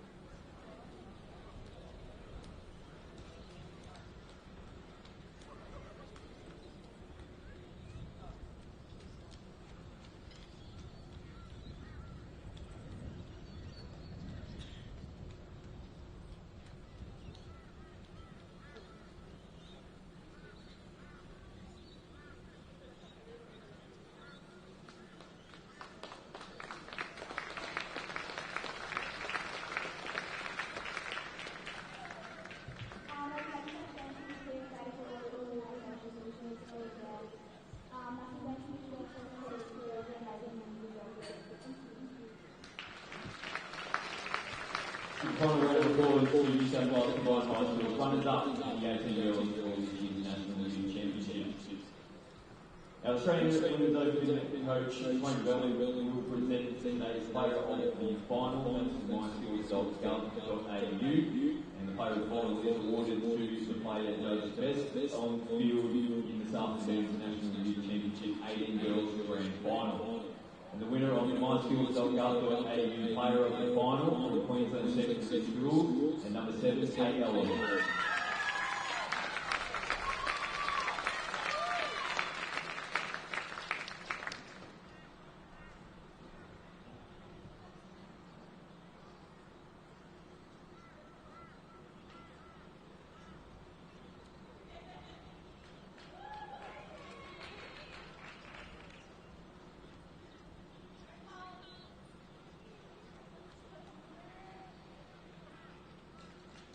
Congratulations, they played the final in the 18 girls this afternoon. Now to our champions, Queensland Secondary Schools team. What a performance this afternoon to take the title. Please join me in congratulating this year's 18 girls national champions, the Queensland Secondary Schools team. Before the board, we will ask their captain and coach wait till the end, starting with number 1, White Green Takarai. Number 3, Olivia Jenkins. Number 4, Olivia Atkins. Number 5, Samantha Hancock. Number 6, Kay Hillman. Number 7, and player in the final, Kate Ellen. Number 8, Sophia Neat. Number 10, Charlie Nicola. Number 11, Nicholas Namu. Number 12, Ryan Hagan. 13, Dominic Saunders. Number 14, Lily Neal. 15, Evie Clarkson. 16, Lainey Ingram.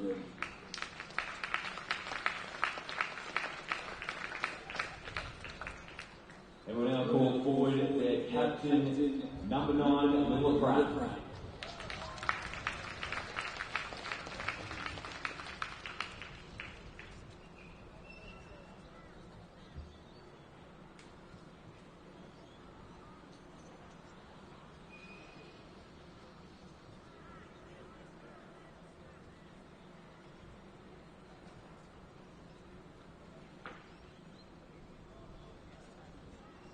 And we might just call their captain Lilla over as well, so just say a quick few words.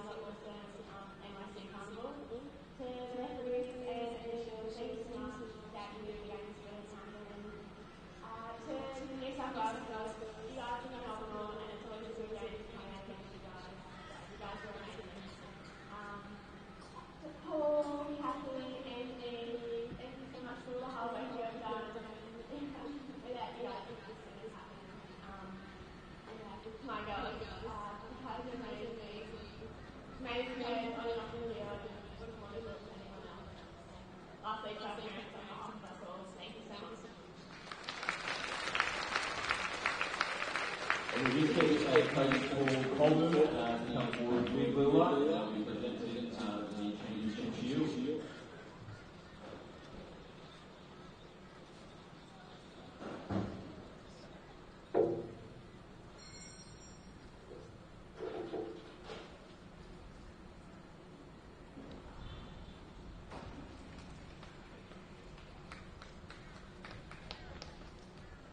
Let's give another round of applause for the 18 girls doing the secondary school team national championships in 2023.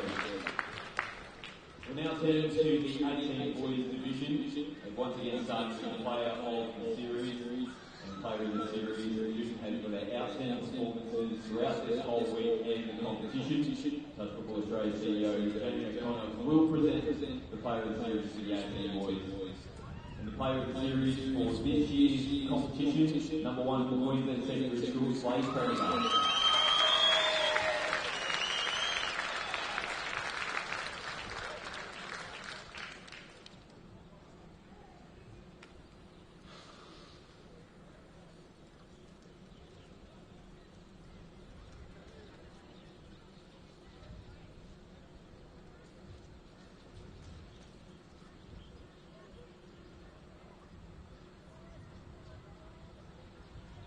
Congratulations, player of the series in the 18 boys division.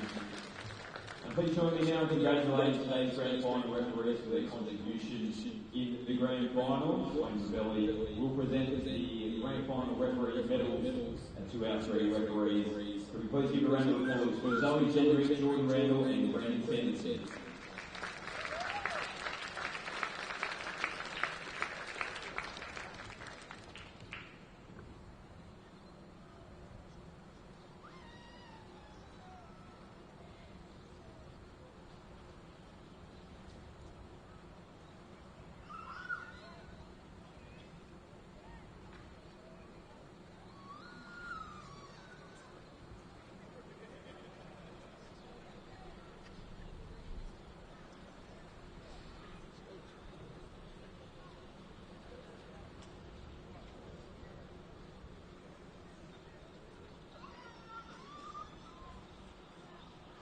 Another round of applause for our three referees, Noel Jenrick, Jordan Randall, and Brendan Stevenson.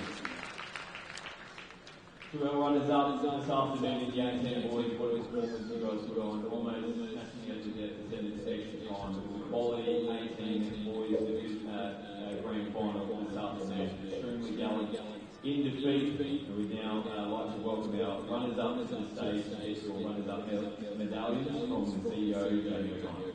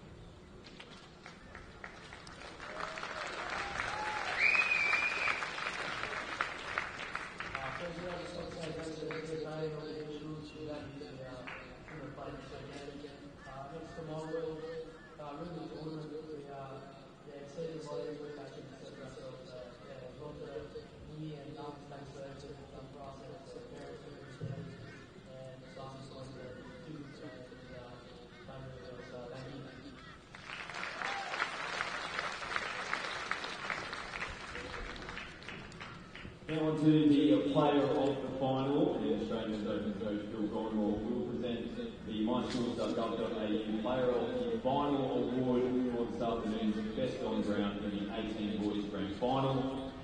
And the winner of the myschools.gov.au Player of the Final to match up with his player of the series number 1, Blaze Prendergast.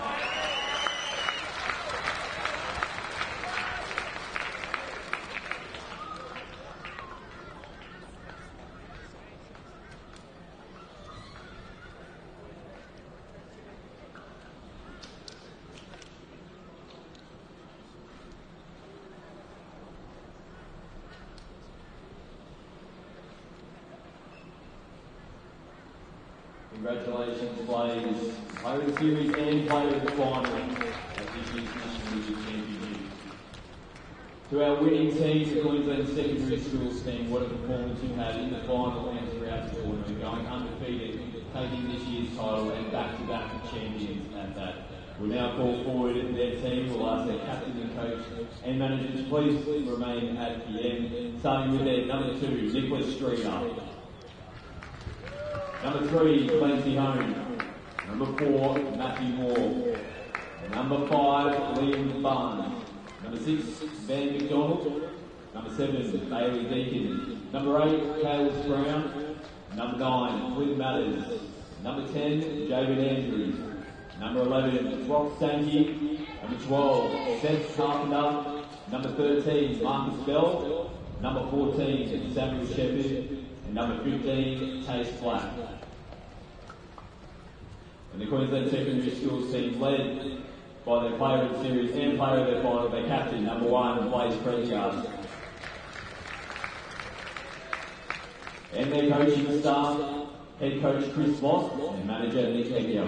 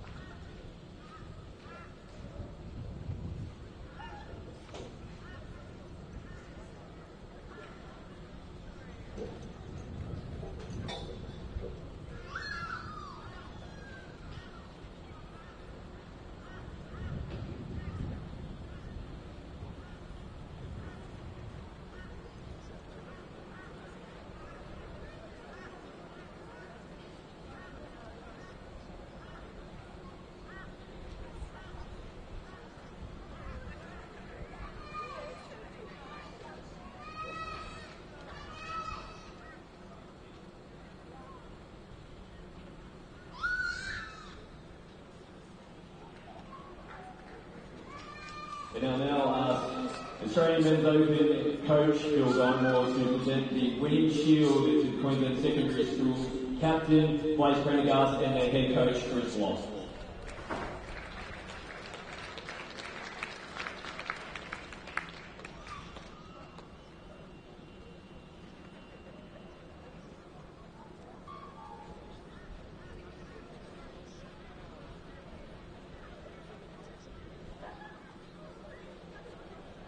Ladies and gentlemen, let's give one final round of applause for the winning team, the Queensland Secondary School touch football team. Hand over to their captain, Blaine. First off, I'd like to thank the CFO for once again bringing all the regions and states together at Sunshine Coast. The New South Wales boys went down to the last minute there today, so credit to you guys. To Lockie and Keck, I'd like to thank you for your preparation, not only this week, but for both of our training camps that we had during this. And then to you boys, we built into this carnival and lucky we got the win in the end, so congratulations. Thank you.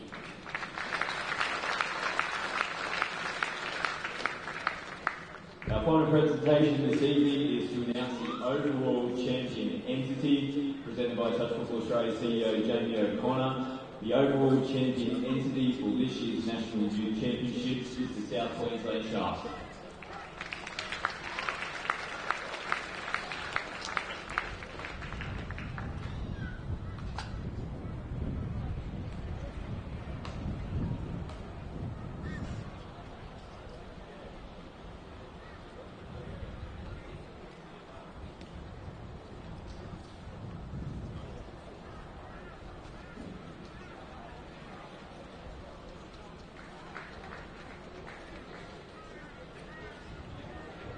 Congratulations to the South Queensland Sharks, the overall champion entity at this year's DoorDash National Youth Championships.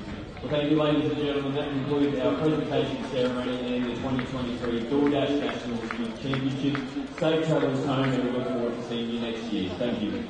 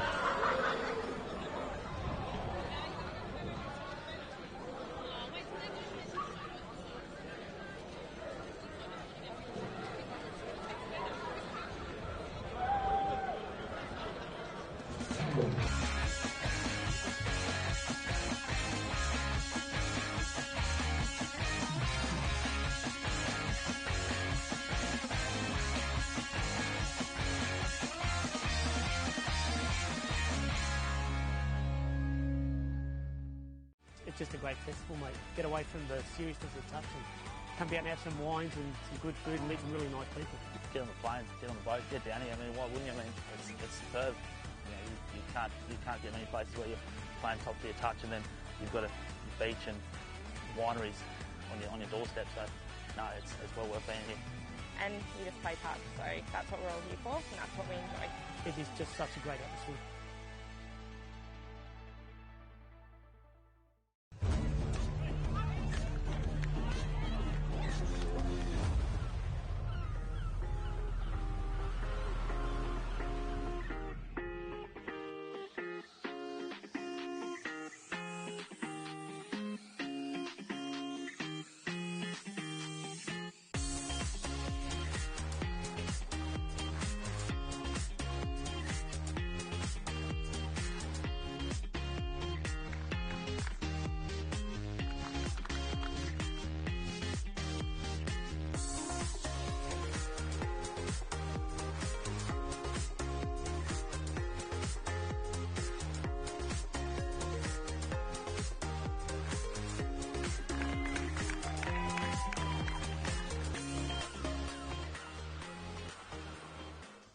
Well, that's all she wrote here at Sunshine Coast Stadium, the 2023 DoorDash National Youth Championships. And what a weekend it's been. Successful campaign in the under-18s for the QSST teams. And across the board, the South Queensland Sharks were the best on the park.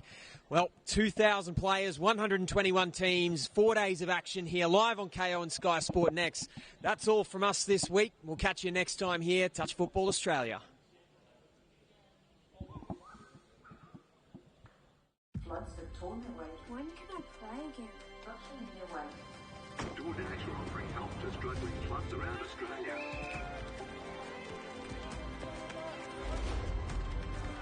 There you go. Some footies for you guys. That's like good practice, yeah? The clean up is after a residency history. Good luck out there. It's go time, mate. Back in there.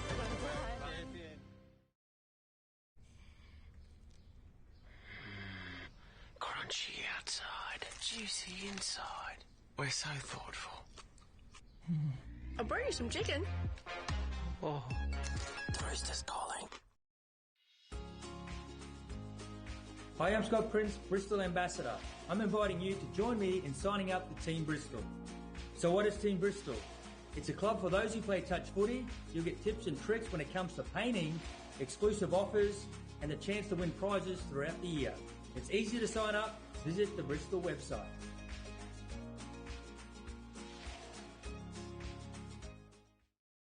Athlete, powered by Pain Away, Australia's #1 topical pain relief brand containing arnica and naturally derived active ingredients. We greatly encourage consumers to always read the label as ingredient concentration levels vary between different brands. Athlete Joint and Muscle Pain Relief Gel contains more than 50% total active ingredient levels than Physio Cream Solute Gel. Athlete Joint and Muscle Pain Relief Gel. Available at all Chemist Warehouse and leading pharmacies across Australia. Train, perform, recover with Athlete.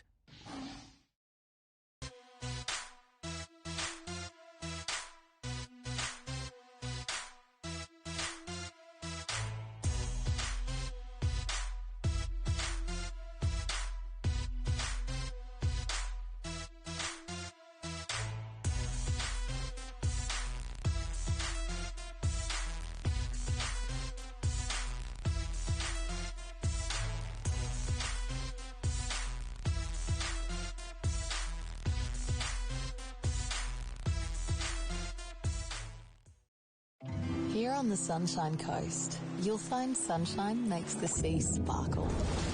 The skies pastel.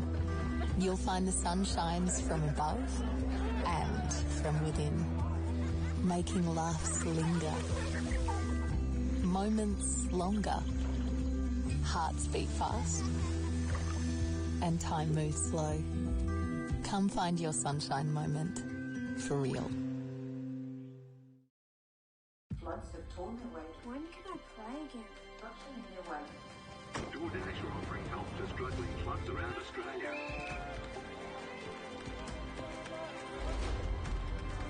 There you go. Some footies for you guys. That's like good practice, yeah? Good luck out there. It's go time, mate. Back in there.